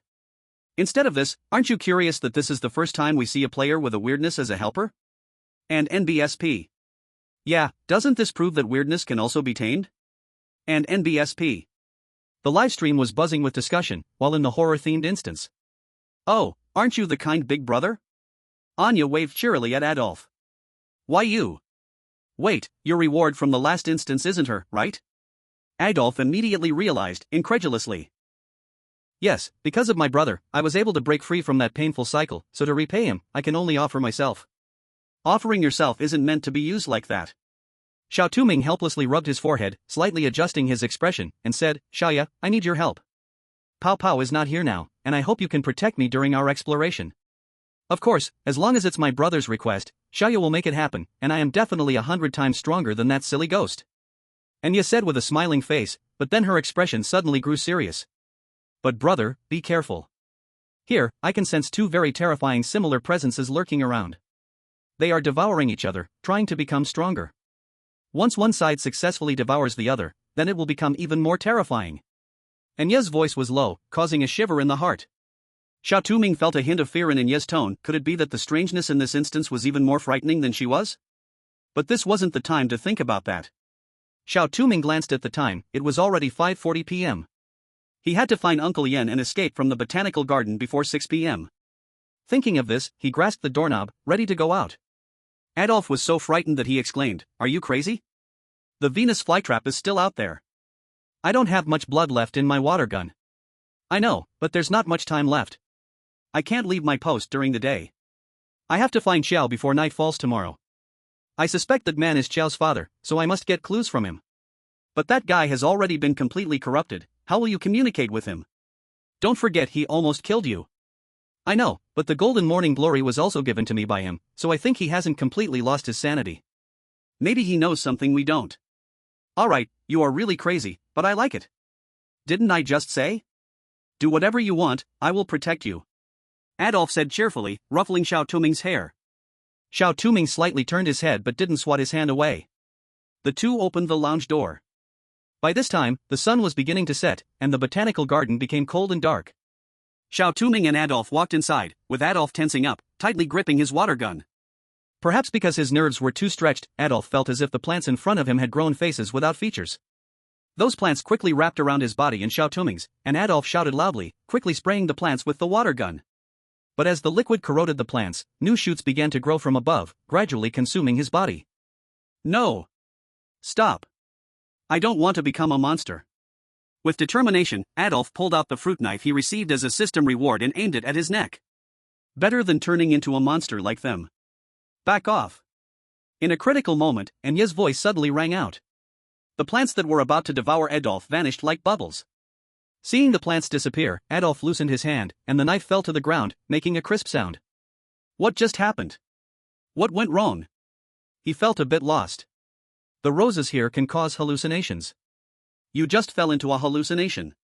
Xiao Touming picked up the fruit knife from the ground and handed it to Adolf. Only then did Adolf notice a cluster of blood-red roses blooming beside him, with a sign next to them reading, "Red roses, blooming roses can create illusions." Illusions, the red rose's hallucinatory effect. When did these roses bloom? When did he fall into the illusion? Clearly, he was wearing the brooch, which should be able to resist some strange pollution. Adolf felt a bit scared. If Anya hadn't woken him up just now, he might have. Thank you, Adolf sincerely expressed his gratitude. You're welcome. However, although Anya's voice can resist illusions, it's not a lasting method. Since the rules say different plants have different effects, besides the roses that can create illusions, there might also be plants that can keep us awake. Xiao Touming said while searching nearby. Sure enough, not far from the rose garden, he found some mint, and the nearby description read, lemon mint, can keep the mind clear, avoiding a certain degree of illusion. Xiao Touming stroked the mint. He initially wanted to pluck it directly, but suddenly remembered what Uncle Yen had said before. Unknowingly, he said, can you help me? He wasn't sure if it was his illusion, but he felt the mint in his hand slightly shake, and then, amazingly, the mint actually fell off by itself. Sure enough, these plants have awareness. Xiao Touming took the mint and handed some to Adolf. Take this, it can resist illusions. Adolf accepted the mint and suddenly seemed to think of something, asking with a puzzled look, speaking of which, you look fine. Did Anya help you? No. It seems this thing is protecting me from the illusion. Xiao Touming shook his head, taking out a golden daisy from his pocket. The golden daisy still radiated the warmth of the sun. This is a golden daisy. I've seen it. What? I need to go to the aquatic plant area every day. There grows a huge tree, and on that tree grow these golden daisies. But due to the rules, I dare not recklessly touch them.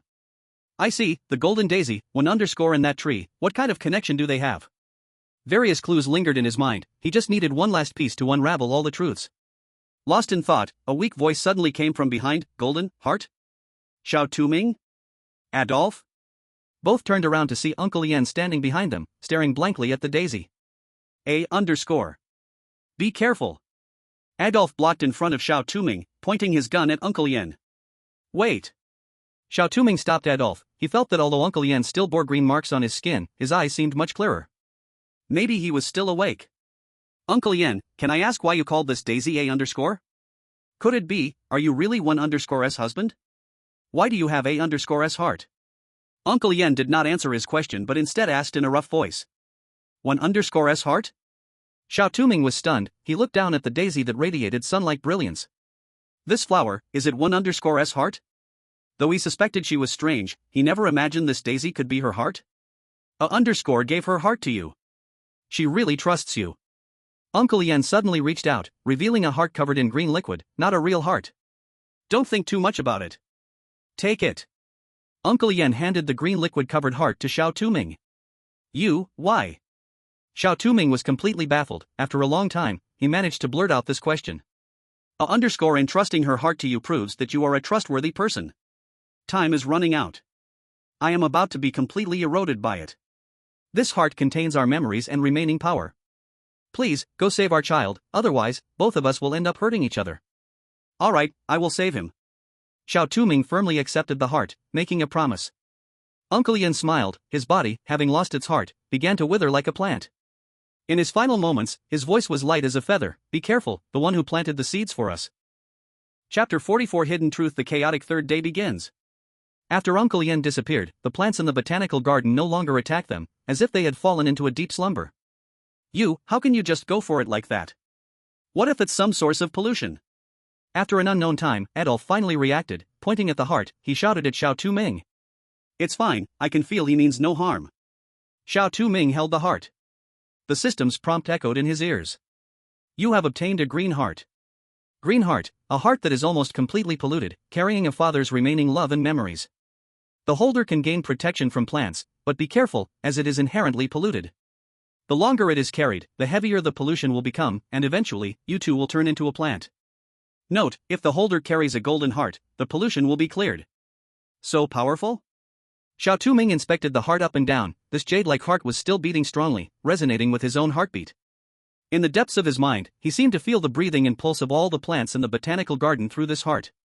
His consciousness started to blur, and in a daze, he seemed to see Uncle Yen and Wen, desperately searching for their missing child at the aquarium, only to witness a scene of despair. Their child had been devoured by it and could never return.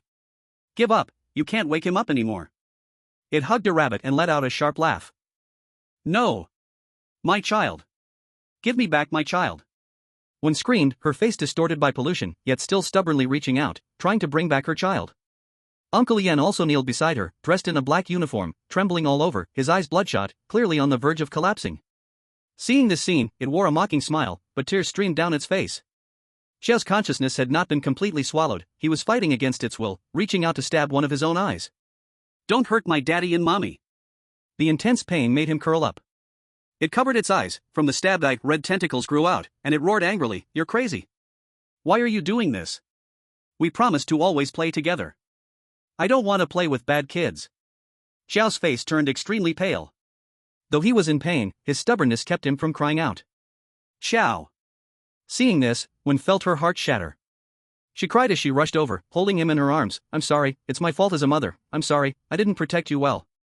"Mommy, don't cry." Xiao is a man, "I didn't cry, am I really strong?" Xiao trembled, trying to wipe away Wen's tears, but ultimately his hand froze in midair. His mind was completely swallowed by it. The aquarium shook violently, it issued a sharp blast. Uncle Yen slowly walked in front of Wen, pulling a seed from his pocket with a desperate expression. "Since things have turned this way, we as parents cannot let it continue to run wild. If what it said is true, eating the seed can stop it." The two exchanged glances and swallowed the seed.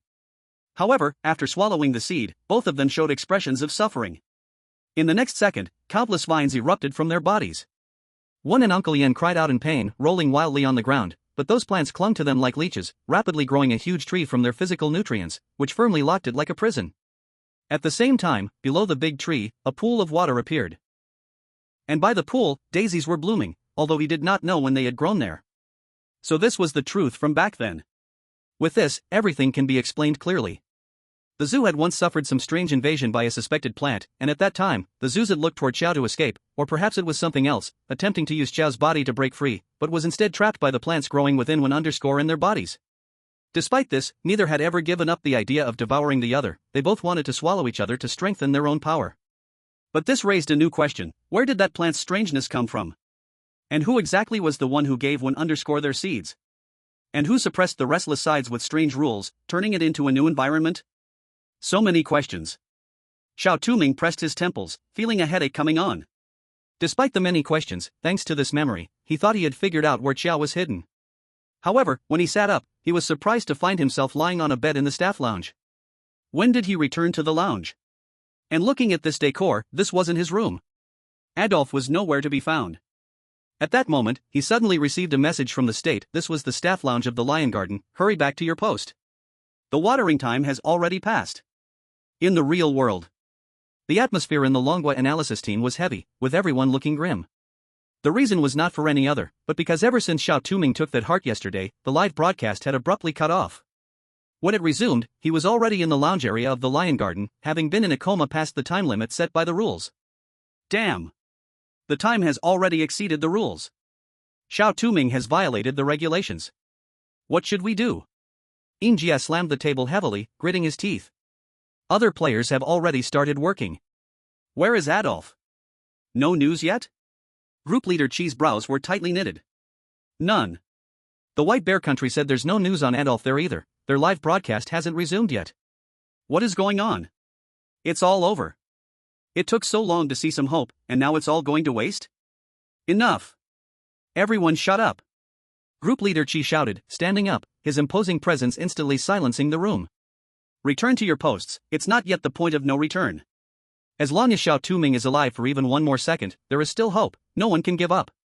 Yes, even as a child, Xiao Touming didn't lose his composure, we experts can't lose ours either. Wouldn't that be ridiculous if it got out? We just need to believe in him, he will surely return victorious. At that moment, Wang Vi stood up, her gentle voice calming much of the panic in the room. Thank you. Group leader Chi fell back into his chair, letting out a long sigh, with an indescribable fatigue in his eyes. It's frustrating, clearly, so many experts are gathered here, yet our ability to help the players is so limited. Sometimes I really hate my own helplessness. The existence of the rules and strange tales goes beyond our understanding. Even if we study hard, it only reveals the tip of the iceberg. We can only do our best to manage our own affairs, like his. How is that matter proceeding? It's almost done, but I heard that person from the beautiful country has already escaped. What? That person? If that person enters the environment. Yes, so we must prepare for contingencies. Then go do it, remember, the sooner, the better. Understood. In the strange tale environment. After receiving the state's message, Xiao Touming immediately sprang up from the bed. He glanced at the time. Indeed, it was already past the daily watering time. But more than that, he was concerned about how he ended up here yesterday, and where did Adolf go?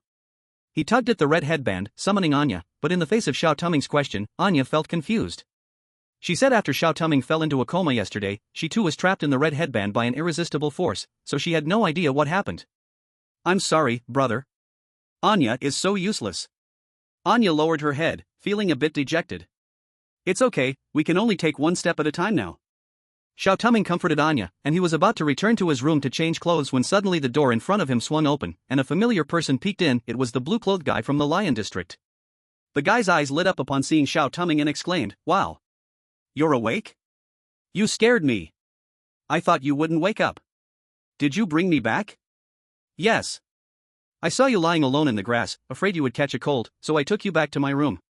How are you now? Thirsty?" "I'm not thirsty, thank you. I need to get back to work." Xiao Touming didn't want to chat more, but just as he was about to leave the room, the guy's voice sounded again. "I advise you not to return to the rabbit district." "What?" "The rabbits have gone berserk, and the plants can't hold on anymore. The black-clothed staff from the aquarium have returned. The director has gone to handle it. Right now, the Lion District is the safest place. It's better for you to stay here." The guy still wore a sunny smile, but to Xiao Touming, that smile felt like a mask he was wearing. His heart grew cold, and without saying more, he rushed out of the Lion District. Chapter 45, Chaos, Death, and the True Identity of the Director. Xiao Touming rushed out of the Lion District, only to find that the outside had completely changed. The sky had turned crimson, and the zoo was overrun with plants. The rabbits and black sheep had all escaped, wildly attacking the staff and visitors attempting to recapture them, while the monkeys in the park wailed in agony, their bodies being eaten by the rabbits. In the elephant area, the elephant's ears had almost transformed from normal floppy ears to rabbit ears. Carnivorous vines were crawling up the elephants' bodies, sucking the life out of them until they became dried corpses, but then the elephants managed to bite off those vines. The 4 lions in the Lion District were struggling to clear the area of rabbits but were outnumbered. Their fur had lost its luster. A blue-clothed staff member trying to protect visitors was suddenly attacked by several green-skinned staff members who appeared from nowhere. Their strength was immense, and they quickly knocked the blue staff member to the ground and stole their little daisy badge. Without the little daisy badge, some blue staff members turned into rabbits, while others became the same kind as the green ones. Visitors scattered in screams as announcements continually urged them to escape. Warning! Please evacuate the zoo as quickly as possible under the guidance of blue staff. Hurry and leave. Is this hell? No. Where is Adolf? Xiao Touming looked around, not seeing Adolf anywhere. Was he still in the botanical garden? He didn't have a green heart. If that place was also contaminated, he would die. Xiao Touming became increasingly anxious, quickly taking out his little compass and silently wishing for the botanical garden. The compass pointed in a direction according to his thoughts, and Xiao Touming immediately dashed towards that direction. Meanwhile, in Cherry Blossom Country. On the second day, while patrolling the shop, he encountered more visitors buying black sheep blood and green leaf juice. At first, he didn't want to sell them, but when those visitors heard he wouldn't, they became furious, dragging him by the neck and nearly beating him to death. In the end, Haruta had no choice but to give in to them. Without black sheep blood, when the rabbits attacked at night, he had to use his own blood to feed the rabbits. But he soon discovered that the amount of blood needed to make the daisy bloom again today was more than yesterday. He nearly bled until he felt dizzy before the daisy finally rebloomed. After driving away the rabbits, Harada-Saden collapsed onto the bed, having lost too much blood that he was almost unconscious. When he woke up again, he found his wrist felt numb. He looked down and saw a daisy lying on his wrist, sucking his blood. Ah! Let go of me! Harada-Saden quickly grabbed the daisy and snapped it off, but immediately more daisies rushed in. Their centers were filled with sharp teeth, and having tasted human blood, the plants no longer protected their master. They turned greedy, wanting only to drain human blood. Player Harada-Saden from the Sakura country has died. The rule of the strange tale randomly descends. The vegetable production in this country has decreased by 30%. Meanwhile, in the beautiful country, along with other nations, the plants and animals in the zoo began to fall into chaos on the third day, with many players being bitten to death by animals or plants. In the end, only the beautiful country and a few other countries remained, while Amilo, with his talent and the help of plants, hid in a secret room under the protection of other staff members. Before leaving, one staff member handed him a rulebook and specifically instructed him to take it out with him. Outside the secret room, animals and plants were battling each other. The sounds of chewing mixed with the cries of humans filled the air. Amilo trembled in the corner, tightly clutching the small daisy badge and the rulebook. He knew his colleagues were sacrificing themselves desperately to save the tourists, but he was different. He was a player. They were just NPCs, it wasn't his concern. As long as he survived today, he could clear the game. He didn't know how long it had been, but it seemed quiet outside the secret room. He hesitantly opened his eyes, only to be terrified to the point of wetting his pants by the sight before him. The secret room was now filled with man-eating vines. Several rabbits hung from the vines like skewers, green liquid dripping onto his face. He suddenly felt a sharp pain on his skin, and looking down, he saw the thorns of several vines piercing into his skin.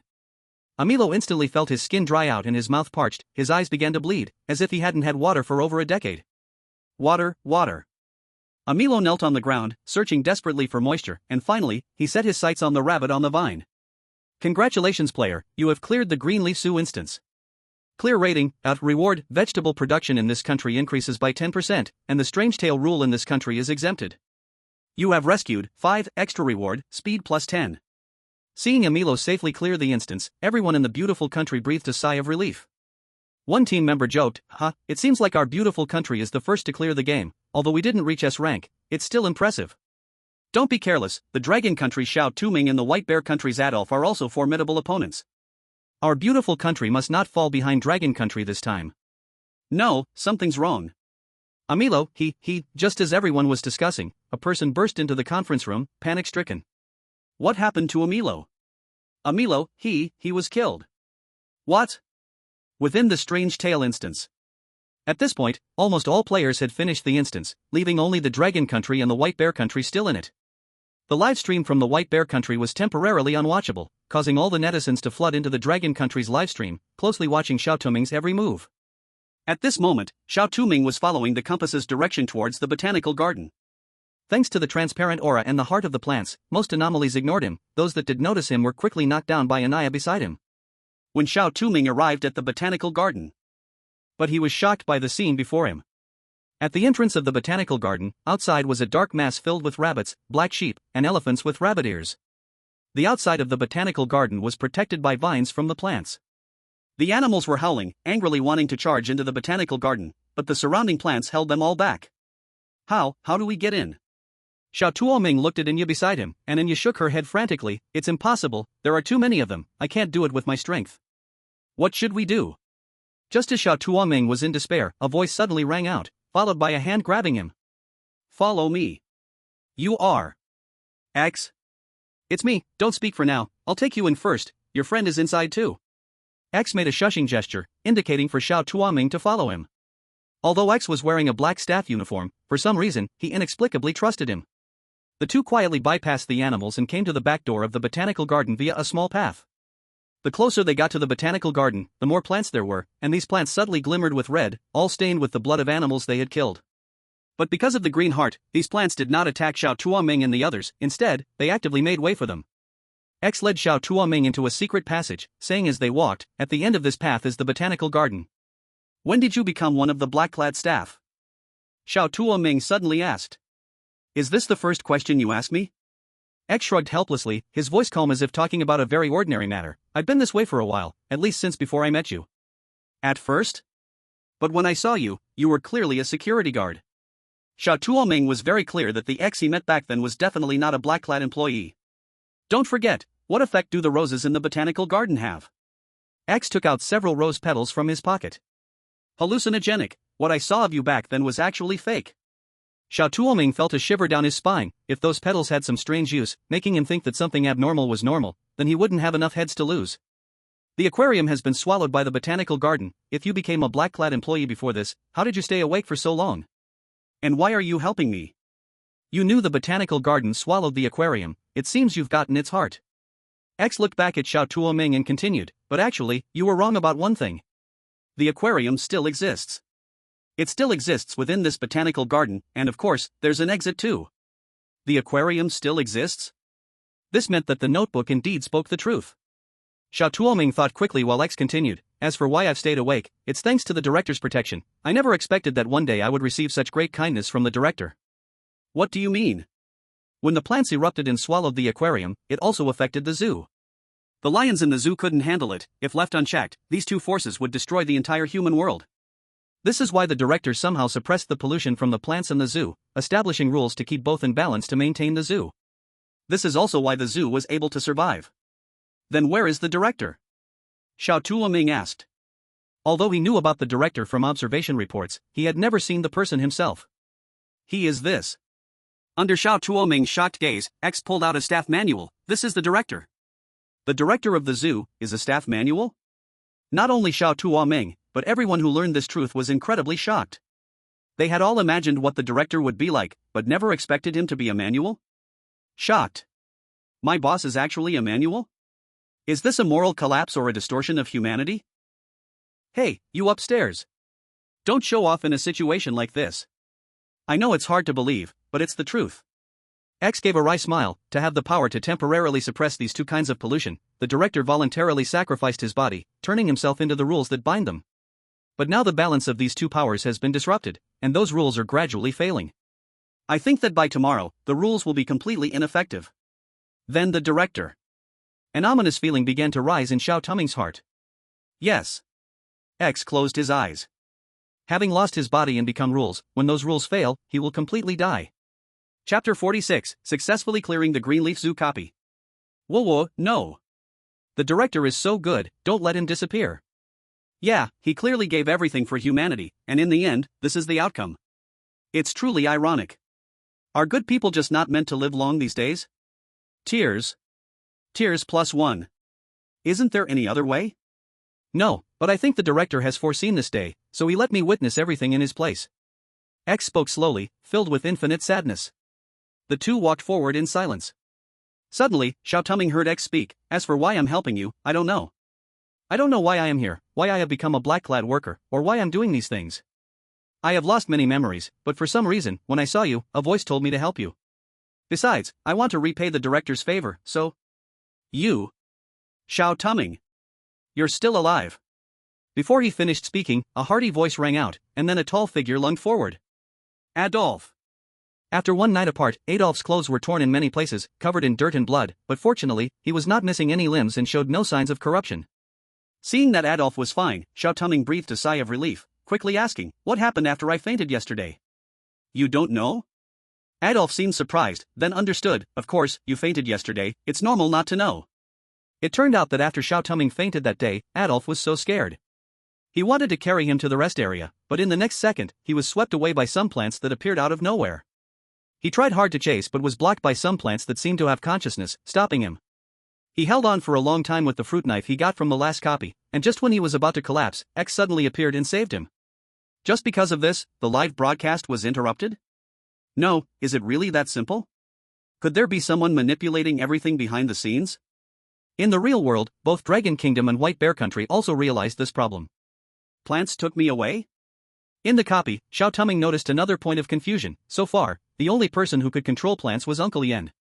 Now that Uncle Yen was dead, logically, no one should be able to control plants. What exactly was going on? Without thinking too much, the ground suddenly shook violently. Adolphe clicked his tongue. Damn. They're launching a new round of attacks again. At this rate, the plant protection shield won't hold for long. We must find an exit. Let's go to the aquatic plant area. The exit might be there.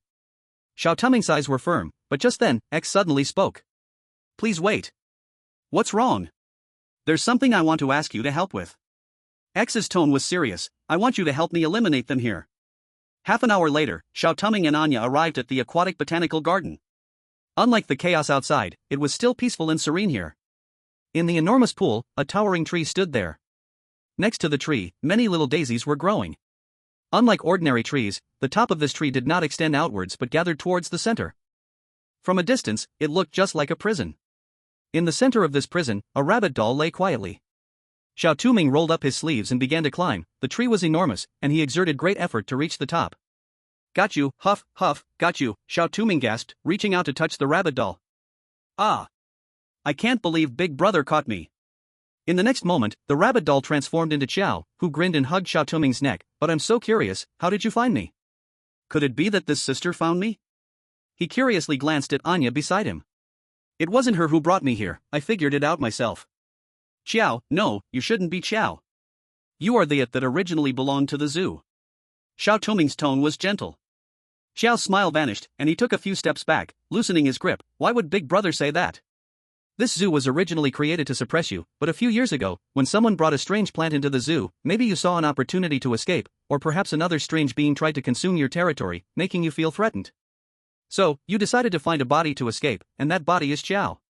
You took advantage of Xiao's curiosity about small animals to seize his body, but before fully merging, his parents found you. Their calls weakened your control, and you were injured, so in the end, you became trapped here by their seed. Am I right?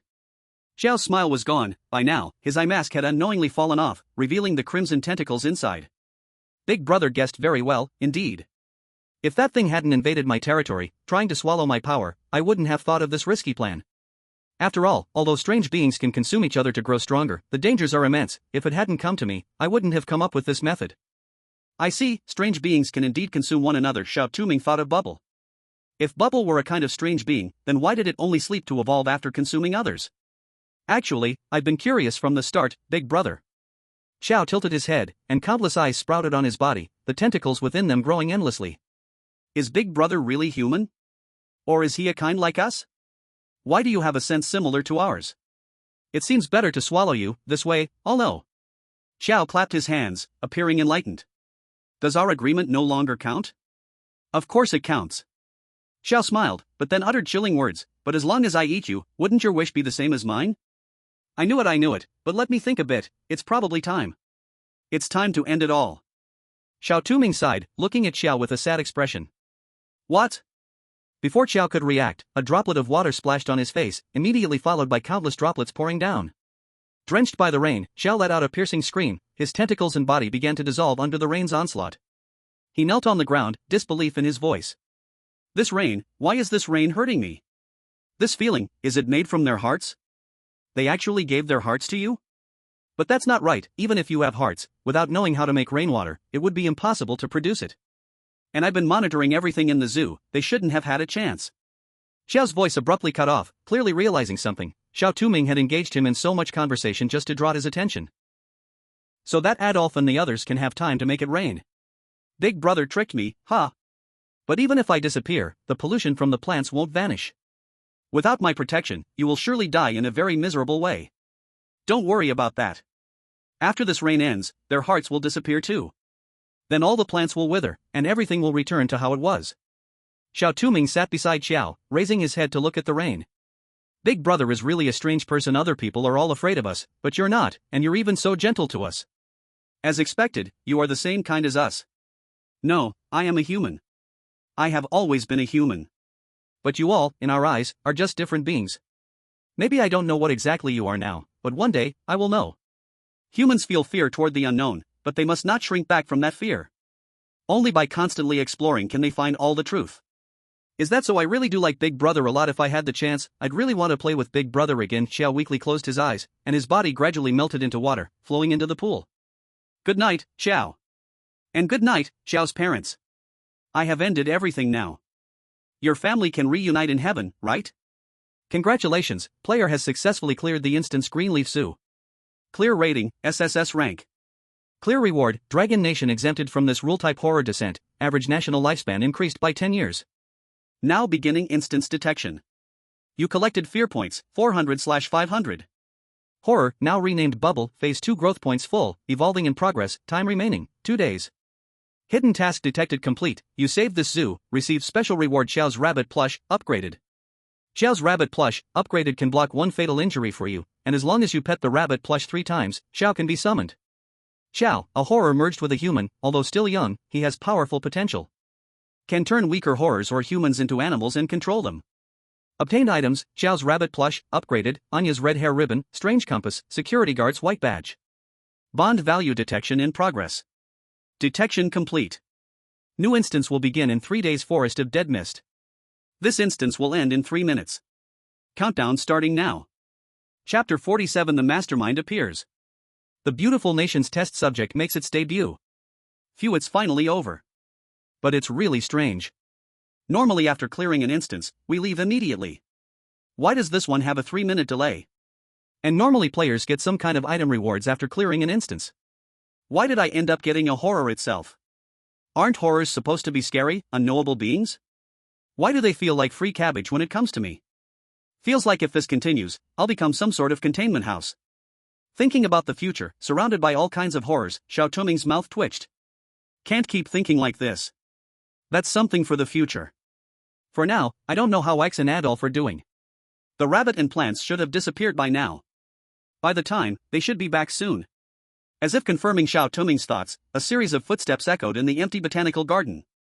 In the next second, X's figure appeared at the entrance. X, you're back. Where's Adolf? The smile on Xiao Touming's face froze as X collapsed. He rushed forward to catch X, only to find that X's chest was soaked in blood. Clearly, he had been stabbed in the heart. Run quickly. X weakly grabbed Xiao Touming's hand and gave a small push. Ah. You're really hard to kill. Still not dead after that? If it weren't for you, I would have swallowed the thing here a long time ago. You made me waste so much time in this ghost place. So tell me, how do you plan to pay me back? A young man in a blue employee uniform walked in. He had a smile like sunshine on his face, looking a bit silly. That person was actually the staff member from the Lion Park. You. Xiao Touming saw the dagger made of vines in his hand and immediately realized. You are the one who gave the wind couple the seeds. You're quick to react. But you figured it out quite late. If it weren't for this guy meddling, I think you wouldn't have discovered it at all, the staff member said with a grin. He suddenly shook his head proudly and said, No, doesn't this also prove my acting skills are top-notch? Yes, very good. Ouch. Suddenly, the staff member was punched hard in the face, and a childish voice rang out, so it was you messing around on my turf. Xiao Touming had somehow taken out a rabbit toy and summoned Xiao. Xiao had long wanted to drag out the culprit who made his zoo a mess and give him a good beating. He struck immediately, landing a punch right on his face. The staff member clutched his face and stepped back a few paces, hissing in pain. When he saw Xiao, he looked very surprised. How are you still alive? You should have died in the rain. I wouldn't want to die before taking you down, Xiao shot back without reservation. I really didn't expect you to be so good at hiding. I tried for a long time to find out who brought that guy's stuff into the zoo, and didn't realize it was you, this half-human, half-ghost fellow, who brought it in and stayed here for so long. You truly have patience. Half-human, half-ghost? Xiao Touming asked, puzzled. Generally speaking, we similar beings each have our own turf. If anyone enters each other's turf, we are the first to know. If it were truly that creature from the forest, I would have definitely noticed first, but it stayed under my nose for so long, so it can't be the real deal. I think maybe that guy parasitized some unlucky human to come here as a clone, Xiao scoffed, clearly looking down on him. The staff member just smiled, neither agreeing nor disagreeing. He thoughtfully glanced between Xiao and Xiao Touming and said to Xiao Touming, I see, you can control the strange. He. Things are getting interesting. We will meet again, in the misty forest. What? Xiao Touming was about to ask when he suddenly felt a bright white light flash before him. 3 minutes were up, and he was transported back to the real world. Damn! What on earth is going on? Xiao Touming sat up in his room. Why did that guy mention the misty forest? Isn't that the location of his next instance? How could he be so sure that I would go to the misty forest? Does he know I am a player? No, that's impossible. According to the rules, all the strange tales have occurred for so long, and no one from the instances has ever known we are players. By the way, what exactly are these strange tale instances? Why has the system descended? Also, according to Xiao's reply, it seems that the so-called strange is a race, and they can consume each other like bubbles, but the risks are significant and not just a matter of sleeping. And X? No. There are too many questions. I can't think about it all at once. Xiao Touming's body sank into the soft quilt, not wanting to think any longer. He had been exhausted for so long, the most important thing now was to get some sleep. Meanwhile, in the beautiful country. This is a remote villa in the beautiful country. This villa is located in a secluded suburb. At first glance, it seems like an ordinary villa, but inside it not only has the world's top security system but also provides 24-hour global top-notch bodyguard protection. It even has anti-GPS devices to avoid detection by satellites. Strict checks are in place for outsiders, not even a metal spoon can be brought in casually. The place where people live here is the residence chosen by the rule creepy tale for players, specially allowed by the beautiful country to ensure their safety. But just now, in such a tightly secured situation, a person easily broke through this tight defense and effortlessly killed a Milo inside the room. Although the murderer was later caught, no, not caught, but the other side actively requested to be arrested. But Amilo was killed so easily while under their strict protection, this news undoubtedly dealt a heavy blow to the beautiful country. The leader of the beautiful country angrily cursed his subordinates for 3 hours and threatened to crush the killer into pieces. But when he followed the guards to the confinement room and saw the killer, he strangely fell silent. It was a person who looked very beautiful, with delicate skin and stunning facial features. Long hair flowed down over the shoulders like running water. No one could imagine that such a seemingly delicate and beautiful person was the killer who easily broke through the heavy defenses to kill Emilo, right? However, when the leader saw this person, his face instantly turned pale. He took a few steps back, trembling, and pointed at the person. Why are you here? Leader, who is he? The surrounding bodyguards did not understand why the leader reacted so strongly. Clearly, this guy looked weak. He could be knocked down with just a finger. Shut up. Where are the people from the research room? Why was he released? It's not time for him to come out yet. The leader grabbed the bodyguard's collar, shouting furiously. Oh dear, don't call them to take me back, it's so cold and boring there. A soft voice interrupted the leader's words, and the person who was originally tightly bound to the chair had unknowingly broken free and leaned close to his ear to whisper. The bodyguards were shocked. To confine the prisoner, they had specially added 3 layers of super alloy chains, handcuffs, and leg shackles. Just in case, there was also a layer of bulletproof doors outside the confinement room. How did he escape? He actually shattered all 3 layers of alloy chains and the handcuffs. A bodyguard stuttered, pointing at the pieces of shattered alloy chains and leg shackles on the ground, murmuring, "Monster." Seeing this, everyone immediately thought of this word. Even being called a monster, the beauty remained completely unoffended, casually sitting in the chair, leisurely playing with the handcuffs in hand. I heard that you have a rule creepy tale that will draw people to represent the country to challenge the copy. That copy looks very interesting, but the player slots are taken by someone else. Now I have kicked that person out, and if he's not here anymore, I can be selected, right? Whether you get selected or not is not up to you, but never mind. The leader suddenly calmed down. Originally, you were our secret weapon developed to counter the rule creepy tale. It doesn't matter whether you come out early or late. Since that's the case, if you can be selected, as long as you bring us victory, I will agree to whatever you want. Experimental subject. No need for conditions. The beauty referred to as the experimental subject smiled brightly. I just want excitement. Dragon Country. In the high-level conference room. I see, they really have used that experimental subject.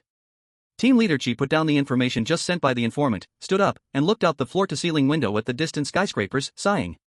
I hope the worst does not happen. Go call Xiao Touming over, I have something to tell him. Half an hour later, Xiao Touming arrived in the conference room. After a brief exchange of pleasantries, team leader Chi got to the point. The player Emilo from the beautiful country has been killed. What? Xiao Touming was somewhat surprised. The beautiful country should have sent someone to protect him. Logically, in the real world, he shouldn't be in any life-threatening situation. How did he die? According to our informant, Emilo was killed, and the one who killed him, no, it shouldn't be called a person, that is a monster developed by the beautiful country. Monster? Team leader Chi looked around. He pressed a button on the table, and an invisible protective shield rose up immediately. Team leader Chi's expression became very serious as he said, "What I'm about to tell you is serious. Apart from me and a few informants, no one else knows. Of course, your brother is one of the few who knows." Mentioning his brother, Xiao Touming realized the seriousness of the situation and sat up straight, alert. Actually, since the arrival of the rule horror, we have been researching the source of the bizarre contamination. Although they can help us strengthen our nation's power, we are very unwilling to rely on this for humanity's future.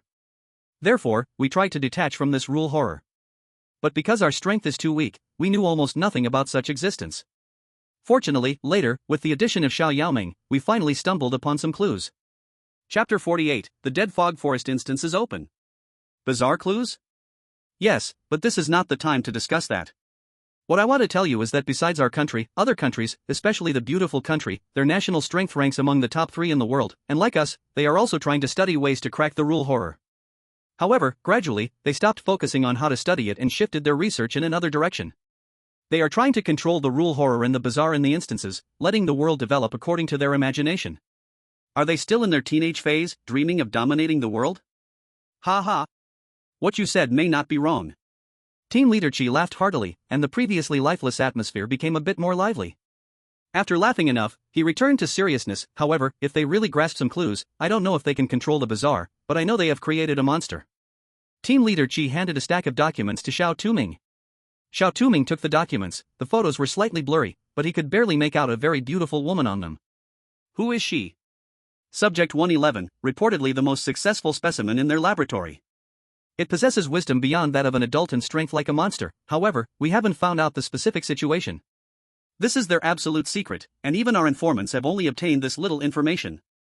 And recently, the beautiful country's Emilo was reported dead, also caused by this specimen, but the reasons behind it are unclear. I now suspect they want to treat the specimen as a player. But isn't the selection of players determined by the rule horror system? You are right, if the system does not choose him, then it's fine. But if he is chosen and it's a multiplayer instance, the consequences would be unimaginable. Team leader Chi took a sip of coffee, his tone filled with unspeakable worry. Anyway, you should be careful. By the way, the deciphered password has already been partially cracked. I believe it won't be long before it's completely figured out. Okay, thank you for your trouble. If there's any news, please let me know immediately. By the way, can you tell me about the current investigation into the bazaar? Xiao Touming asked. I really want to tell you, but it seems there's not much time now. How about this? I will let Wang V take you to the data room. All the documents regarding the horror are stored there, but since these documents are classified, you can only read them there, alright? Okay, thank you. After bidding farewell to team leader Chi, Wang V led Xiao Touming through layers of security devices and came to the door of a data room. Actually, I wanted to bring you here a long time ago. Didn't you tell me about your little ghost before? Later, I checked the information and found no records of ghosts, but the ghost you saw is real, so I think it might be your talent manifested, once a visualization of your power. A visualization of my power? Xiao Touming frowned. He could feel the joys and sorrows of the bubble. Could something so emotional really just be a manifestation of his talent? Of course, this is just my guess. I'm not an expert, and even what experts say isn't necessarily 100% correct. The truth still needs to be explored by oneself. Wang V smiled and joked. Alright, I won't disturb you any longer. You take a look here, call me if you need anything, I'll be outside. Okay, thank you. Xiao Touming nodded and entered the information room. As soon as he walked in, he saw various materials neatly arranged on the shelves. Xiao Touming casually searched, finding past players' performances and instances and some analysis of those instances. He skimmed past these and continued searching, and just then, he spotted a line of text. The origin of the strange. I always thought that the way the strange comes into being is different. Some are born from human fear, but more are born from higher dimensions, places we humans can never glimpse. To them, we might seem like pigs, beings that can be slaughtered at will. We cannot touch them, and even getting close can lead to contamination and assimilation. The rules seem to be shackles placed upon us, but they are actually protective measures to shield us as much as possible. It seems indestructible, but as long as the core of its power is destroyed, or if their emotions collapse, it will lead to a backlash of power. However, each strange being has different ways to deal with such methods, and this approach requires a sufficiently strong heart to accomplish, hence the need for observation. Observations show that humans can come into contact with and endure a certain level of contamination without losing their minds. Those who are contaminated will grow stronger, but their humanity will gradually fade until they become monsters. So that's it, it's like a game set up by the gods between humans and the strange. After reading the materials, Xiao Touming searched another circle but still did not find any information about bubbles. He had no choice but to return home, resting and preparing for the rules of the bazaar instance in 3 days. Time flew by, and soon the new instance opened again. Survivors from the last instance, you will enter the instance again. Except for the surviving countries, other countries will randomly select players. The countries selected this time include Dragon Country, Beautiful Country, America, Cherry Blossom Country, Flower Country, White Bear Country. Welcome players to enter the instance the Dead Fog Forest. This is the largest and most mysterious forest in the world, where countless people have tried to explore, but none have returned. They were like bait, fed to this forest. This is a multiplayer challenge instance. No external hint opportunities for this challenge, none. Please find the Dead Fog Hotel located in the forest within 5 days. Please note, the Dead Fog Hotel only accommodates 20 guests. Once full, they will no longer accept travelers from the forest. As soon as the bazaar prompt ended, Xiao Touming found himself in a small wooden house, carrying a backpack, and wearing a wristwatch on his wrist. Xiao Touming opened the backpack. Inside were some compressed biscuits, mineral water, and some outdoor survival gear like a phone. Beneath these items was a flyer with the rules written on it. Welcome! Dear adventurer, come explore our world's largest and most mysterious forest, the Dead Fog Forest. There are many novel places waiting for you to explore. However, to ensure your safety and provide a good exploration experience, the safety time in the Dead Mist Forest is from 6 a.m. to 7 p.m. During this time, you can freely explore the forest, but remember, you need to find a shelter in the forest before 7 p.m. to hide from the creatures and dangers in the mist at night. The forest is vast, so to avoid getting lost, please remember the map below the rules. Never get lost, do not get lost. The shelters in the forest are all wooden houses. Most of the time, there will be a forest ranger on duty in each house, but if you come across a wooden house without a ranger, you can enter, but you can only stay 1 night, and after that, you cannot enter this house again. Each wooden house in the forest can accommodate a maximum of 3 people, including the ranger. If the number exceeds this, the shelter will no longer provide protection. If you find an unlocked box during your exploration, do not open it, even if it looks tempting. In general, the shelters in the forest are well stocked with food and water. Please do not hunt the animals in the forest unless they give you their permission. Erase this. Some plants here might help you, but be careful not to let any plant touch your blood, but maybe some plants like blood? Strike this. Most animals in the forest are gentle and will not harm others. However, if you are attacked by an animal, immediately head to the nearest wooden house and seek help from the ranger inside. He will assist you. But if there is no wooden house nearby, you can try seeking help from K. There is no white graveyard in the forest. The white graveyard is K's residence. If you encounter any unsolvable problems or crises, you can go there, and K will redeem everything. If you are exploring with companions and get separated, when you find your friend again, check if there are green marks on their skin. If there are, stay away from your friend. If during your exploration, you experience dry skin, dehydration, or hallucinations for more than 5 minutes, immediately find the nearest shelter and seek help from the ranger inside. But if you can't find it right away, you can wash in the stream near the daisies. Remember, it must be daisies, not other flowers. Please do not use electronic devices in the forest, as the environment is special, and all electronic devices will malfunction. Use an electronic watch to check the time. There will be no mist in the dead mist forest during the day. If you encounter mist during the day, immediately head to the white graveyard, where it will redeem you. This forest is huge. While exploring, always keep track of how long you've been in the forest. Do not lose track of time, stay alert. If by 7 p.m. you haven't found a shelter, you can sleep in a tent. But be careful, if you sleep in a tent, choose one near the stream with daisies. Don't fall into a deep sleep. If you hear the sound of chains dragging outside, immediately change positions, and when you move, do not look back until you feel there is no one following you. Do not trust K, there is no faith in this forest. Wow! This time it's actually a multiplayer instance? It's rare to have a multiplayer instance. Yeah, and this time the country's notification is gone. It seems the difficulty of this instance has increased a lot. But the ghost stories say this time we are going to the dead mist forest to find a hotel? And that hotel only has 20 spots. Doesn't that mean this instance can only have 20 survivors at most? Yeah, this also means that even if the players survive according to the rules, they may encounter people who will kill to fight for a spot. Just like Xiao Touming back then. Sure enough, things are developing in the worst possible direction. In the Dragon Nation analysis group, Team Leader Chi's face was so dark it could drip water. Not just Team Leader Chi, but the others also had unsightly expressions. They all inevitably remembered Xiao Touming, the proud son of heaven, who did not die in the bizarre way, but fell by human hands. How ironic. At this point, we can do nothing but trust Xiao Touming. Team Leader Chi sighed deeply. Inside the strange talk copy. After reading the rules, Xiao Touming glanced at the electronic watch, which showed the time 1800 hours. 1 hour left. Xiao Touming looked around. This seemed to be the wooden house mentioned in the rules. The wooden house was simply arranged, but in the corner of the wall, Xiao Touming saw a huge symbol painted with red liquid. This symbol was very strange, 6 angel wings entangled by vines, and those vines gathered at the heart in the middle. For some reason, when Xiao Touming saw this symbol, all his body hair stood on end. He felt as if he were being watched, yet there was no one around. Is it because of this symbol? Xiao Touming suddenly noticed a pool of blood underneath the symbol. And on the blood, there was a diary. Xiao Touming picked up the diary. Most of the entries had been torn away, leaving only a few chaotic words. I can't escape this damned forest, always hitting the wall. There are monsters everywhere, not just one monster. Those monsters cling to you, during the night, never look back. I can't take it anymore. It's too terrifying here. Who can come to save me? Anyone. I found a way to see God. As long as I draw the 6-winged heart symbol, I can be saved. I saw a God. Oh my God. This is simply a miracle. I gained rebirth. Though my body sleeps eternally in the white cemetery, my soul has been saved. Thank you. My God, my Lord. I am willing to dedicate my life to uphold your truth. All beings must ultimately return to nature. Is it polluted? Could this symbol represent the it of this copy? But why does it feel so different from Anya and Xiao, much more terrifying? Xiao Touming closed the diary, adjusting his hair tie and rabbit, summoning Anya and Xiao. Do you recognize this?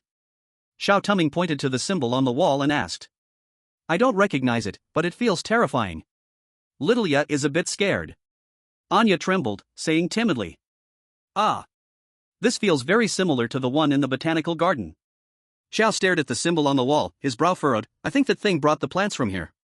But now it seems, the plants that invaded here were just a drop in the bucket, the real it is even scarier than the plants from back then. But it's strange, why do I sense no malice from this guy? No malice? Xiao Touming was a bit curious, it's just a symbol, can you really sense it? Actually, it's just a metaphor, how to say it? It's like intuition. Xiao tugged at his hair, distressed, among our kind, I'm still just a kid, so I don't know much, but I can feel that this guy has no malice. No malice? Xiao Touming shook his head, his tone much colder, if there's no malice, then the rules of the strange talk wouldn't exist. Xiao smiled and hugged Xiao Touming's neck, big brother shouldn't say that. The malice between us is different from the malice defined by humans. We live solely for our own beliefs and obsessions, just like right now, I can survive all thanks to you, big brother. Relies entirely on him, not sure if this is a good thing or a bad thing. But don't worry, I will protect you, big brother. Xiao nuzzled Xiao Touming. I will too. Don't just stick to big brother. Enya also came over, fiercely saying. Oh, Enya's sister, just give it up. You are so weak, how could you possibly protect big brother well? Xiao pretended to cover her mouth, showing a, are you kidding, expression. Enya's face turned pale with anger. Alright, you two stop messing around. Seeing that both sides were about to fight again, Xiao Touming helplessly interrupted, we have other. Before he finished speaking, a thunderous roar of a lion came from outside, and the ground started shaking violently. Xiao Touming rushed to the window and through it, he saw a huge lion chasing a pair of girls. Tao Yushi and Nkiki were running for their lives. The lion was relentlessly pursuing them, its rancid smell nearly knocking them out. Tao Yushi and Nkiki knew that if they let their guard down here for even a moment, they would be swallowed whole by the lion. What bad luck, encountering attacking animals on the first day, we must find a wooden house and ask the forest ranger for help. Tao Yushi said, and sure enough, she saw a wooden house ahead in the next moment. Great! Let's get in quickly. With their eyes lighting up at the sight of the wooden house, the two quickened their pace and dashed inside. Is the forest ranger here? Help us! We've been attacked by animals. Tao Yushi shouted for help, but no one responded. Damn it! So unlucky. We found an empty wooden house. Tao Yushi cursed under her breath, turned to leave, when suddenly Nkiki screamed, watch out! Yushi's sister. Tao Yushi turned around and saw a massive bloody mouth appearing behind her. About to be eaten. Tao Yushi shut her eyes, waiting for death to come, but in the next second, that lion suddenly went bang, and turned into a rabbit. What the heck? The two were dumbfounded, staring blankly as the rabbit hopped back to the hands of a boy. Are you guys okay? Xiao Touming looked at the two girls who were completely stunned in front of him, puzzled. Did they get scared silly? Are you Xiao Touming? Finally, Nkiki came back to her senses, stood up excitedly, and said with a tremble in her voice. I am.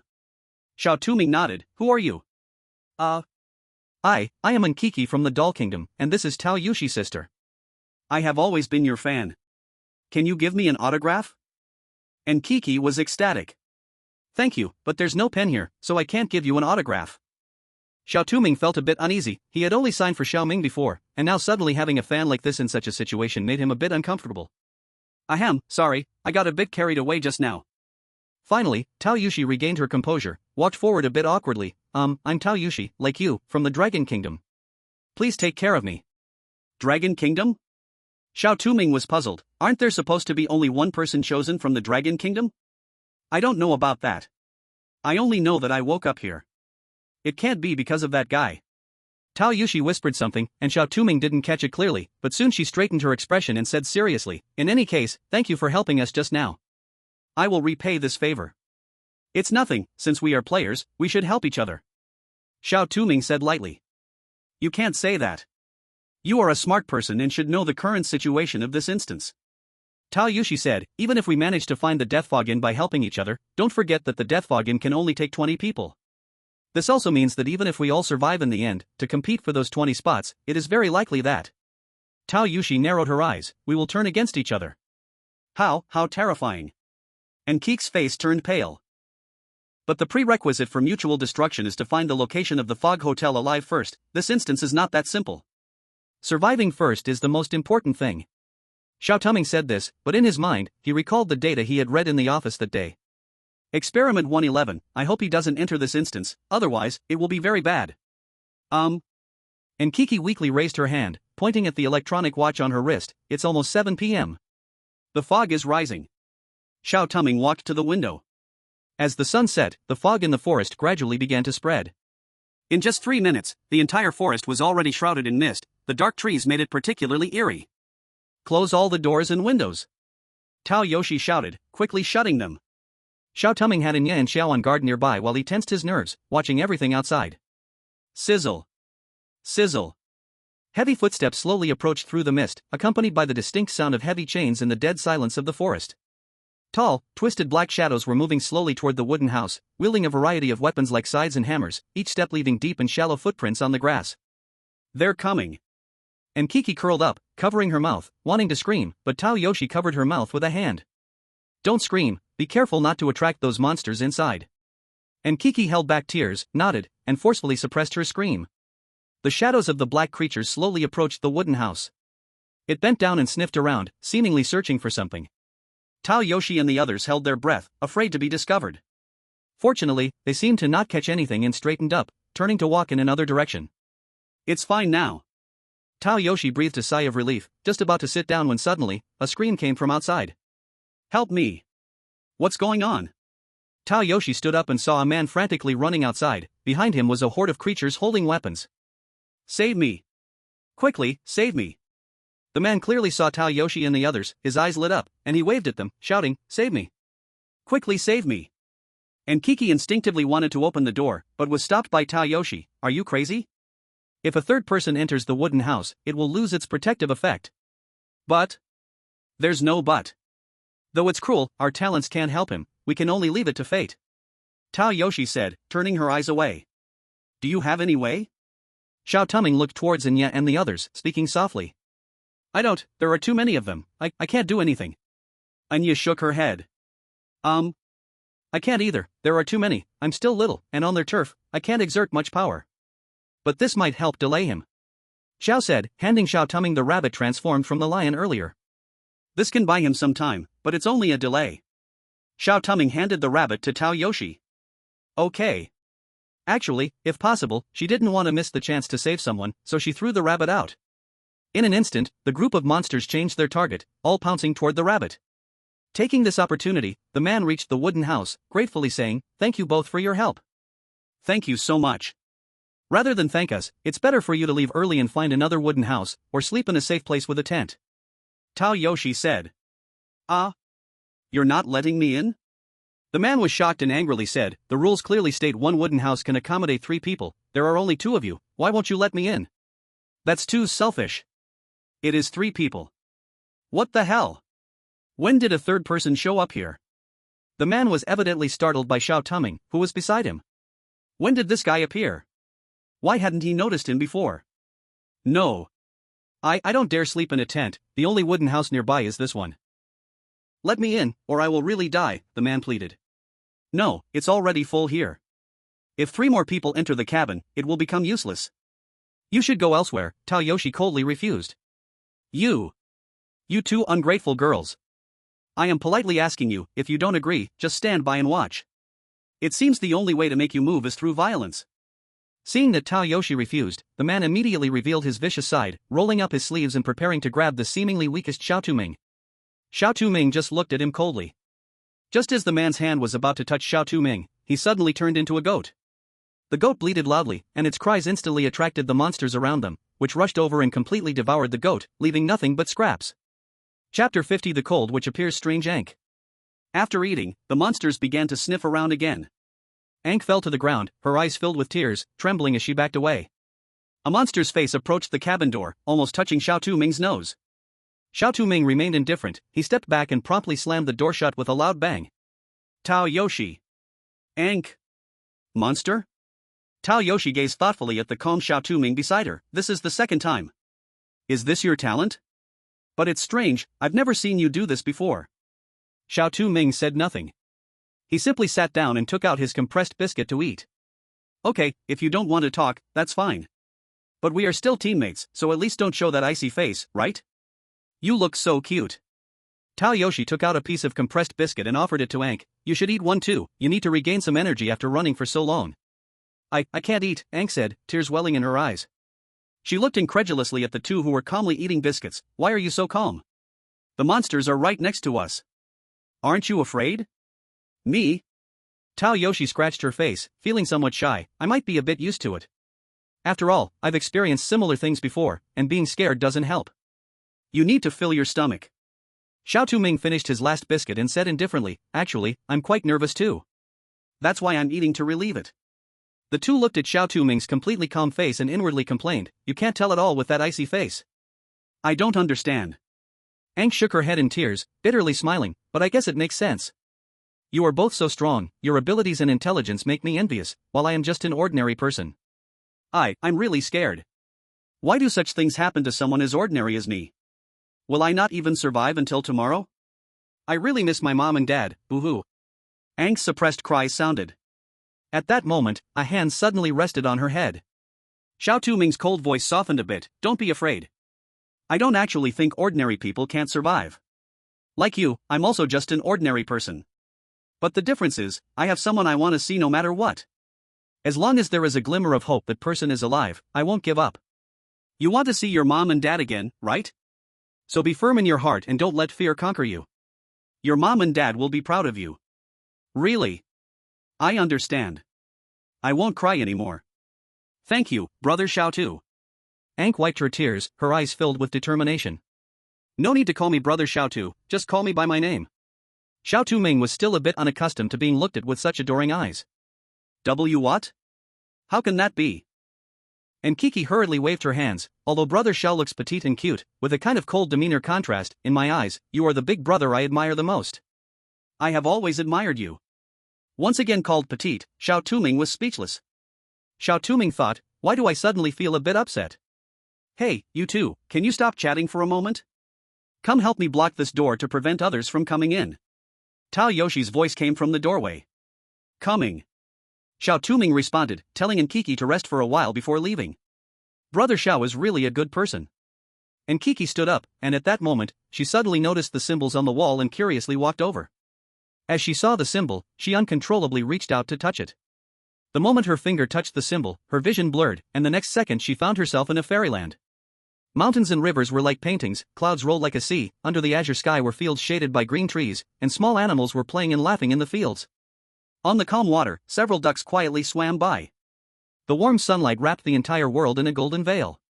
There were no terrifying haunted tales, no horrifying monsters, and Kiki relaxed completely in this fairy-like scenery, unable to help but be enchanted. Are you satisfied with what you see? A gentle voice suddenly rang in her ear. Who? And Kiki was startled. She looked around, but there was no one. Do not be afraid, I mean no harm. The gentle voice echoed again, as if afraid of scaring her. It said cautiously, I am the owner of this emblem, you may call me Luha. Lu-ha. And Kiki murmured, relaxing her guard slightly. Can you be my follower? I can promise you a world without conflict. Ah. And Kiki was stunned, unsure of what to say at that moment. Nkiki. Nkiki. Ah. And Kiki came back to her senses and realized she was still in the wooden house. Where was that fairy-like beautiful scenery? What's wrong with you? Tao Yoshi looked at Nkiki in confusion, and at that moment, she suddenly saw the symbol on the wall and turned pale. This is. You two should avoid touching that. I suspect it is a summoning symbol, it's very dangerous. Xiao Touming walked over and warned. Is it really dangerous? And Kiki recalled the gentle voice. Could something eerie really be so gentle? She felt that voice wasn't a bad thing. How do you know that? Tao Yoshi asked. This. Xiao Touming tossed a diary to Tao Yoshi, just look at this and you'll know.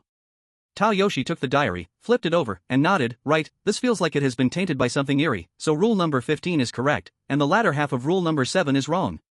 Even if we can't find the wooden house, as long as we don't look back and aren't caught by monsters, we won't die. So we should avoid praying to unknown beings, otherwise, trouble will come. Xiao Touming nodded, while Nkiki was somewhat discontent, however, she didn't voice it and just kept it to herself. On the other side, in the White Bear Nation, unlike the deserted wooden house on Xiao Touming's side, Adolf had a much more unfortunate experience. Because since waking up at 7 p.m., he not only failed to find a wooden house, but he also couldn't even locate a stream with daisies, and he was spotted by a monster brandishing a weapon. If it weren't for the weapon he received as a reward from the previous instance, the White Bear Nation would likely have already fallen. Even so, his situation was still dire. He used a fruit knife to fend off an attack from one monster, rolling pitifully to the side before standing up again. Several monsters carrying huge weapons in chains gradually surrounded him, and Adolf began to retreat. He didn't dare look back, fearing breaking the rules, but he was exhausted. unable to withstand the attacks from these monsters. Am I going to die here? I haven't even seen that guy Xiao Touming yet, what a pity. Adolf thought this, gripping the handle of his knife, prepared to fight to the death. But just then, those monsters suddenly turned their heads and moved in one direction as if attracted by something. What's going on? Adolf was somewhat puzzled. Just then, a pleasant voice sounded beside him. Follow me, I've drawn them away, but they'll be back soon. Adolf knew he couldn't stay there for long, so he instinctively followed the person. After winding around several corners, a wooden house appeared ahead. As that person entered the wooden house, and after confirming that the monsters wouldn't follow, Adolf finally breathed a sigh of relief, finally getting a good look at the person who led him. She was a very beautiful woman, with long hair like a waterfall, her features enchanting, but upon closer inspection, there was a hint of heroism in her eyes. She was tall and wore neutral clothing, and aside from being flat-chested, everything else was perfect. Thank you for saving me. May I ask which country you're from? Rough man Adolf asked shyly for the first time in front of a beauty. I'm from the beautiful country, you can call me Cold Witch Chi.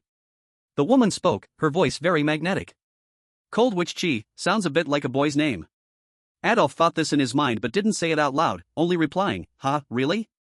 Such a unique name. I'm Adolf, from the White Bear Country." "I know you are Xiao Touming's companion." Cold Witch Chi looked into Adolf's eyes and said slowly. Adolf didn't notice the odd tone in her voice, only laughed heartily. "Really? I didn't expect me and that guy to be so famous." "Ha ha. Yes, I've always been very interested in you, especially Xiao Touming. What do you know about him?" Cold Witch Chi asked with a curious expression. Since she saved him, Adolf had little suspicion and thought she was just a little fan of Xiao Touming, so he spoke eagerly. "Though I haven't spent much time with him, I feel like we get along pretty well." "Don't be fooled by his short stature and weak appearance, he may not have much of a presence, but he's really smart and quite impressive." Listening to Adolf talk nonstop, Cold Witch Chi's eyes dimmed. She took a slight step back, activated a mechanism, and silently closed the cover of the basement, where 3 players' corpses lay. Time quickly moved to the next day. After taking turns to keep watch all night, Xiao Touming and the others didn't encounter any other players or monsters and peacefully spent the night. Once morning came at 6 o'clock, Xiao Touming and the others packed their bags and left the wooden house, preparing to search for a new wooden house. As soon as he closed the door of the wooden house, Xiao Touming suddenly remembered he still had the compass. The compass could point to any place he thought of, perhaps it could give him a slight advantage? Thinking this, he took out the compass. Tao Yushi and Nkoku saw it and curiously gathered around. "What is this?" "This is a keepsake from a friend." Xiao Touming lowered his eyes. He tightened his grip on the compass, silently thinking of the dead fog in. The compass spun rapidly with his thoughts, and the needle turned quickly, not stopping at all. As expected, still not working?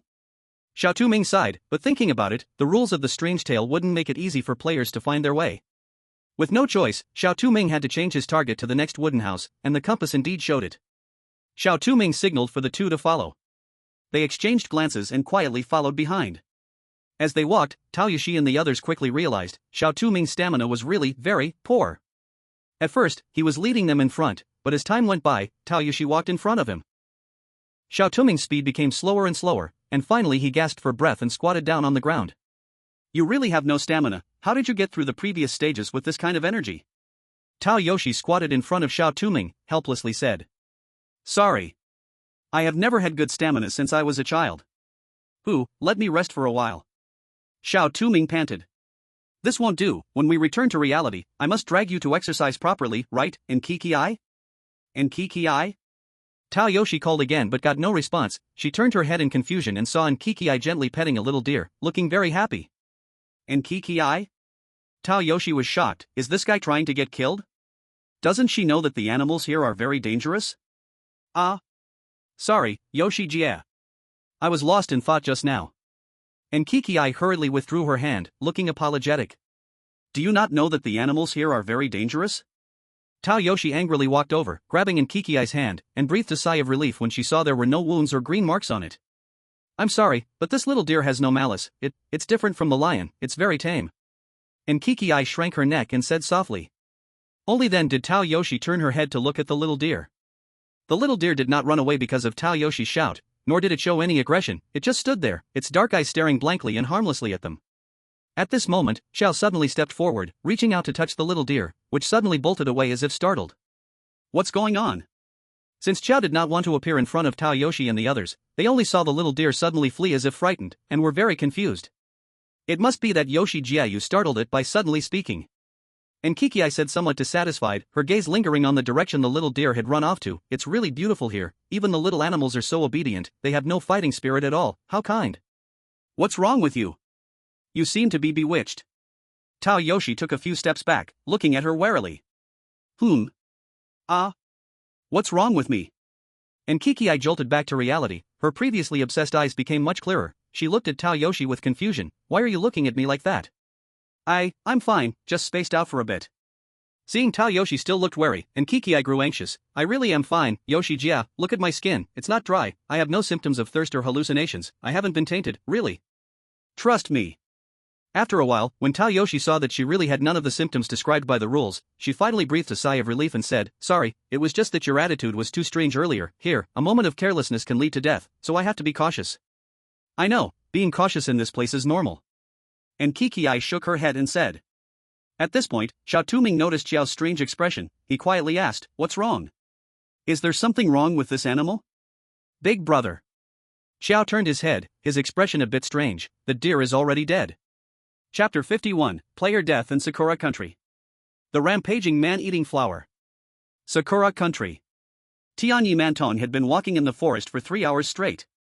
His luck was average, although he found a cabin smoothly when he woke up. It was an abandoned one. According to the rules, he had to stay one night before leaving to find a new cabin. But he had been walking for 3 hours on the map. Not only did he fail to find a cabin, he felt tired and thirsty, and even worse, he sensed that his skin was extremely dry and his eyes were becoming bloodshot. At times he felt like his limbs were turning into twigs. This series of symptoms quickly reminded him of Rule 10, if during exploration skin dryness lasts more than 5 minutes. Parched, with hallucinations and other symptoms, please immediately seek help from the forest rangers at the nearest shelter, but if you cannot find one right away, you can wash in the stream by the daisy flowers. Remember, it must be daisy flowers, not any other flowers. But there were no wooden cabins nearby. Wait, that sound, it seems to be the sound of water. Tianyi Fantong's eyes brightened. Indeed, a small stream appeared not far from him. Heaven truly does not close off all paths. Tianyi Fantong secretly admired his luck was really not bad. His throat felt as if it was being burned by fire, every cell in his body was crying out for water. Water! He couldn't help but quicken his pace. Now his eyes only saw the stream, and he didn't even notice that the flowers by the stream were not daisies, but white ghost flowers. Tianyi Fantong buried his head in the stream, the icy water relieved the burning sensation in his throat, and he drank to his heart's content. After drinking enough water, he finally lifted his head, perhaps having quenched his thirst, he felt immensely refreshed. He stood up, just about to leave. Suddenly he felt the food in his stomach digesting rapidly, followed by an intense hunger. His vision turned dark. What was going on? Why did he suddenly feel so hungry? It was as if he hadn't eaten for several days. So hungry. So hungry. He knelt on the ground, his body visibly growing thinner. Soon he was just skin and bones. No. If it goes on like this, will he starve to death here? Tianyi Fantong lay on the ground, gnawing at the grass, but that couldn't relieve his hunger, it only made him want to eat more. Perhaps the heavens were generous. Suddenly a box appeared before him. An incomparable aroma of roasted meat wafted from the box. At this moment, Tianyi Fantong was so hungry he was about to lose his sanity. As soon as he smelled the aroma, he rushed over. Who cared about rules or no rules? However, just as he opened the box, it suddenly seemed to come alive, sprouting sharp teeth, and bit off one of his hands in an instant. Tianyi Fantong let out a miserable scream. He covered the wound and took a step back. This action made the box even more excited. It opened its mouth wide, the teeth clashed with a sharp sound, and strands of flesh were still hanging in its teeth. No, no. The intense pain brought Tianyi Fantong back to his senses from his hunger. A strong desire to survive gave some strength to his originally weak limbs, and he turned to run. Blood continued to flow from his wrist, splattering onto nearby plants. The once lush green plants turned bright red upon touching the blood, hastily growing, spreading around. Like bloodthirsty beasts, craving the nourishment of fresh blood. The plant's abnormality made Tianyi Fantong even more frightened. He used tools to cut off the plants trying to suck his blood, constantly fleeing, but those plants seemed endless. Cutting off some and more came rushing over. Several blood-sucking vines wrapped around his legs, greedily sucking his blood. The loss of too much blood plus intense hunger made Tianyi Fantong's vision turn dark. He swung his knife to cut the vine, barely escaping the encirclement of the plants. The plants continued to chase after him. Just then, Tianyi Fantong suddenly saw a hidden cave ahead. If he could get into that cave, he might escape the plants' pursuit. Seeing hope, he hurriedly crawled into the cave. Once inside, those plants indeed lost their target and began to retreat. Saved, Tianyi Fantong let out a sigh of relief. His tense nerves relaxed a lot, but at the same time, intense pain swept over him. He clutched his wrist in anguish, his nails dug into the soft wall, leaving long scratch marks. Wait, soft wall? Tianyi Fantong realized something was wrong.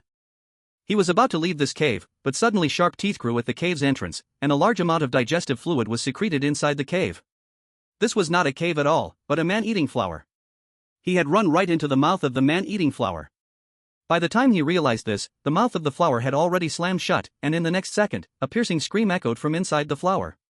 Sakura country player Tianyi died, Rule Bazaar talk randomly descended, the survival rate of plants in the country decreased by 30%. On the other side, Xiao Touming was stunned by Qiao's words, and before he could react, he heard Nkuka scream, so many man-eating flowers. All around, a large number of man-eating flowers had appeared out of nowhere, baring their sharp teeth and lunging towards Xiao Touming and the others. Nkuka screamed in fright, and just as a man-eating flower was about to swallow her, it suddenly turned into a rabbit. It was Qiao taking action. Qiao turned several more man-eating flowers into rabbits, goats, and other animals, and then controlled these animals to go back and eat those man-eating flowers. In an instant, several man-eating flowers became food for the animals. At the same time, Enya also took action, making the man-eating flowers bite each other. Although the man-eating flowers were counterattacked, due to their overwhelming numbers, Xiao also felt strained, large beads of sweat rolling down from his forehead, and his slender arms began to tremble slightly. Enya's voice became hoarse, and her body began to shake as well. Xiao Touming knew that Enya and the others could not hold on for long. He decisively said to Tao Yushi and the others, "Let's go. We need to find the ranger at the cabin for help." The group immediately fled desperately in the direction indicated by the compass. Fortunately, the cabin was not far away, and they soon spotted it. "Come over here." A man in a green uniform stood in front of the cabin, desperately waving at them. When Xiao Touming and the others ran behind him, he took out a spray bottle with a small daisy pattern and sprayed it at the man-eating flowers behind them, instantly causing those flowers to howl as they scattered. Finally, with the man's relentless spraying, all the man-eating flowers were driven away. Phew, finally, it's over. I'm exhausted. The man let out a long sigh, wiped his sweat, and turned to Xiao Touming and the others, saying, "Are you all okay? Did you get hurt?" Chapter 52 Similar Faces. Has Xiao Touming been infected by pollution? We're fine, we weren't hurt. Thank you so much just now. What's your name?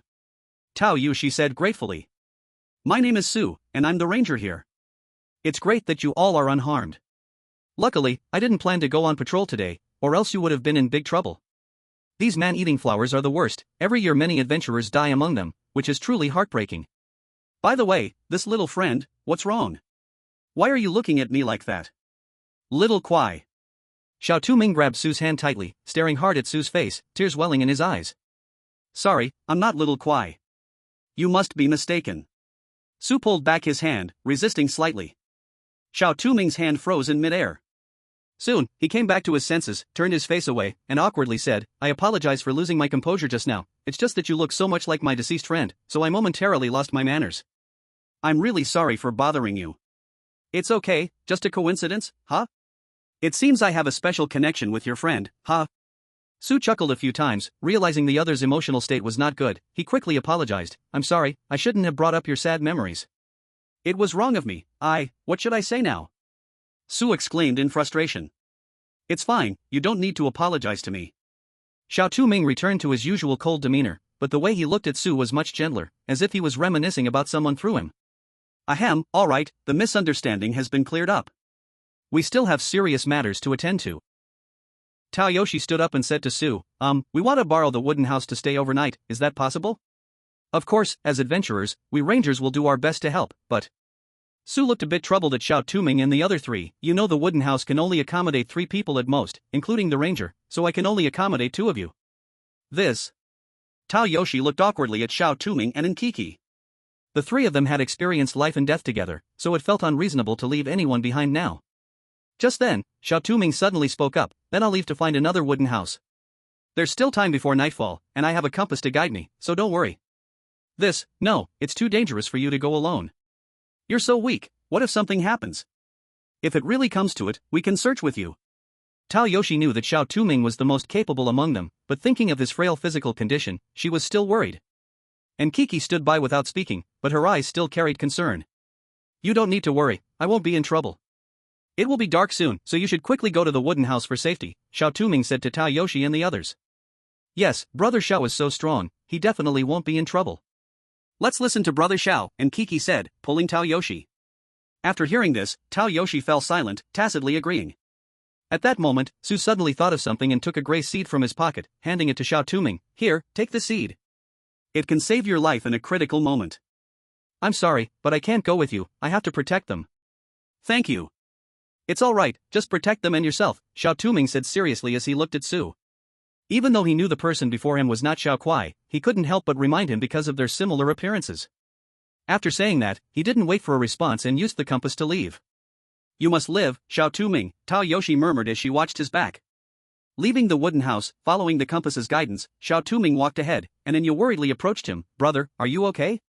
Why did you cry when you saw that person just now? Yes, big brother, who was that person named Xiao Kuai? Why could he make you cry? I'm a bit jealous, Xiao whined from the side with a hint of jealousy. I'm fine, I just couldn't help it for a moment because that person looked like a friend I knew, Xiao Touming chuckled as he ruffled Anya and Xiao's heads. That person once sacrificed his life to help me, and I'm really grateful to him. Brother, what's wrong? Anya looked at Xiao Touming curiously. At this moment, Xiao Touming was staring blankly at his arm, a green mark was winding and crawling all over it. What is this? Xiao Touming muttered, suddenly feeling a burning sensation in his throat, his skin dry as if it had lost all moisture. He knelt on the ground, clutching his throat, his eyes bloodshot. The green mark spread across his body rapidly like a plague. Brother! Anya and Xiao were terrified. They wanted to help, but they had no ability to purify the bizarre phenomenon, leaving them unsure of what to do. At that moment, a green sprout suddenly grew from Xiao Touming's heart, feeding on his life essence, sprouting rapidly and wrapping around him, turning into a towering tree. Brother! Anya's eyes turned red as she tried to rush forward to save Xiao Touming, but was stopped by Xiao. No! If you rush over, you will only be swallowed by this tree. This plant's strange ability can devour anything as nourishment to grow itself. This strange phenomenon grew using Big Brother's life essence as bait. We rush over in confusion, not only failing to save the Big Brother but also putting ourselves in danger. But what should we do? I've finally met my brother. Even such a sinful me, my brother is willing to accept me and treats me so gently. Without him, I wouldn't have survived till now. Step aside, I want to save my brother, even if it risks my very soul, I have to save him. What do you plan to do?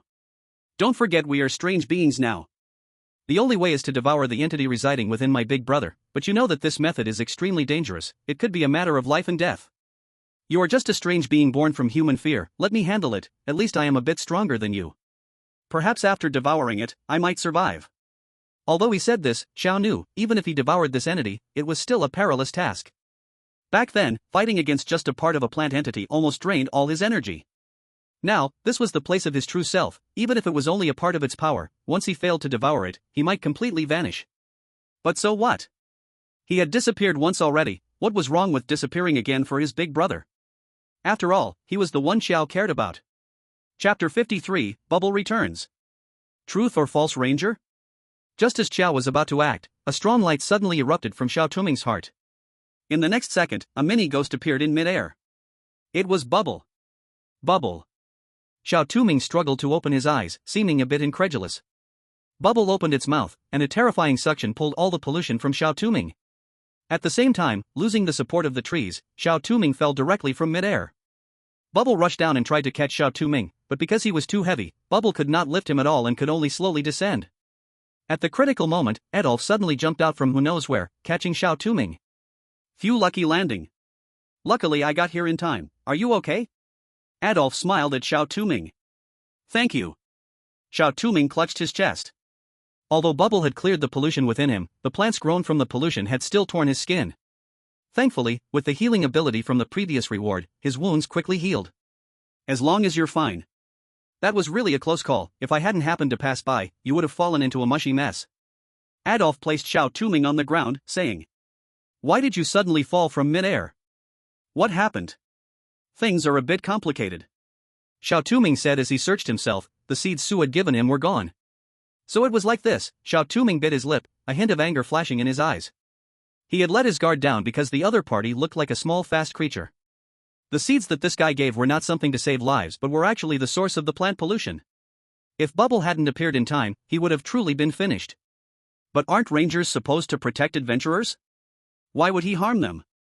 Could it be that the ranger was not a protector, but sided with the strange entities? Or perhaps, that ranger is a false ranger? What's wrong? Why do you look so serious all of a sudden? Adolf asked, confused. It's like this, Xiao Touming briefly summarized what had happened to him. After hearing it, Adolf's expression became serious. He thought for a moment and pulled out a patterned piece of paper from his pocket, handing it to Xiao Touming. Xiao Touming took the paper, only to be shocked to find that the so-called paper was actually a piece of pigskin. He mistook it for paper because the pigskin was shaved too thin.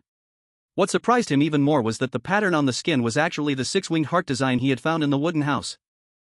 Behind this layer of skin, a line of words was drawn with blood. Do not trust those with patterns on their bodies. They are the devils mingling among the forest rangers. This was given to me by a friend.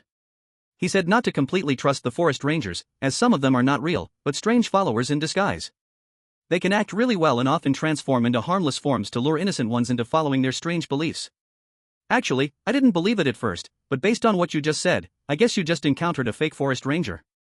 Following the strange? Xiao Touming realized something was wrong. They have self-awareness? I don't know about that. Maybe they are like those in a zoo, polluted by it and thus they follow it. But if that's the case, it could be dangerous.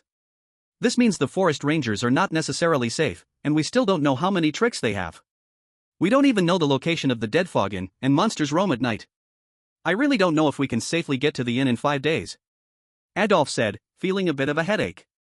Xiao Touming furrowed his brow. The current situation was quite complex. He needed to sort through the clues.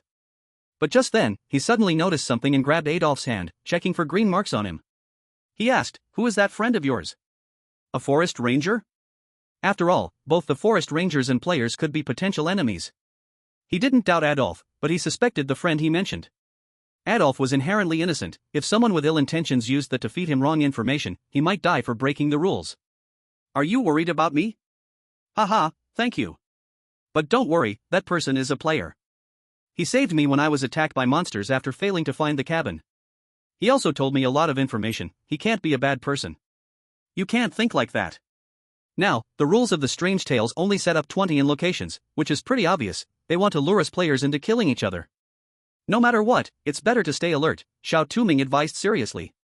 Well, you're right, but I think we shouldn't just dismiss everyone outright. After all, having more companions is beneficial for us, isn't it? We've just found a new cabin. Though it's unoccupied, it can still suffice for a night. Night is about to fall, let's rest for a bit. Adolf suggested. Companions, wait. If that person is a fake forest ranger, Tao Yoshi is in danger. On the other side, Tao Yoshi still did not know that the forest ranger in front of her was not a real one. She and Sue had returned to the cabin. Unlike the unoccupied cabin, this one was well tended. Inside, there were many pieces of furniture made from plants, looking warm and bright. In the center of the cabin stood a tall pillar covered with plants, which were adorned with all kinds of small cakes. Have a seat, let me pour you some water, Sue said, approaching the windowsill where several white, flawless lily of the valley flowers bloomed, except these lilies were growing upside down, resembling delicate teacups from a distance. Sue gently touched the lily of the valley flowers and said softly, "Guests have arrived, please bring 2 cups of flower tea." As soon as the words fell, the lily of the valley flowers fell off of their own accord. Sue handed these 2 flowers to Tao Yoshi and the others. "Here, try this flower tea. It helps calm the mind and is very delicious." "Thank you, but aren't these lily of the valley flowers? How do we drink?" Tao Yoshi hesitated, taking the lily of the valley flowers and finding that they were indeed filled with clear flower tea. The flower tea emitted the unique fragrance of lilies, which made one feel refreshing just by the scent. But for some reason, Tao Yoshi did not want to drink it, perhaps out of vigilance. She always felt that in such a crisis-filled scenario, it shouldn't be so easy to drink tea here. She turned to glance at Nkiki, only to find that she had finished all the tea, her face full of happiness. After thinking for a moment, she secretly poured out the tea in her hand when Sue wasn't looking. Chapter 54, The Forest Ranger's Body, and Kiki is dead. How is it? Does the flower tea suit your taste? Sue came over, carrying 2 plates of small cakes, placing them in front of them. It's already this late, I thought you must be hungry, why not try these small cakes? They're quite tasty. Really? Mr. Sue, thank you so much. You have brought us food and drink, I don't even know how to thank you. And Kiki took the cake, looking at Sue with eyes full of admiration, expressing her gratitude. No need to thank me, as a forest ranger, it's my duty. But you're still just a little girl, yet you have to go through such cruel things, it's really hard on you. Sue's tone was very gentle, and there was a hint of pain in his eyes. Sue was already elegant and handsome, and having saved Nkiki and her friends before, it further raised Nkiki's favorability towards him. At this moment, looking at Sue's caring eyes, her heart raced, and her face instantly turned red. Tao Yoshi was more concerned about the Dead Fog Inn matter. She didn't eat the small cake but asked Sue, "Excuse me, do you know anything about the Dead Fog Inn in this forest?" Dead Fog Inn? Sue's expression changed, becoming much more serious. What do you want to do there? That place is certainly not good. If you're not careful, you could die very badly. You really know where it is? Taoyoshi stood up excitedly. Please tell us where it is, this is very important to us. This, if you insist on going? Sue sighed helplessly. He slowly spoke up. Do you know the White Cemetery? The inn is located in the White Cemetery. White Cemetery? Isn't that place very dangerous? And Kiki said softly. No, the White Cemetery itself is not dangerous, what's dangerous is the inn inside it. Sue said seriously, you know that dangerous plants have been lingering here, but actually, the plants in this forest are not dangerous, all the plants are very friendly to people. However, since the inn appeared, some plants have started to become violent, they attack humans recklessly. Some even can turn into animals to attack humans, so we forest rangers can only make wooden houses with special wood and drive away those harmful plants with water brewed from daisies. To fight against that inn, our boss built the White Cemetery to suppress the inn, but despite that, the inn can still influence the forest through the cemetery. So if possible, you should avoid going to the inn. So dangerous. Do we really have to go? And Keek's face turned very pale, and Taoyoshi squeezed her hand. Of course, don't forget, the mission is to find the dead fog inn. Only then can we survive. Got it. Well, if you insist on going, it's best to go tomorrow. Tonight, have a good rest. Tomorrow, I will take you there. I'll prepare some food for you first. With that, Sue turned and left the hall. Seeing Sue leave, and Kiki chased after him. Only Taoyoshi was left alone in the hall, starting to search the wooden house for other clues. But after searching around, she still found nothing. Finally, she shifted her attention to the pillar in the middle of the wooden house. The plants wrapped around the pillar were covered with cute little cakes. What a magical plant, it actually grows cakes. Taoyoshi touched the pillar, carefully inspecting it. Perhaps from being close, she suddenly smelled a strong stench of decay. What was going on? Why did this pillar smell like a corpse? A bad feeling surged up from the bottom of her heart. She suddenly reached out to push aside the plants entangled around the pillar, revealing not anything else, but a corpse rotting halfway. Taoyoshi trembled as she extended her hand to inspect the body, which was dressed in a green work uniform, seeming to have died a long time ago, with exposed skin covered in death spots. Green plants used the corpse as nourishment, crawling out from the flesh and twisting upward to grow. Taoyoshi fought to suppress her disgust, scraping through the plants from the body, finally finding a work ID inside. The ID featured a picture of an unfamiliar man, and next to the photo was written Forest Ranger number 32, Li Hui. What's going on? This corpse is also a forest ranger, and the person in the photo is different from Sue. It seems this guy is the ranger of this cabin, but if this is the ranger of the cabin, then who is Sue? Is he really a forest ranger? On the other side, and Kiki had been following Sue. After leaving the hall, Sue did not head toward the kitchen or the rooms but instead turned to the basement. And Kiki stealthily followed Sue into the basement, and the deeper they went, the more plants there were, all kinds of plants grew wildly. As Sue entered, those plants seemed to come alive, gathering around him like pets, wanting his affection. Good kids, you are all good kids. Sue gently stroked the plants, his tone exceptionally kind. This peculiar scene left in Kiki in awe. These plants were very spirited. Despite being just plants, why did they seem more spirited than some animals? Because these plants are the most authentic form of all living beings, Sue's voice suddenly echoed from behind her. What? And Kiki jumped in fright, since just moments ago, Sue had been in front of her. When did he get behind her? Don't be afraid, look, these plants are very friendly. Sue gently caressed the plants, his tone slightly seductive. They pose no danger at all, instead, they can provide a lot of help. Plants are an embodiment of nature, and humans should also be part of nature. Unfortunately, humanity has been polluted by greed and desire, becoming mere flesh driven by wants, even harming nature's plants. How heartbreaking. We are driven by desire, flesh? And Kiki murmured, the red veins taking over the white of her eyes, her gaze gradually becoming hollow. Yes, humanity is that sinful. Humans harm each other and fight among themselves, but it's okay, our master will save it all.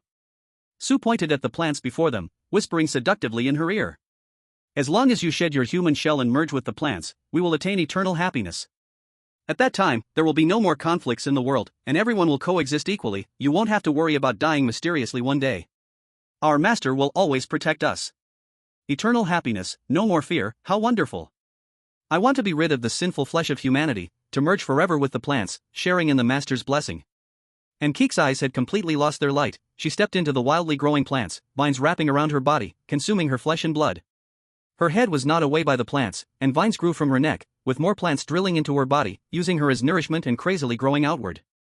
Finally, her body was completely consumed by the plants. Player Nkiki of Doll Country has died. The rules of this country's bizarre tales will randomly descend. Chapter 55, The Three Gather. The Secrets of the Monster? At this moment, Tao Yoshi was unaware that Nkiki was already dead. She looked at the corpse of the forest ranger, feeling a suffocating and terrifying sense of being bound by countless transparent spider webs. If this forest ranger is real. If that ranger is fake, is this cabin without a ranger still safe? Wait. Tao Yoshi suddenly thought of Nkiki, who had just chased Su out. If that guy is a fake ranger, wouldn't Nkiki be in danger? Thinking of this, she immediately raised her leg, preparing to search for Nkiki, but just as she turned around, she bumped into a solid chest. Little girl, where do you want to go? Su's gentle voice rang out above her head. It's over. He's back. Tao Yoshi's face turned pale. She forced herself to act calm and deliberately spoke in a light tone. I just saw you all have been gone for so long, so I was worried about you. By the way, where is Nkiki? Nkiki? You mean the little girl who came with you? Su smiled, his tone soft, but what he said instantly made Tao Yoshi feel like she had fallen into an ice cave. She has been redeemed by our master, her soul has been reborn in the White Cemetery, and now she is our companion, dedicating herself to our master's grand aspirations. Redeemed. Tao Yoshi murmured, taking a while to realize what he meant by redemption. You killed her? Killed? Su shook his head, raising both hands, his eyes filled with mad reverence. No, how can this be called killing? She merely discarded the sinful flesh of humanity, and her soul, by our master's grace, was reborn in the White Cemetery. Now she can dedicate herself to our master's grand aspirations. Isn't that a very happy thing? Little girl, although you are a deeply sinful human, don't worry, the master has never given up on you. As long as you accept the master's grace and are willing to receive redemption, you can enjoy the unparalleled happiness like her. Su extended his hand, green plants sprouting from his skin, waving in the air. Come, accept this grace and become our companion. Go to hell, you big-headed ghost. I'd rather die than be your companion. Tao Yoshi cursed fiercely, shoving Su away and turning to flee the cabin. Su did not chase after her, he merely watched Tao Yoshi's fleeing back, a slow smile curling at the corners of his mouth. You will accept this grace, everyone here will be redeemed by K, when that time comes, I can. Tao Yoshi ran desperately forward. Afraid that Su would catch up, she didn't dare to stop or turn back to check. She just ran around like a headless fly. She didn't know how long she had been running, but she finally stopped, looking around in confusion. By this time, night had fallen, and white mist quietly crept up, making it impossible to discern direction. What's worse, shadowy monsters appeared from the fog, wielding weapons that reeked of blood, slowly closing in on her, dragging heavy weapons across the ground, leaving long white marks. With every step the monsters took, Tao Yoshi's heart raced faster. Damn it! I'm surrounded. Tao Yoshi looked around, realizing the shadowy monsters had formed a circle, blocking all her escape routes. Just when she thought she was about to die, a familiar voice suddenly rang out. Bubble, eat them. In the next second, the monsters screamed in pain, their bodies vanishing into the air as if being devoured by something at incredible speed. In just a breath, the monsters surrounding Tao Yoshi had disappeared. Xiao Touming stepped out from the darkness and asked Tao Yoshi, "Are you okay? Are you hurt?" Xiao Touming. Tao Yoshi stared blankly at him. She didn't know why, but upon seeing him, her tense nerves suddenly relaxed, and her eyes felt a bit sore. Nkiki is dead. Nkiki is dead? Xiao Touming frowned, realizing that the little guy who looked like a fast one had indeed struck. He was still too late. In short, follow me to a safe place. This place is not suitable for staying long, said Xiao Tuo, then turned and walked ahead. Tao Yoshi followed suit. They walked for an unknown time, fighting off monsters while advancing, and finally arrived in front of a wooden house. Xiao Tuo signaled Tao Yoshi to wait outside for a moment, and he entered first. A tall man greeted him. This man was Adolf. Upon seeing that no one followed Xiao Tuo, Adolf asked in confusion, "Didn't you say you were rescuing your companions? Where are they?" "At the door." "What about your friend? Didn't you say you found the wooden house together?" Xiao Tuo looked around and noticed there was no one else in the room, puzzled. "Oh, you're talking about him, he just said he found a second wooden house. Considering you might have brought new players, he went to that house first." "I see." Xiao Tuo nodded, feeling a bit regretful he didn't get to see that person's true face. He walked to the door and called Tao Yoshi inside. "You are Adolf from the White Bear Kingdom?"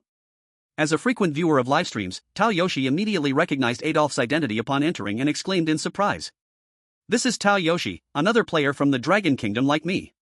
Xiao Tuo made a brief introduction, then he sat down and got straight to the point, asking Tao Yoshi, "What happened between you and Nkiki after we separated? Did Su kill her?" Mentioning Nkiki, Tao Yoshi's expression grew heavy. Although they hadn't spent much time together, they had experienced life and death together, developing a bond. But she knew this wasn't the time for sadness, so she briefly recounted her experiences. I see. The White Graveyard. Xiao Tuo pondered. Rule 7 and 8 stated that the White Graveyard was the dwelling of K, where one could seek help in any situation, and K could redeem everything. But Rule 15 warned against trusting K. There was no faith in this forest. These two rules were undoubtedly in conflict. However, from what Tao Yoshi had said, if so-called redemption meant death, then that K was undoubtedly the oddity controlling this quest. Additionally, based on the records from Su and the diary, this quest's oddity was already akin to an evil god. Xiao Tuo stared at his arm, fearing that the seed given by Su was also a so-called redemption for him. However, one thing he was concerned about was what he meant by souls being reborn in the White Graveyard. Did that mean those who had died because of him were not truly dead? No, since he said the body had been abandoned, that undoubtedly meant death, but the soul reborn, could that be? Reborn in another form. Xiao Tuo slowly spoke. What? I think those saved by K, although their bodies have died, their souls might become another form, like monsters. You mean, those monsters wandering outside were once human? Tao Yoshi said in disbelief. That's not right. If what you say is true, and K can turn people into those monsters, then what about the Su you encountered? He maintains human form, and can converse normally. Adolf retorted. I actually think that Su might have also turned into a monster, but he seems to have specially retained his human form and ability to converse, like a preacher in a religion, enticing others to accept redemption and fall into monstrosity. Tao Yoshi replied. I see, a preacher. That's the true meaning behind the words written on that skin. Do not trust those with patterns on them. They are the devils disguised among the foresters. K infiltrated the true foresters with his subordinates, killing the real forest rangers and replacing them, luring unsuspecting players into accepting KS redemption, ultimately turning them into monsters just like it. How terrifying to think about this. What was supposed to save them turned into the very crisis itself. Just thinking about it made Tao Yoshi shiver.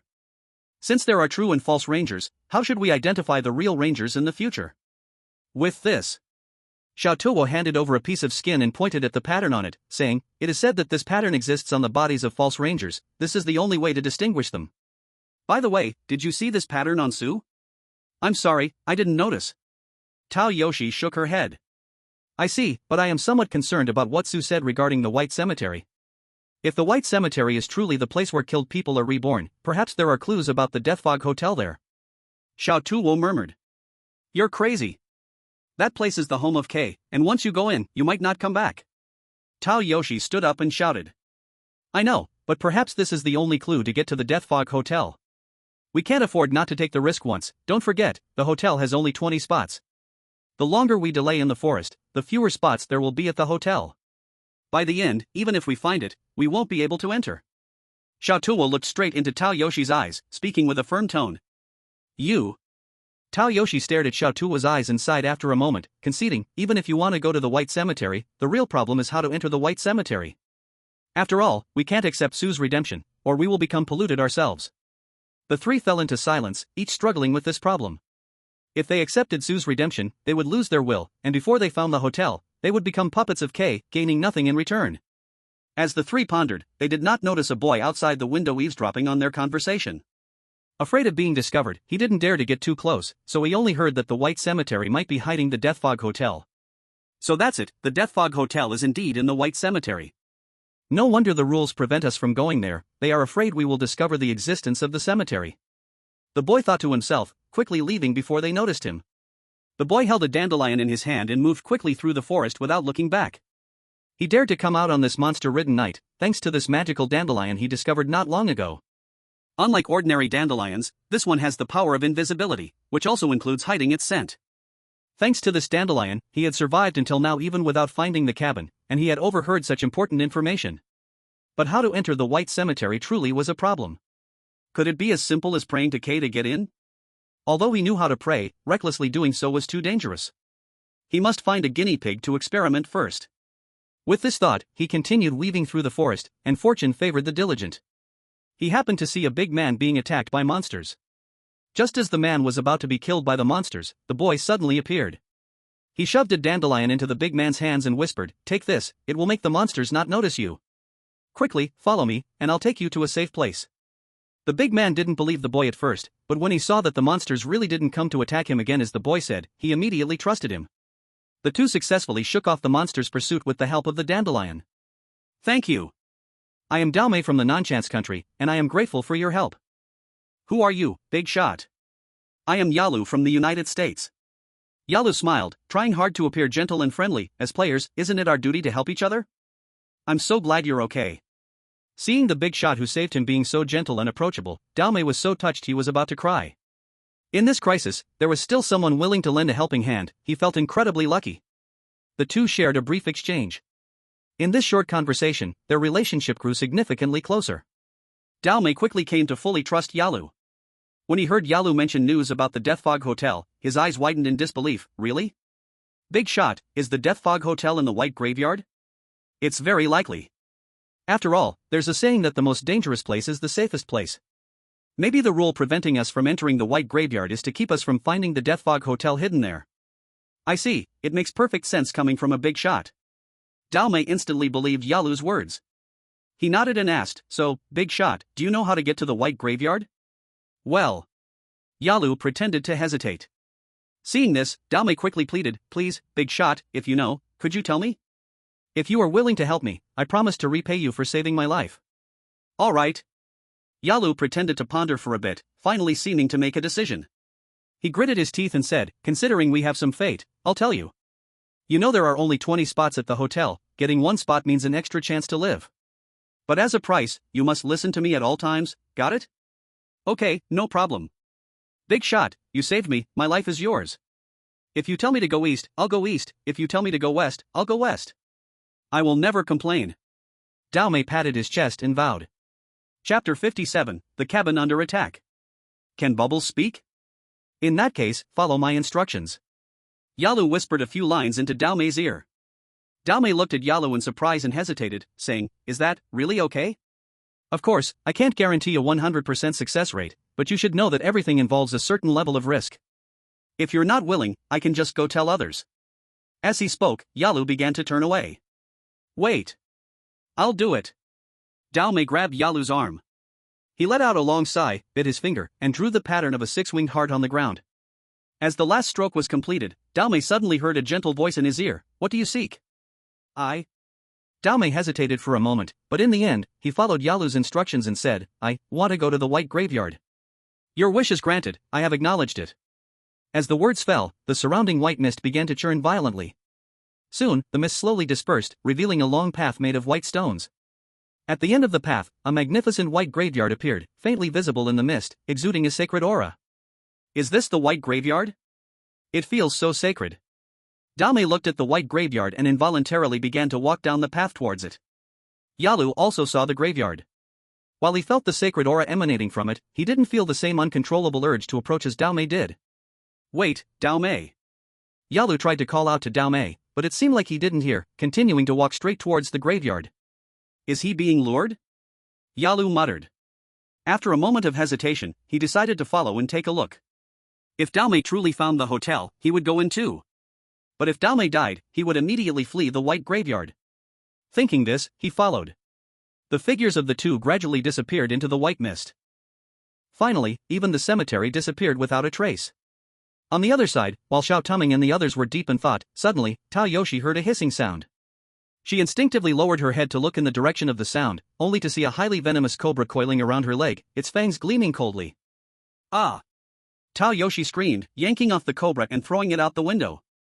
But it wasn't over, more venomous snakes crawled out from the corners of the wooden house, rushing toward Tao Yoshi in a frenzy. No, it's too many. Tao Yoshi was pushed back continuously by the snakes until she reached the doorway. Just as she was about to step outside, a hand suddenly grabbed her. Where are you going? Xiao Touming held her clothing gently and said quietly. What do you mean where? There are so many venomous snakes, we have to escape.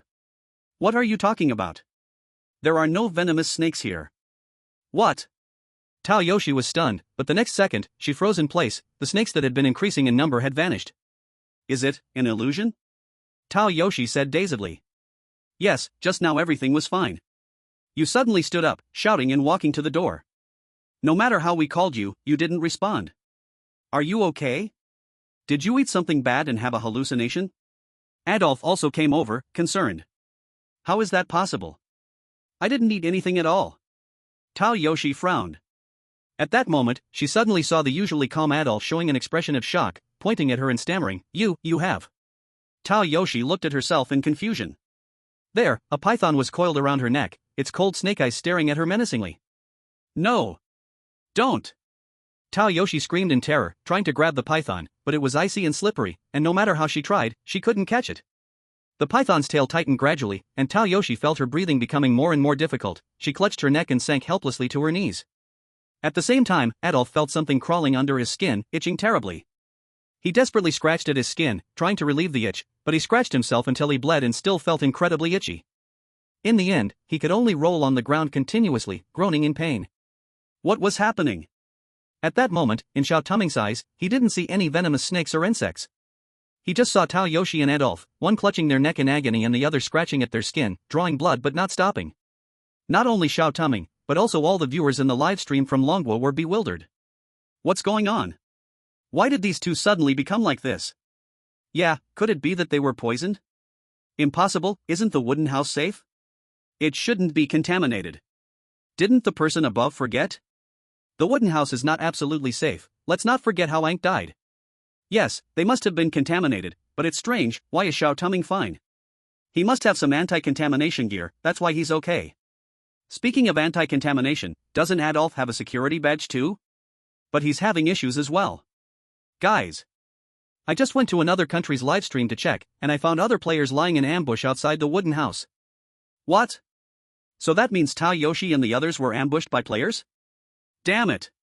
This is definitely the work of other players. But we have no way to warn them. At this point, the leaders of Longguo and Baixiong Kingdom were both frantic. They knew who was causing trouble, but they had no way to alert the players, so they could only watch helplessly as they fell into a hallucination. Inside the horror story instance, Xiao Touming looked at the struggling, pained Adolf and Tao Yoshi. His first reaction was that they had been contaminated. He glanced at Bubble and said, Bubble, can you help us consume the contamination on them? Bubble blinked his eyes, floating to Adolf's side and sniffing, suddenly speaking out a few clumsy short phrases. It has no good food. Xiao Touming? Xiao Touming, Bubble, can you talk now? Bubble, yep. D. G. Bubble, ate a lot of things, after eating full, sleep a nap, evolved, can talk. Omega?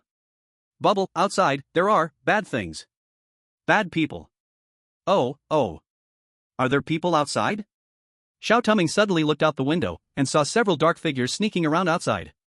Sure enough, there are people. Since Bubble said that, what made Adolf and the others fall into illusion was not pollution, but players. But at this time, players outside should be attacked by monsters. How come they have the energy to attack us under the monsters' attacks? Chapter 58, Xiao Touming vs Dojie Trio. No, this is not the time to think about this, we must find a way to get them out of the illusion. The only way to stop them now is to stop the players. Xiao Touming looked at Bubble, Bubble, can you force them out?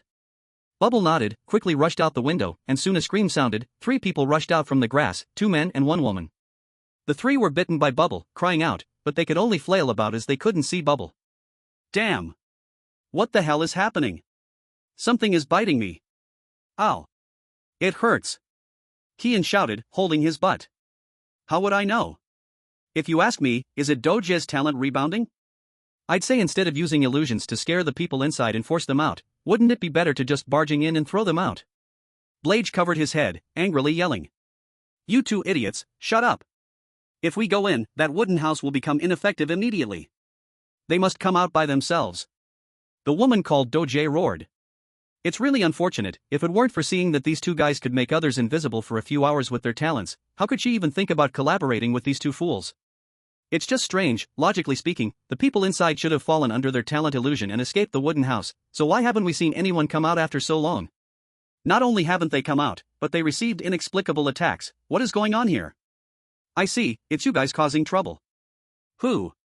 The 3 shivered, and saw a little boy in overalls appear before them, looking at them coldly. Ow. A ghost. The 2 boys were so scared that they hugged each other, while Dojie, furious, slapped each one. Looking at the suddenly appeared Xiao Touming, she raised her eyebrow. Oh? Looking at you, you are the legendary Xiao Touming? I didn't expect to be famous already? Life is indeed unpredictable. Xiao Touming sighed, then continued, which country's players are you? Why did you attack us? I'm from the Bean country, and the 2 idiots beside me are from the Gemini country. Dojie sneered, but your question is really funny, we are obviously here to attack you to seize your wooden house. Moreover, the ghost mist in has only 20 spots, the more players die, the better for us, so to survive, we can only make do with you. I see. Xiao Touming nodded, pointing at Tao Yoshi and Adolf inside, saying to them, so that means they have turned into this because of you? So what if it is? They fell under my talent illusion, and now they are immersed in the illusion. It won't be long before they kill themselves in the fantasy. That makes it easier to talk. Xiao Touming clapped his hands, looking seriously at Dojie, then please unravel your talent. If you want me to solve it, that's fine. You all leave the cabin immediately, and I will untie you. Although Dojie said this, in her heart, she was thinking of increasing the illusion to make them die quicker once they went out. Though, the fact that Xiao Touming was the only one who wasn't affected by the illusion was a problem, but with just one person, he couldn't make much of a wave. Thinking like this, her smile grew even wider. That's not possible, this is our base. What she didn't expect was that Xiao Touming refused them without even thinking. Then there's nothing I can do. If you won't let us, I can only. Please, understand one thing. Xiao Touming interrupted her, his face darkened, and his eyes were filled with cold killing intent. I am not asking you, I am ordering you. If you don't untie us, I guarantee that in the next second, your head and your companion's head will fall. Ha? Are you joking? Yes, you can clear several dungeons in a row, which shows you have some skill, but that doesn't prove ah. Before she could finish her sentence, Dojie's nose suddenly turned into a pig's nose. Dojie, your nose. Bruch pointed at the pig nose, a look of disbelief on his face. My nose. What happened? It was me, Xiao Touming said leisurely, pointing at Bruch and Qian beside him. With two soft bang sounds, their heads and hands turned into a pig's head and horse's legs. Why did my head turn like this? My hands. My hands. The two stared at their mutated heads and hands, screaming in anguish. Xiao Touming scratched his face and said calmly, aren't you going to untie? If you don't, I really will turn you all into pigs. By the way, let me clarify, once you turn into pigs, you will completely listen to my commands, and I will feed you all to the monsters outside. When they heard they would be fed to monsters, both were frightened, hugging Dojie's legs and crying, Dojie, this guy is too evil. We can't fight them. What if we really turn into pigs and get fed to monsters? Yeah. Dojie. I don't want to die. What will happen to the dozen sheep at home if I die? They have old and young who can't live without their owner. You two guys. Dojie's forehead had veins popping out as she pretended to be calm. Didn't you consider that if I die, your companion has no hope? Bang. The next second, her ears also turned into pig ears. I'll count to 3. Xiao Touming was clearly getting impatient. If you don't untie, you will truly become pigs. Dojie. Please untie us. We really don't want to die. Dojie gritted her teeth, ultimately conceding. She snapped her fingers, and with a soft click, Adolf and Tao Yoshi both stopped moving. They looked around in confusion, seemingly unable to understand why they were there. I have lifted the talent, so now you should turn us back, right? Dojie said through clenched teeth. Xiao Touming nodded, and in the next second, Dojie and the others' bodies returned to their original forms. Qian and Bruch looked at each other and wept. Dojie, frustrated, gave them a slap on the head and then tugged at their collars, turning to leave. After walking a few steps, she stopped and said to Xiao Touming, don't be so pleased with yourself, we will settle this account sooner or later, just wait and see. Oh really? Just hang in there until tonight. Xiao Touming waved his hand, take care, no need to see you off. After the few left, Xiao Touming spoke, thank you, Xiao. Big brother, why didn't you let me turn them into animals? Such arrogant people should be turned into animals and fed to those monsters, or simply let Bubble swallow them whole. Xiao voiced her confusion. Bubble protested nearby, they, not tasty, I, not eat. Alright, we don't need to dirty our hands for these few unimportant people, they can just. But if they continue to cause trouble, I won't show any mercy. Xiao Touming returned to the wooden hut. At this moment, Adolf and Tao Yoshi had already broken free from the illusion. They were sitting on the ground, looking completely bewildered. Are you guys okay? Xiao Touming asked. Not so good. Hiss, strange, what just happened to me? It felt like I was crawling with bugs, it was so itchy it drove me crazy. Now I'm not itchy anymore, but my whole body hurts. Wow. Why do I have so many wounds on me? Adolf grimaced. Me too, there was clearly a snake wrapping around my neck just now, but then it suddenly disappeared. Was that an illusion? Tao Yoshi said as she touched her neck. Yes, you both just fell victim to the player from the Bean Country's talent illusion, that's why you experienced it. Xiao Touming explained. But now they've already released that talent, so it's fine. You should rest well tonight, I'll keep watch. Thank you so much. We definitely owe our escape from the illusion to you, thank you for protecting us, Tao Yushi said gratefully. Xiao Touming nodded. He sat at the door, taking up the watch on his own. Adolf simply lay down on the ground and fell asleep, while Tao Yushi also felt extremely tired and closed her eyes, dozing off. The next day. After a night of rest, Tao Yushi and Adolf had fully recovered. The three of them left the wooden hut, preparing to search for new clues about the dead missed in during the day. The weather today was gloomy, the air was hot and stuffy, and the sky was covered by lead gray clouds, as if all the colors in the world had been swallowed by this haze. Unlike yesterday, today in the forest, many carnivorous plants became restless. It seemed they were stirred up by the players' blood from yesterday, and began to come to life. But before they could be active for long, they were swallowed by Bubble. That's right, ever since Bubble's recent awakening, his appetite had increased greatly. Previously, although he could also devour the strange, he could only consume 3 at a time before needing to digest for a while. But since this evolution, he could swallow much more than before at once, and his digestion speed was beyond what it was before. Therefore, Bubble easily fell into hunger, and once he got hungry, he would go out looking for the strange to eat. In this forest, there weren't many things, but there were plenty of strange plants, making it a natural cafeteria for Bubble, where he ate to his heart's content. As Bubble enjoyed his meals, the plants suffered. They initially wanted to treat Bubble as food and eat him, but instead, he treated them as snacks and gobbled them up. So, a scene unfolded in the forest where formerly man-eating plants were now running away in panic, while Bubble, with a silly expression, leisurely chased after them while munching on a carnivorous flower. Thanks to Bubble, Xiao Touming and the others had an easier time exploring the forest. At this moment, Xiao Touming saw several little deer pass by in front of them. Seeing the deer, Xiao Touming suddenly remembered what Xiao had said before. He looked up at Xiao and asked, Xiao, you said these animals are all dead. What exactly is going on? It's quite simple, big brother. I'll conduct a little experiment, and you'll understand, Xiao said, approaching a deer and taking a piece off its leg. However, the expected splatter of blood did not happen, no liquid flowed from the leg. Instead, what was exposed at the wound was a mass of tree vines. This deer was actually made of plants. What on earth is going on? Tao Yushi and Adolf also witnessed this bizarre scene and showed surprised expressions. So that's it. This is why you say the plants are dead. They aren't real animals at all, they are transformed from plants, Xiao Touming murmured. Then, if the animals that don't attack people here are all transformed from plants, are those that eat people real animals? Tao Yushi said. If you want to know so badly, why not just catch one on the spot? Xiao Touming replied. Ha? What are you talking about? Are these animals very dangerous? How could it just happen to appear? Tao Yushi was still speaking when a loud roar came from behind them. They turned around and saw a lion with red eyes staring hungrily at them, drool dripping from its mouth as it lunged toward Xiao Touming and the others. Wow! Your mouth is so quick, it just comes up. Adolf exclaimed. Idiot! Is this really the time to be marveling? Run now! Tao Yushi shouted. Don't worry. Xiao Touming stood there steadily, showing no signs of panic. Under the surprised gazes of the group, just as the lion was about to pounce on Xiao Touming, its body suddenly stiffened and it fell down. This will work. Xiao Touming walked to the lion. He signaled Xiao to cut a wound in the lion's leg, and Xiao followed his orders.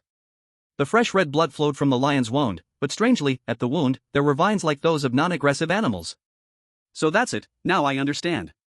This forest has no living creatures apart from players, those so-called animals are actually transformed from plants.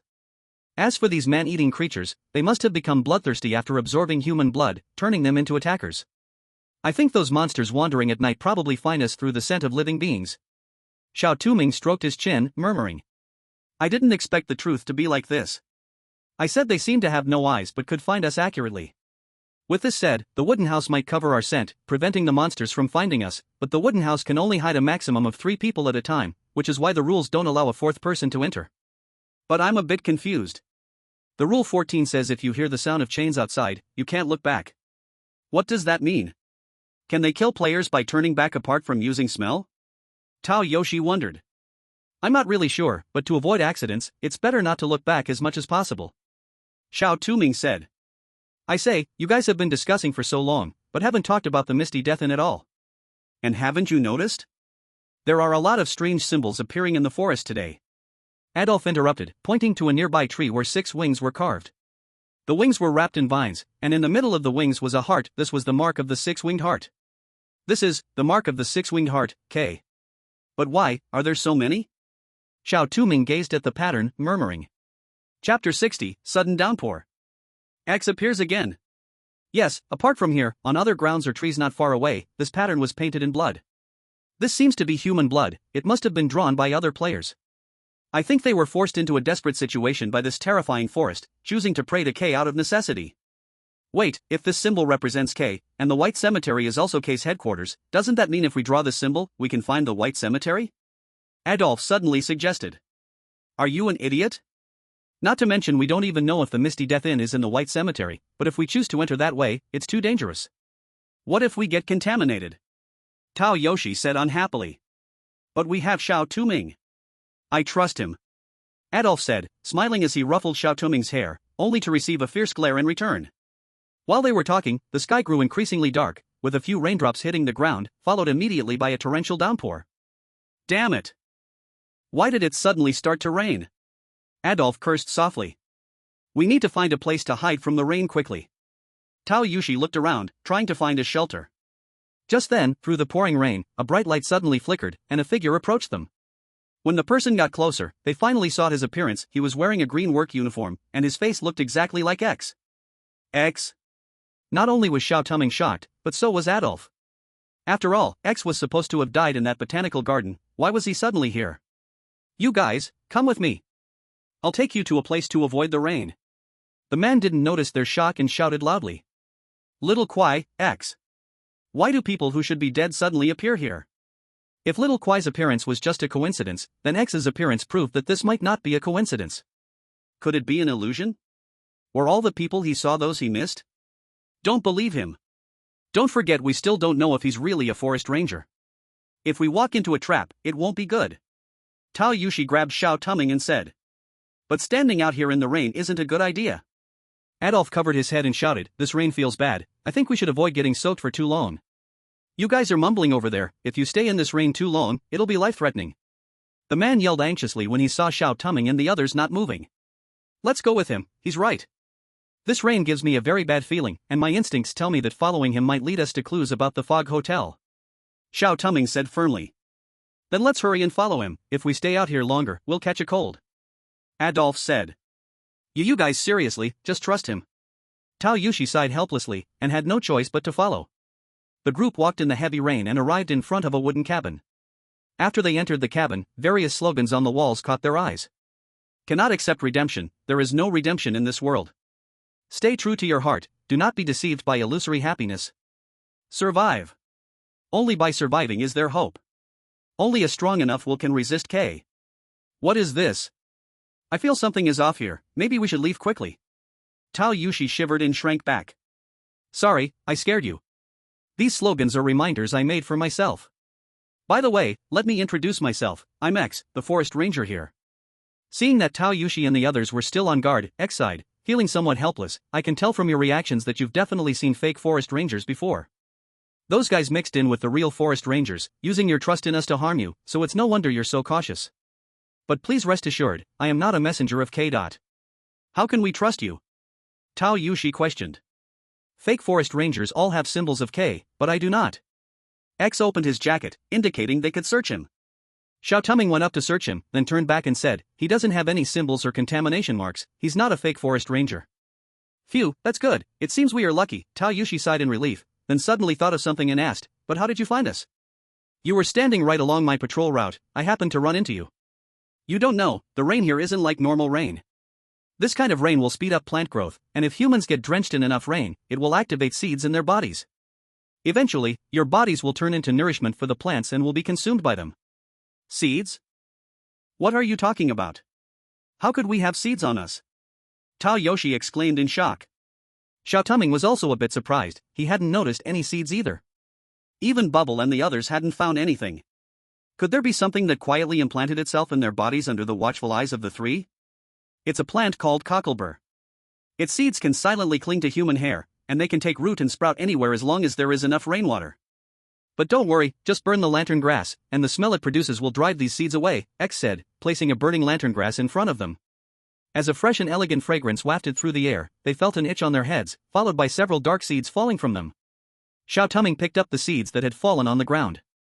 The seeds were completely black and ball-like with spikes, looking quite unremarkable, no wonder they hadn't noticed them before. Thank you. If it weren't for you, we might have become a nutrient for the plants, Xiao Touming said gratefully. You're welcome, helping you is also my responsibility, X waved his hand. He looked up at the window, a hint of worry crossing his eyes, but after this rain, the plants in the forest will become restless again. The chances of rain are becoming more frequent. Does this mean that K will soon come out completely? K? You really know something, can you tell me? Xiao Touming stared into his eyes, seriously asking, actually, we are looking for the dead fog inn. I heard it's in the White Cemetery. Is that true? The Dead Fog Inn is in the White Cemetery? X's face changed. You must have heard that from a fake ranger. Although I don't know how you escaped K's gaze, I can tell you this, unless you have strong willpower, you should absolutely not enter the White Cemetery. Chapter 61, The Amnesic X, The Appearance of the White Cemetery.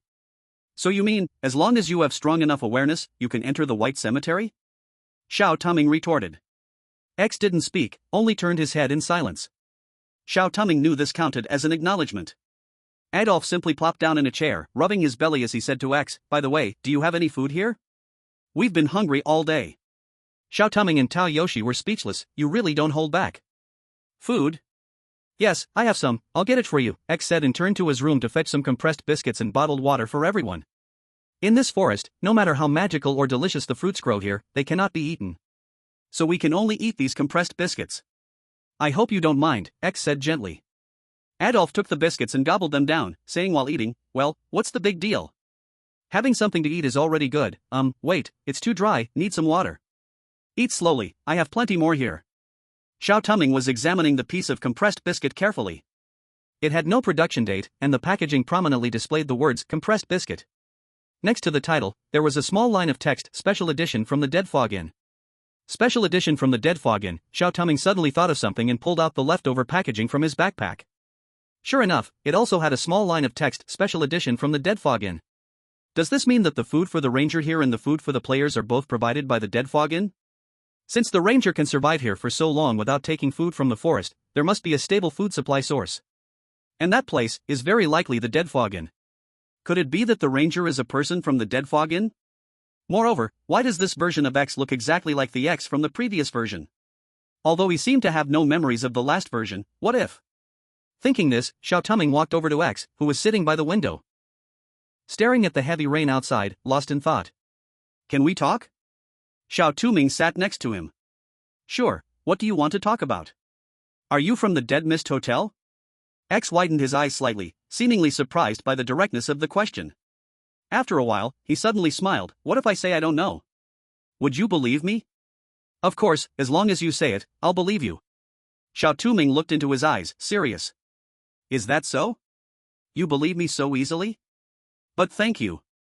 X was taken aback, awkwardly turning his face away and speaking softly. Actually, I am not lying. I really don't know where I come from, nor do I know who I am. I only know that my name is X. Ever since I came to my senses, I've been in this forest. A voice told me to be a forest ranger here, and to wait for someone. I don't know who I am, where I came from, or where I am going, so I have just been waiting here. Maybe when that person arrives, he can tell me who I really am. X looked up at the sky, murmuring. So, have you met that person? Xiao Touming asked. Maybe I have. X looked at Xiao Touming, a strange light flashing in his eyes. Do you know? Since the first moment I saw you, I felt a sense of familiarity. Did you know me before? Do you know who I really am? Sorry, I don't know. Xiao Touming turned to look out the window. At that moment, the rain outside had begun to lessen and then completely stopped. I only know that you look a lot like a friend and my brother I used to know, but they are supposed to be dead, so I can't be sure who you really are. I see. That makes sense. I just knew that my memories wouldn't be so easy to reclaim. X sighed, standing up and looking seriously at Xiao Touming, but no matter what, you must live on. Remember, only by being steadfast in your own will can you survive. Without waiting for Xiao Touming to respond, he turned to Tao Yoshi and Adolf beside him and said, I know you want to go to the Dead Mist Hotel. Now that the rain has stopped, we should hurry up while we can. Perhaps we can make it before dark. Remember, do not believe in any so-called redemption. No matter what happens, hold firmly to the belief of living on, understood? Do not fear even death. Tao Yoshi and Adolf exchanged glances. They didn't quite understand why he suddenly said this but felt it was important, so they nodded. X nodded and turned to leave the cabin. The others quickly followed him as they walked silently through the forest. X's way of moving was irregular, seeming like he was wandering aimlessly in the woods. They didn't know how long they had walked. Xiao Touming and the others were starting to feel tired, but X hadn't stopped. Just as Adolf was about to ask, he suddenly heard Tao Yoshi shout, "It's getting foggy." As soon as the words fell, they saw white mist surging from all around. In just a breath's time, the fog thickened until they could no longer see each other. Xiao Touming hurriedly shouted, trying to confirm Adolf and the others' positions, but everything was quiet. Not only was X gone, even Adolf and the others had disappeared. He was separated from Tao Yoshi and the others. Xiao Touming quickly took out a compass, silently calling for Adolf and the others, but the compass needle was malfunctioning at that moment. Just then, his phone, which had been tucked away in his backpack, suddenly began to ring. At first, Xiao Touming ignored it, but the phone continued to ring, as if unwilling to give up until someone answered it. With no choice, Xiao Touming picked up the phone, only to find it filled with messages, all saying one thing. Go to the White Cemetery. The White Cemetery can save everything. The White Cemetery. What's going on? Xiao Touming frowned, and beside him, Pao Pao suddenly seemed to sense something, looking towards a direction, over there. There are good and delicious things. Delicious things? Xiao Touming followed the direction the bubbles were looking at and saw the mist in front of him parting, revealing a small white path, and at the end of the path, a holy white cemetery stood quietly there. Is that the White Cemetery, truly sacred? Wait, no.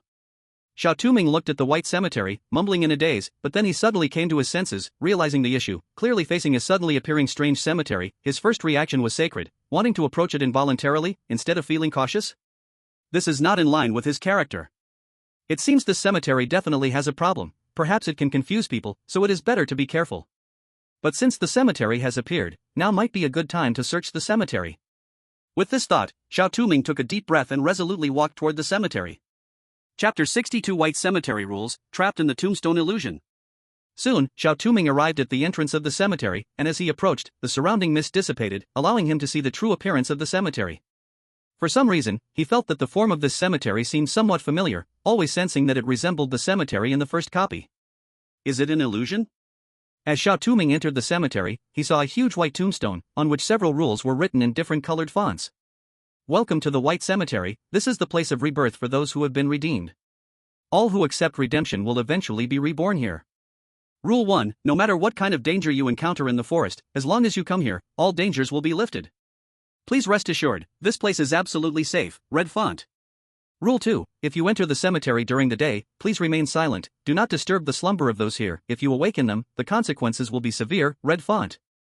Rule 3, no matter what, stay alert, always remember where you are, do not be deceived, red font, this cannot possibly be an illusion. This is real, trust your eyes, green font. Rule 4, K is watching you here, if you have any needs, you can ask K for help, green font. Rule 5, green font, accept K's redemption, and you will return to the embrace of nature and obtain eternal happiness. Rule 6, do not accept K's redemption, sometimes death is not the end, death gives birth again, gold font. Although there are only 6 brief rules, these 6 rules are composed of different colored fonts. What these font colors represent, Xiao Touming currently has no idea. However, he understands that some of these rules are certainly wrong, written by K. If according to X, then Rule 4 and Rule 5 are wrong, but Rule 1 claims that the White Cemetery is absolutely safe, which he is somewhat skeptical of. Also, why is Rule 6 written in gold font? Could it be half right and half wrong? After pondering for a long time with no solution, he had to withdraw his gaze and decide to explore inside first. The White Cemetery, as its name suggests, has buildings and tombstones that are all white. Xiao Touming came to a tombstone, there were no pictures on the tombstone, just a name, and beneath the name was the date of rebirth.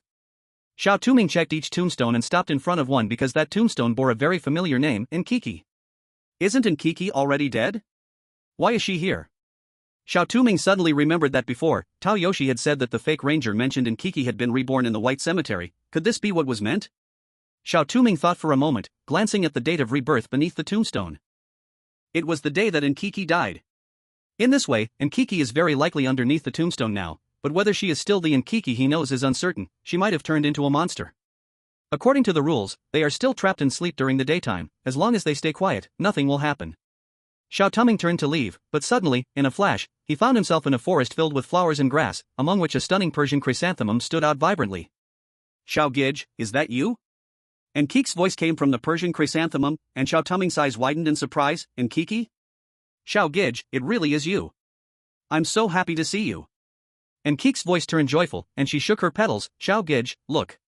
I have been saved by my master. This is truly the form of humanity, just as my master said, how ugly we humans originally were, full of desires, but since I discarded the ugly human flesh, I now feel incredibly happy. Xiao Gij, would you like to accept salvation and experience this unparalleled noble happiness with me?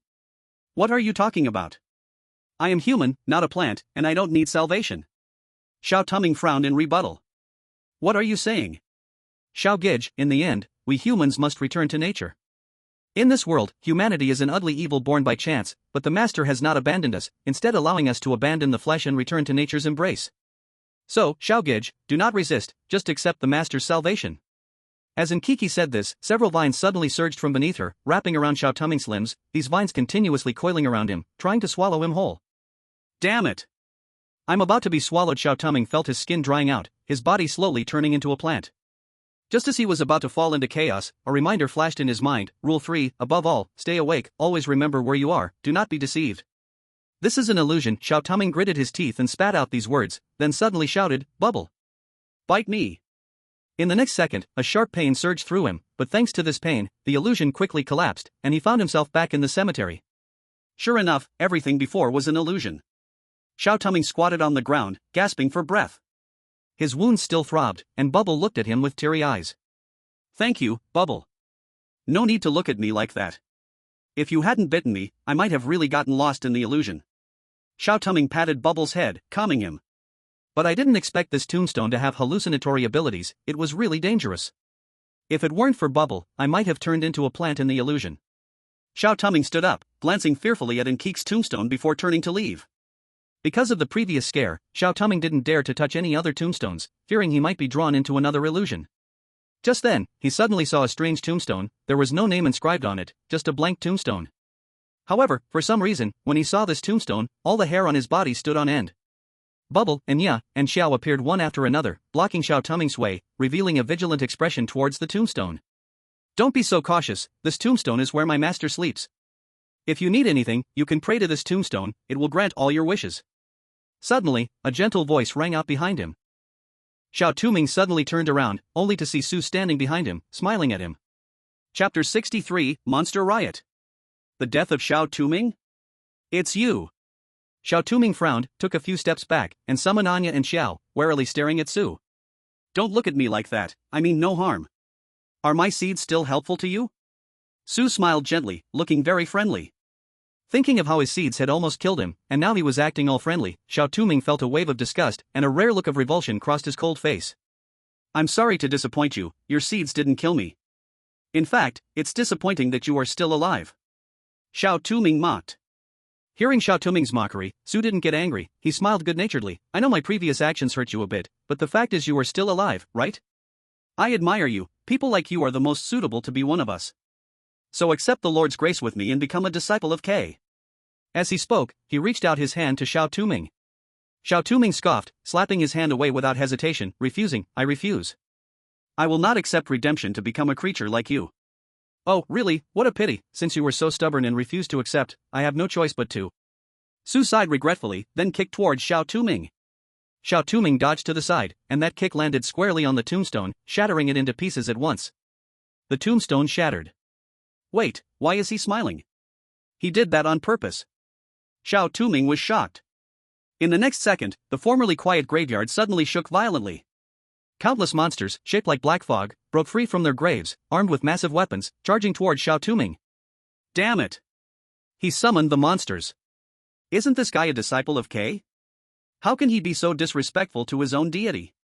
Xiao Touming cursed inwardly, directing Pao Pao and the others to counterattack, while he ran toward the entrance of the graveyard, trying to escape the white graveyard. But the entrance, usually so close, felt impossibly distant at that moment. Xiao Touming felt like he had been running for a long time, yet he still couldn't see the entrance. It felt like he was just going in circles. Damn it! Of all times to hit a wall. No, it's K here not letting me leave. Xiao Touming gritted his teeth, the monsters closing in behind him, leaving him no chance to stop. Although Pao Pao and the others could fight back against these monsters, they seemed endless and kept pouring in. At this rate, even Pao Pao wouldn't last long. What to do? What should he do? As he ran, he accelerated his thoughts. Given the current situation, unless someone intervened, he couldn't escape on his own. Damn! He was still too weak, if only he were stronger. Just then, Xiao Touming suddenly saw a familiar figure not far away, dressed in a green uniform, looking handsome. It was X. Why is he here? Xiao Touming shouted in disbelief, "Run! There are monsters behind you!" X slowly turned around, his gaze towards Xiao Touming much more indifferent than before. Xiao Touming reached X, extending his hand to pull him, trying to drag him away, but no matter how he pulled, the other person remained motionless. What's wrong? Why are you just standing there? Hurry up and run! The monsters are almost here. Xiao Touming urged anxiously. X said nothing. Suddenly, he stretched out his long arms and hugged Xiao Touming tightly. I'm sorry, actually, if possible, I would like to stay with you a little longer, but unfortunately time does not allow it, so though it's very regrettable, I must ask you to. Go to hell. Xiao Touming? X suddenly reached out and pushed hard. He directly sent Xiao Touming into the crowd of monsters.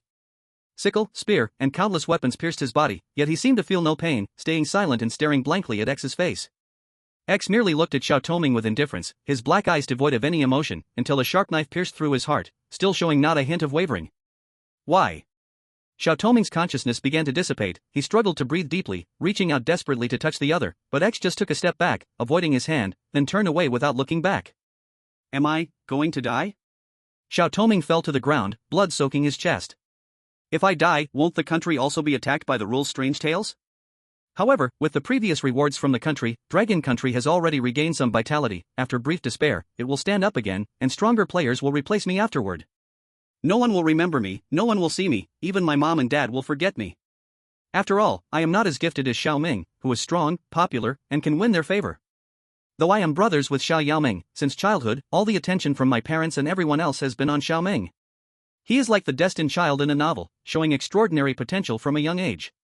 In learning, sports, or instruments, he only needs to see something once to master it, while others take a long time. His outstanding talent combined with handsome looks made him attractive to pursuers since middle school, and my parents praised him every time they mentioned him. Plus, a few years ago, he was chosen to represent Dragon Country in the Strange Tales instance, and he drew an extremely rare SSS-level talent. With his talent and flashy moves, he led Dragon Country to win one after another, making him a savior figure in the eyes of the people. But so radiantly brilliant Xiao Yaoming, as his older brother, had no such talent, even looking short and small, at 18 years old, resembling an elementary student. His presence was almost zero. Many times, everyone forgot about him, whatever he did always overshadowed and ignored by Xiao Yaoming's huge halo.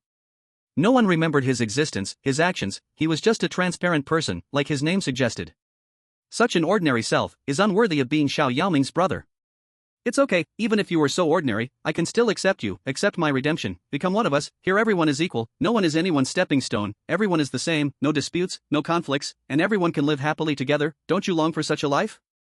Come accept my redemption, let us live happily together forever. K extended his hand towards Xiao Touming, inviting with a captivating gesture. Chapter 64, The Fog of Death Forest instance cleared. A new instance opens. Reality. At the moment Xiao Touming was pierced in the heart, everyone in the world held their breath, unable to believe that the invincible Xiao Touming would die here. No, it can't be, how could Xiao Touming die? I don't believe it. Brother Tuo can't die. This is definitely an illusion. That X was clearly the real forest guardian, why would he kill Xiao Touming? I don't understand. Ha ha ha. Xiao Touming is dead, now Dragon Country is doomed. Victory will always belong to our Sakuraki. Shut up. Dogs from Sakuraki, don't bark here. Our brother Tuo will never die. Ha? Didn't you see that he has been pierced through the heart? You people from the Dragon Country are so good at self-deception, it's just ridiculous. Dragon Country Analysis Group. No, it's impossible. How could Xiao Touming die? He is so strong. Captain Shi slumped in his chair, murmuring in a daze. As expected, even with Xiao Yaoming as his brother, in the end, it's still not enough. Is there really no one who can match him? Jia slammed the table, feeling unwilling. Since Xiao Touming is already dead, the rules of the Strange Tales will soon randomly descend. We cannot stay immersed in sadness, we must quickly help the public seek refuge. Jia turned to Captain Shi and said. Captain Shi closed his eyes in pain. He also knew that no amount of despair would help. He had to find a way to handle the upcoming refuge situation and Xiao Touming's affairs. Wait, don't be so desperate. I think it's very likely that Xiao Touming is not dead, Wang Vi suddenly spoke up as everyone fell into despair. I know you can't accept that Xiao Touming has died, but with things being what they are, one must accept reality and look forward. Captain Shi thought Wang Vi couldn't handle accepting Xiao Touming's death. He patted Wang Vi's shoulder, trying to comfort him. No, I'm serious. If Xiao Touming really died, then why hasn't the strange rules tale reported his death until now? Maybe there is still a glimmer of hope. We cannot give up. Wang Vi grasped Captain Qi's arm, looking seriously and firmly into Captain Qi's eyes. I believe he will definitely not die. Inside the strange tale instance, Xiao Touming lay on the ground. Due to excessive blood loss, scenes flashed before his eyes like a revolving lantern. In a blur, he seemed to return to middle school, where Xiao Yaoming was adored by everyone for his astonishing talent. Everyone focused their attention on him, including his mom and dad, who would exhaust themselves preparing for Xiao Yaoming's birthday, forgetting their own birthdays altogether. He knew his talent was no match for Xiao Ming, but he still worked hard to improve his grades, trying to attract others' attention. Yet everyone only cared about Xiao Yaoming's every move, completely ignoring him. In their eyes, it seemed there was only one son, Xiao Yaoming. He was unwilling but helpless. Because of his weak presence, he hardly had any friends. This weak and mediocre self was not rejected by Xiao Yaoming, rather, Xiao Yaoming loved to stick to him. Not only did he refuse other people's invitations during breaks, but he also chose to accompany him every day to and from school. Why are you so good to me? Don't you think having such a mediocre brother like me is a disgrace? Finally, one day, Xiao Touming couldn't help but ask. What are you talking about? Silly big brother. Xiao Yaoming flicked his forehead, revealing a bright smile. Don't belittle yourself, you are my most proud brother. Perhaps you've forgotten, but it's because of you that I find this world interesting. He leaned his head against Xiao Touming's forehead gently and said, our destinies are intertwined, you are an irreplaceable part of my life. You are my dearest person, my life can never be without you. And I have always been proud that you are my brother. So don't feel small, even if others will ignore you, I will never ignore you. Even if one day I am gone, my soul will always watch over you and protect you until forever. Yes, how could he forget? He still had Xiao Ming, and Xiao Ming was probably still alive. I cannot die, I have to find him and bring him home. I cannot die. I must live. Aya aya waya. Xiao Touming's soul roared in anger. He felt as if he was stuck in a swamp, with a shining light above his head. He stretched out his hand to touch the light. But his body was sinking deeper and deeper into the swamp. Stay here, remain here, accept the Lord's grace. Don't struggle anymore, for someone as weak and ordinary as you, no matter how hard you struggle, you can't compete with a genius, can you? Shut up. It doesn't matter if you're a genius or not. Xiao Ming, my brother, is still waiting for me. I can't die. Anyone. Let me leave this place. As if heaven had heard his plea, a gentle voice suddenly echoed within the light, and a transparent hand grasped him. Master. Bubble? Xiao Touming forced his eyes open, and before him stood a person who looked exactly like him, smiling as he looked back. I've come to save you. Master. Bubble, thank you. Xiao Touming smiled and completely fainted. Congratulations player, you have cleared the dungeon, Misty Forest. Dungeon evaluation, not settled. You have successfully entered the Misty Hotel, and are now starting a new dungeon, Misty Hotel. Please remember your number 18. Misty Hotel is the only sanctuary in the Misty Forest, and the only chance to escape from the Misty Forest, but please note, only those with strong will can survive in the Misty Hotel, otherwise you will only become nourishment for the hotel itself. Please ensure that you survive for 3 days in the Misty Hotel within 3 days. Due to the special nature of this dungeon, rewards for the 2 dungeons will be settled together.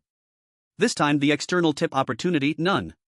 Special note, this dungeon and the previous Misty Forest dungeon are interconnected, the inside exists simultaneously. As Xiao Touming entered the Misty Hotel, his body also disappeared in the white graveyard. Not long after he vanished, X appeared at the spot where Xiao Touming had disappeared, his gaze complicated.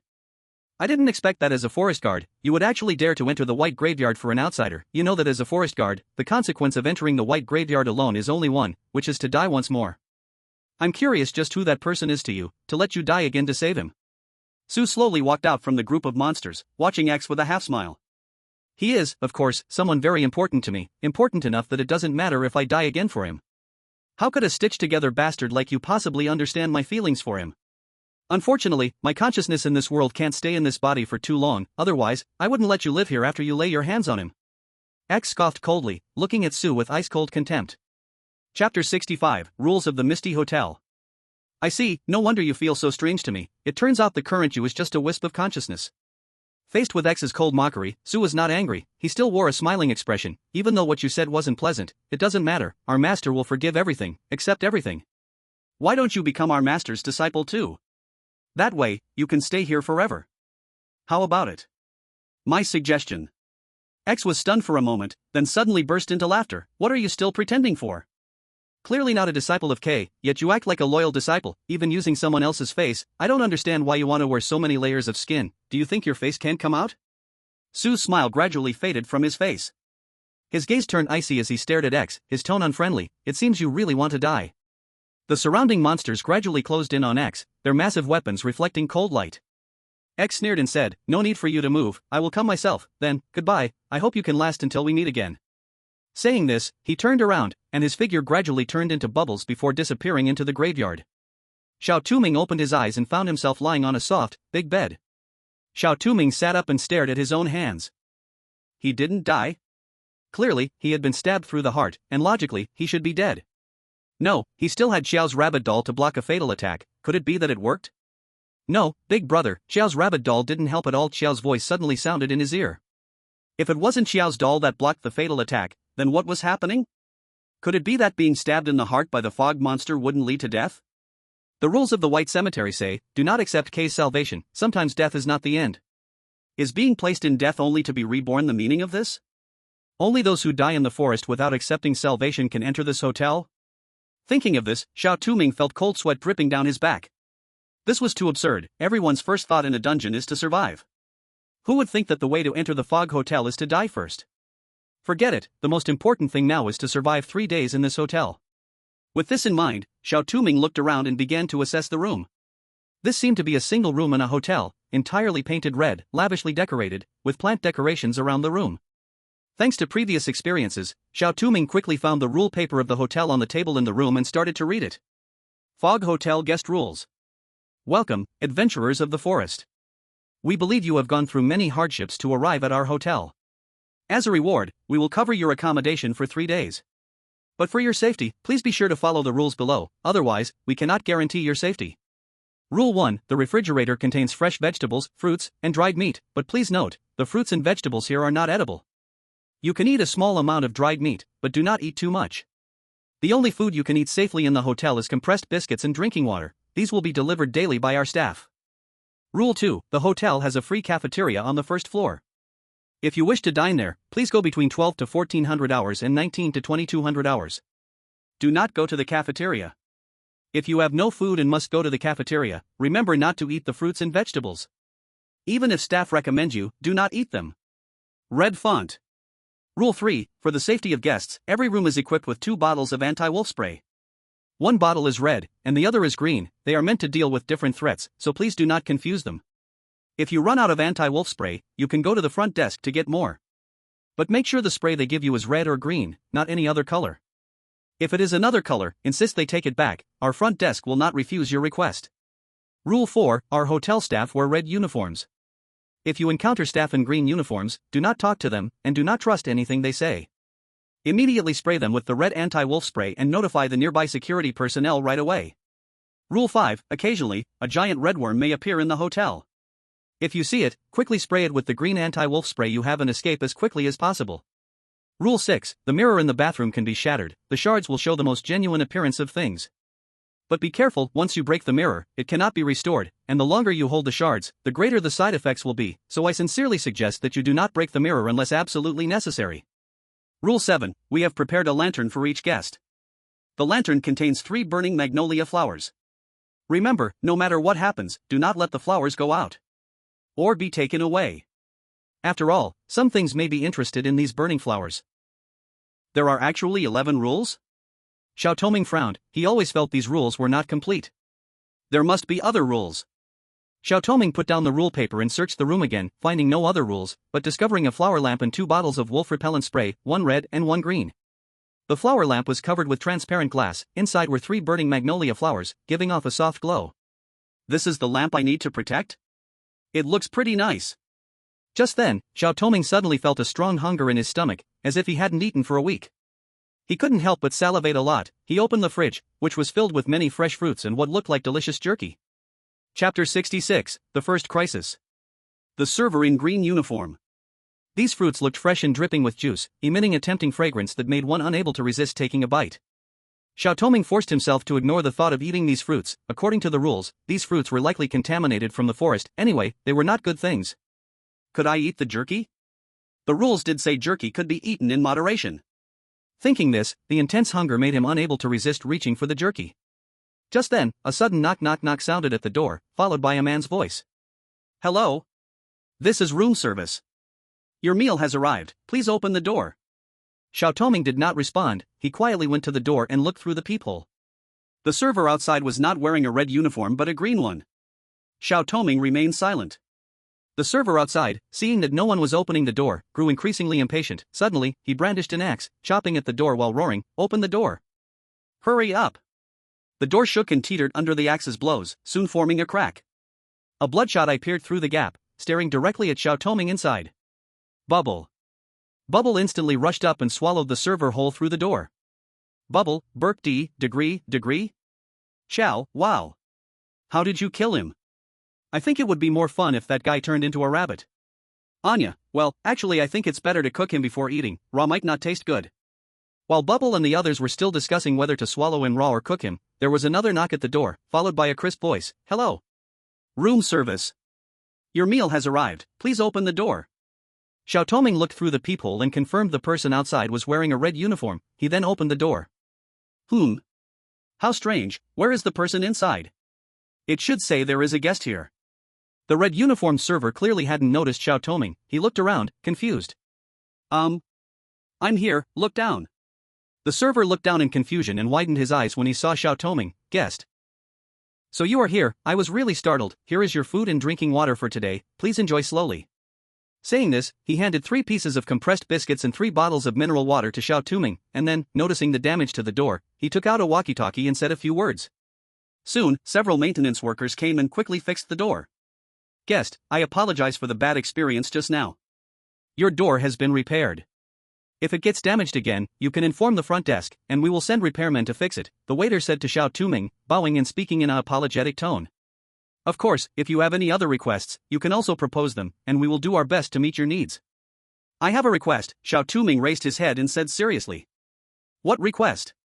Could you please change the flavor of the compressed biscuits for me in the future? I'm already tired of eating just one flavor." "Waiter, of course." While Xiao Touming was still gnawing on the dry compressed biscuits, on the other side, other players were also encountering similar situations. Tao Yoshi confirmed through the peephole that the person outside was a waiter in a green uniform, and she remained silent. The other party quickly grew impatient and began to chop at the door with an axe. Soon, a gap was made in the door. When the green uniformed waiter looked inside through the gap, Tao Yoshi suddenly took out her red pepper spray and sprayed it fiercely into its eyes. The green uniformed waiter let out a painful wail. His eyes rotted and smelled horrible from the effect of the pepper spray. He covered his eyes and turned around, fleeing in embarrassment. "Phew, that was close, I almost let the other party in. But I didn't expect this bottle of red pepper spray to be really effective." It seems that Rule 4 is true. Since that's the case, I must quickly notify the security personnel. Thinking this, she opened the door just to peek out when a gentle voice suddenly came from above her head. Guest, what are you doing?" "Tao Yoshi?" She quickly retracted her head and slammed the door shut, then looked out through the peephole. When she saw that the person was wearing a red uniform, she relaxed and opened the door. "Ma'am, this is your food and drinking water for the day, please enjoy slowly. By the way, I saw that your door is damaged. Do you need me to notify the repairman to fix it? Then please do." Tao Yoshi took the water and compressed biscuits. She knew that keeping the door in its damaged state was not a good idea, and she was unsure if there were other monsters that could invade the room. It was better to get it fixed soon. With Tao Yoshi's permission, the waiter immediately called several maintenance workers to quickly repair the door and then turned to leave. Anyway, the crisis has been temporarily resolved, but there are still many things I don't understand. I don't know how Xiao Touming and Adolf are doing. Although they can be reckless sometimes, they are not fools, so they should be fine. But maybe I'll go out and look for them later, perhaps I can run into them. In fact, just as Tao Yoshi thought, the players who could enter the hotel had all gone through life and death battles in the forest and were experienced veterans. They all passed the first crisis smoothly. But not everyone was an experienced veteran, some who entered the hotel just got lucky. For example, from the Monkey Nation, Yu Yuji was one of those super lucky but very timid types. He was killed by monsters on the first night in the forest, but he was unwilling to die just like that. He instinctively refused redemption and accidentally stumbled into the hotel. So when the green uniformed waiter was chopping at the door, he was so scared that he mistakenly grabbed the green pepper spray and sprayed it at him. The sprayed waiter showed no signs of abnormality, instead, he became even more excited. Vines began to sprout on his green uniform, and his strength to wield the axe increased, directly chopping through the door. No, no, no. Don't come here. Aha! Yaya Gigi screamed, retreating backwards. The waiter in the green uniform grinned menacingly and swung his axe down towards the flower lantern beside him. Crack! With a sound, a crack appeared on the glass cover of the flower lantern, but it did not shatter. Instead, a burning magnolia flower inside had already gone out. After extinguishing the magnolia flower, the waiter in the green uniform simply stared at him with a vicious glare, then turned and left, leaving Yaya Gigi stunned and alone on the spot. What happened?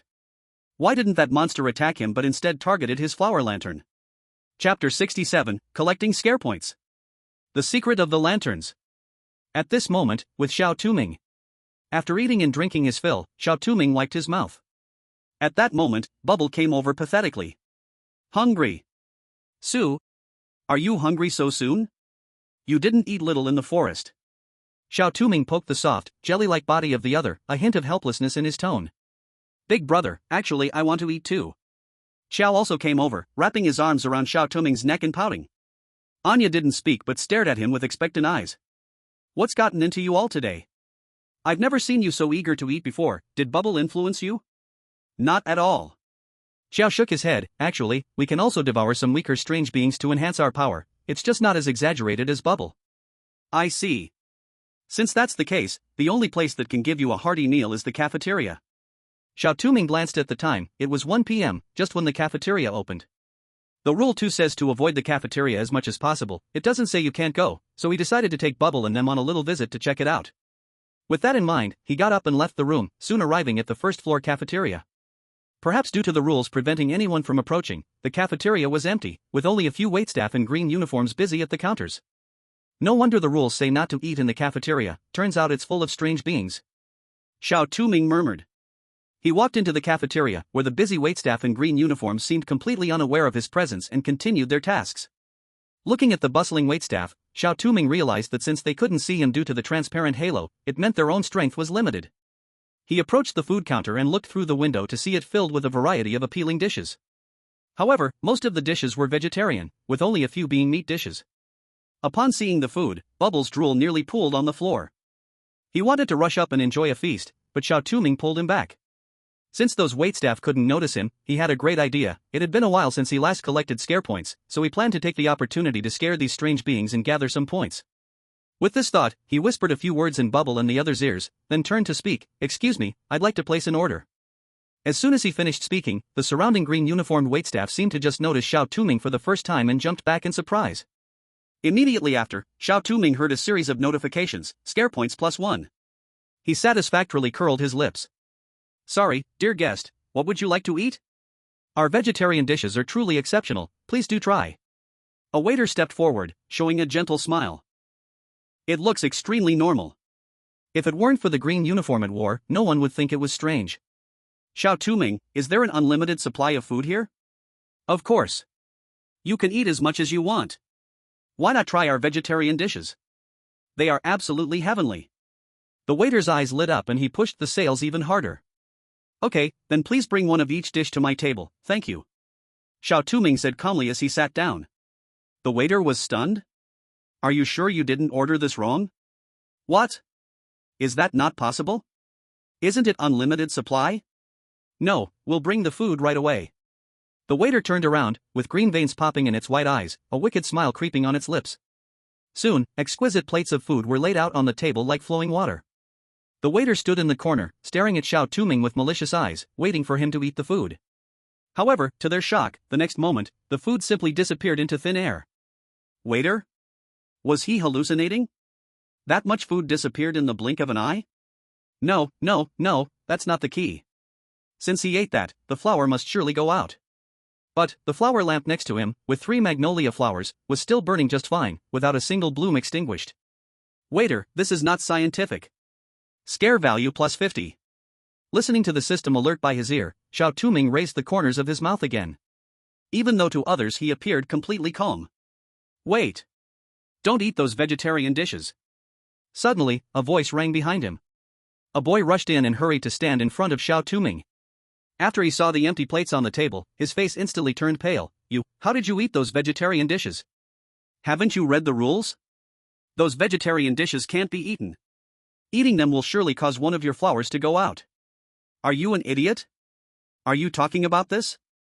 Xiao Touming lifted his flower lamp, within which the 3 magnolia flowers were still burning well. Seeing the magnolia flowers still burning, the boy was completely dumbfounded. Normally, these vegetarian dishes here were sources of pollution, and once eaten, one would surely be contaminated and one flower would extinguish. But why was this guy completely fine? Did he have some anti-pollution tool? But I'm very curious who you are. Why did you just say my flower would extinguish? What exactly do you know? Xiao Touming squinted at him, his eyes filled with inquiry. In fact, there was another question he didn't voice. How did this guy see him so clearly when he had a transparent halo?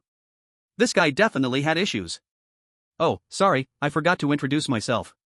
The boy scratched his head, somewhat shyly said, my name is Yu, I'm a player from Monkey Country. As for this burning flower, I learned through my ability, rule prompt, that every player is assigned a flower lamp, and the 3 magnolia flowers burning inside represent our souls. Each strange attack and pollution we suffer in the hotel will extinguish one of the magnolia flowers, and once all 3 flowers extinguish, we will completely die. At this point, Yuji's expression became much more serious. I see. So can extinguished magnolia flowers be relit? Xiao Touming stroked his chin and asked. This I'm not sure, sorry. But I know this cafeteria definitely has problems. According to the rules, all fruits and vegetables in this hotel are pollutants, so it's best not to eat them. Are you even listening? I'm listening. Xiao Touming nodded, then turned to the waiter at the window and said, please bring me 4 more servings of vegetarian dishes. Chapter 68, a huge red worm appears in the corridor. He. Your appetite is really great, customer. You eat so much and don't even feel full. The waiter forced a smile, but that stiff smile looked so strange. Is that so?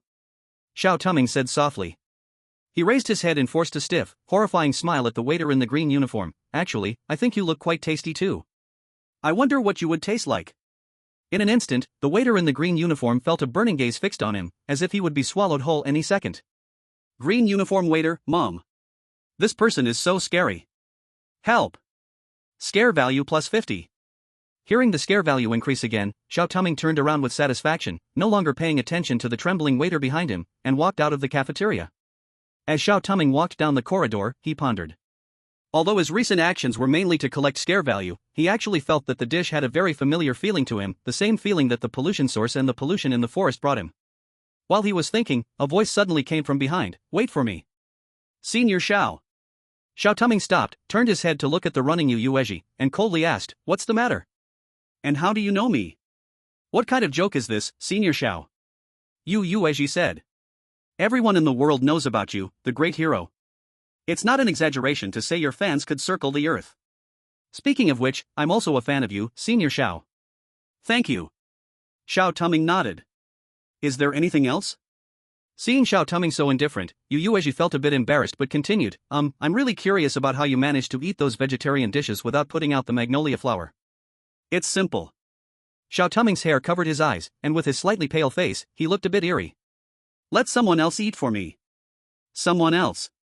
Yu took a step back, feeling inexplicably cold behind him. Yeah, isn't that person right next to you? Can't you see him? Yu was so scared he nearly wet his pants. Senior Xiao, don't scare me. I'm very timid. I'm not trying to scare you. I just want to remind you to look behind you. What? Before Yu could finish, he felt a hand on his shoulder. Get away from me. Yu jumped up in fear and directly sprayed the red self-defense spray backwards. Cough. Customer. What are you doing? 2 security personnel coughed and waved their hands, looking at Yu in confusion. Seeing that the person behind him was security staff in red uniforms, Yu awkwardly hid the self-defense spray behind him and forced a smile. Sorry, I didn't mean to.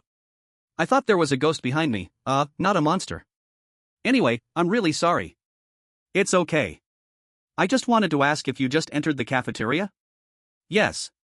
Yu answered truthfully at the security personnel's question. As soon as he finished speaking, the 2 security personnel exchanged glances and immediately took 3 steps back, watching Yu warily. May I ask if you ate any dishes inside, especially the vegetarian ones? No.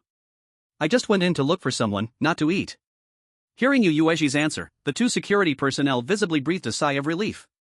They exchanged glances again, and one of the security personnel said, thank you for your answer. If you run into any trouble, please look for us. We will patrol the corridor. By the way, let me remind you, unless you are particularly hungry, it's best not to enter the cafeteria. After that, the two security personnel stopped speaking and completely ignored Xiao Touming beside them, walking straight down the corridor. Xiao Touming watched the security personnel walk away, taking in their demeanor.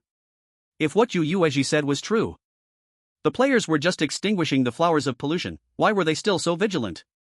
Could there be some secret in this? Or did Yu Yuezhi hide something? Xiao Touming was deep in thought when suddenly, the lights in the corridor flickered, and then a squirming sound of insects came from the depths of the corridor.